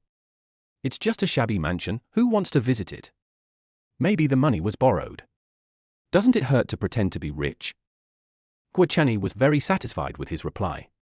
He glared at him, snorted coldly, then turned around and walked away in a hurry. Huang Hao followed closely behind, curled his lips, and took one last look at the top luxury house. He admired it in his heart, but also felt it was a pity. This is a top-notch luxury house. Who wouldn't want to take a look? But I'm afraid you'll never have the chance to see it in your lifetime. But seeing the anger on Guo Xiao's face, he dared not say what he really thought. If he angered Mr. Guo, what would happen to his business? Huang Hao glanced at Guocheni's fleeing back and raised his eyebrows slightly. "There is always someone better than you. Who would have thought that the son of a billionaire who was used to being so arrogant would one day be suppressed by a nouveau riche who suddenly appeared and crushed it to death? If those people who have been pretending to flatter Guocheni knew about this, they would probably laugh their heads off." Huang Hao shrugged and followed. Qin Mengmeng couldn't help laughing as she watched the two people hurriedly leave. To be honest, it is rare to see Mr. Gui, who has always been so arrogant, looking so ugly and embarrassed. "Ru Wan, I have to say that your boyfriend Songshu is really amazing." This a slap hit the face of the rich second generation with hundreds of millions of assets without any trace. Qin Mengmeng stood at the door and did not hide her contempt for Guocheni. As he spoke, he turned around, but could no longer see Songshu and Shang Ruwan. Qin Mengmeng scratched her head in confusion. "Hey, he was here just now, where is he?" "Second floor." Shang Ruwan admired the mansion all the way and kept praising it. The two of them completely forgot about Guocheni. The staff member who had just received Songshu went to the door to pick up the new custom-made suit that Songshu had asked someone to deliver, placed it in the master bedroom as Songshu had instructed, and then left. When he was in the restaurant, some champagne got on his clothes. Although it was not obvious, there was still a smell, which was very unpleasant, so Songshu asked someone to send him a new suit. Shang Ruwan was still rolling around on the double bed. It was big and soft, exactly the bed she had always dreamed of. "This bed is so soft. It must be very comfortable to sleep on." Shang Ruwan buried her face in the quilt and took a deep breath. It was the smell of a new bed. "How about taking a nap?" Songshu's lips curled slightly and he said while untying his tie. Shang Ruwan was stunned when she saw his actions. Her little face turned red all the way to her neck, and she straightened up and climbed up. Wait until I'm out before you take off your clothes." Shang Ruwan said this and ran out of the room. Songshu didn't stop them. It was broad daylight and Qin Mengmeng and the staff were still downstairs. It was not a good time. After Songshu changed his clothes, he did not change his tie, and two of the buttons on his tie were undone. Shang Ruwan was pacing at the door. As soon as Songshu opened the door, she turned around and noticed this. Shang Ruwan pursed her lips and hesitated for a while, then took out a rectangular gift box from her bag, handed it to Songshu with both hands, and said with a blushing face, "Brother Songshu, this is a gift from me to you." Songshu was slightly stunned and a little surprised. He took it and opened it. It was an LV everyday tie. Shang Ruwan raised her eyes to glance at Songshu, and then said, "Well, this gift is not expensive, but I picked it carefully. I hope you will like it." Songshu felt a warm current flowing through his heart. It was the first time someone gave him a tie, and he knew the meaning behind it. "Thank you. I like it very much." Songshu took out his tie and handed it to Shang Ruwan, leaning closer and smiling. "Please ask my girlfriend to help me take it." "Yeah." Shang Ruwan happily took the tie, stood on tiptoes, and helped Songshu tie his tie. After the tie was tied, Shang Ruwan raised her head and met Songshu's eyes. Her little face was rosy and tender like a newborn baby. Standing on tiptoe again, Shang Ruwan closed her eyes and moved closer. A kiss, just a light taste, like a dragonfly touching the water. It didn't stay for a moment before it was withdrawn.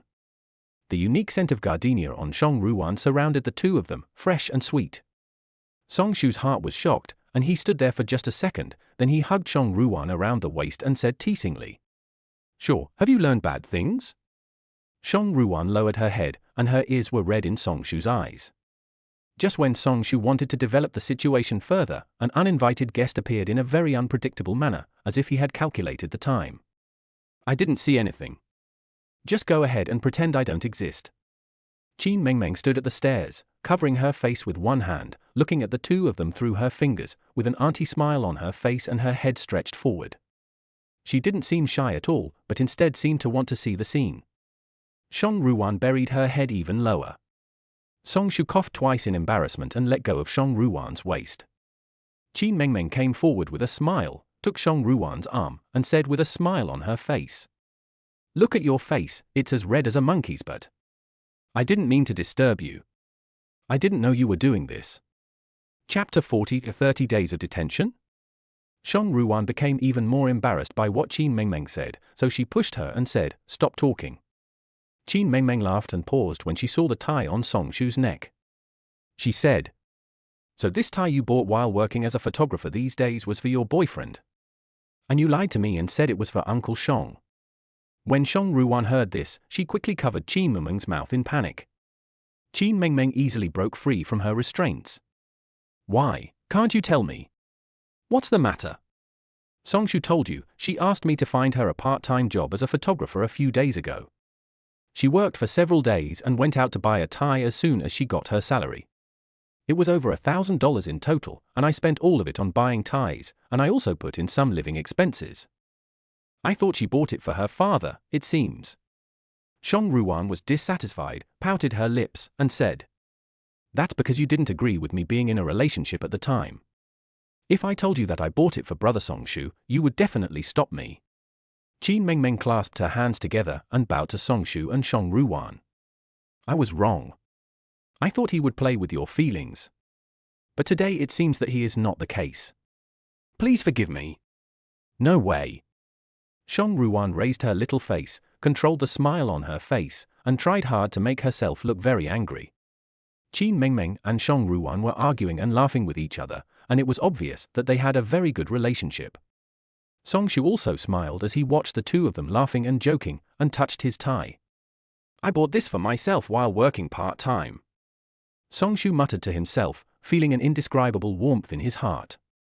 Everything was peaceful on Songshu's side, but the Li family was in a low mood at this moment. "What did you say? Detention for 30 days? Zhao Yaping grabbed Li Yinin's arm with one hand, using so much force that it seemed as if he wanted to crush his arm. Li Yinyin gasped in pain, her eyes were bloodshot, as if she hadn't slept all night. She nodded, and Zhao Yaping let go of her hand absent-mindedly, and fell weakly onto the tile floor. Li Fu sat on the sofa, smoking one cigarette after another, a cigarette he had quit long ago, with a worried look on his face. Li Yinyin was also very worried. She glanced at her father, who was indifferent after hearing the news, and continued. "The police said that my brother refused to admit his guilt and even beat up the police, so he would be detained for 30 days before being released." Li Yinyin gritted her teeth. Ever since Li Jian was taken away and detained by the police, their family had been in this low-pressure and gloomy mood. Li Fu, Zhao Yaping, and she tried many ways to get Li Jian out. Originally, the detention would have been just 3 to 5 days, but who would have thought that the hot-tempered Li Jian became impatient after being questioned by the patrolman yesterday and directly hit the patrolman, so now the detention has become 30 days. This will be recorded in the personal file and will have a great impact on personal credit. Li Yinyan received a call from the police early in the morning and rushed over, but got this result. In the end, she didn't even get to meet Li Jian. It's all your fault. Why didn't you let him admit it? If he had admitted it, he might have come back. Zhao Yaping burst into tears and blamed Li Fu. What do you know? If he admits it, he will definitely go to jail. Marriage fraud, it's fine if he pays back the money, but extorting 1 million is not that simple. If you refuse to admit it, there may be a chance of turning things around. Li Fu stabbed out his cigarette irritably and continued. I told you to spoil him normally, but he dared to hit the policeman after he entered the police station. How did you teach your child? When Zhao Yaping saw Li Fu blaming her, she immediately became angry and cursed. You're not used to it? Stop talking nonsense. What should I do now? If my son is detained for 30 days or a month, he won't be able to eat or sleep well. I feel so bad. Li Fu glared at Zhao Yaping unhappily, then glanced at Li Yinyan who was standing stupidly beside him, and said, in the final analysis, it's because you insisted on breaking off the engagement. If you hadn't, Songshu wouldn't have sued us, and none of these things would have happened later. Our family may be able to live a better life with Songshu. His money will be our money. Something that does more harm than good. Just as Zhao Yaping was about to retort, Li Fu glared back at her. Li Fu rolled his eyes and said, there is only one way now. Yin Yin, call Songshu and arrange a meeting. Act as pitiful as you can and apologize to him sincerely. Try to win his sympathy and even better, coax him back. As for your brother's case, as long as he tells his lawyer that he doesn't want to pursue the matter, the police station will naturally release him. If he doesn't want to, then let's just make it a done deal. I don't want to see if he dares not to take responsibility. If all else fails, I'll set him up with a trap and sue him to death, saying he's a traitor. Let's go head to head and see who can win the lawsuit. Li Fu snorted coldly, thinking that his idea was perfect, and shook the newly lit cigarette in his hand in the ashtray. Li Yinyan was shocked when she heard this. This seemed like she was using her life's happiness as a weapon. Dad, I am your daughter too. How can you make me do this in order to get my brother out? I am also a human being, not a tool for you to achieve your goals by any means necessary. When Zhao Yaping heard this, she agreed with Li Fu's idea very much. She wiped away the tears on her face, pulled Li Yinyan over and tried to persuade her earnestly. What are you talking about? What tool or no tool? Don't you still like Songshu? This is your best chance to win him back. Look, Songshu is now the chairman of Fujikawa, but he is rich and powerful. A meal costs hundreds of thousands. You can imagine how worthwhile he is. You've been in a relationship with him for 6 years, so just use your relationship as an excuse. He must still like you. When you get back together, you'll be the chairman's wife. Li Yinyan was obviously persuaded. If she becomes the chairman's wife, will that bitch Liu Xiaomai still be able to climb over her head? She fantasized about a group of employees in the company surrounding her and trying to curry favor with her. She felt so good.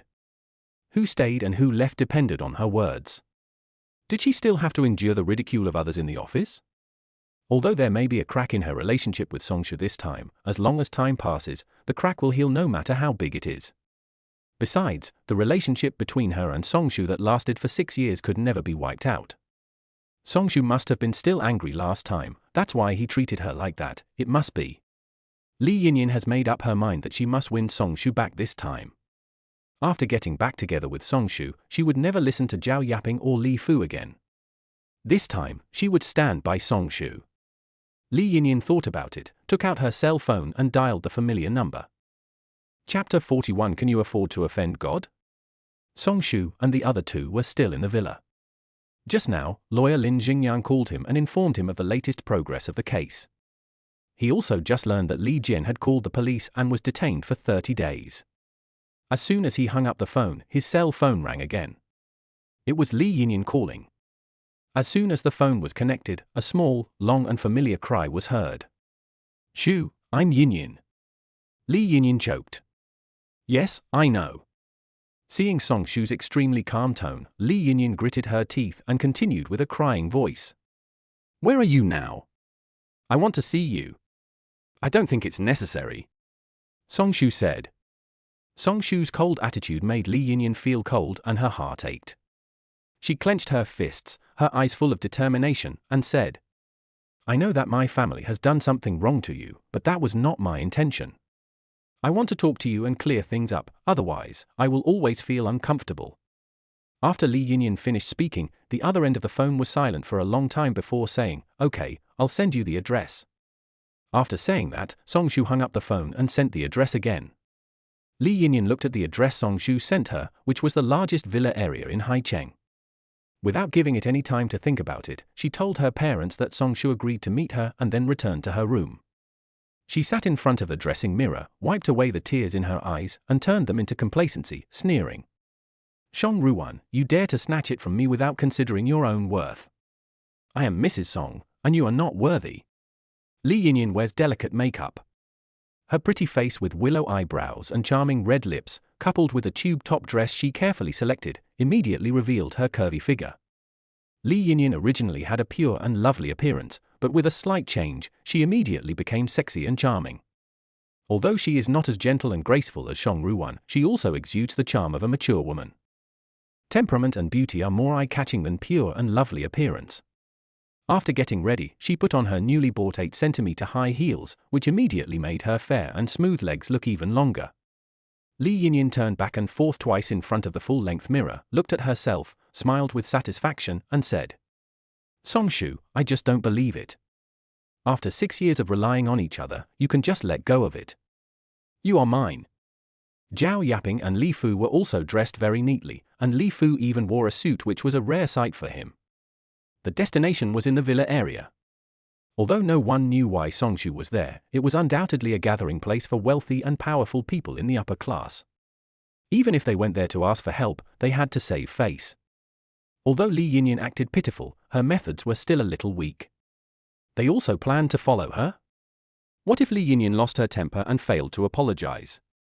They also gave a lot of reminders. Look, while the three of them were still in the taxi, Li Fu and Zhao Yaping were giving various instructions, which aroused the curiosity of the driver in front. When you see Song Shu, go up to him and cry. The harder you cry, the better. Beg him for forgiveness. Got it? Li Fu glanced at his daughter, nodded with satisfaction, and spoke in a commanding tone. Zhao Yaping also quickly echoed. Yes, yes, we have a relationship of 6 years. Don't worry, I will definitely forgive you. Once you get back together, everything will be easy. He can't ruin his own brother-in-law. Li Fu and Zhao Yaping were talking to each other. Li Yinyan was sitting in the middle, sandwiched between them, and could only nod her head frequently. At this moment, she had only one goal in her heart, which was to ask Song Shu for forgiveness. Last time she was in too much of a hurry and was not completely sure, but this time, she dressed sexy and charming, and any man who saw her would take a few more glances at her. She didn't believe that Song Shu could remain indifferent. No matter what, she must keep Song Shu this time. The male driver in front looked back curiously through the rearview mirror and swallowed when he saw Li Yinyan's revealing outfit. I listened to their conversation carefully, and then looked at my navigation destination, the largest villa area in Haicheng, and couldn't help but sigh in my heart. Rich people know how to have fun, and even beautiful women come to them with a shameless look on their faces. Listen to their conversation again. Good job. This beauty is still seeking peace. Women of rich men really are all about giving themselves away, begging for forgiveness desperately. Think about your own wife. Every time, no matter if she was right or wrong, she would kneel on the washboard to apologize. Is it just because you have no money? Ah. I'm so envious. I wish I could be so arrogant for once. The taxi arrived at the door of Tang Chen's golf villa. The driver finally looked enviously at the depths of the villa and Li Yinyan's back. The sound of another order was heard in the car, and the driver had no choice but to resign himself to turning around and driving back to the original route. Zhao Yaping had never seen a villa before, but just by standing at the door, she was attracted by the luxurious single-family villas that could be vaguely seen in the distance. She couldn't help but imagine how comfortable it would be to live in the villa. Greed and desire filled her eyes, and she walked towards the gate like a madman. The security team leader, Sun Dazhi, was of sturdy build and looked to be about 40 years old. He became alert instinctively when he saw the three people coming down.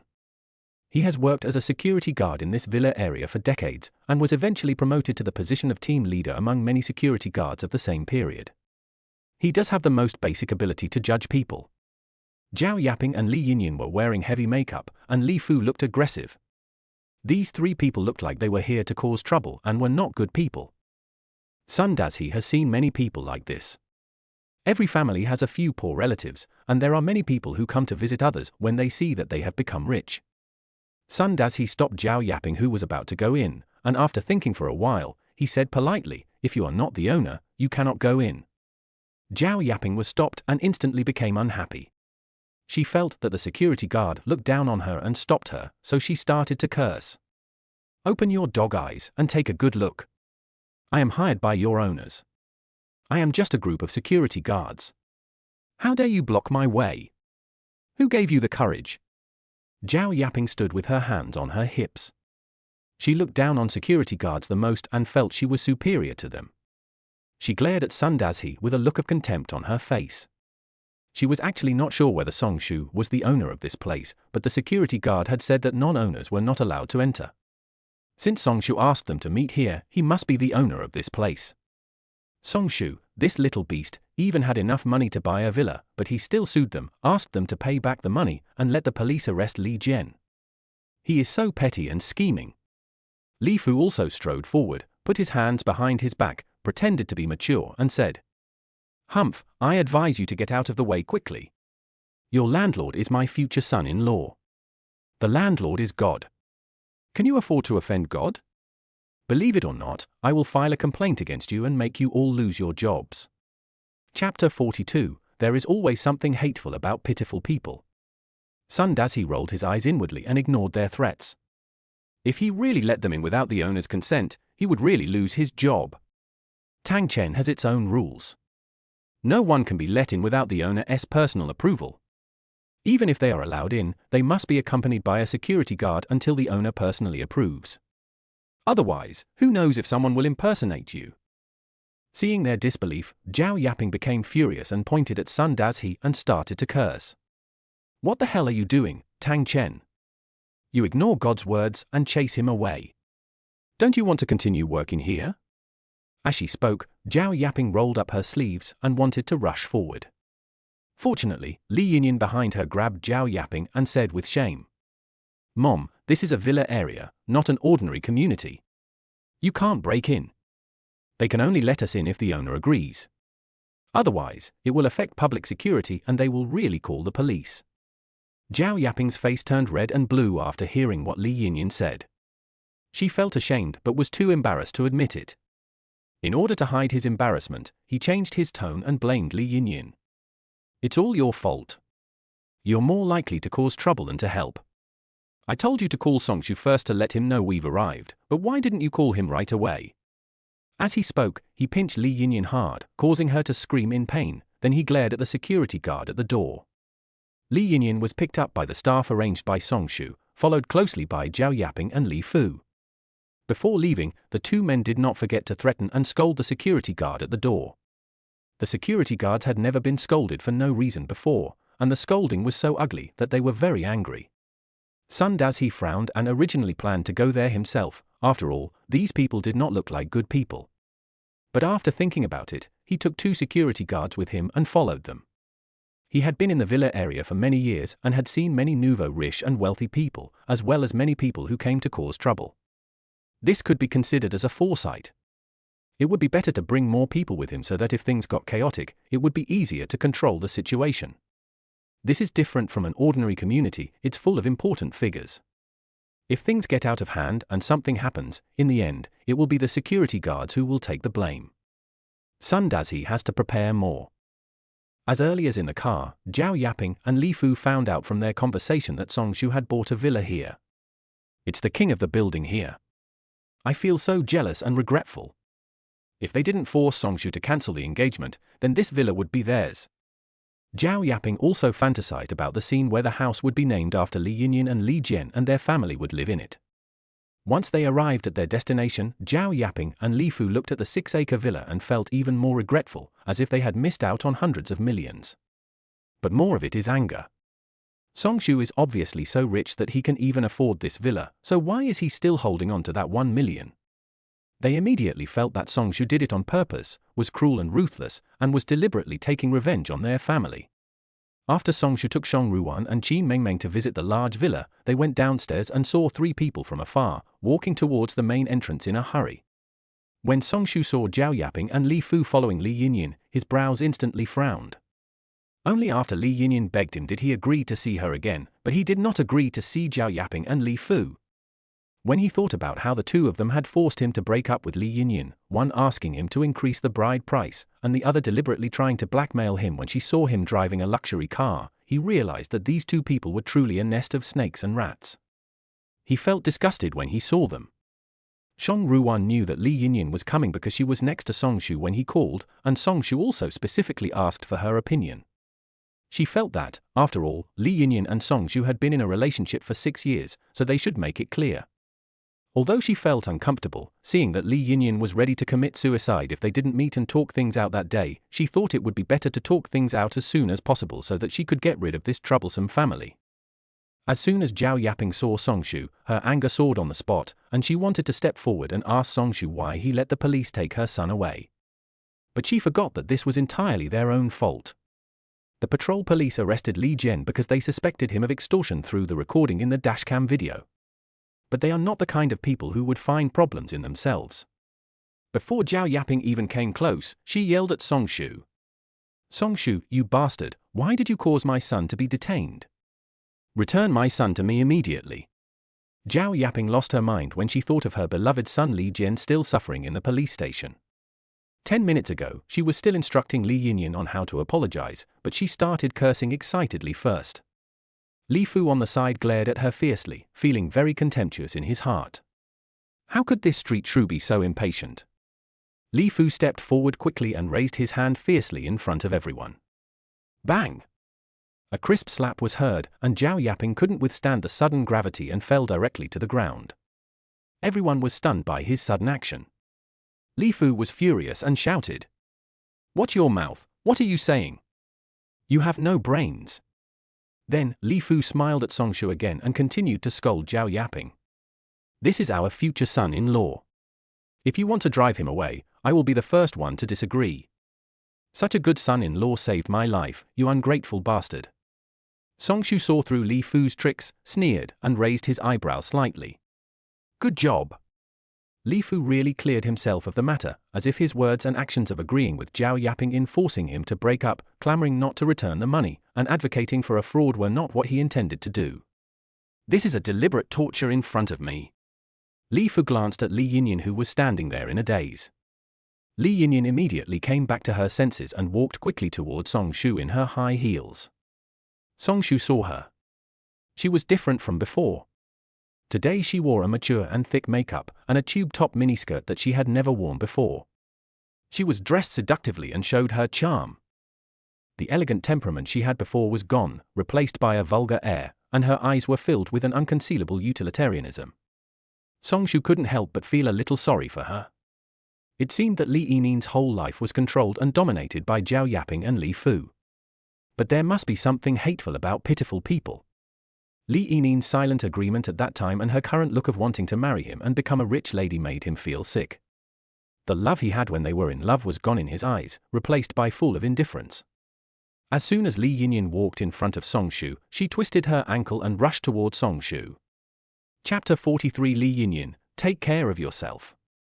Songshu was stunned and instinctively caught Li Yinyan. At this moment, their posture was very ambiguous. Li Yinyan snuggled in Songshu's arms like a little bird, and rubbed him intentionally. This blatant action left everyone present dumbfounded. Li Fu smiled with satisfaction. She was indeed his daughter. She had thrown herself into his arms. How could Songshu remain calm?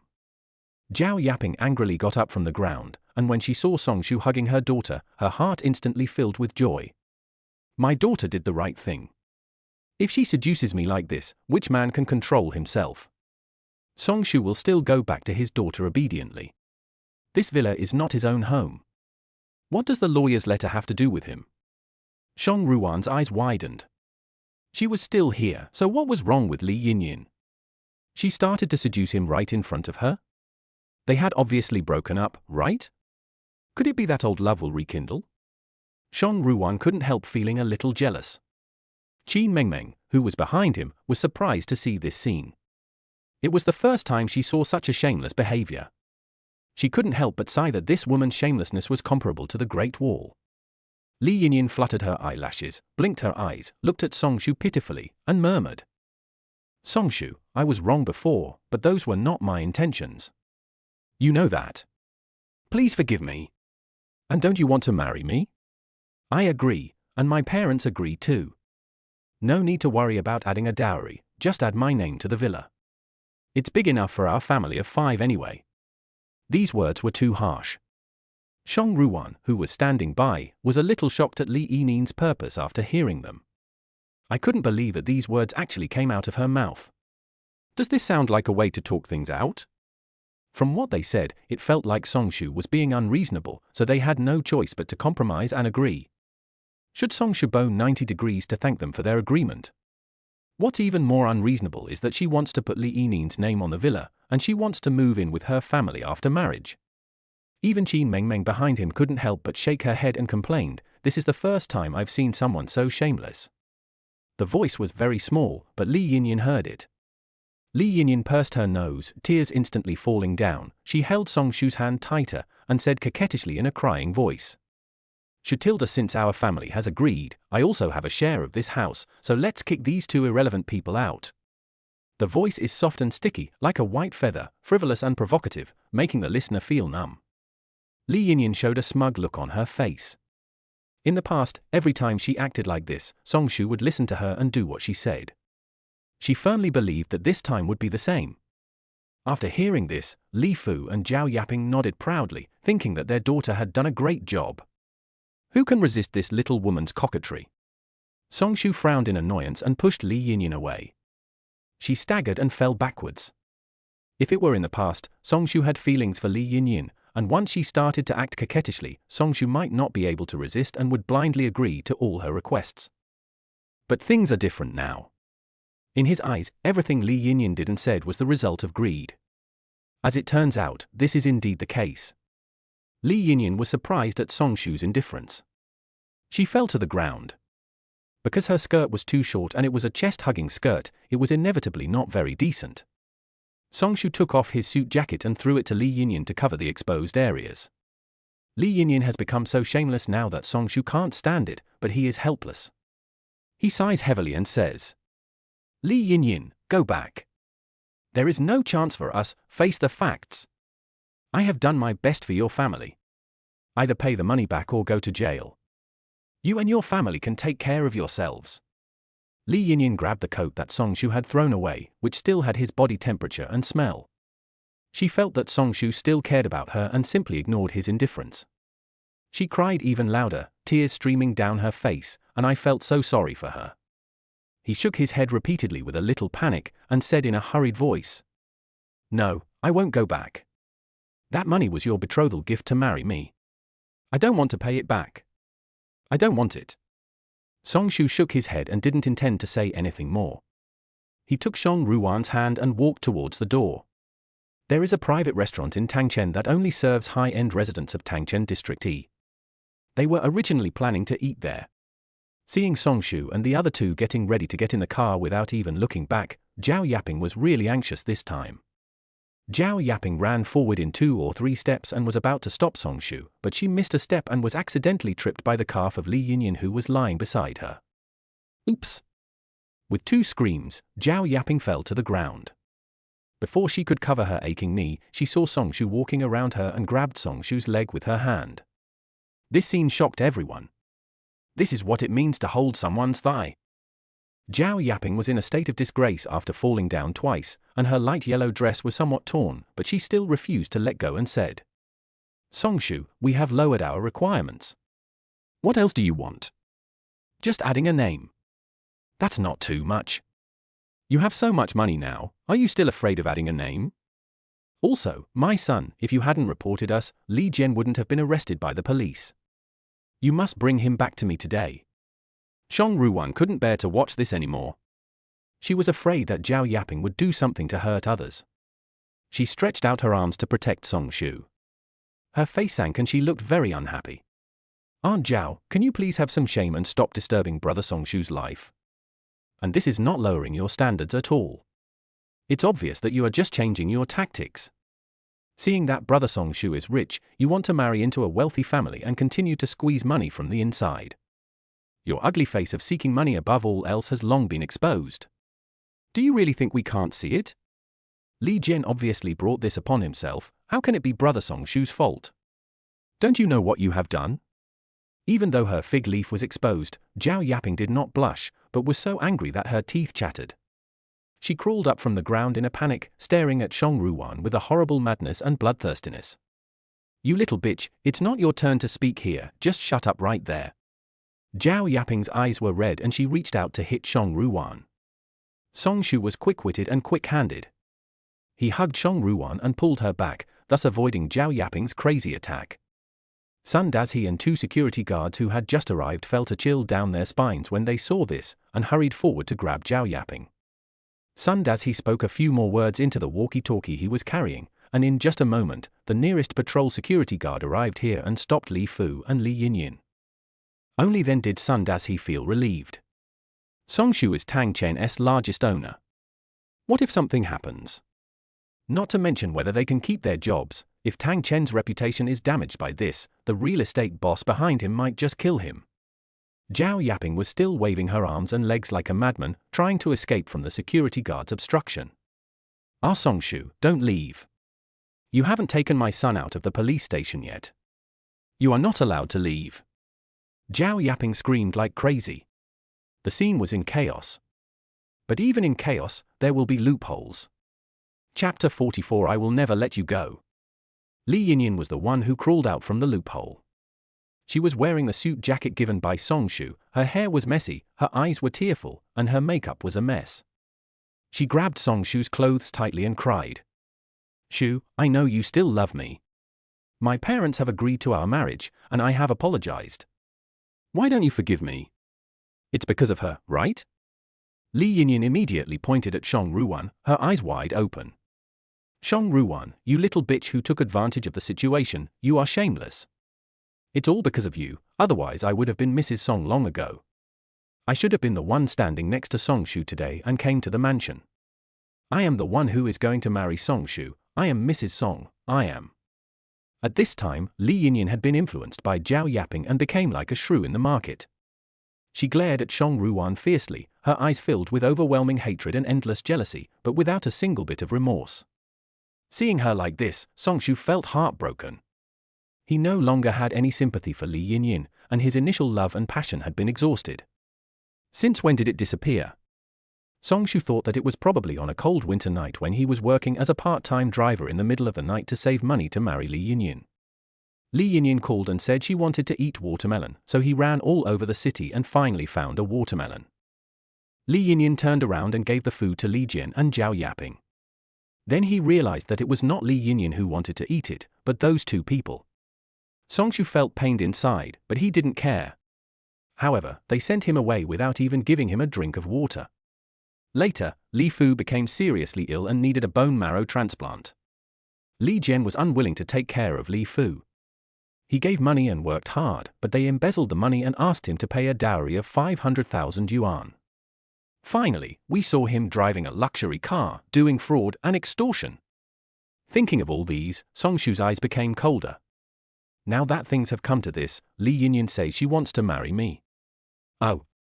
Wishful thinking. Just as Song Ruwan said, all of this is their own fault. Li Yinyin, stop deceiving yourself. Song Shu shook off Li Yinin's hand that was grabbing his arm. Do you need me to list everything that happened at the Li family that day? Please respect yourself. Song Shu spoke each word clearly, his tone was firm and unquestionable, and the look he gave Li Yinyin was full of disgust. Li Yinyin was stunned, and a feeling of emptiness filled her heart. Only then did she truly realize that Song Shu really didn't love her anymore.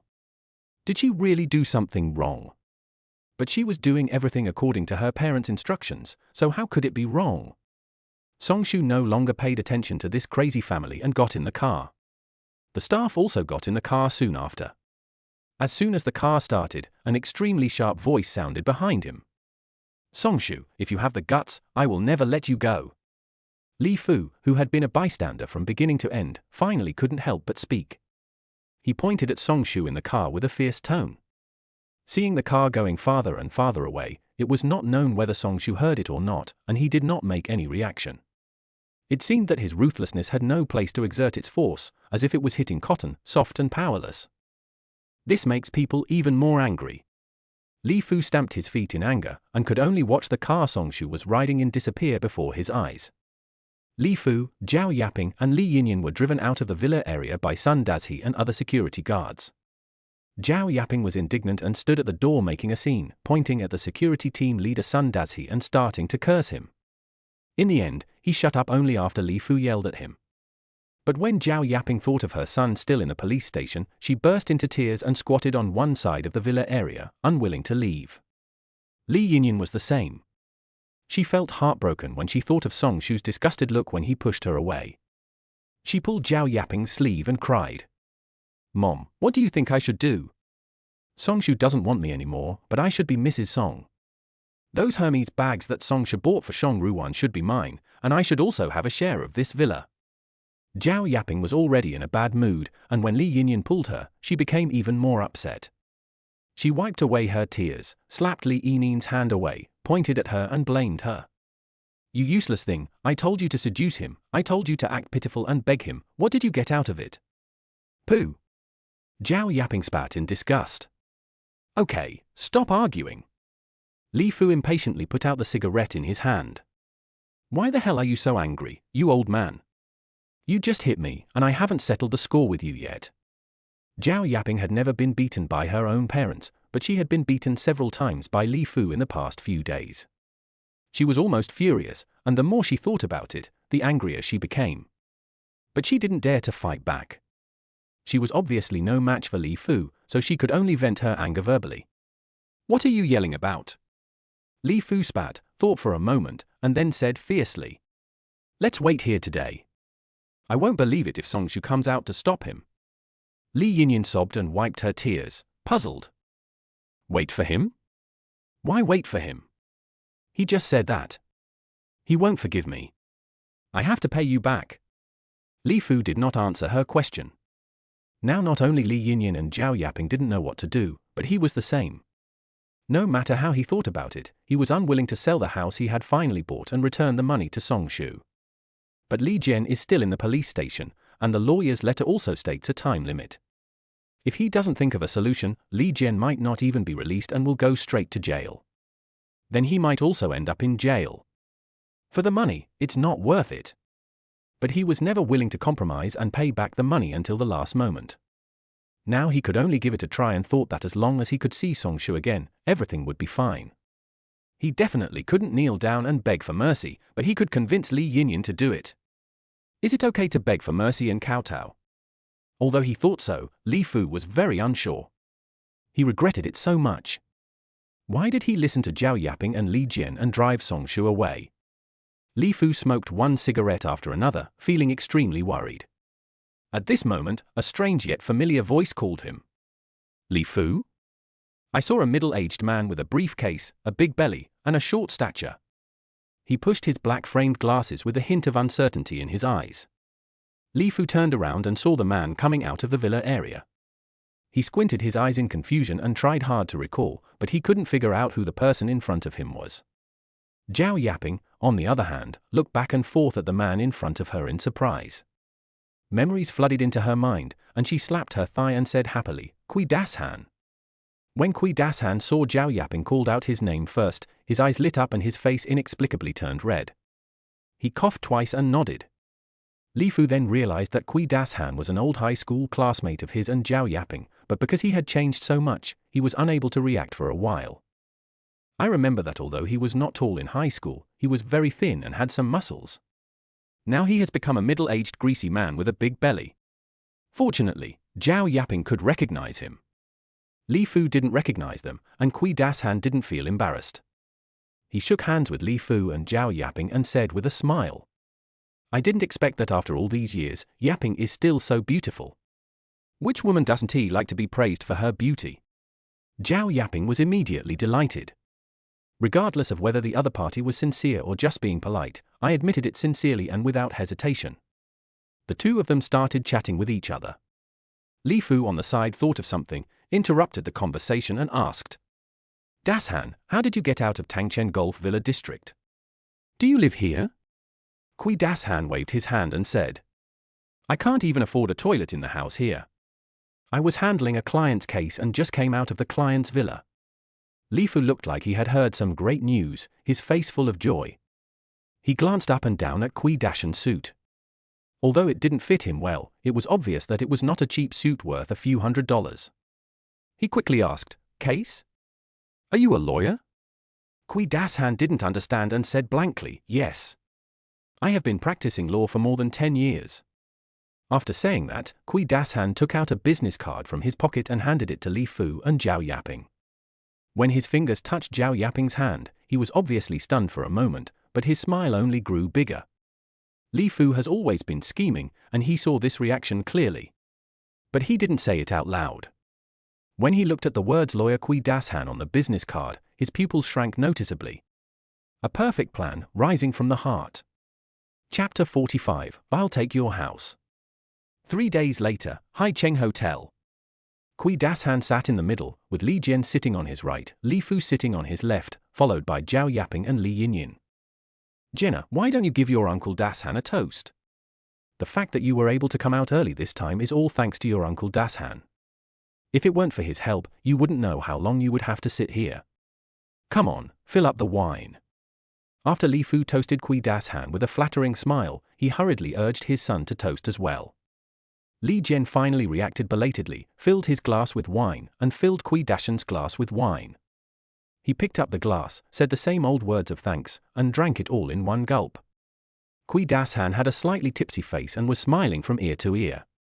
While drinking, he would glance in the direction of Zhao Yaping from time to time. Zhao Yaping wore a red dress with peony flowers on it today and put on heavy and exquisite makeup, which made her look even more charming.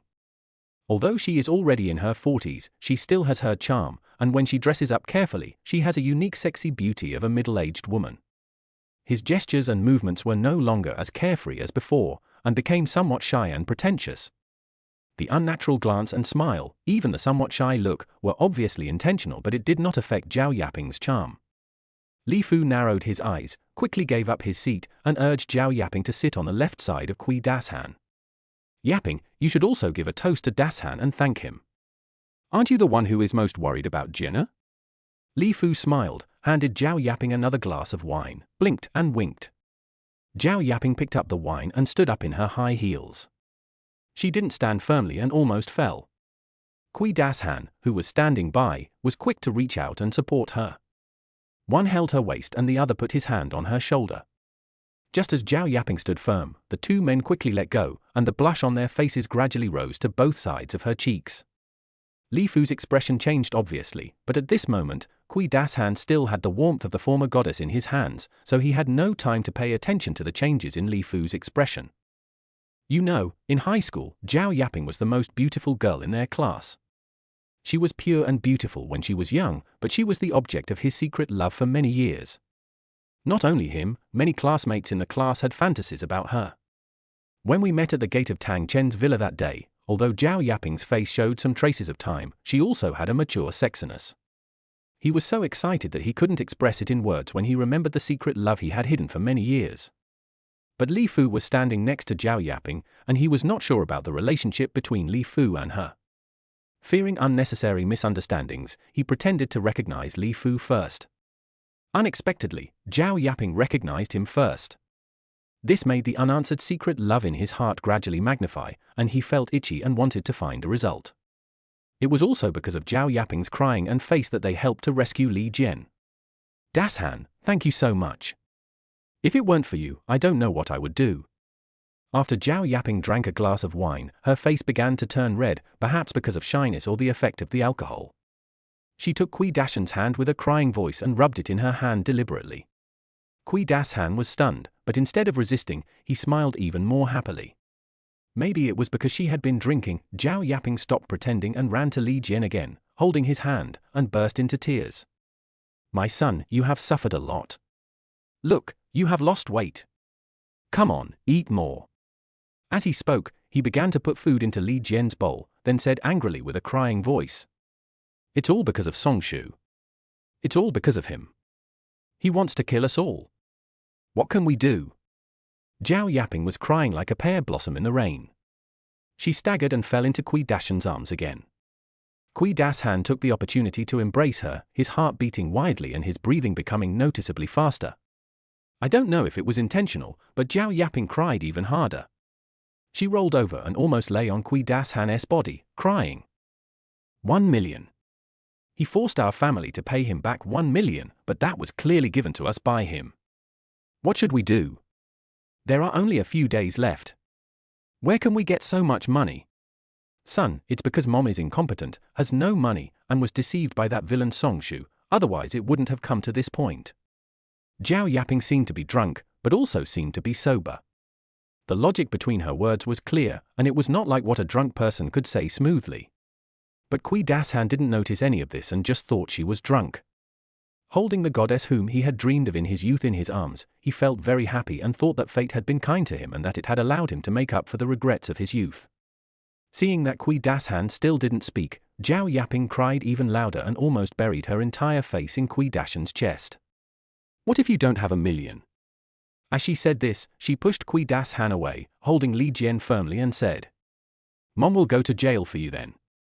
At this time, Li Fu finally couldn't help it, stepped forward and pulled the drunk Zhao Yaping back to her seat, cursing. Dashan is still here. Why are you acting crazy? As for the money, I will find a way. Zhao Yaping was unhappy and became angry. She pushed Li Fu away and cursed loudly. Just you? I'm laughing at you. You can get 1 million? You wimp, bah. Hearing this, Li Fu's face turned extremely grim. He frowned and glared. The anger in his eyes was visible to anyone with a discerning eye. Which man wouldn't be angry if he was called a coward in public by his own woman? Li Fu, don't be angry with Yaping. She's drunk. Upon seeing this, Kui Dashan hurriedly tried to smooth things over, but he was secretly delighted on the inside, thinking that his chance to shine had come. He coughed twice, straightened his tie, sat up straight, and said proudly, You know I'm a lawyer, and I've been doing this for more than 10 years. Tell me exactly what's going on, and I'll see if there's any way to help. When Li Fu and others heard this, they thought there was hope. There was a gleam in his eyes as he immediately confuses right and wrong and exaggerates the story of the broken engagement that day. Songshu's words and deeds showed that he was going back on his word. He had clearly given the 1 million to the Li family, but he wanted it back and even found evidence. Anyway, you can describe Songshu as hateful as possible. After listening to this, Kui Dashan looked doubtful. His years of experience as a lawyer told him that he couldn't completely trust what Li Fu and Li Jian said. Although it seemed reasonable, it had obvious loopholes. Seeing that Kui Dashan seemed not to believe it, Zhao Yaping cried and grabbed Kui Dashan's hand, leaning forward, trying to get closer to Kui Dashan while keeping a certain distance. Dashan, I can only rely on you. You are the most capable and competent. If you don't help me, I will have to go to jail. I don't want to go to jail, Wu Tilda. Kui Dashan felt elated immediately when his former goddess praised him for his abilities and capabilities. His heart was heated, he slammed the table and said angrily, I didn't expect Songshu to be such a person. He's so shameless. I will definitely help you. It's just 1 million, right? I've taken on cases with larger amounts than his. What Kui Dashan said was true. He had taken on many disputes involving wealthy people, and this 1 million was indeed a small amount. Then, what should we do? Zhao Yaping wiped away her tears and looked at Kui Dashan eagerly. This sense of need stimulated Kui Dashan's heart and made him feel itchy, but it also greatly aroused his self-esteem as a man and a lawyer. He thought for a moment and said, That's easy. According to what you said, all I have to do is pay off the 1 million. Isn't this nonsense? We know that too. Li Fu complained a little irritably. Kui Dashan glanced at Li Fu, not intending to get angry with this coward, and said slowly, "If you have a house and don't want to sell it, you can sell someone else's house." "What does this mean?" Li Fu asked puzzledly. Kui Dashan shook his head, as if he felt sorry for Li Fu's intelligence, and said, "Didn't you just say that you have a poker buddy named Shong Kang?" Li Fu thought for a moment, and then suddenly realized something. He showed a smug smile on his face and clapped his hands, saying, "That's right, my poker buddy. Dashan, you are really smart. You deserve to be a lawyer for so many years. I can't compare to you in terms of tactics." Li Fu patted Kui Dashan on the shoulder and laughed. "We are short of one person, you have to help." Seeing this, Zhao Yaping quickly agreed and poured wine for Kui Dashan in a flattering manner. Kui Dashan blushed and immediately patted his chest and vowed, "No problem, leave it to me." Amid the laughter, Li Fu's eyes turned sinister. "I thought to myself, Shong Kang, you can't blame me for this. Who told you to speak for Songshu in the first place? Your good daughter even seduced Songshu away? I will accept your house without hesitation." Chapter 46: The Li Family's Trap. Songshu woke up early from bed, opened the curtains, and what came into view was the back garden of his villa. There is also a lake with crystal clear water, which makes people feel relaxed and happy. Take a deep breath of the air, which is fresh and elegant. He has had a rare few days of free time, and Fujikawa's project is on track, so he doesn't need to worry about anything. After washing up, he habitually called up the system to check the remaining money to spend and the daily lottery. Lottery! With a silent remark, the system started to operate. Ding! Congratulations to the host, you have won a 300 square meter property in the Aodu community in the city center. The property has been recorded under the host's name, the property is reasonable and legal, and the memory of the relevant personnel has been entered. Aodu community? Not bad. Songshu touched his chin and disagreed. Aodu community is located in the city center. Although it is a community, the price is no cheaper than that of a villa. It is a school district house, and there is an aristocratic school next to it. Many wealthy people will buy a house here just to make it more convenient for their children to go to school and to give them a place to stay when they rest. It would not be an exaggeration to say that rich people bought it for fun. If he and Shong Ruan marry and have children in the future, he also plans to send the children to this aristocratic school, and this house will be of great use. Songshu packed up and was about to go out with his car keys when the phone rang. "Ru Wan, do you miss me?" Songshu teased. But there was silence on the other end of the phone for a while, and then suddenly Shong Ruan's rapid crying was heard. "Brother Songshu, I don't know what to do." Songshu's heart tightened, and he comforted her distressedly, "Don't worry, what's wrong?" On the other end of the phone, Shong Ruan tried to calm down and said in a crying voice, "Uncle Li and Li Jian stole our property." After she said just one sentence, Shong Ruan couldn't hold back and started sobbing violently. Songshu couldn't figure out the whole thing and was confused, but seeing Shong Ruan's reaction, it was not a trivial matter, and he was very anxious. But he still tried to comfort Shong Ruan, and only continued asking questions after her emotions had stabilized a little. After intermittent questioning, Songshu got a general idea. Just yesterday, Li Fu invited Shong Kang to play mahjong, but Shong Kang had already seen through the true colors of Li Fu's family on the day the Li family broke off Songshu's engagement. Shong Kang disdained to join in and decisively refused immediately. But Li Fu was so cunning. He said all kinds of nice things and surprisingly started to apologize, promising to pay Songshu back and so on. In short, he said all kinds of nice things and made all kinds of apologies. Shong Kang is also a soft-hearted person.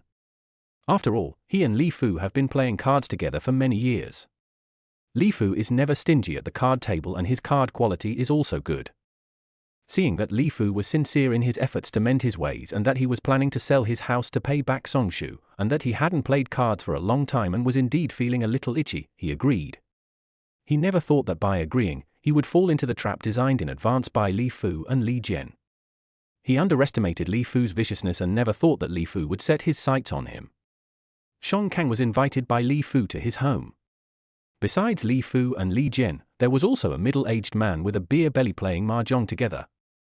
After playing mahjong for half a day, Shong Kang had surprisingly good luck and won the most, almost 10,000. Li Fu lost the most and was very angry. He wanted to have a single round to decide the outcome and win back all his money. Shankang didn't care and agreed. But Li Fu said that he was afraid that Shankang had won almost 10,000 yuan, and would not admit his loss in the end, so he was unwilling to give him the money and insisted on asking him to sign a note. Shankang thought it was a joke and signed his name on a note that had already been written on it and was sandwiched between folders.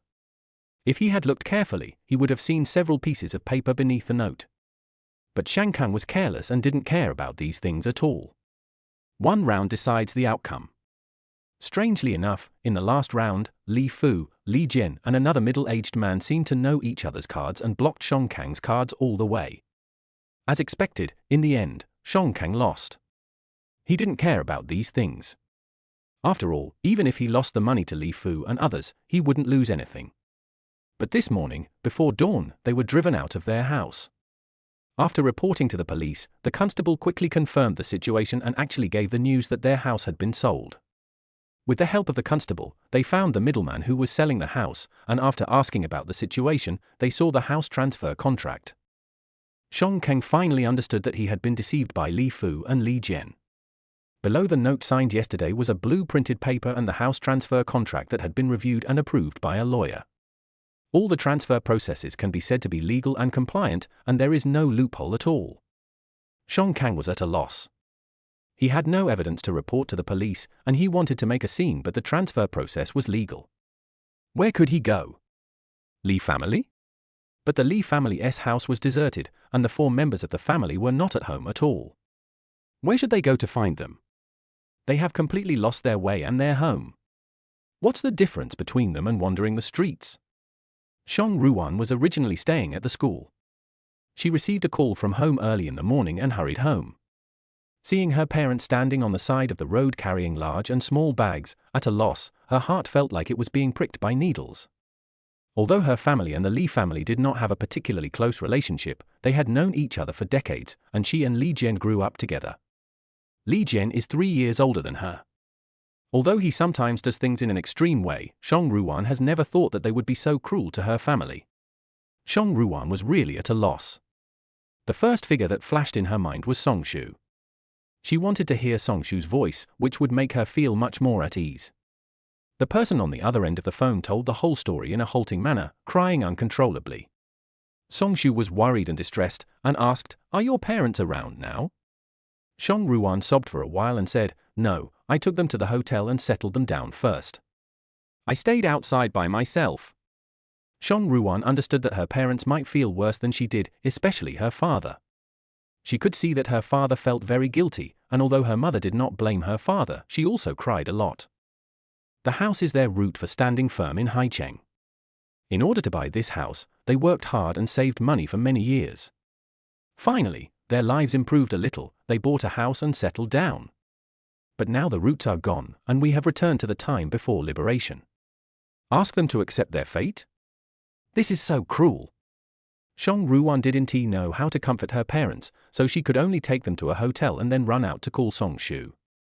The tears she had been holding back burst out the moment she heard Songshu's voice. Songshu knew that Li Jian had been released on bail 2 days ago, but he had no idea who this person was and how he had the means to get someone out who was supposed to be detained for 30 days. Songshu didn't care much about these things. He thought that as long as the Li family paid off the debt, he would let bygones be bygones and cut off all ties with them. But the Li family actually extended their murderous hands to his people, so don't blame Songshu for being ruthless. Chapter 47, Tens of Millions, Just Give It Away. Shang Ruan stood there in a daze for a long time, unable to speak for a moment. She didn't know when Songshu bought another house in Aodu community. You know, a house here is equivalent to Tang Chen's ordinary villa. What's more, it's a new house, and we really gave it to their family to live in. Shang's mother Luo Suyun, who had always disapproved of Songshu's relationship with her daughter, didn't know how to react for a moment. She, Shankang and Shang Ruan were all arranged by Songshu to sit on the sofa in the living room of the 300-square-meter house. The 3 of them just stared at each other and watched Songshu take care of everything. Within an hour after Shang Ruan called Songshu had arranged everything. Songshu first called a moving company to pack up all the belongings in the Shang family and take them away. He then took the 3 of them all the way to Aodu community. Now they have directly hired 5 cleaning ladies at a high price, who will work together to clean all the things and the whole house in an orderly manner. The 3 of them don't need to do anything at all, they just need to wait for the ladies to finish cleaning. They have never experienced such treatment in their lives. It took less than half a day in total to get everything done. Luo Suyin was stunned for a while before he finally reacted. She stopped Songshu from pouring her tea, and instead picked up the teapot and poured a cup of tea for Songshu, saying with a smile, "Songshu, our family is very grateful for your help. You have also seen the current situation of our family. Your Uncle Shong met the wrong person. It is our fault that we did not open our eyes. We have known them for more than 10 years, but in the end. Hey! Let's not talk about this anymore. We are really at a loss right now. We can't find a house that can accommodate a family of 3 for a while. But don't worry, we will move out as soon as we find one, and we will pay the rent for the time being." Luo Suyin spoke very politely, and it didn't sound like a conversation between a son-in-law and his mother-in-law, but more like a tenant and a landlord. It was obvious that she deliberately kept a distance, not intimate, but not too distant either. Luo Suyin didn't dislike Songshu. On the contrary, after this incident, she had a new respect for Songshu. He was steady and organized, calm and composed, and had a very good personality. However, she was still a little worried. Songshu was now rich, outstanding, and a successful man. Did he really want to be with her daughter? Since it concerns her daughter's lifelong happiness, she has to be more cautious. Songshu took the tea handed over by Luo Suyin with both hands and said with a polite smile, "Auntie, I have added Ruwan's name to this house. It's hers. You don't have to look for another house. Besides, Ruwan is my girlfriend, you don't have to be so polite." Luo Suyin was so surprised that her mouth couldn't close.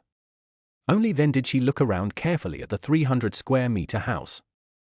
It was exquisitely decorated and the furniture used was priceless. Even this teapot set is obviously a top-quality purple clay teapot. The carvings on it are exquisite, and the seal on the bottom confirms that it is the work of a master.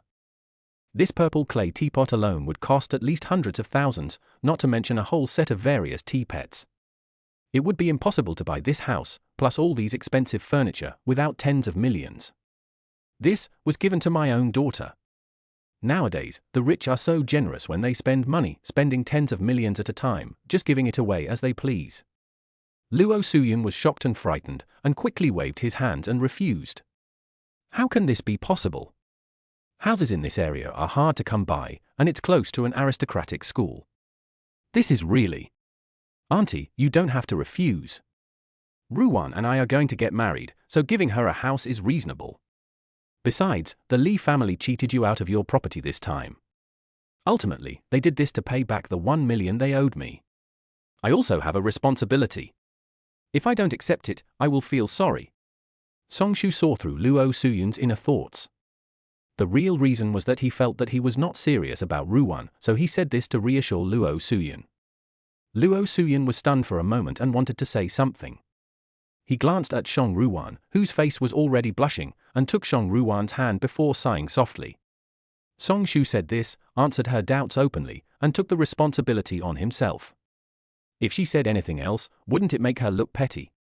Luo Suyin thought about it and said, "Thank you." These 2 words were brief and concise, but her pronunciation was very strong. It was obvious that she was grateful for Songshu's help from the bottom of her heart. They spent all their savings to buy that house, but they were defrauded when they were middle-aged. Anyone would have devastated. Songshu was undoubtedly the straw that saved their lives and their entire family's lives. At this moment, Luo Suyin's appreciation and recognition of Songshu were beyond words. Songshu smiled politely. This was his first meeting with Shong Ruwan's parents. Although it was very hasty and the cause was not a good thing, the result was undoubtedly good. In such a hurry, it was Shong's father and mother's consideration for him, and it was also Songshu's consideration for them. He didn't want to meet father-in-law and mother-in-law like Li Fu and Zhao Yaping again. Look, if this happened to the Li family, they would probably be eager to put Li Yinin's name on the house, and might even ask him for another house for Li Jian. They would take it for granted and blame him for the whole thing. But Luo Suyin not only did not blame him, he also felt that it was his family who had met the wrong person and took the blame on him. Wow, there is such a big gap between people. After Song Shu briefly chatted with Song Kang and Luo Suyan for a while, he rejected Luo Suyan's request to stay for dinner. He and Song Ruwan hurriedly said goodbye and left. He sat back in his car, and the first thing he did was to call his lawyer Lin Jingyang. Chapter 48. Is it still useful to ask Song Shu for help now? After listening to Song Shu's description, Lin Jingyang analyzed it for a while, and finally said solemnly, Mr. Song, I will notify the police station immediately, but due to the work process, there is one thing I still need to clarify and confirm with you. This is already considered a gang-sponsored fraud. According to what you said, the Li family has already sold off the Shong family's property, otherwise the Shong family wouldn't have been driven out so quickly. If that's true, then Li Fu, Li Jian, and their accomplices are guilty of a serious crime. Even if they pay off your debt, they can't escape prison. 3 crimes at the same time: marriage fraud, extortion, and gang fraud. The minimum sentence is 10 years in prison. Are you sure you want to bring all 3 of them to court? Song Shu's expression remained unchanged, and he said calmly, sure. Since the attack has affected people around him, why should he show mercy? He is not a saint. Lin Jingyang understood and said firmly, okay, they sold it in a hurry. According to the time calculation, it only took half a day to sell it out. It's easy to find evidence. I will assist the police station in filing a case, and I will contact you in a timely manner if there is any new information. Okay, here's Lawyer Lauren. After Song Shu finished speaking, the two hung up the phone. The longer the time, the harder it would be to find evidence, so Lin Jingyang had to race against time. Song Shu sat in the car, his eyes sharp, and there was no longer any ripple in his heart at this moment. 10 years in prison? Humph, it's all because of those people's evil intentions. They thought they were smart, touched the wrong people, and used the wrong means. 6 years of deception, 10 years in prison is enough to pay for it. Amid the envious gazes of the crowd on the roadside, a luxury car drove away. That night, Li Fu and Li Jian sneaked back to the community. Downstairs in the community, Li Fu bent over, holding a bank card tightly in his hand and looking around. He pushed Li Jian next to him and said cautiously, that idiot Shong Kang hasn't come back, has he? And there's no captain of police either, right? Li Jian looked disdainful, straightened his body, coughed heavily, and said, no, Shong Kang left a long time ago. Dad, even if he came to our house, what would happen? He looked dumbfounded, but he still lost the house to us. Uncle Dashan has already said that this is all in accordance with the formal procedures, there won't be any problems. Even if he sue, he won't be able to get anything out of it. Why are you still worried? If he comes, can't we each beat him away with one punch? I even went out and hid for a day. Li Fu looked around but didn't see Shong Kang. He breathed a sigh of relief, straightened his body, and shook the bank card in his hand. What do you know? Just in case. But now it seems Kui Dashan is right. The captain is not here either. I thought their house could be sold for 2 million, but it was only 1.5 million. Li Jian's eyes were bright and full of greed. He swallowed and said, give Song Shu back 1 million. How are we going to spend the remaining 500,000? That's a lot of money. Li Fu got angry when he heard Song Shu's name, and he spat heavily on the ground and said, that little bastard is trying to force us to pay back the money by killing us. Otherwise, the 1.5 million will all belong to our family. I don't want to give it to him at all. Li Jian also joined in the curse, and then he found that there was someone at home. He thought it was Zhao Yaping and Li Yinyan who had returned, so he knocked on his door. The door was slowly opened, and the person who opened the door was not the one he expected, but a man dressed as a constable. Seeing this, Li Jian's heart tightened and he instinctively turned around and tried to run away. But Li Fu was standing behind him and had no idea what was going on. Li Jian turned around suddenly and bumped into him, and both of them fell to the ground. Damn it, it hurt so much, why the hell did you hit me? The police are here to find me. Li Fu's cursing stopped when he saw the person in front of him, and he immediately broke out in a cold sweat. Without waiting for the two men to react, the captain stepped forward, subdued them and handcuffed them. Li Fu and Li Jian were really scared now. But Li Fu still refused to accept it and shouted, why are you arresting me? I have not broken any law. The leading constable looked at him coldly and said, Kui Dashan has already been executed and confessed everything. The evidence is irrefutable. If you still want to defend yourself, you can talk to the judge in court. Take away." Upon hearing this, Li Fu knelt on the ground in a daze. His feet felt as if they weighed 1,000 pounds and he could no longer walk. Li Jian was so scared that he peed his pants and kept muttering, "It's over, it's over, it's completely over." Also taken away were Zhao Yaping and Li Yinyin. The four of them once again got on the J car, looking dusty and dirty amid the gazes and discussions of everyone in the community. The four of them were completely disappointed.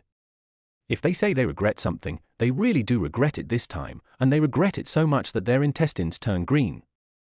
When they arrived at the police station, they met the top lawyer Lin Zhengyang and saw a series of testimonies brought by the lawyer. Only then did they finally understand that they should never, ever mess with Songshu. If they had not been blinded by greed and broken off the engagement with Songshu that day, they would be the ones living in a mansion and driving a sports car now. How could they have ended up in the embarrassing situation of being arrested now? They were wondering, is it still useful to sincerely beg Songshu for help now? Chapter 49. Mother and daughter go crazy. Li Fu and Li Jian were sentenced to 10 years in prison, while Kui Das Han broke the law knowingly, and his career as a lawyer came to an end. He was also sentenced to 11 years in prison. Zhao Yaping and Li Yinyin did not participate in the fraud, but they did commit marriage fraud, so after they signed and pledged to sell their properties, they were kept in the police station and educated before being released. Since the Shong family's property had already been sold, they could not get the house back, but the 1.5 million yuan from the sale of the house was returned to the Shong Kang family. The Li family sold their house for 1.1 million, of which 1 million was returned to Songshu, leaving them with only 100,000. Zhao Yaping and Li Yinyin came out of the police station. They were disheveled and looked tired and decadent. They were holding the only 100,000 yuan left, which was all their belongings now. They didn't know where to go. There is an old residential area in the outermost ring of Haicheng. It looks dilapidated, with paint peeling off and the cement walls inside exposed. Even the windows of several houses have no glass and are covered with newspapers. In a small room of 30 square meters on the third floor, Zhao Yaping's curses echoed throughout the entire building. "Is this the house you're looking for? Is it occupied?" As Zhao Yaping said this, she slapped Li Yinyin on the face. "Mom, this is the best we can do. If we still rent a house in the city, the money won't last more than half a year." Li Yinyin covered her face with one hand, stared at Zhao Yaping, and said impatiently. She was no longer as cowardly as before and fought back stubbornly. She regretted it so much, she felt that it was all because of Zhao Yaping, who had proposed to cancel the engagement, that the family had ended up in such a desperate situation. "You still dare to glare at me? Are you tired of living?" When Zhao Yaping saw Li Yinyin glaring at her, the pent-up unhappiness in her heart suddenly exploded, and she slapped Li Yinyin one palm after another. Li Yinyin was not to be outdone and slapped Zhao Yaping in the face with her backhand, causing her head to buzz. Zhao Yaping couldn't believe it, screamed, and grabbed Li Yinin's hair. "Damn it! How dare you hit me? I'm going to beat you to death. If it weren't for you asking to break off the engagement, Songshu would never have given up on me. Did you know that Songshu gave Shong Ruwan a house in Aodu? That house should have been mine. It was all because of you." Li Yinyin cried out in tears. Her heart ached when she thought of the updates Shong Ruwan had posted on her friend circle and the dynamic location of Aodu community. Everything Shong Ruwan has now should be hers, and she is unwilling to accept this. If it weren't for Zhao Yaping's instigation, she would have been the one sitting in the Rolls-Royce and laughing. She would be the rich lady who lived in the top villa of Tankanluang and owned the real estate of Aodu. If it weren't for Zhao Yaping, how could Songshu be so cruel to himself? The more Li Yinyin thought about it, the more annoyed she became. She rushed over and began to tear Zhao Yaping's hair and dig at her face frantically, cursing. "It's all because of you. If you and father weren't so greedy, if you weren't always trying to squeeze money out of Songshu, I would be Mrs. Song. You have been taking advantage of me and making me pay for your actions. You have also spent all my money. I must teach you a lesson today." The two of them wrestled together. Although Zhao Yaping had a lot of hair pulled out by Li Yinyin, she was not at a disadvantage. He used his backhand to dig several bloody wounds on Li Yinin's arm. The dilapidated building had no sound insulation at all, and the noise made by the two men fighting was so loud that it attracted a large number of people to watch in a short while. Everyone looked at the crazy mother and daughter with laughter and whispers. Chapter 50. Mission Punishment, Dementia for 1 month. A few days had passed since Song Shu received the notification from Zhao Yaping that 1 million yuan had arrived. But these few days, he has not had any free time at all. Zhao Yaping still hadn't learned her lesson and sent another angry voice message early in the morning. Song Shu, just wait. You made my husband and son go to jail. Sooner or later, I will punish you and make you pay. Song Shu was speechless and saved the voice message again as evidence. Intimidation and threats are also a crime. Since Zhao Yaping dared to do it, why should he be merciful and act like a good guy? Transferring it to a lawyer, although the case is not serious, is enough to teach her what a society ruled by law is. Immediately afterwards, the message notification on the phone rang again. Song Shu clicked it and rubbed his temples with a headache. Li Yinyan sent dozens of text messages asking for peace. The tone of voice kept changing, crying, acting like a spoiled child, complaining, resentful. Song Shu didn't know yet that Li Yinyan actually had so many sides. Before, she only had the two sides of arrogance and Mama's boy. Song Shu has already blocked Li Yinyan's WeChat, and now she has started to attack him with text messages, which is really giving Song Shu a headache.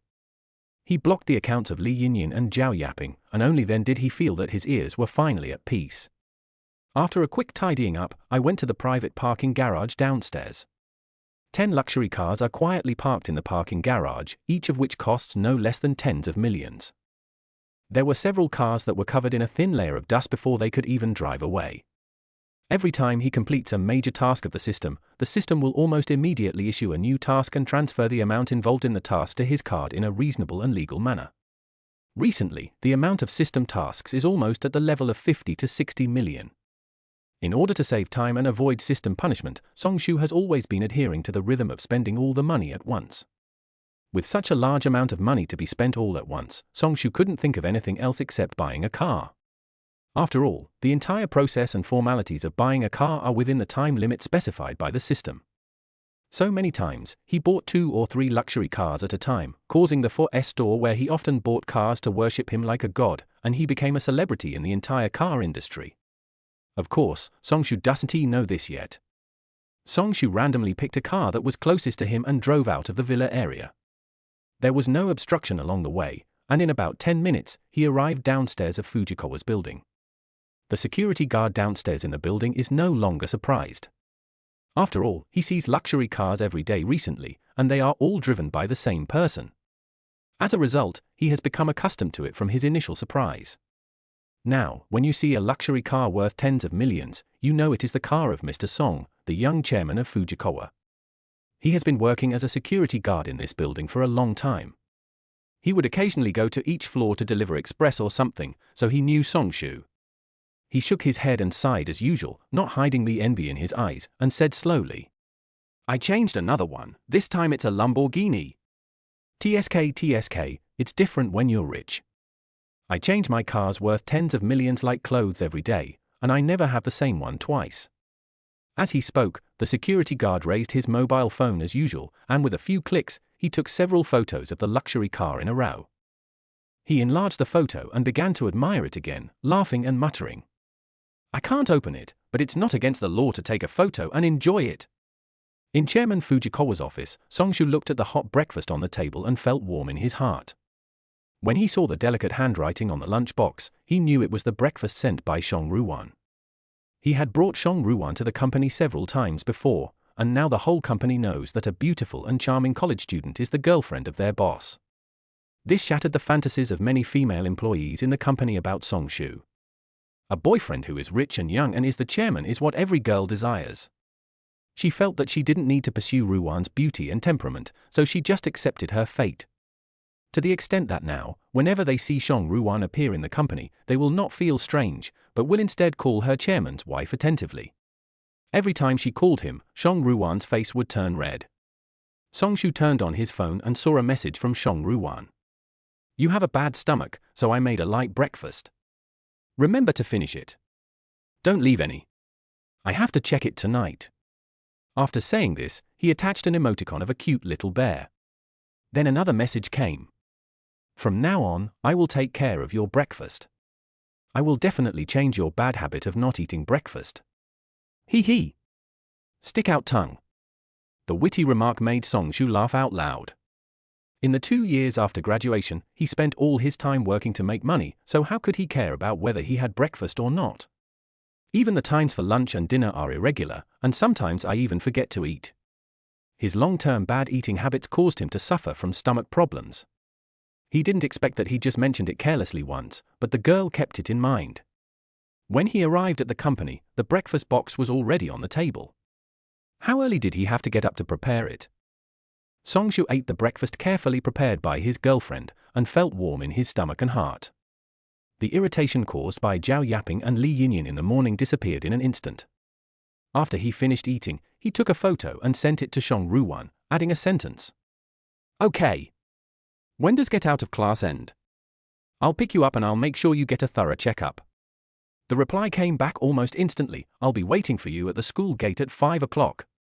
Songshu smiled and just put down his phone when a familiar mechanical voice sounded in his mind. Ding!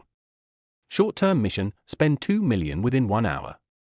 Penalty, lower IQ. The index of the reduction is randomly selected by the system from 1 to 150. The number you draw is your IQ index, which lasts for 1 month. Warm tips, be careful of dementia for 1 month. This? Songshu was speechless. Is this system's biological child? If he was too lucky to draw the lowest number 1, then his IQ would be 1. This forced lowering of intelligence is okay. Dementia January. Songshu shook his head, not daring to think about it. The punishments of this system are becoming more and more bizarre. I cannot praise it enough. Better spend the money first.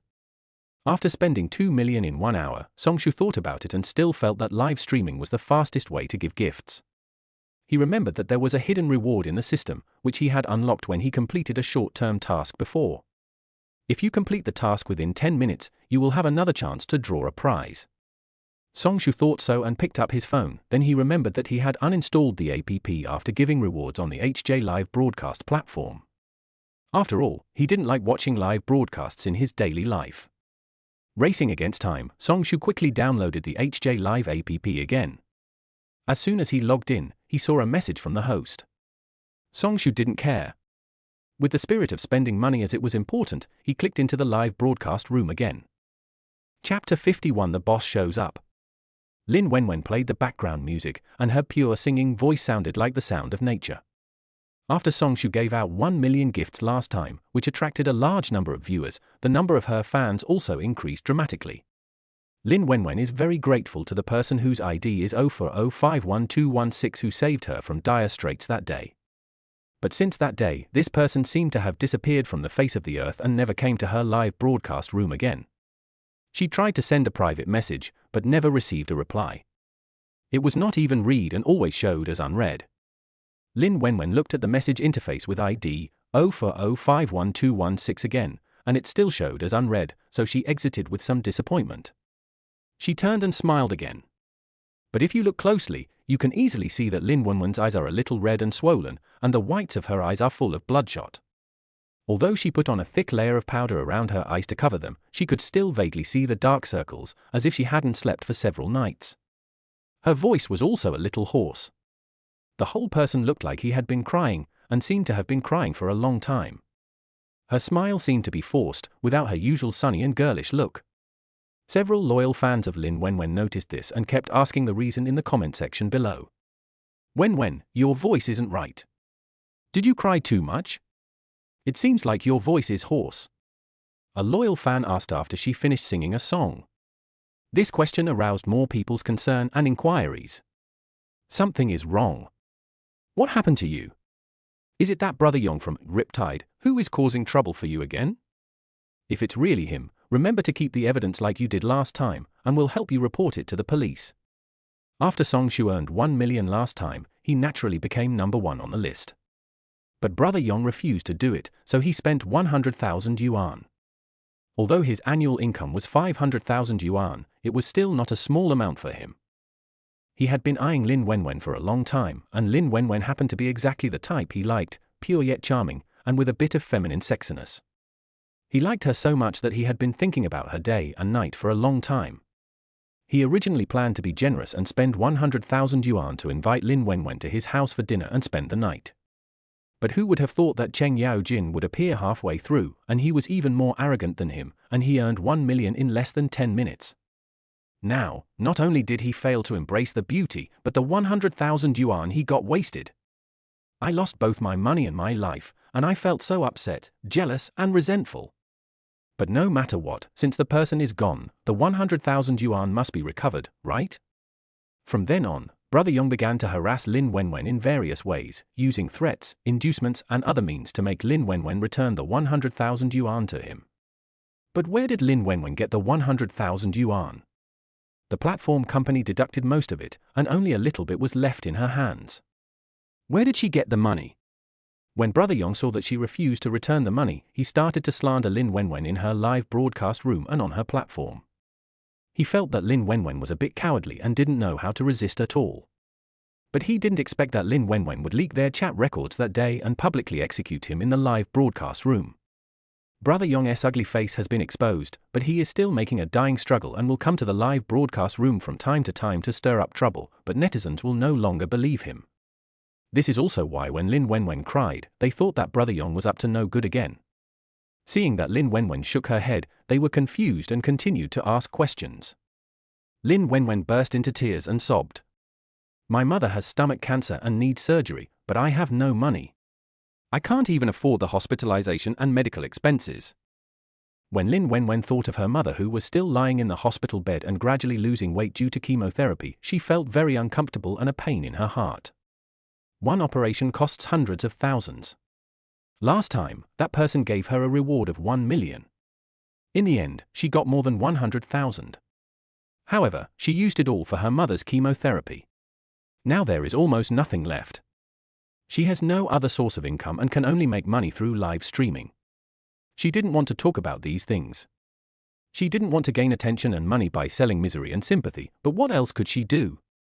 As I thought about it, I couldn't stop crying. She kept wiping away tears and began to apologize in the live broadcast room. "I'm sorry, I know you all came to see me because you like to listen to my singing. I shouldn't be so negative." Amidst the comforting voices in the comment section, Brother Yong from Whitewater Days seemed to have been waiting for this moment, and he became active. "Hey, you bitch who's playing the victim. You want money? Come out and see me and I'll give it to you. Don't believe her. She just wants to play the victim to gain sympathy and ask for money. Bah, for money, she even dares to curse her own mother." Several ID accounts supporting Brother Yong also became active and quickly echoed the sentiment. Under the guidance of Brother Yong, many people began to question the authenticity of what Lin Wenwen said. After all, it is not uncommon for people to play the victim in order to gain sympathy in live broadcast rooms. It can be said that this is a common tactic used by many unscrupulous anchors. Although they don't believe Brother Yong, they can't trust Lin Wenwen completely either. In the live broadcast room, almost half of the people sided with Brother Yong, but there were still a few die-hard fans who had been fans of Lin Wenwen from the beginning, believed in her, and spoke for her. Suddenly, a polarized scene emerged. The die-hard fans were not affected by Brother Yong. While comforting Lin Wenwen, they also gave her rewards. Some even wanted her personal WeChat and wanted to transfer some money to her individually. Lin Wenwen was very touched. She looked at the interface showing the total amount of her reward, which had now accumulated to more than 100,000 yuan. Although the money was barely enough for her mother's surgery, she still expressed her gratitude. This was the scene Song Shu saw when he arrived at the live broadcast room.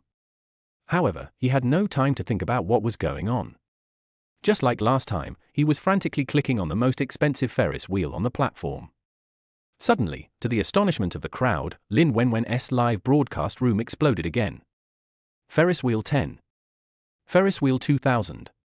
This time, no one cared to calculate how long the Ferris wheel lasted. All they knew was that after waiting for a very long time, the Ferris wheel showed no sign of stopping, and Lin Wenwen's face was completely covered. The live broadcast room fell into deathly silence again, and even Lin Wenwen was so shocked that she forgot to cry. The netizen came to his senses from his shock and counted again and again on his fingers. 2,000 Ferris wheels, 2 million. To be honest, the HJ live streaming platform is not a very famous platform, so it is rare to see big guys giving rewards of hundreds of thousands, let alone giving rewards of over 1 million at a time. There are only a handful of such heroic bosses. Someone noticed the ID account of the reward and exclaimed in the live broadcast room. ID 040512116, holy shit. The boss has shown up. Now, let alone Lin Wenwen, netizens were directly outraged. Chapter 52. Where did you get so much money? Someone in the live broadcast room frantically tagged an account with the ID 040512116 to express their admiration. Please accept my knee, sir. I want to be your little brother. Boss, don't be impulsive. It's already 3 million this month. My God, this is the first time this platform has seen such a situation. Can you give me some? At the same time, a large number of people poured into the live broadcast room. After understanding the situation, they followed suit and tagged the account they madly admired. But after this account spent 2 million, it disappeared again. When these people saw that the big boss did not show up, they wailed in disappointment, and then they began to envy Lin Wenwen, who was favored by the big boss and had been rewarded 3 million in less than a month. Her popularity skyrocketed. In the past, she couldn't even make it onto the recommendation list, but now, because this new ID has received over 1 million rewards twice, she has actually surpassed those anchors who used to attract attention with their sexiness and had hundreds of thousands of fans, and has become a leader on the live streaming platform. Even Lin Wenwen herself couldn't have imagined this. In the eyes of netizens, the holder of this account is not only a tycoon with more money than he can spend, but is also a mystery. I've never heard him say a word. He just comes online and starts giving gifts. Giving gifts would be fine, but he only chooses the most expensive ones to give, and then logs off after he's done. They don't want anything, it seems they are here just to spend money. At first, they suspected that Lin Wenwen or her company had directed and acted out the incident. After all, it is hard to believe that there really are people who have so much money that they can't spend it all and don't want anything else. Some even thought that this person was too impulsive and swiped the button by mistake. But it broke 1 million twice, which was obviously done intentionally. After all, who would accidentally swipe the card twice in a row? These remarks are self-defeating. All that was left was astonishment and envy for Lin Wenwen. The pie that fell from the sky, why did it only fall on her? Lin Wenwen's live broadcast room was once again exposed to a spending of 2 million, which is unprecedented on this live broadcast platform and even in Lin Wenwen's company. Including the time more than 10 days ago, in less than a month, the account holder of ID 040512116 gave Lin Wenwen a total of 3 million. It is impossible not to attract the attention of the platform and the company. After all, they are the ones who can get the biggest benefits. They believed that no matter whether this mysterious man was willing to show up or not, as long as Lin Wenwen was there, this spendthrift tycoon would definitely continue to outflow money. Lin Wenwen suddenly became the darling of the company and the platform. In order to attract more people to download the HJ Live broadcast platform and to make profits for the company, they began to use the gimmick of explosive millions to carry out various promotions for her. The media company where Lin Wenwen works is not only good at cultivating internet celebrities, but is also adept at marketing. Just the next day, this matter was on the hot search list. On the 25th hot search list of Weibo, there was a video in which the host's appearance could not be seen clearly, and the screen was full of images of a Ferris wheel, making people feel that the video was full of money. Anyone who sees it will unconsciously click on it, wanting to get a taste of the money. Although this matter is not as popular as the top one, it has also attracted the attention of many people, and they are speculating who the person is who gave millions of gifts. In a short while, the account ID 040512116 became synonymous with the rich. Haicheng Hospital. In the multi-patient ward, a woman with a sallow complexion, white hair on her temples and heavy breathing was half lying on the bed. The doctor next to the bed asked a few questions, took out a stethoscope and listened for a while, and after a careful examination, a smile finally appeared on his face. The doctor said to Lin Wenwen, who was anxiously waiting for the results, "Your mother is in good condition and can have surgery today. I'll go make the arrangements." After the doctor finished speaking, he gave a few more instructions on related matters before leaving the ward. Lin Wenwen's frown finally relaxed. She happily took her mother's hand and said excitedly, "Mom, that's great. The doctor said you're in good condition now and will have surgery today. You have early-stage gastric cancer, so the success rate is very high. All early-stage gastric cancer surgeries in this hospital have been successful. Don't worry, just stay calm." Although Lin Wenwen said so, it is hard to say for sure what happens on the operating table. She was worried in her heart but smiled calmly on her face because she didn't want her mother to worry about the operation. But Lin's mother was not thinking only of these. Lin Wenwen's mother seemed to be troubled by something. After worrying for a while, she held Lin Wenwen's hand tightly and asked, "Wenwen, tell me honestly, where did you get so much money? The cost of gastric cancer surgery alone is at least 300,000 yuan, and there is also the subsequent recovery treatment. All in all, it will definitely cost 400,000 or 500,000 yuan. But wouldn't she know her family's conditions better than Lin Wenwen? How could she pay all the surgery fees in just 1 or 2 days? This couldn't help but make her feel suspicious. Chapter 53 New Mission, Spend 100 million. As soon as Lin Wenwen met her mother's questioning eyes, she knew that her mother was thinking wrongly. He quickly waved his hand and said, "No, Mom, you know I'm a live streamer in a company. A fan gave me a tip yesterday." Mother Lin looked at Lin Wenwen seriously. Her expression did not ease. Instead, her brows were furrowed. She held Lin Wenwen's hand and tightened it a little.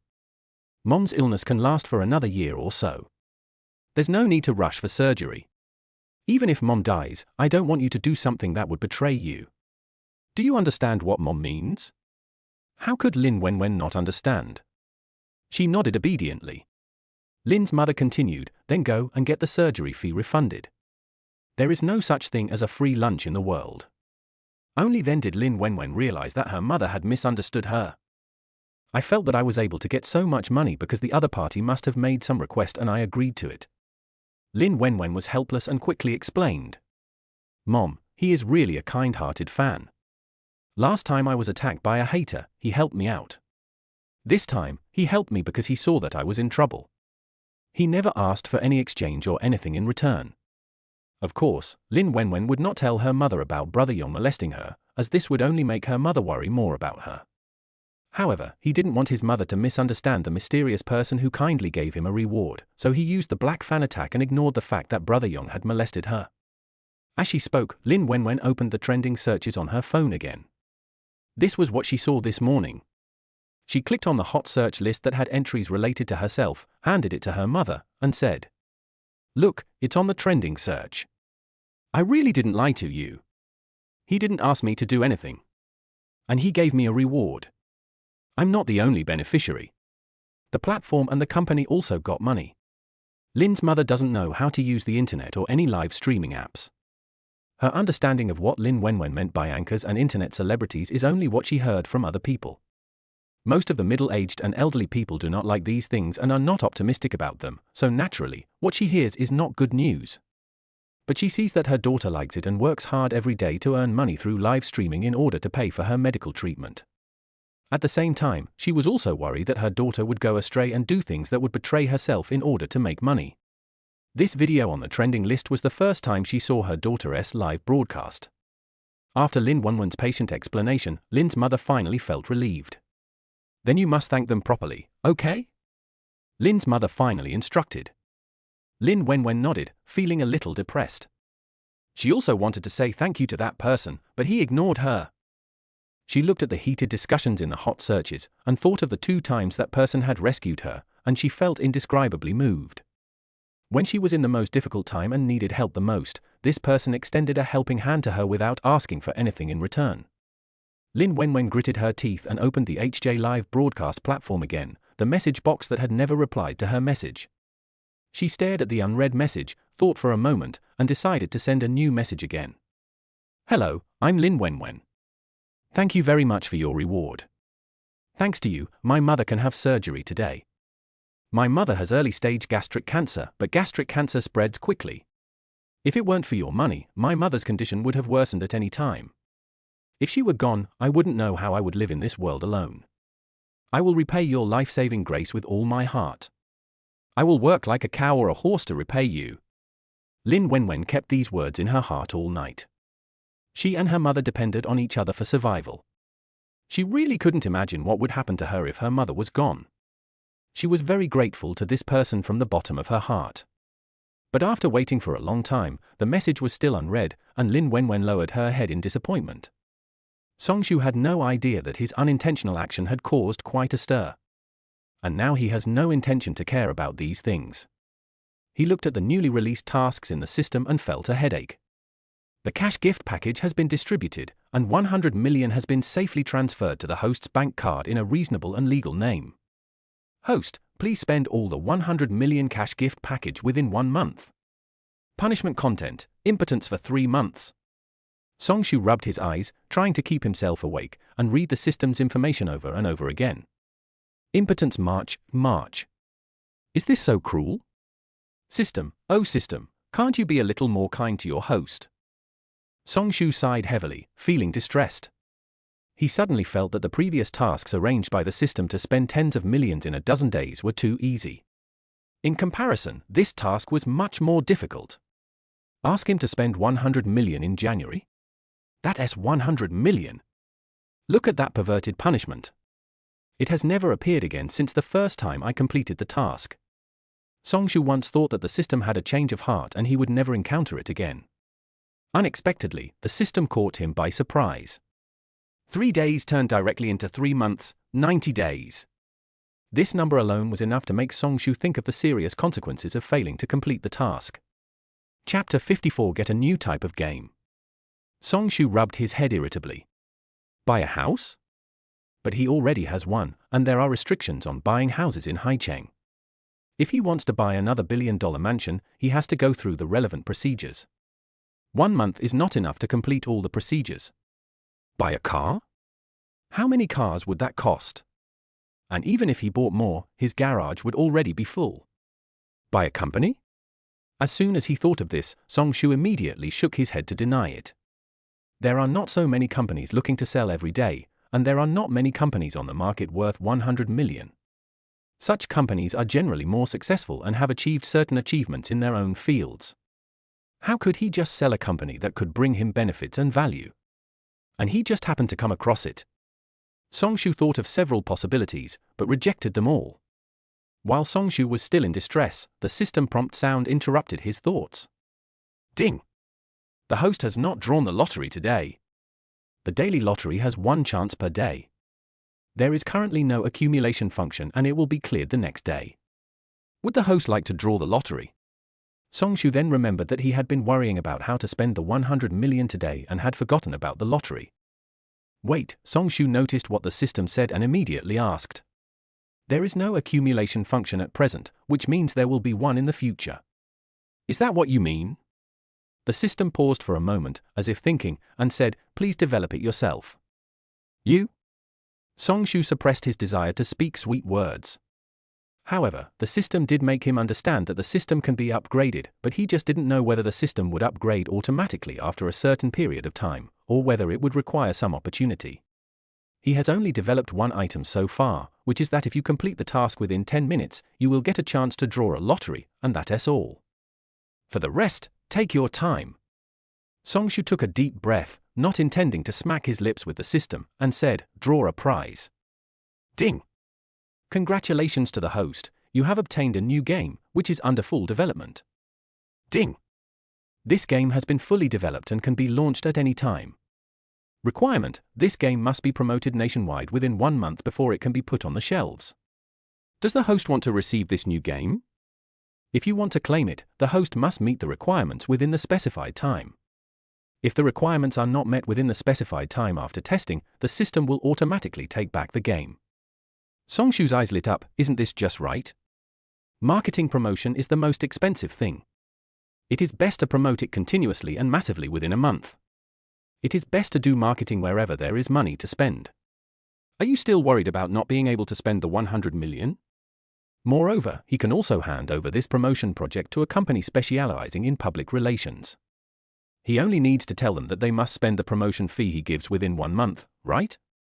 If he could just hand over this hot money to someone else and let them think about how to spend it, wouldn't he be able to relax? Yes, this is a perfect idea. Suddenly, Songshu broke the dilemma of how to spend the money. He already had several plans to spend the 100 million yuan in his mind, and said quickly, yes, of course I received it. Songshu had an idea in his mind and was in a good mood. He picked up his phone and planned to call General Manager Sun Yang to arrange relevant matters. However, on the flat surface of the mobile phone, 3 unread messages were clearly displayed in red numbers in the upper left corner of the HJ Live app. Songshu clicked it immediately and saw the message Lin Wenwen left for him.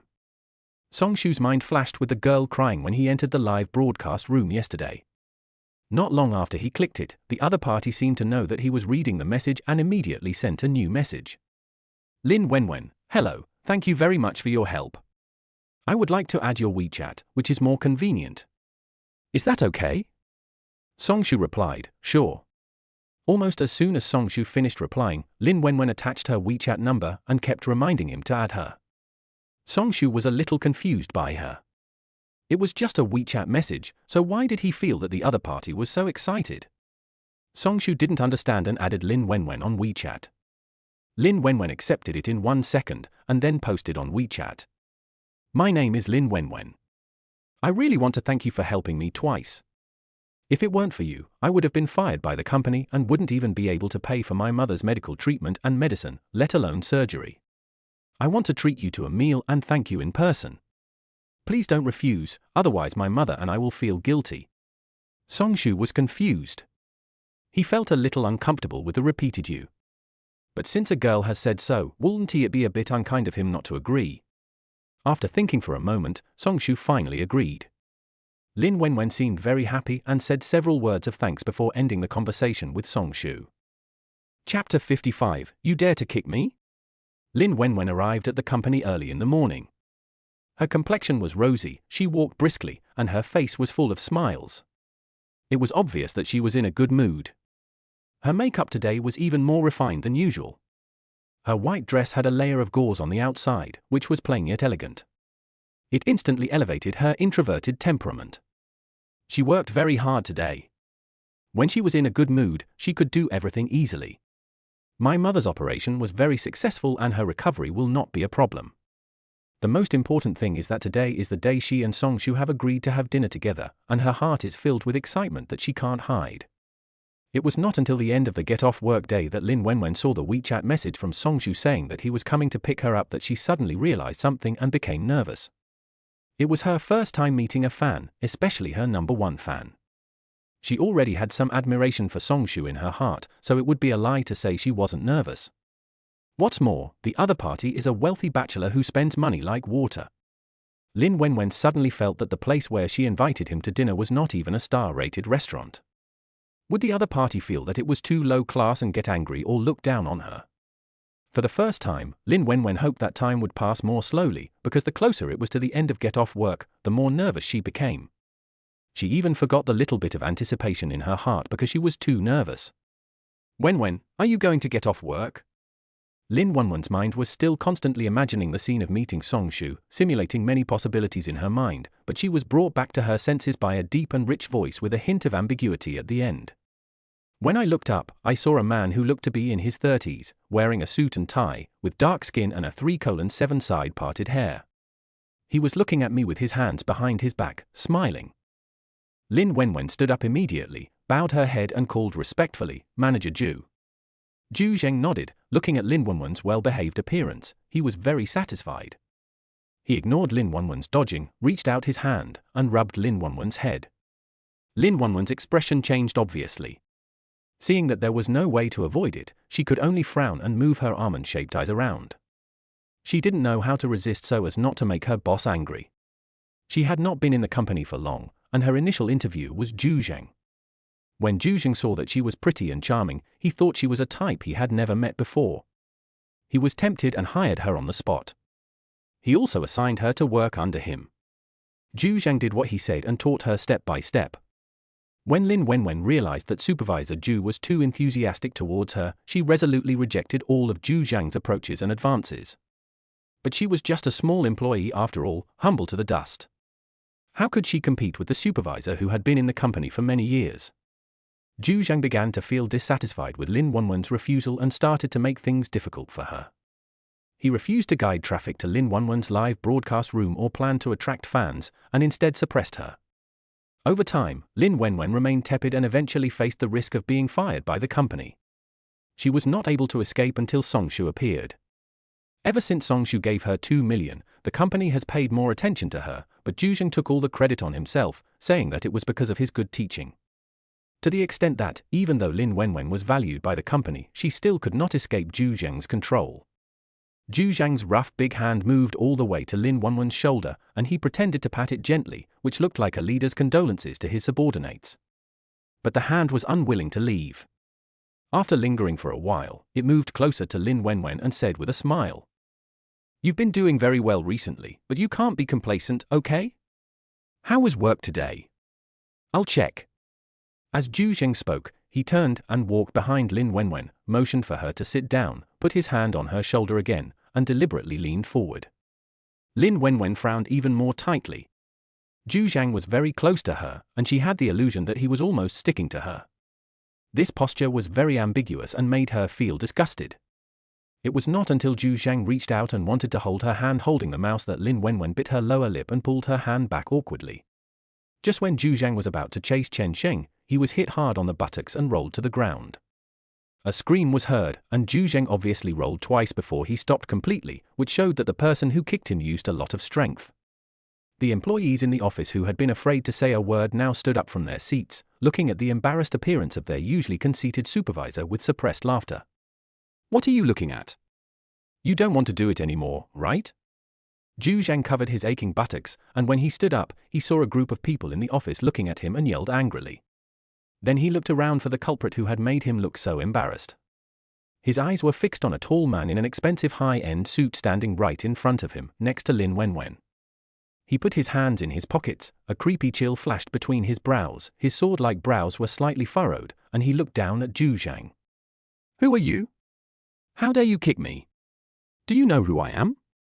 I am the brother-in-law of the general manager of this company. You dare to kick me? Even if you are a customer, this is not a place for a little brat like you to run wild." Chapter 56. He is not someone you can mess with. Zhu Zhang was much shorter than Songshu, but he was not willing to be outdone. He raised his head and looked down at Songshu proudly. He pointed directly at Songshu, looked him up and down very impolitely, and said, "You are dressed like a decent person, but I advise you to apologize to me immediately, or I will tell my brother-in-law, the general manager. Once he contacts your company, you can expect to be fired." Zhu Zheng determined that the young man in front of him was the salesperson who came to the company to seek cooperation, and his attitude became arrogant. With his arms folded across his chest, his eyes were filled with contempt. A young employee dares to offend him? He really doesn't know his own limitations. He was going to teach this young man a lesson today. If anyone dared to bully him, he would be courting disaster. After Zhu Zheng finished the call, he squinted his eyes and waited for the young man's apology, but after waiting for a long time, he didn't get it. After a closer look, she realized that the man didn't even look at her. He just asked Lin Wenwen if she was okay. After getting a negative answer, he took Lin Wenwen and turned to leave.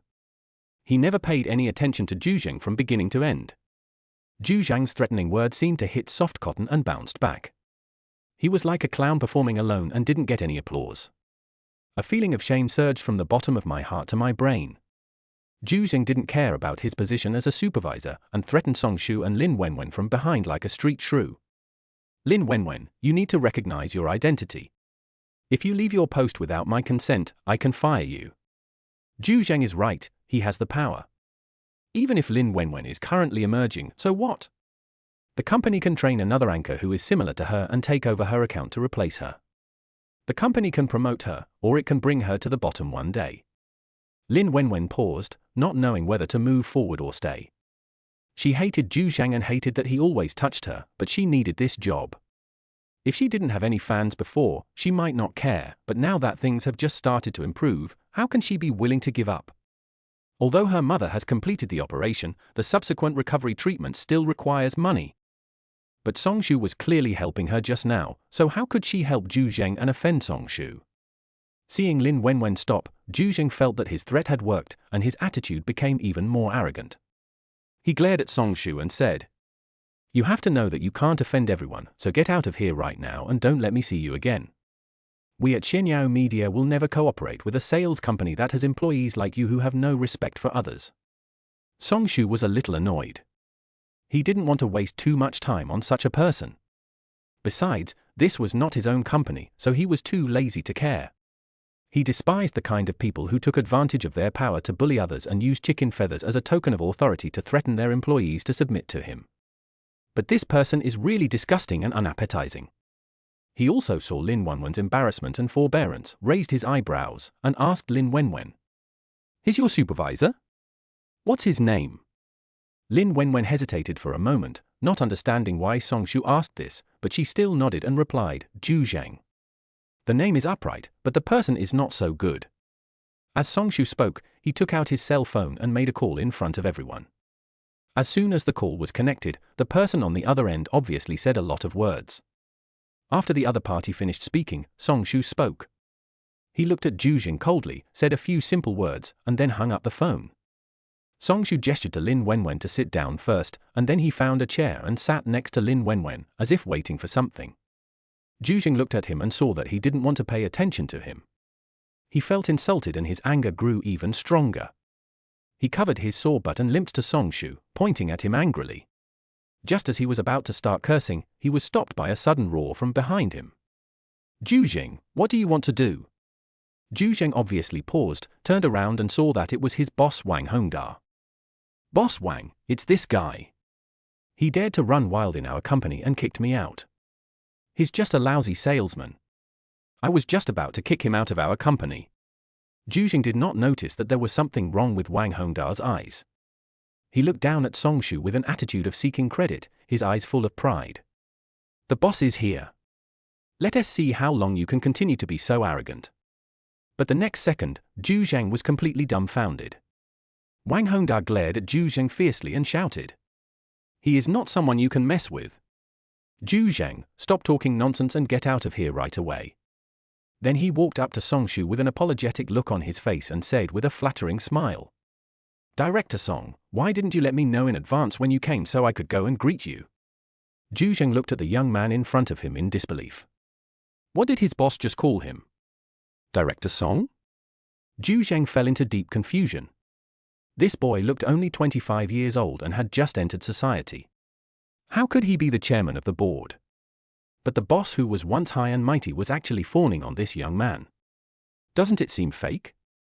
Chapter 57, Smiling Face Hiding Dagger. Wang Hongda wiped the cold sweat from his forehead, still smiling. Fujikawa recently released a new game and is currently bidding for a suitable media company to carry out marketing and promotion for their new game. The project amount is as high as 100 million. 100 million is used entirely for marketing and promotion. For a media company, this is a rare and sweet opportunity. What's more, for a small media company like his, if he can win the bid, he can earn more than just 100 million, and it can also enhance their company's strength and status in the industry. He has been busy these days, and he personally reviewed and confirmed all the bidding project books, all in one place, in order to catch the eye of Song Shu, the chairman of Fujikawa, and win the bid in one fell swoop. Just now, when Chairman Fujikawa called him and said that he was in his company, he was both excited and nervous, thinking that it was Chairman Song who had chosen his company and came to inspect it in advance. But who would have thought that they were not selected at all, but were angered by their own employees, who wanted to remove their company's bidding qualification? At first, Wang Hongda was acting like he was also the boss of the company. However, when he heard that the other party was going to revoke his company's bidding qualification, he was so scared that he rushed over, hoping that there was still room for him to fight for it. But Zhu Jing had not yet realized Song Shu's identity and felt that his boss thought too highly of this arrogant man in front of him. Even if he is the chairman of a company, what's the problem? Looking at him from all sides, he is probably just a rich second generation. Why compliment him like that as a boss? Zhu Zhang curled his lips in disdain and said, "He should be the one to leave, Mr. Wang. Why do you have to act like this with a rich second generation like him? The employees are watching." Zhu Zhang straightened his body, straightened his back, and reminded Wang Hongda in a smart way. Wang Hongda is the boss of the company after all, and it is really embarrassing for him to fawn on another young man in front of his employees. But Wang Hongda had no time to care about these things. Seeing that the 100 million project was about to go down the drain, his company didn't even know whether it could survive until next year. Although live streaming by internet celebrities can make money, it also consumes a lot of financial costs, and the current income is negligible and you can't make much money at all. Wang Hongda was just thinking about how to save the project when he remembered that it was the person in front of him who caused him to lose the qualification to bid. He looked down on people and looked down on Mr. Song because he was young. He also spoke rudely and offended Mr. Song. Wang Hongda was so angry that he pointed at Zhu Zheng and shouted, "Zhu Zheng, I hired you based on the general manager's recommendation, but I didn't expect you to say one thing to my face and another behind my back. You have such bad behavior, and you dare to molest a female employee of the company. You are fired. Get out of here immediately, and don't come to the company anymore." Zhu Zheng was stunned for a moment, thinking he had heard wrongly, and pointed at Song Shu and asked doubtfully, "Because of him? Who do you think he is?" "He is Chairman Fujikawa. You know how important that project is to our company. How dare you?" Wang Hongda was so angry that his face turned black. He clenched his fists, sighed heavily, called the company security guard, and said helplessly, "Zhu Zhang is no longer an employee of our company. Don't let him in the future." Before Zhu Zhang could recover from the shock, he was dragged and thrown out of the company by the security guard in front of everyone in the company. When he walked out the door, he saw the general manager's brother-in-law standing at the door, and shook his head at him with disappointment in his eyes. After Wang Hongda saw that everyone had left, he took out the project plan he had made from the folder, then looked at Song Shu and said with a smile, "Mr. Song, which company doesn't have people like this? It's my fault for not knowing how to judge people. But you see, our company has already prepared the project plan. I am very confident in this plan, and our company also has certain strength. It's not worth damaging the relationship between our two companies for such a small matter, right? What do you think of this bidding qualification?" Song Shu sneered in his heart. Wang Hongda appears to be humble and apologetic on the surface, but he probably doesn't really think that way in his heart. He is truly smiling, but he has a dagger hidden inside. On the surface, the blame was contained, but in reality, it was completely evaded. What he meant was that every company has this kind of villain, and their company's misfortune happened to be encountered by Song Shu. His words and deeds implied that Song Shu was making a big deal out of nothing. This is a veiled criticism of him. Song Shu's expression changed, and then he looked up at Wang Hongda, stood up and pushed away the plan handed over by Wang Hongda, and said with a smile, "Boss Wang, why don't we move to the conference room to talk?" Song Shu's attitude was gentle. Wang Hongda thought that his words had worked. Song Shu was going to look at their plan now. If nothing unexpected happened, they might not have to wait until the bidding day and would be directly selected. Wang Hongda excitedly invited Song Shu into the conference room. Before Song Shu entered the meeting room, he smiled at Lin Wenwen and asked her to wait for him. Lin Wenwen was already stunned by Song Shu's identity and could only nod blankly. Chapter 58 Buying Xian Yao. As soon as Song Shu and Wang Hongda entered the meeting room, the whole office was in an uproar. There was endless discussion, and people familiar and unfamiliar with Lin Wenwen all came forward to ask about Song Shu's situation. "Wenwen, who is he? Is he your boyfriend? He's so handsome. Your boyfriend's kick just now was too domineering." When Zhu Zhang was dragged out, he was still crying out in pain. When Lin Wenwen heard someone say that Song Shu was her boyfriend, her face turned red and she quickly waved her hands and said, "No, he's the top guy in my live studio, and he seems to have a girlfriend." Lin Wenwen remembered that she had seen a photo of him and another girl on Song Shu's circle of friends, so she lowered her eyes in disappointment. In fact, she was more surprised about Song Shu's identity than anyone else present. She originally thought that the other party was just a rich second generation with too much spare money, but who would have thought that he was actually a successful boss, and her boss even bowed and scraped to him. From this it can be seen that Song Shu has a very high status and position. She felt a little inferior. How could she, a small internet celebrity, deserve the favor of such a person? The one who gave you 3 million in January? No way, it's him? I thought he was some wretched old man. The girl wearing a JK uniform and 2 pigtails opened her mouth in surprise, unable to believe it. She looked back and forth at Lin Wenwen and couldn't help but sigh. "Wenwen, I simply can't compare to you. I really envy you for having such a rich boss who rewards you with millions of dollars every time. He even helped you out just now. And judging from our boss's attitude, he must be in a very high position. I also want to have such a domineering fan. Unfortunately, things don't go as planned. Why is the gap so big?" The girl was jealous and annoyed. She tried hard to pout, but could only sigh resignedly. Song Anchi is an anchor that Xianyao Media has always promoted. She is loved by netizens for her proud figure and charming looks. She didn't have much interaction with Lin Wenwen, and she even looked down on her. How could she accept the fact that someone received 3 million tips just for singing, and in just a few days had far surpassed her in terms of turnover and number of fans? Seeing so many people surrounding Lin Wenwen, he felt unhappy and angry. When he passed by Lin Wenwen, he deliberately bumped into her. Song Shu and Wang Hongda stayed in the conference room for nearly half an hour. In the middle of the meeting, Wang Hongda called Lin Wenwen in with a dark face. Everyone was confused and didn't know what was going on. In the conference room, Song Shu and Wang Hongda sat opposite each other. Wang Hongda's face obviously didn't look good, but he wasn't angry. Instead, he looked like he had encountered some difficulty and was very troubled. The look in his eyes when he looked at Lin Wenwen kept changing, from disdain at the beginning to something deeper. Lin Wenwen felt a little uncomfortable being stared at by him and shrank her neck. Song Shu waved his hand and asked Lin Wenwen to sit next to him. He took out a temporarily printed contract and placed it in front of Lin Wenwen. Song Shu looked at Lin Wenwen and said, "Would you like to do me a favor?" Lin Wenwen didn't understand and didn't ask what the favor was, so she just nodded. Song Shu was the one who saved her several times, and he also saved her mother's life. Lin Wenwen thought that since Song Shu had asked, she had no reason to refuse, and she would be willing to help no matter what the favor was. Song Shu smiled gently, turned to Wang Hongda and said, "Mr. Wang, we can sign the contract now." Wang Hongda took the pen and opened the contract in front of him, but he was still hesitant and didn't write anything. Seeing this, Song Shu said in a comforting tone, "Boss Wang, we at Fujikawa are going to bid, so we will naturally get to know every bidding company. Xianyao Media is already dead in name only, otherwise you wouldn't be so interested in this bidding opportunity.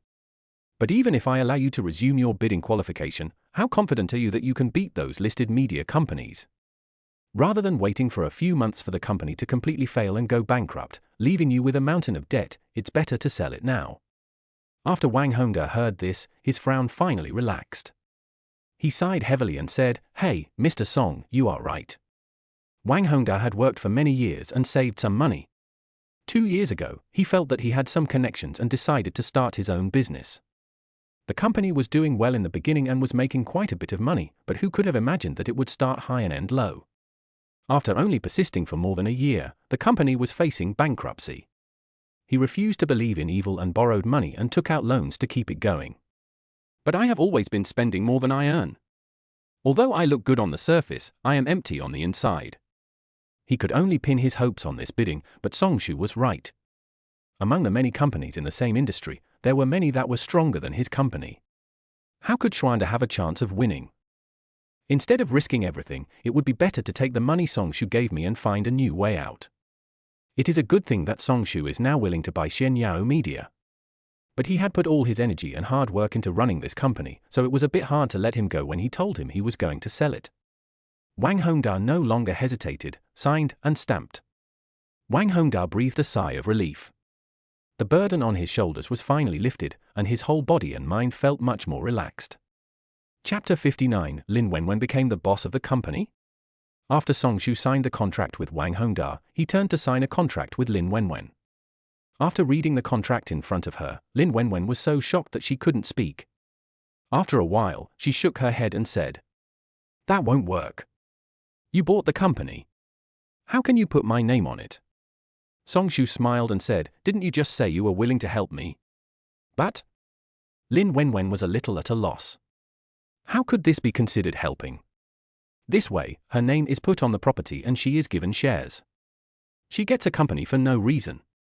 Besides, how can she be so capable as to be the boss of a company? Song Shu saw through her thoughts and said, "Don't worry, I'm here. The money I used to buy this company counts as an investment. You also have a certain amount of shares and can get dividends every year. Just think of it as helping me share the responsibility." In fact, the reason why Song Shu made the temporary decision to buy Xianyao Media was because he thought that although the system would continue to give him tasks and transfer money to his bank card, in principle, the money was not his. And all of that must be spent within the specified time.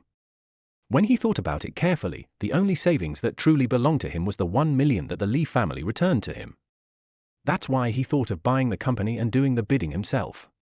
It can also be regarded as a reasonable way to launder the system's money into your own hands.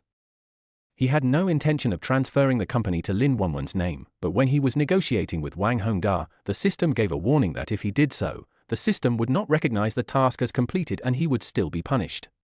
Since it's not possible to blatantly put it under your own name, how about changing the legal person? Song Shu thought of Lin Wenwen and wanted to register Xian Yao Media under Lin Wenwen's name. Seeing that the system does not block it, it means that this method is feasible. Lin Wenwen finally signed the contract. After all, she had already agreed to it in advance. After everything was discussed, Wang Hongda received the money from Song Shu. He no longer felt uncomfortable. Instead, he felt relieved and was happy to have the money in his pocket. Wang Hongda left the meeting room and came to the center of the company. He coughed twice to signal everyone to be quiet, and then said, "From now on, this company belongs to Lin Wenwen, and Director Song is also the largest shareholder of this company. You will listen to Wenwen and Director Song from now on. They are your new bosses." After saying that, Wang Hongda quickly packed up his things and left excitedly with the money. Everyone who was left at the company stared at each other, their brains unable to react for a moment. They looked at Lin Wenwen in disbelief. Lin Wenwen was my colleague 1 second ago, and became my boss the next. And from what Wang Hongda said, it was this wealthy fan of Lin Wenwen who bought it and gave it to Lin Wenwen. This has to make them extremely doubt their lives.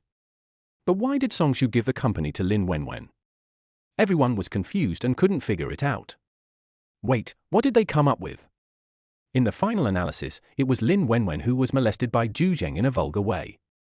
Song Shu couldn't bear it and stepped in to rescue her, but Zhu Zheng refused to accept it and spoke rudely. Song Shu was too disdainful to do it himself, so he called the boss. Not only did he ask the boss to fire Zhu Zheng, but he also bought the entire company.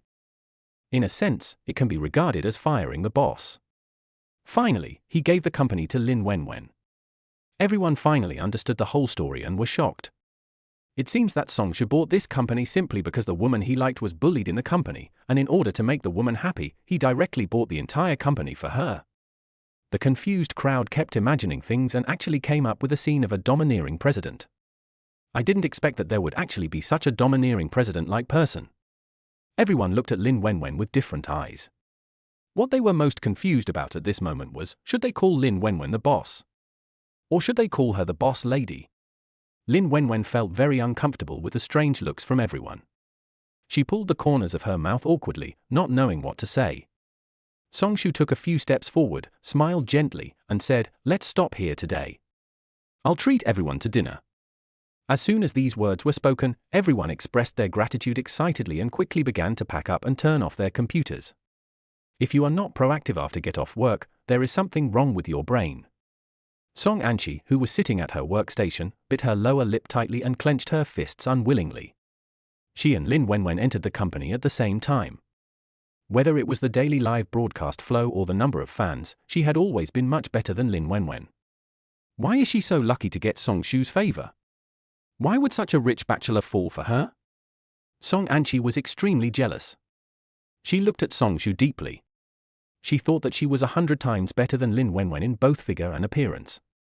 If she seduced him a little, any man would fall under her spell. Song Shu is rich and handsome, and he can easily give tips starting from millions. After only knowing Lin Wenwen for a few days, he bought a company for her. She felt that as long as she caught Song Shu's eye, even if she was just his lover, it would be better than being humble and asking for tips in the live broadcast room. Song Anchi made up her mind that she must seduce Song Shu. Chapter 60 Internet Celebrity Song Anchi. Inside Haicheng Hotel. Song Shu sat in the main seat, Lin Wenwen sat on Song Shu's left, and on his right was the company's general manager Lin Hai. Lin Hai was dressed in a suit and tie, and his face was red from drinking. He picked up his wine glass and said to Song Shu and Lin Wenwen, "Director Song, Zhu Zheng has always behaved himself in front of me, but I didn't expect him to be such a hypocritical person. Well, I won't say any more. Thank you, Mr. Song, for not holding a grudge against me. I will drink 3 cups as punishment." Lin Hai filled the glass and drank it all in one gulp. "Having said that, I'm also afraid that Song Shu may have other ideas, so let me drink first as a sign of respect." Song Shu didn't say a word. Of course, he couldn't just let the matter go so easily. As a new official, he naturally had to make some moves. Otherwise, if the whole company thought he had no temper, wouldn't they all blame him? After seeing Song Shu's reaction, Lin Hai chuckled twice, and after punishing himself with 2 glasses of wine, Song Shu stretched out his hand and said with a smile, "This matter cannot be blamed on you. I'm treating you all today, and I hope everyone can eat well and have fun." After Song Shu said this, Lin Hai finally felt relieved. Song Shu's silence just now really scared Lin Hai, and he was afraid that Song Shu would take his anger out on him. Song Shu booked the entire top floor of Haicheng Hotel. The top floor consists of a reception area, a play area and a large swimming pool. Lin Hai is a man who knows how to deal with things. He always feels that Song Shu bought Shen Yao not just for Lin Wenwen. After all, Shen Yao is most famous for its many beautiful women. After the two of them had a few drinks, Lin Hai brought Song Shu to the swimming pool. At this time, the lights were on next to the swimming pool. I don't know when, but the girls in the company all put on their swimsuits and started playing in the water. After Lin Hai winked at Song Anchi, who was wearing a white swimsuit, he said to Song Shu in a flattering manner, "Director Song, Xiuqi wants to toast you. She has always been our Shen Yao's big anchor, and the company's revenue depends on her contribution. Many big brothers like Xiuqi." As soon as Lin Hai finished speaking, Song Anchi walked over gracefully. The white swimsuit reveals everything that should be exposed and covers everything that should be covered, making her look even more charming. Song Anchi's figure is a bit hotter than Lin Wenwen's, with a slender figure and curvy figure. No wonder she can attract so many big brothers to give her rewards in the live broadcast room. Song Anchi has always been very flattering to Lin Hai, unlike Lin Wenwen who is so tactless. So after Song Anchi told Lin Hai that she wanted to develop some relationship with Song Shu, Lin Hai was moved. Lin Hai was not sure about what kind of person Song Shu was. If he could send one of his own to Mr. Song's bed, then wouldn't his future be secure? So these two hit it off. Originally, although Song Shu had booked the top floor of Haicheng Hotel, he had not planned to let the female employees play there in swimsuits. It was all Lin Hai's fault that things turned out like this. He only said in the group, the top floor of Haicheng Hotel is reserved and there is a swimming pool. In a word, girls who understand will understand. Everyone is trying their best to compete for beauty, which makes Song Anchi in her swimsuit look less out of place. Compared with the other girls in the company, Song Anchi was the most confident. After all, she looked down at herself and smiled more charmingly. Song Anchi raised her eyes, holding a glass of red wine, twisting her waist, and walked toward Song Shu with a trembling step. Chapter 61 Lin Hai's Test. Lin Wenwen is a conservative and can't swim, but she still changed into a swimsuit under Song Anchi's sarcasm. However, the swimsuit was too revealing for her to adapt to, so she ended up putting on a white t-shirt on the outside. Song Anchi saw Lin Wenwen sitting next to Song Shu from a distance. She opened and closed her mouth and said something. From time to time, she lowered her head to hide her smile. Her shy look was really eye-catching. She couldn't help but look Lin Wenwen up and down. When she saw the white t-shirt on Lin Wenwen, she couldn't help but sneer, and then she held her head high and puffed out her chest even more. In her eyes, Lin Wenwen is just a green tea girl who relies on pretending to be pure to get ahead. She has no face and no figure. How can she compete with her? She deliberately encouraged Lin Wenwen to change into a swimsuit, because she, as a flower, could better show off her proud figure against the backdrop of green leaves. Song Anchi held the red wine glass and stood in front of Song Shu gracefully. She bent slightly on purpose before sitting down. She raised her little finger, raised the wine glass, and said with a clever smile, "Director Song, my name is Song Anchi, you can just call me Chichi. Lin Wenwen and I joined the company at the same time, but I didn't expect that from today on, I have to call her boss. You don't know, my colleagues in the company are so jealous of me." As Song Anchi spoke, she moved a little closer to Song Shu. One of her hands even came over Song Shu's hand, and her soft hand brushed past before she retracted it. The movements were extremely natural, like small, unintentional gestures. Song Shu frowned slightly, glanced at Song Anchi, smiled faintly and said nothing, just nodded slightly, clinked glasses with her, took a sip of wine, and then didn't look at her again. Song Shu has seen countless people. In order to meet the requirements of the Li family, he worked intensively for 2 years, which gave him several times more experience than his peers. He had already seen through Song Anchi's little thoughts when she walked in with an awkward posture.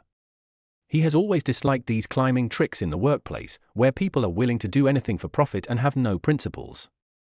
How could he not know that Lin Hai was also scheming in this?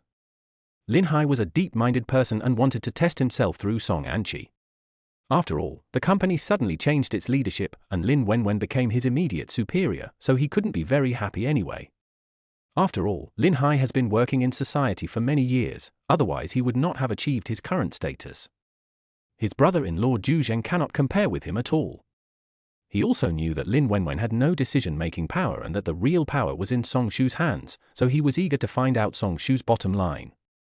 Song Shu raised the corner of his mouth, as if smiling, and glanced at Lin Hai beside him without saying much. Lin Hai was very smart. He immediately understood what Song Shu meant. He was dissatisfied with his behavior of calling Song Anchi to test him. Lin Hai wiped the sweat that suddenly appeared on his forehead. His mouth felt a little dry, so he swallowed. He has been in the workplace for so many years and has always thought that he is smart, but he didn't expect that Song Shu has a maturity that is not consistent with his age. It was obvious that she saw through his true intentions at a glance. Lin Hai smiled and toasted Song Shu again. While toasting, he couldn't help but bend his body, and the rim of the cup was 3 inches lower than before, as if to express his apology. Song Shu smiled and said calmly, "Manager Lin Wenwen has just taken up the position, so I'll have to ask for your help in the future." Although Song Shu was dissatisfied with Lin Hai's attempt to test him, Shen Yao had just changed its owner, and Lin Hai was the person who knew Shen Yao best and was the backbone of the company, so he could not be dismissed easily. Fortunately, Lin Hai was smart enough and understood it with just one look. He just needed to give him a warning and a warning. After Song Shu finished speaking, Lin Wenwen also picked up the wine glass and said a few polite words. Lin Wenwen was nervous, but she imitated Song Shu and pretended to be calm. Before Wang Hongda was not in the company, Lin Hai was the person with the most power. Lin Wenwen was just a small clerk at the time and had no chance to talk to Lin Hai, the general manager. In addition, Lin Hai always acted domineering in the company, so she didn't dare to talk to him. But now it's different. Her identity has changed, and Song Shu is also beside her, so she suddenly feels confident. After all, I can't always be passive and timid. How can I stand next to Song Shu and help him manage the company? Lin Hai smiled widely, his small eyes narrowed into slits, and nodded. "Mr. Song, please be polite. This is my job." After saying that, he drank the wine in the glass. When he saw that Song Shu's expression had eased a little, he went to talk to some executives in the company. But Song Anchi on the side didn't look very good. She was shallow-minded and could not see these things. She only wanted to become a rich lady and become a phoenix. But after she toasted, Song Shu never even gave her a look, as if he was just perfunctorily responding to her employee's toast. She couldn't help but feel sour in her heart. Chapter 62 Lin Wenwen's Feelings. Song Anchi was not willing to give in just like that. She moved her body closer to Song Shu and chatted with him intentionally or unintentionally. But I have to admire that no matter what Song Anchi does, she can act very naturally, as if it is a natural action. Her voice was deliberately pinched, and she acted coquettishly while talking and laughing. Her hand would slide unintentionally on Song Shu's hand from time to time, and she stared at Song Shu lovingly. Women understand women best, and Lin Wenwen knows exactly what Song Anchi's purpose is. Her eyes moved between the two of them, and seeing that Song Shu did not reject Song Anchi's approach, her eyes were filled with nervousness. She clenched her pink fists and bit her lower lip so tightly that it had lost all color. But what can she do? She and Song Shu have only known each other for a few days and met for the first time today. She has nothing to do with Song Shu, so what qualifications does she have to speak? Lin Wenwen was nervous, her eyes were wandering around, she couldn't focus, she was upset, so she picked up the wine glass beside her and drank it in one gulp. Song Shu sighed when he saw this. He understood Lin Wenwen's feelings. Ever since he first met Lin Wenwen, there was something wrong with the way this little girl looked at him. No matter how slow he is, he can still feel it. But he couldn't give a response, and he didn't need to. He already has Shang Ruan, his girlfriend who has been in love with him for 6 years. When he thought of Shang Ruan, it seemed as if her warmth was still in his arms. A warmth gradually rose in Song Shu's heart. The warmth accumulated more and more, gradually filling his entire heart. Song Shu's mind was filled with Shang Ruan's chuckled little face. He then turned to Lin Wenwen and advised her that drinking is harmful to your health to stop her from drinking heavily.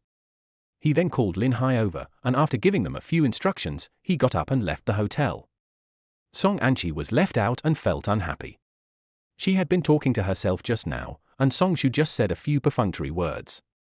When he left, he didn't even look at her. In front of Song Shu, she seemed like an invisible person. She looked at Song Shu's back as he left, stamping her feet in anger and resentment. He looked at Lin Wenwen standing beside him, and couldn't help wondering, could it be that he was really not as good as Lin Wenwen, who had a skinny figure? What's more, Lin Hai actually regarded Lin Wenwen as the boss of the company and called her general manager Lin all the time, which made Song Anchi even more dissatisfied. Song Anchi's eyes rolled, and she remembered what Song Shu had just said to Lin Hai, asking him to help Lin Wenwen. Thinking of this, she came up with an idea. It seems that Song Shu still values Lin Hai very much. Lin Hai is the general manager. When Song Shu is not here, Lin Hai is the biggest person in the company. So as long as she has a good relationship with manager Lin, won't she have more opportunities to get close to Song Shu? Song Anchi felt that she was so smart, so she picked up the wine glass again and walked to Lin Hai. The acquisition of Xian Yao Media was completely unexpected. However, Song Shu was not acting rashly or impulsively, or as Lin Hai and Song Anchi thought, he planned to acquire Xian Yao just to vent Lin Wenwen's anger. What Wang Hongda said was true, Xian Yao was capable, but this strength lay in the people. According to Song Shu, Xian Yao has an excellent marketing planning team, and each person has at least 10 years of practical marketing experience. Strangely enough, Wang Hongda has no ability to run a company, but he is very good at recruiting talents and poaching people, and those he recruits into the company are all people with certain strength. These can be clearly seen from the planning proposals that Xian Yao cooperated with other companies in the early days. But unfortunately, Wang Hongda went in the wrong direction and followed the trend to become an internet celebrity in live streaming. He could not do it well, and finally he turned his marketing planning company into the mess it is today. No wonder they are unable to make ends meet and are about to face bankruptcy. Song Shu couldn't help but sigh. He had a good hand, but it was ruined by Wang Hongda. He called Sun Yang and told him that he had acquired Xian Yao Media. Sun Yang was naturally surprised. Xian Yao was the one who stayed with Song Shu reluctantly when he was reporting the situation of the bidding company to him. Song Shu planned to take a look at their plan on the day of the bidding. It can be seen that Song Shu was not optimistic about Xian Yao Media at the beginning. But how come Xian Yao was bought out in such a short time? What is the purpose? Sun Yang didn't quite understand, but he didn't ask any more questions. Ever since Song Shu handed him a new game that was not even on the market a few days ago and asked him to bid for it, he began to look at Song Shu with admiration. He tried the game, and both the subject matter and the gameplay model were very novel, and the experience was very strong, which made him, a person who had never been addicted to games, want to devote himself to it. The fact that he was able to come up with unique ideas to create this game shows how capable Song Shu is. Therefore, he felt that Song Shu must have a long-term vision when he bought Xian Yao, and he saw something that he could not see at the moment. Sun Yang was surprised for a moment and then said, "Then I will cancel the bids of other companies." Song Shu simply responded and continued, "The game release date will also be advanced, set on." Song Shu glanced at the calendar and saw that the number 27 was marked. "Let's set it on the 26th, 3 days later," Song Shu said. Sun Yang responded, and chatted with Song Shu about some matters related to the release date, and then they hung up the phone. Chapter 63. What I like, they will definitely like too. Song Shu recalled that he had hardly returned home since he went to college. When I was a freshman and sophomore, I would go back home for a few days during the Chinese New Year. But from my junior year until now, I have not gone back home even for the Chinese New Year.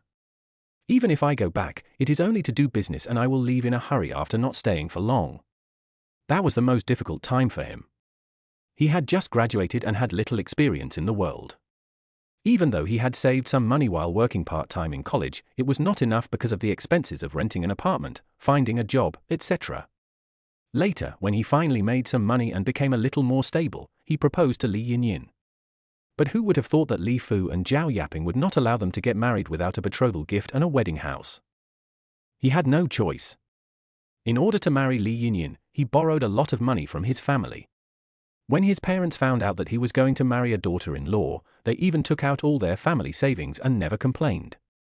He recalled his parents' excited words about wanting to meet their future daughter-in-law, Li Yinyin, and felt mixed emotions.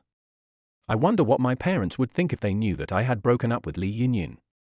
At one point, they even thought that they and Lee Yin-yin were engaged, and they were planning to hold a wedding banquet at home.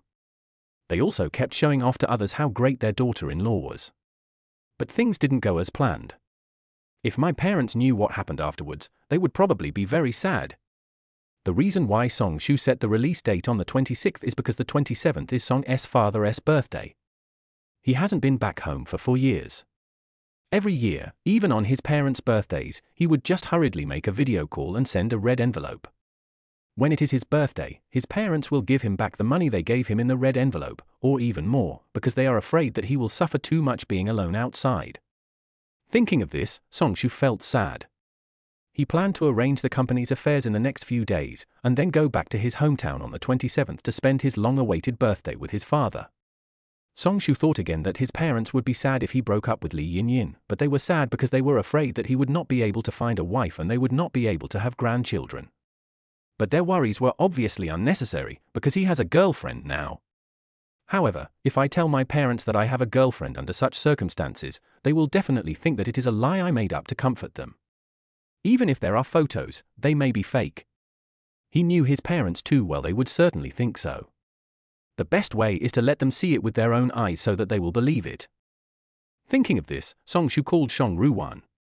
As soon as the call was connected, a familiar voice came from the other end. "Brother Song Shu." The sweet and sticky voice surrounded his ears, and Song Shu seemed to smell the faint scent of gardenia again, which made him feel relaxed and happy.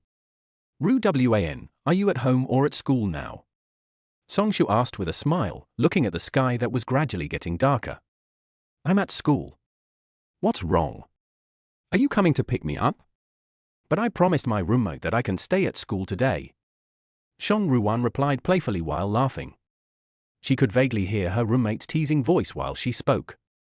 She continued, "But if you come pick me up, I don't care about roommates or anything," Shang Ruwan said in a coquettish tone.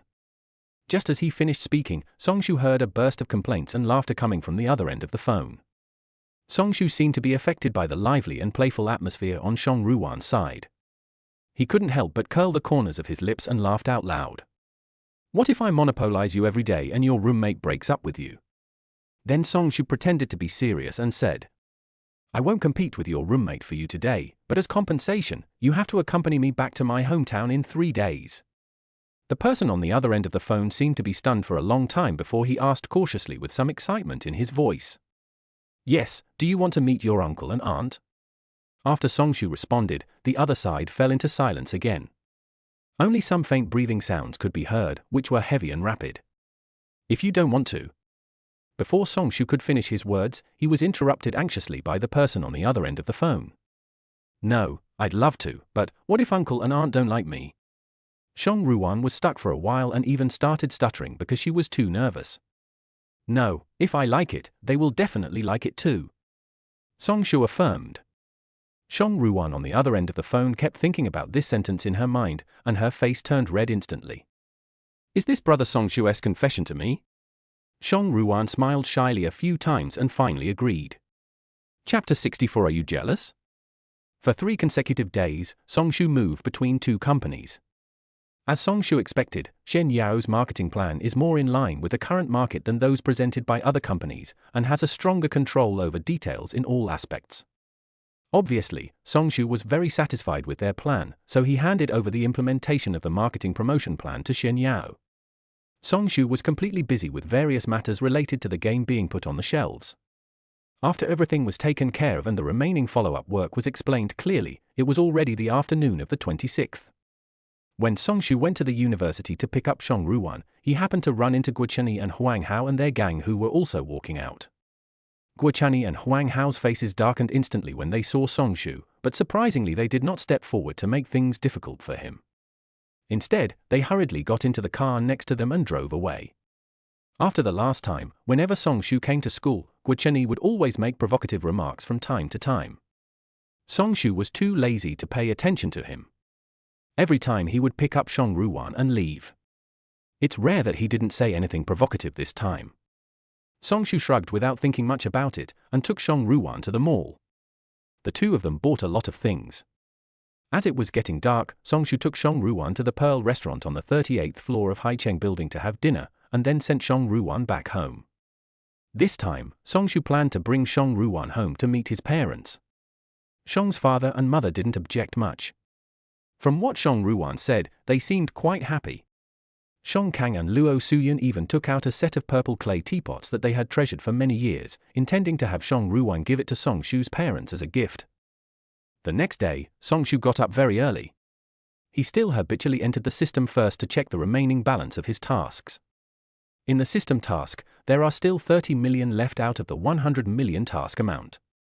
When we acquired Xian Yao Media, we spent 10 million yuan, and more than 50 million yuan was used for the launch and marketing of new games. Songshu transferred all the funds needed by the company directly into the company's account, so he knew every transaction clearly. The company currently has no further need for money, and Songshu cannot put the remaining 30 million into it. After all, the company's account is also in his name. If the system's money in the company's account is not spent, it will still be charged to him. He had done this experiment when he first acquired Fujikawa, to see if transferring money out of his bank card would also count as spending the money and completing the system's task. But no matter where he transferred the money, the amount of uncompleted system tasks did not change. At that time, he was almost punished for not completing the task. He spent a total of more than 62 million to acquire the company and put the product on the shelves for promotion. After buying many gifts for his parents, he barely managed to scrape together 70 million. Songshu currently has no idea how to spend the remaining 30 million. Go home and think about it. Thinking of this, Songshu entered the system again to conduct today's lottery. Ding! Congratulations to the host for winning the hidden function. The hidden function, as the name suggests, can hide all the host's personal information, including all the property under his name, the company's mansion, the specific address, personal photos, etc. It is extremely secretive, and even the most powerful hacker in the world cannot break it. Unless the host is willing, no one can investigate all the personal information of the host. Songshu was very satisfied after getting this function. This protects Songshu's personal privacy to a certain extent. After all, this is the internet age, and privacy leaks happen frequently. With this function, the possibility of being assassinated or threatening friends and family is greatly reduced. After all, a big tree attracts the wind, and everything is unpredictable. After Songshu drew the lottery, he got up, washed, packed a few sets of clothes, and then drove to the downstairs of Aodu community. Song Ruwan received Songshu's message and waited downstairs early, holding a set of purple clay teapots in a large gift box in her hands. As soon as Songshu got out of the car, Song Ruwan reached out and hugged Songshu. Songshu was stunned, and before he could react, Song Ruwan moved her face closer and kissed him on the face.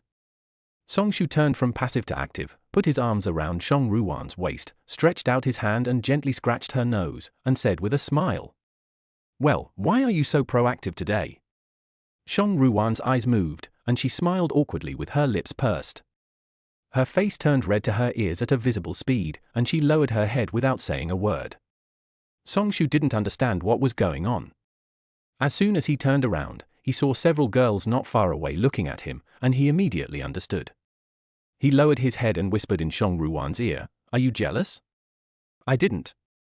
Song Ruwan pushed Songshu stubbornly, broke free from Songshu's arms and ran into the car. Songshu was touched by her series of cute actions. He shook his head and smiled softly, then got into the car. Chapter 65. A total of 80,000 yuan must be paid back today. Songshu's home is in Baishan province, 160 kilometers away from Haicheng. Because it is close to the economic development zone and is a major transportation hub, Nanjing City in Baishan province has developed very well in recent years. Including several villages under the city, they have gradually developed, among which Songshu's hometown, Chiding village, is the best developed. The roads have been built, and the place is full of flowers and thriving. When Songshu arrived at his home in Chiding village with a car full of gifts, he was in trouble. The door of his house was right next to the road and there was not much space for parking. Songshu had no choice but to leave as much space as possible on the road for traffic before getting out of the car. At the same time, the Song family. Song Sheng, the eldest uncle of the Song family, was sitting in the main seat with a proud look on his face. He lowered his eyes to Song Yang, the father of Songshu, and said with a mocking smile on his face, "Should we pay back the 50,000 yuan you borrowed from us to raise the dowry for that boy Songshu?"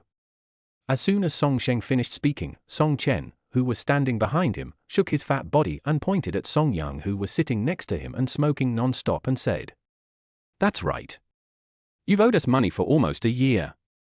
Pay us back as soon as possible." Song Yang shook the old, faded pipe in his hand, glanced at his nephew Song Chen, and said with some dissatisfaction, "You are disrespectful. I am an elder after all. How dare you point at an elder and talk to him?" The sound was not loud, but it still reached Song Sheng's ears. "How dare you scold your own son?" Song Sheng's ears twitched, and he reached out and pulled Song Chen behind him.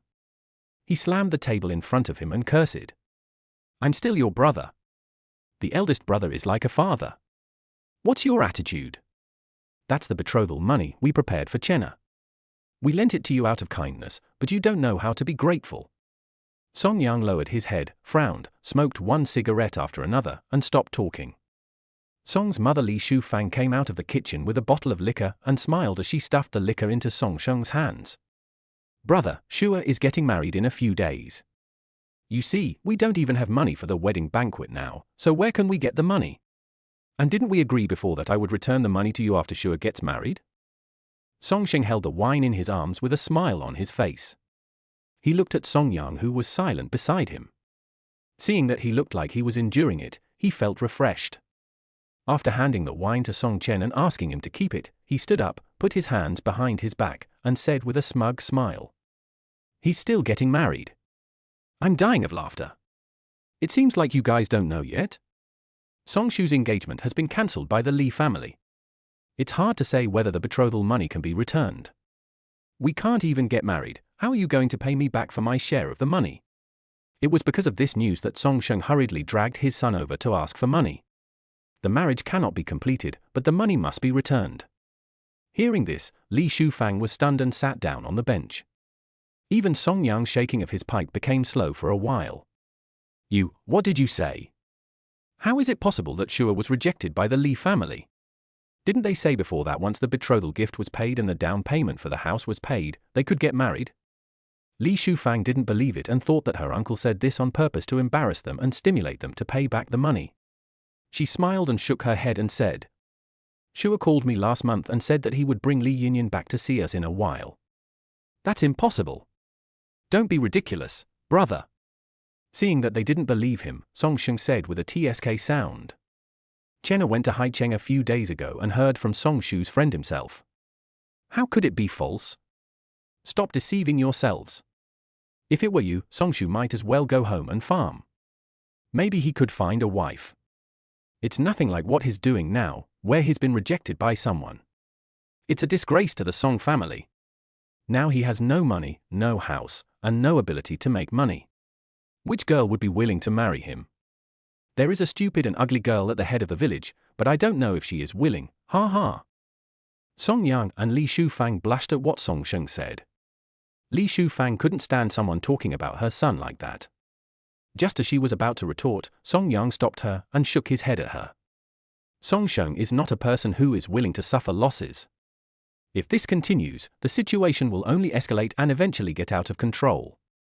Over the years, Song Yang has gotten used to being suppressed by Song Sheng. Adhering to the idea that less trouble is worse than more, Song Yang would never refute and was used to enduring it. Seeing that the two of them were silent and just lowered their heads to do their own things, as if they were deliberately ignoring him, Song Sheng felt a little angry and said, "I'm telling you, you owe me 50,000 yuan for a year, and you have to include the interest, so the total is 80,000 yuan. You must give it to me today." "What? 80,000? Li Shufang stared at her elder brother with eyes wide open. Just then, the door opened. Song Shu walked into the house with a dark face, holding a lot of gifts in his hands. Song Shu heard the conversation inside the house when he parked his car at the door. He has always disliked his uncle's family. His uncle Song Sheng relied on the fact that he was a contractor and earned a little more than his family, so he often suppressed his father and looked down on others in various ways. Unexpectedly, he came to my house today regardless of the fact that it was his father's birthday, and asked for a huge amount of money. Chapter 66. This is really a disgrace to the Song family. When Song Shu and Song Ruan appeared, everyone present was stunned. Li Shufan, who was the first to react, stood up excitedly when she saw her son coming back. She ran to her son, took Songshu's hand and looked around, tears flashing in her eyes. "Shua, didn't you say you were still stuck in traffic? Your dad and I are planning to pick you up later. Are you hungry? I'll go cook dinner now." Songshu quickly grabbed Li Shufan, who was about to go to the kitchen, and said with a smile, "No need, Mom. We're not hungry." Li Shufan hadn't seen her son for a long time. All she could see was Songshu. She then noticed that there was an unfamiliar beauty beside her son and asked, "This is..." "Hello, uncle and aunt."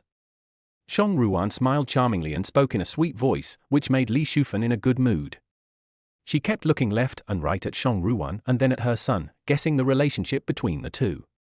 "Let me introduce you to my girlfriend, Shang Ruan," Songshu said with a smile. Shang Ruan then hurriedly handed over the purple clay teapot set. Li Shufan took the gift from Shang Ruan, her eyes curved into crescent shapes as she smiled. "What a great girlfriend, she's so pretty." Song Yang, who was standing by, hadn't seen his son for a long time, and a smile finally showed on his weather-beaten face. "Girlfriend?" Song Sheng and Song Chen on the side widened their eyes in disbelief. Didn't they say Songshu's engagement was broken off? How come he has a girlfriend so soon? The key is that she is quite beautiful. The father and son's throats seemed to be blocked by something and they were unable to speak for a while. They just said that Songshu would never be able to find a wife, but now he has brought his girlfriend home? This is intentional to annoy them. When Song Chen saw that Songshu, whom he had always looked down upon, actually had a girlfriend who was prettier than his own, he became extremely jealous. You know, his girlfriend was the campus beauty when he was in college, and he had a lot of trouble to win her over. When he brought her home, all the neighbors were envious of him for marrying a beautiful wife. But compared with Songshu's girlfriend, this is nothing. He had to admit that Shang Ruan was really beautiful, with a delicate and small face, pink and tender skin, cute and attractive, and a proud figure with curves in all the right places, which made him a little moved. Song Sheng was disdainful. He just glanced at the girlfriend Songshu brought back, then turned his face away and snorted coldly. "Humph! Songshu, you still have the nerve to come back?" Songshu smiled faintly, maintaining his courtesy towards his elders, and said, "Uncle, this is my house. I am the one who has the most face to come in, right?" Song Chen, who was already angry, understood the meaning of Songshu's words and pointed at Songshu angrily and cursed. "Songshu, how can you talk like that? Who are you calling shameless?" Songshu shrugged and said calmly, "Look who's talking." "You?" Song Chen was speechless and couldn't say anything. How dare Songshu, this rubbish, call him shameless? Song Chen was very unhappy, but he could only clench his fist secretly and glare at Songshu with gritted teeth. Seeing this, Song Sheng, who was standing by, put away his anger, shook his head and sighed, his voice low. "Hey, Songshu, uncle thought you would understand the ways of the world after entering society. Chenna is your cousin after all. Don't you understand the principle of respecting elders and young people? It really brings shame to the Song family." Songshu felt nauseous when he saw Song Sheng's sanctimonious face. But considering that Song Sheng was his elder and his father's brother, in order not to embarrass his father, he didn't say much. But Song Sheng thought that he had scared Songshu, so Songshu didn't dare to say anything. He was delighted and immediately put on the attitude of an elder, holding his head high, his hands behind his back, and said, "Songshu, you should learn more from your brother Song Chen. He has passed the civil service exam and will be appointed soon. It's a stable job with a salary of 8,000 yuan a month. Look at you, TSK. You've been wandering in Haicheng for 2 years. If you've made some money, it wouldn't be a big deal. But not only have you not made a penny, you've even asked your family for money. I'm ashamed for your parents." Song Sheng became more and more excited as he spoke. He looked down at Songshu and felt that he could not compare to his outstanding son. Not only do you have no money, but you also have to work for others all day and face the risk of being fired all the time. It's really hopeless. When Song Chen heard his father praising him, he felt that his father was absolutely right and his chest straightened even more. Songshu rolled his eyes and was too lazy to argue with the two of them, so he decided to take Shang Ruan around his home. Song Sheng thought Songshu was embarrassed and wanted to run away, which made him even more proud. "Stop, you haven't returned the 80,000 yuan to me yet and you want to leave. Whose car is that at the door? It's blocking the way. Just then, a loud shout came from the door, covering up Song Sheng's words. Chapter 67, Son, did you borrow money from a loan shark? Oh my, I'll be right there. Song Sheng shouted and ran to the door, followed closely by Song Chen. But when they arrived at the door, Song Sheng and Song Chen were dumbfounded. I saw a Rolls-Royce worth tens of millions parked at the door, which was extremely dazzling. A brand new tricycle was parked against the wall next to the Rolls-Royce. Comparing the two, they are like heaven and earth. Excuse me, could you please drive this car a little to the side? I can't get through. I saw a man sticking his head out of the car window and speaking to Song Sheng and his son. Song Sheng didn't know whether he was embarrassed or embarrassed. His old face turned red, and he stammered and couldn't utter a word. He kept glancing at his brand new tricycle, and at this moment he really wanted to find a crack in the ground to crawl into. So fucking embarrassing. When Song Shu arrived at the door, he saw this scene and couldn't help but smile. Next to him was a dark-skinned but thin man driving an Audi, facing Song Shu's Rolls-Royce. He was worrying about how to drive past him. In fact, Song Shu had parked his car as close to his doorstep as possible, leaving plenty of space on the road, but no matter how many times the man tried, he could not drive through. The man was also very panicked, and kept muttering. You can't scratch it, you can't scratch it. If you scratch a Rolls-Royce, it will cost hundreds of thousands to repair it. Song Shu sighed helplessly, took out the car keys and unlocked the car. After Song Shu adjusted the position of the car and kept it in a straight line, the car drove past cautiously. As the car drove past, Song Shu clearly heard the man sigh heavily and say, "Great, I didn't get any." Seeing that this luxury car belonged to Song Shu, not to mention Song Sheng and Song Chen, even Song Shu's parents were so surprised that they couldn't close their mouths. When Song Yang and Li Shufan saw Song Shu get out of the car, they quickly pulled Song Shu aside. Li Shufan grabbed Song Shu's hand tightly and whispered, "Son, tell your parents honestly, has something happened to you?" Song Yang also nodded quickly and said, "Yes, son, did you borrow money from loan sharks? Or are you involved in gangs? Just tell me, and mom and dad will definitely help you." Song Yang patted his son's shoulder with a determined look on his face. Li Shufan still stared at him, pushed Song Yang with her hand, and said with her eyes, "What gangsters, loan sharks, is your son that kind of person?" Song Shu looked at his parents with a smile, wondering what they were thinking. But seeing the worried looks on his parents' faces, he could not bear to tease them, so he deliberately embellished the situation and told them the whole cause and effect. After hearing this, the two opened their mouths in shock and looked at each other. This means that his son had a successful investment some time ago, had money, and also acquired 2 companies? Became the chairman of 2 companies? This is really unbelievable. The two were speechless, their hearts were excited, but more of them were heartbroken. They knew that the family was not very wealthy, so when Song Shu was in college, he worked part-time at school to earn his living expenses. He never accepted the money they gave him and always let the family save it. Because Song Yang had been working on the farm for many years, his health had not been good since he turned 50, and he needed money to buy medicine to treat his illness. Otherwise, Song Shu would not have given up the opportunity to study for a master's degree and entered the society to earn money so early. Whenever they thought of this, Song Yang and Li Shufan felt uncomfortable. They know that their son's money is hard-earned. The two elders feel very pleased to see their son is so outstanding now. Li Shufan secretly wiped away the tears from the corners of her eyes and tried to calm herself down, not wanting to make her son worry. Song Sheng and Song Chen on the side were already staring at the car in a trance, and they had no time to care about what the 3 people behind them were whispering. Song Chen swallowed his saliva, stretched out his hand to touch the front of the car, and then with a pa sound, he was slapped down by Song Sheng next to him. "What's there to touch?" Song Sheng was so angry that he was about to die. The words of the man just now were still echoing in his ears. If he took advantage of it, he would have to pay hundreds of thousands of dollars. Although he was indignant, he could only watch helplessly. Song Chen looked at his father with a slightly aggrieved look on his fat face, and then stared at the luxury car in front of him, feeling unwilling and jealous. Why does Song Shu have a luxury car? He is obviously the one who has been loved and praised by the elders of the Song family since childhood. Why does Song Shu have something that he doesn't have? Song Chen was so angry that his eyes gradually became vicious as he looked at the little golden man on the front of the Rolls-Royce. Chapter 68 Song Shu, you are so cruel. Song Sheng stood at the door, coughed lightly, put his hands behind his back, and his eyes changed when he looked at Song Shu. Song Shu now seems to be rich and has a beautiful girlfriend, which makes them very jealous. Song Sheng looked extremely unhappy and asked sternly, who knows where he got all his money? TSK. Song Shu, let me tell you, if you dare to do anything illegal or criminal and bring shame to the Song family's ancestors, I, your uncle, will not protect you. Song Yang was usually suppressed by Song Sheng, but he never resisted because of their brotherly love. But when he saw that Song Sheng wanted to slander his son, he was the first to disagree. He immediately stood up, protected Song Shu behind him, and said, "What nonsense are you talking about? My son is smart and he has earned all this through hard work."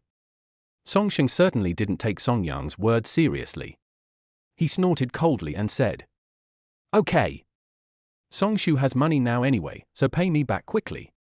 Song Shu didn't want to get entangled with Song Sheng and his son anymore, so he transferred 50,000 yuan to Song Sheng via Alipay on the spot. When Song Sheng heard the sound of Alipay's payment, his eyebrows and eyes were full of smiles, but when he heard that the amount was 50,000, he jumped up and pointed at Song Shu and cursed. "Song Shu, you little bastard, are you trying to default on your debt? You still haven't paid me 30,000 yuan. Song Shu glanced at Song Sheng indifferently and found a picture from his mobile phone album. The picture showed a piece of paper with an IOU written on it, as well as Song Yang's signature and red handprint. It was clearly written on it that Song Yang owed Song Sheng 50,000 yuan. The IOU clearly states that it is for 50,000, uncle. When did it become 80,000? Don't think that you can blackmail me at will just because you tore up the IOU. When Song Sheng saw the photo, his eyes widened. He had clearly torn up the IOU in order to get more money, but he didn't expect Song Shu to have the photo. Song Sheng reached out to grab Song Shu's phone and delete the pictures. Song Shu quickly withdrew his hand, causing Song Sheng to stumble and almost fall.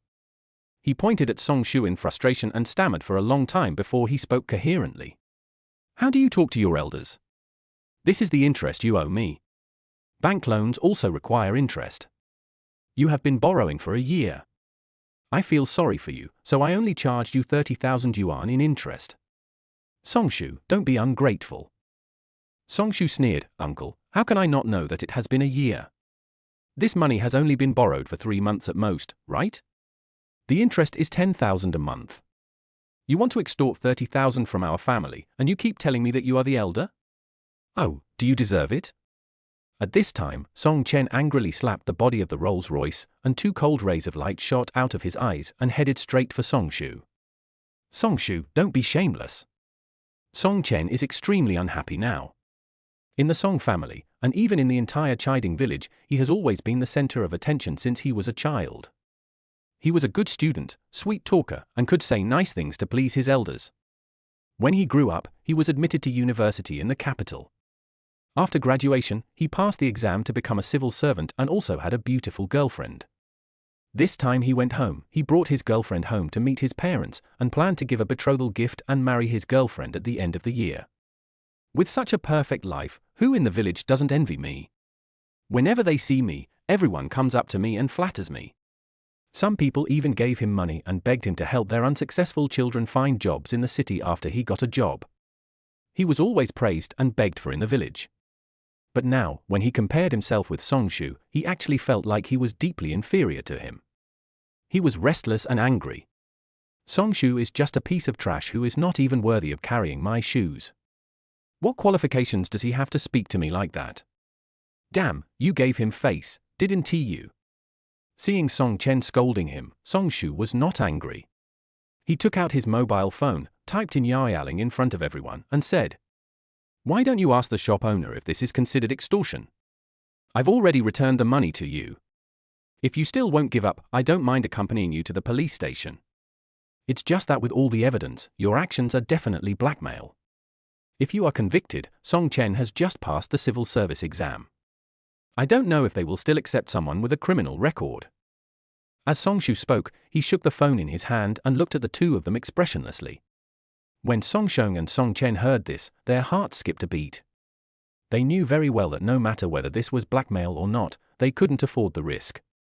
If he is really convicted, his job as a civil servant will definitely be ruined, and Song Chen's life will be ruined. Song Chen stared at Song Shu, his teeth gritting. Song Shu did not avoid Song Chen's gaze and looked at him with a smile. Song Shu is rich, and the two companies have also made him a lot of money. But facing such disgusting relatives, he felt that giving even a cent more would be an insult to the money. If he compromised and gave him the 30,000 this time, they would definitely ask him for more money later, knowing that he had money. There will be a first time, a second time, and then countless times. Instead of letting them use family ties and morals to kidnap themselves at that time, it is better to nip these things in the bud now. Song Chen could only angrily say, "Song Shu, you are so cruel. You king wait for me." After Song Chen finished speaking, he glared at Song Shu and turned away. Seeing this, Song Sheng hurriedly pushed his tricycle, kept calling Song Chen wait a moment, and followed. At this moment, Li Shufan looked at their backs as they left angrily, and couldn't help laughing. She waved at Song Sheng and said, "His uncle, Chenna, remember to come to our house more often." Song Yang next to him couldn't help laughing. Chapter 69. A warm and harmonious family. When Song Shu's elder brother Song Liangping came back from the fields, he saw his uncle and cousin leaving angrily, and they glared at him fiercely when they saw him. Song Liangping didn't know what was going on and scratched his head in confusion. When he saw Song Shu, he excitedly gave Song Shu a big hug. "Boy, why didn't you tell me when you came back so I could pick you up?" Song Shu smiled. He hadn't seen his brother for a long time and felt indescribable joy in his heart. "That's right, Shu, you don't know that your brother is always talking about you and saying he misses you." Zhu Qiaolan, who was following behind Song Liangping, walked forward, smiling and said jokingly, "You're the only one who talks too much." Song Liangping said the accusatory words, but there was no hint of complaint in his tone. He took the dish from Zhu Qiaolan and said, "Go buy a chicken. Oh, and buy a fish. Shu finally comes back, so we need to eat something good." Seeing this, Li Shufan hurriedly stopped her daughter-in-law who was about to leave and said, "Shua called me in the morning and said he was coming back, so I bought them all. I went to buy them early in the morning." Song Liangping scratched his head, laughed twice, and said, "Is that so? Then you guys sit down and I'll go cook. I want to taste your brother's cooking today." "Yeah, okay." Song Shu nodded with a smile. Song Shu looked at his brother who had become tanned from working in the fields for many years. Memories flooded into his mind and he felt unspeakable sadness in his heart. In fact, Song Liangping dropped out of school before finishing high school because his family didn't have much money at that time and couldn't afford to send two children to school. Even if the parents lived frugally, it was still not enough for two children to go to school, let alone send two children to college. At that time, Song Liangping and Song Shu both had good grades. His brother knew the family situation and wanted to help Song Shu go to college smoothly. Song Liangping dropped out of school without a second thought and went to work in the city. He used all the money he earned to supplement the family income and support Song Shu's studies. It was also during that time that Song Liangping learned excellent cooking skills in a restaurant. Later, because his father's health was not as good as before, he returned home and took on the burden of the family. He also told Song Shu to work hard outside with peace of mind, as he was at home. Song Liangping has always believed that Song Shu can make a career for himself. He never let Song Shu worry about family matters and unconditionally supports his younger brother. Thinking of this, Song Shu felt extremely grateful that he really had a very good brother. When Song Liangping turned around and was about to go into the house, he saw the Rolls-Royce parked at the door. Song Liangping's eyes widened and he exclaimed, "Xiao Shu, this car." Without waiting for Song Shu to speak, the two elders pulled Song Liangping aside and explained the whole story. Song Shu once again took Song Ruan aside and introduced her to his brother and sister-in-law. After hearing all this, Song Liangping was stunned for a while, and then he exclaimed belatedly, "Okay, Shu, you are worthy of being my brother. I always said that you are the smartest. How can that Song Chen compare to you? Okay, I'm hungry, go cook. Stop bothering your brother." Li Shufan patted Song Liangping, then took Song Shu with her left hand and Song Ruan with her right hand and walked into the house, smiling from ear to ear. In the middle of the process, Song Ruan said that she wanted to go to the kitchen to help, but was stopped by Li Shufan. Li Shufan called out Zhu Qiaolan who was helping in the kitchen, asked her to accompany Song Ruan well, and then went into the kitchen to help. 4 people were sitting on the sofa in the living room, and 2 people in the kitchen were busy working, popping their heads out from time to time to chat. The scene was extremely warm and harmonious. As it was almost time for dinner, Song Shu and Shang Ruwan moved all the gifts of all sizes that they had bought from the car into the house. Because he was interrupted by his uncle and his son, Song Shu didn't have time to take out the gift. It took the two of them 2 trips to move all the gifts. There were more than 20 gifts in total, placed on the floor of the living room, almost filling it up. Li Shufan ran out of the kitchen with a spatula and saw so many gifts in the living room and said in surprise, "You're buying so many things. I've already said that we don't need anything at home. We have everything. Don't waste money. It's not easy for you to earn money outside, so don't spend money on so many things." Song Liangping, who was cooking in the kitchen, heard the noise and stuck his head out and said. They both felt that Song Shu had worked hard outside and was thinking about buying gifts for them with the money he earned, which made them feel distressed. Song Shu smiled and distributed the gifts to his parents, brother and sister-in-law one by one. "Dad, don't you like tea? This is for you." As he spoke, Song Shu handed over the exquisitely wrapped gift in front of him. Song Yang took it and looked at it, his face full of excitement. "Pews? This must be several thousand per pound. This weight must be at least tens of thousands, right? There are also Westlake Longjing and Mao Jian here." Song Yang looked at the other 2 gifts handed over by Song Shu, his eyes widened. These 3 things combined must be no less than 500,000.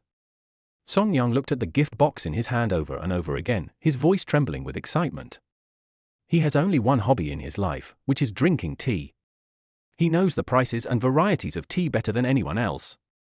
Just now I was worried that I didn't have the right tea to go with the purple clay teapot and teacup set that Ruwan gave me.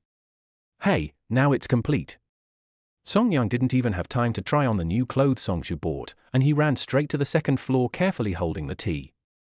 Song Shu's house was built later. It has 2 floors. The 1st floor is the living room and kitchen, and the 2nd floor is the bedroom.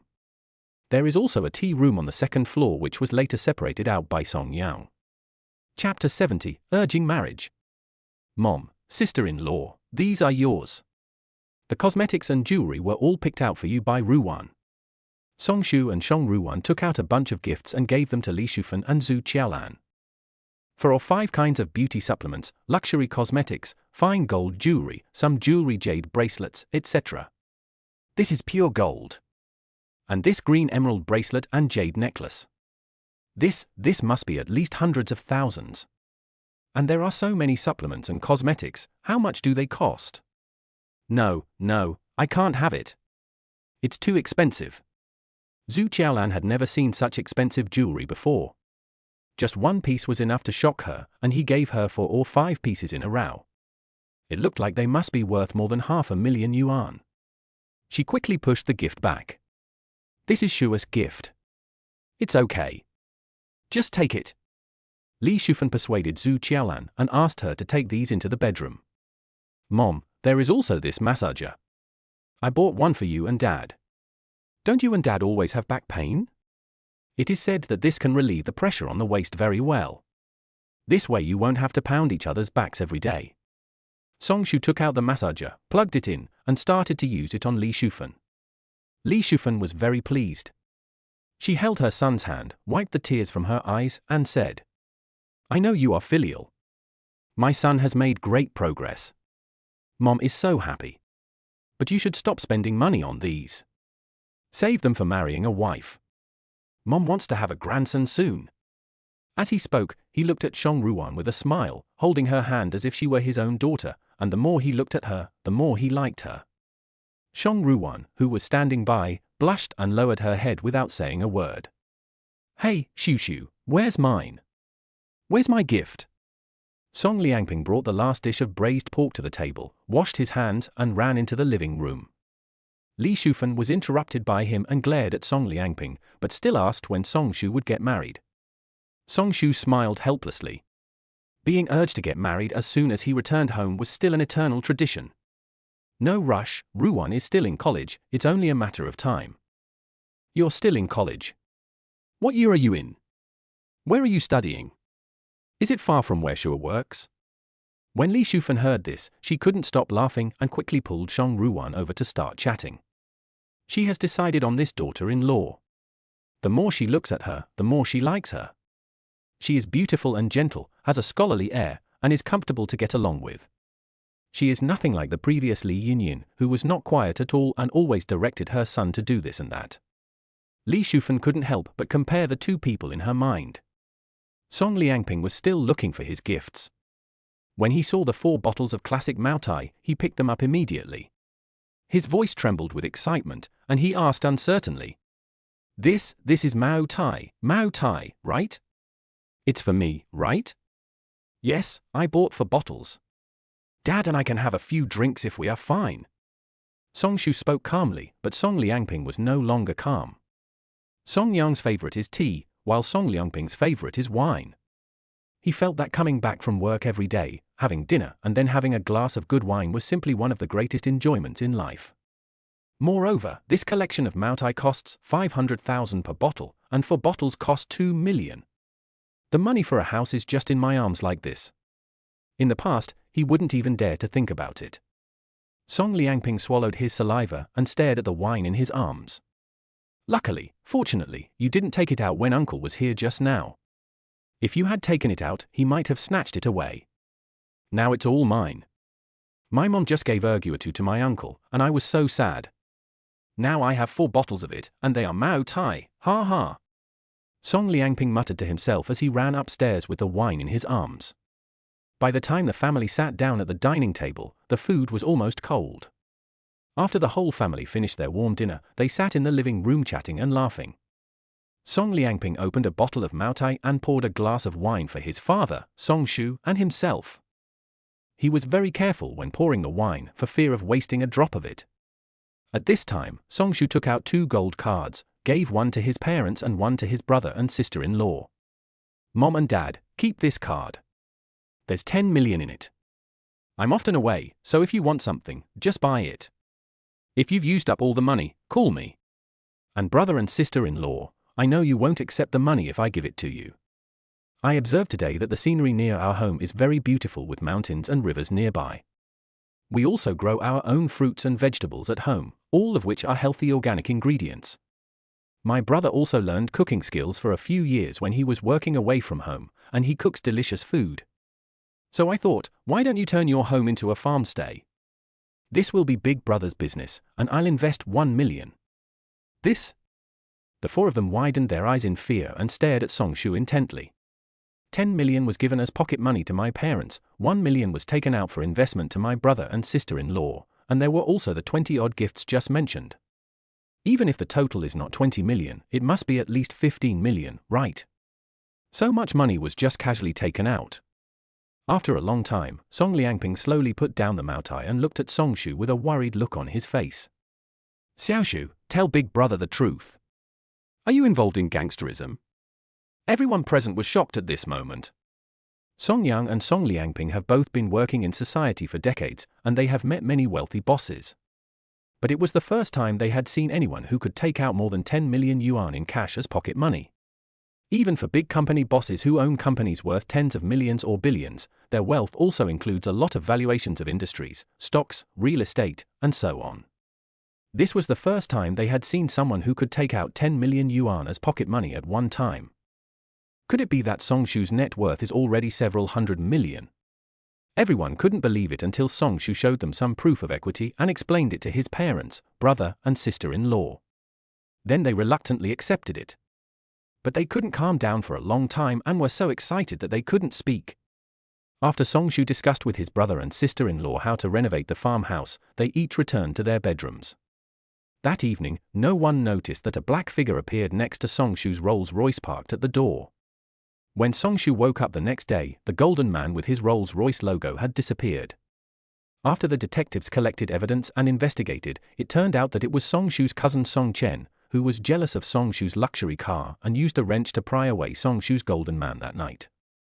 The little golden man was worth 270,000 yuan, but the uncle's family refused to acknowledge it and verbally insulted Song Shu. In the end, faced with such strong evidence, my uncle's family was speechless and ended up paying the 270,000 yuan in compensation. Finally, Song Shu bought a new car for himself and also bought one for his parents and brother, then he returned to Haicheng with Zhong Ruwan. 2 years later, in the summer when Shang Ruan graduated, a grand wedding was held in a sea of blooming gardenias. Amid the congratulations of all the guests, the two hugged and kissed.